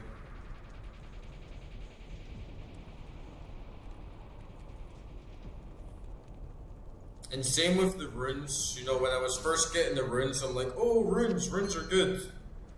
But then it's like I already have like a full stash of them. So many of these like common runes, I really don't need to hold on to a lot of them.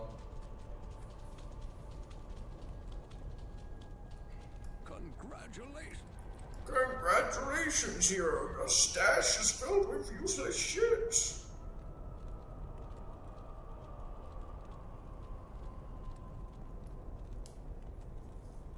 Yeah, I actually took Magic Find off so I could get a 4-socket common.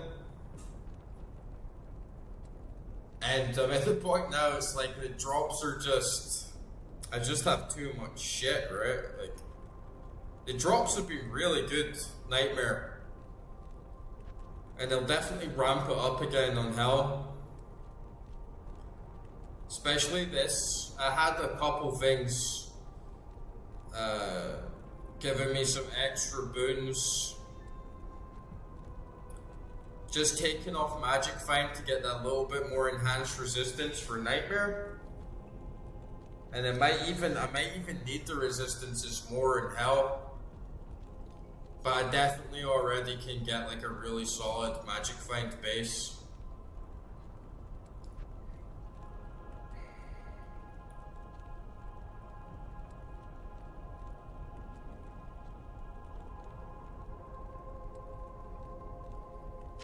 Yeah, it definitely got like a good set. If need be. If I want Magic Find, I can get it. I like gamble some of these shitty rings. I have some good like unique ones as well. See, I have like 26% chance on that. I have like a Nago ring with 26% chance. I have like the armor there that gives me 32%. If I put perfects in it, then it could get even higher. I do have a 3-socket armor that I could put perfect topazes in for like a Magic Find. You know what, that's actually a good idea right now, just so I can like use up some of them. Like, yeah, let's just perfect topaz on this and make a 72%. So yeah, just from that I get 100% Magic Find.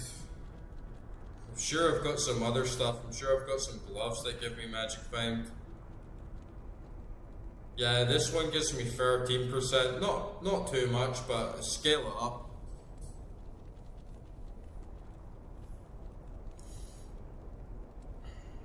It wasn't even so much for the survival, it's just because I was getting so much drops.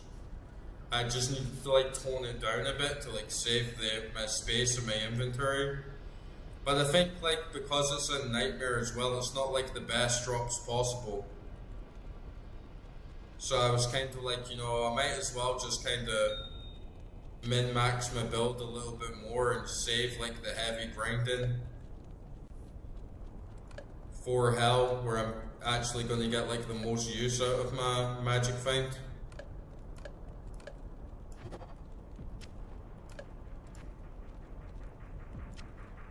Do I have another flawless? Yes. Nice.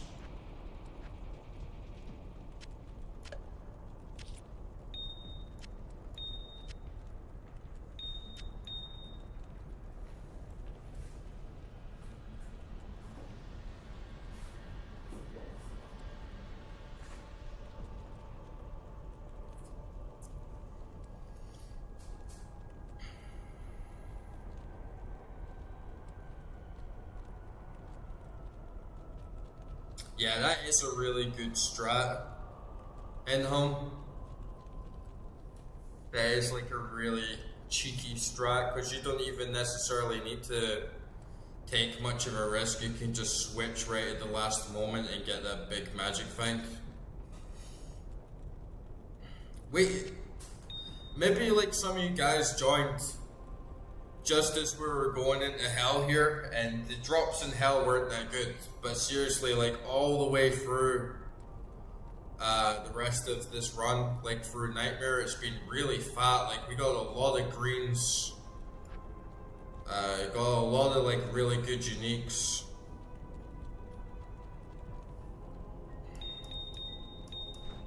Oops.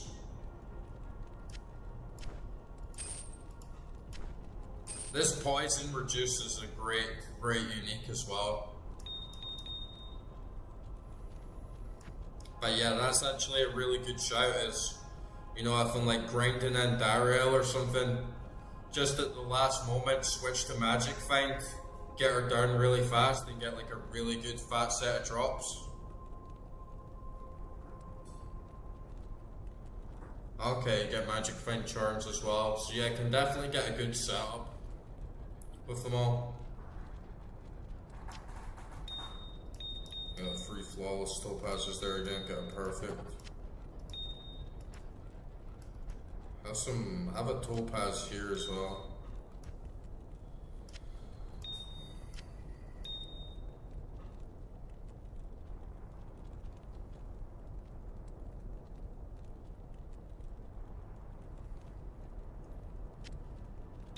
Perfect amethyst. Some of the gems are shit though, right? I feel like I'm never going to use half of them.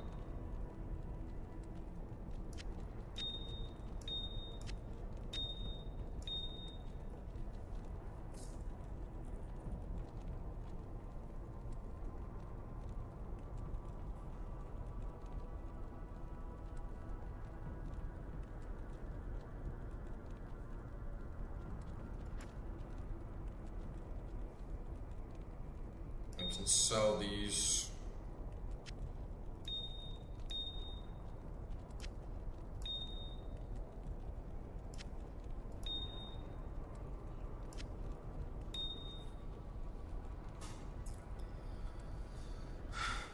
Dolrun.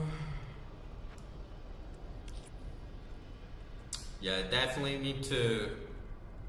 Like, I have 3 socketed armor on my mercenary, and I kind of just want to throw some rune word on it just for the hell of it, just to like burn some of these runes, because I got like way too many.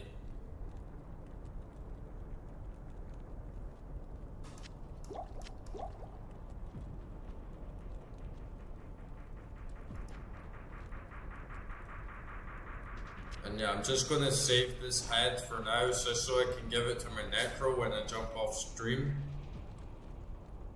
That's another poison lamp reduced by 60 on that head. It's pretty good. Forgot to give that to him actually. But the amount of like necro heads that I found is unreal. I found like 8 or 9 like really good ones. It's probably like overwhelmingly I've had very good necro drops like compared to any other character in the game. Yeah, I still need some space though for this. Maybe I should just sell that shit. Good evening. Maybe I should just sell that other head actually. Because we've just gotten like too many. But I can put a socket in that one as well. Man, some stuff's just so hard to decide. Especially when you're a noob and you don't really know, it's really hard to like know what to hold and throw away sometimes.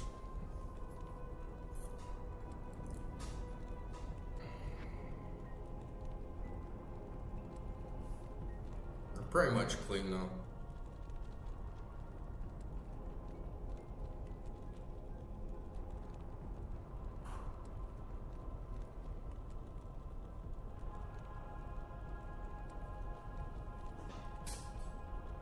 And this is actually not as good as that for poison resist, but it has like double the defense.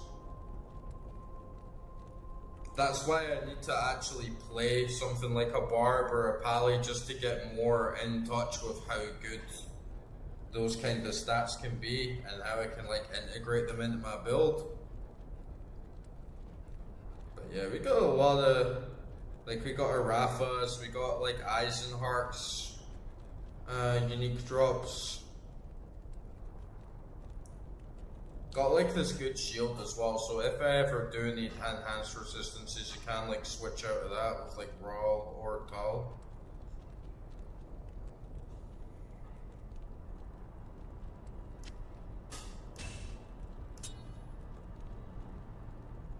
Poison length reduced by 60, poison resist 90.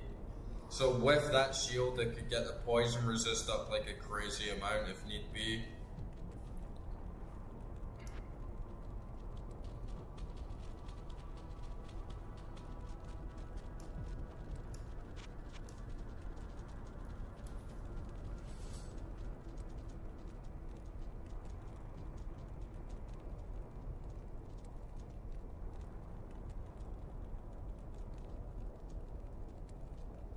Yeah, I'm really looking forward to actually getting a full set of something. I've been grinding for it, not even grinding, just like coming very close to it, like naturally over time, and yeah, I finally nearly got a full set to see what one of them does. I don't think Eisenheart is a very good one for my class though.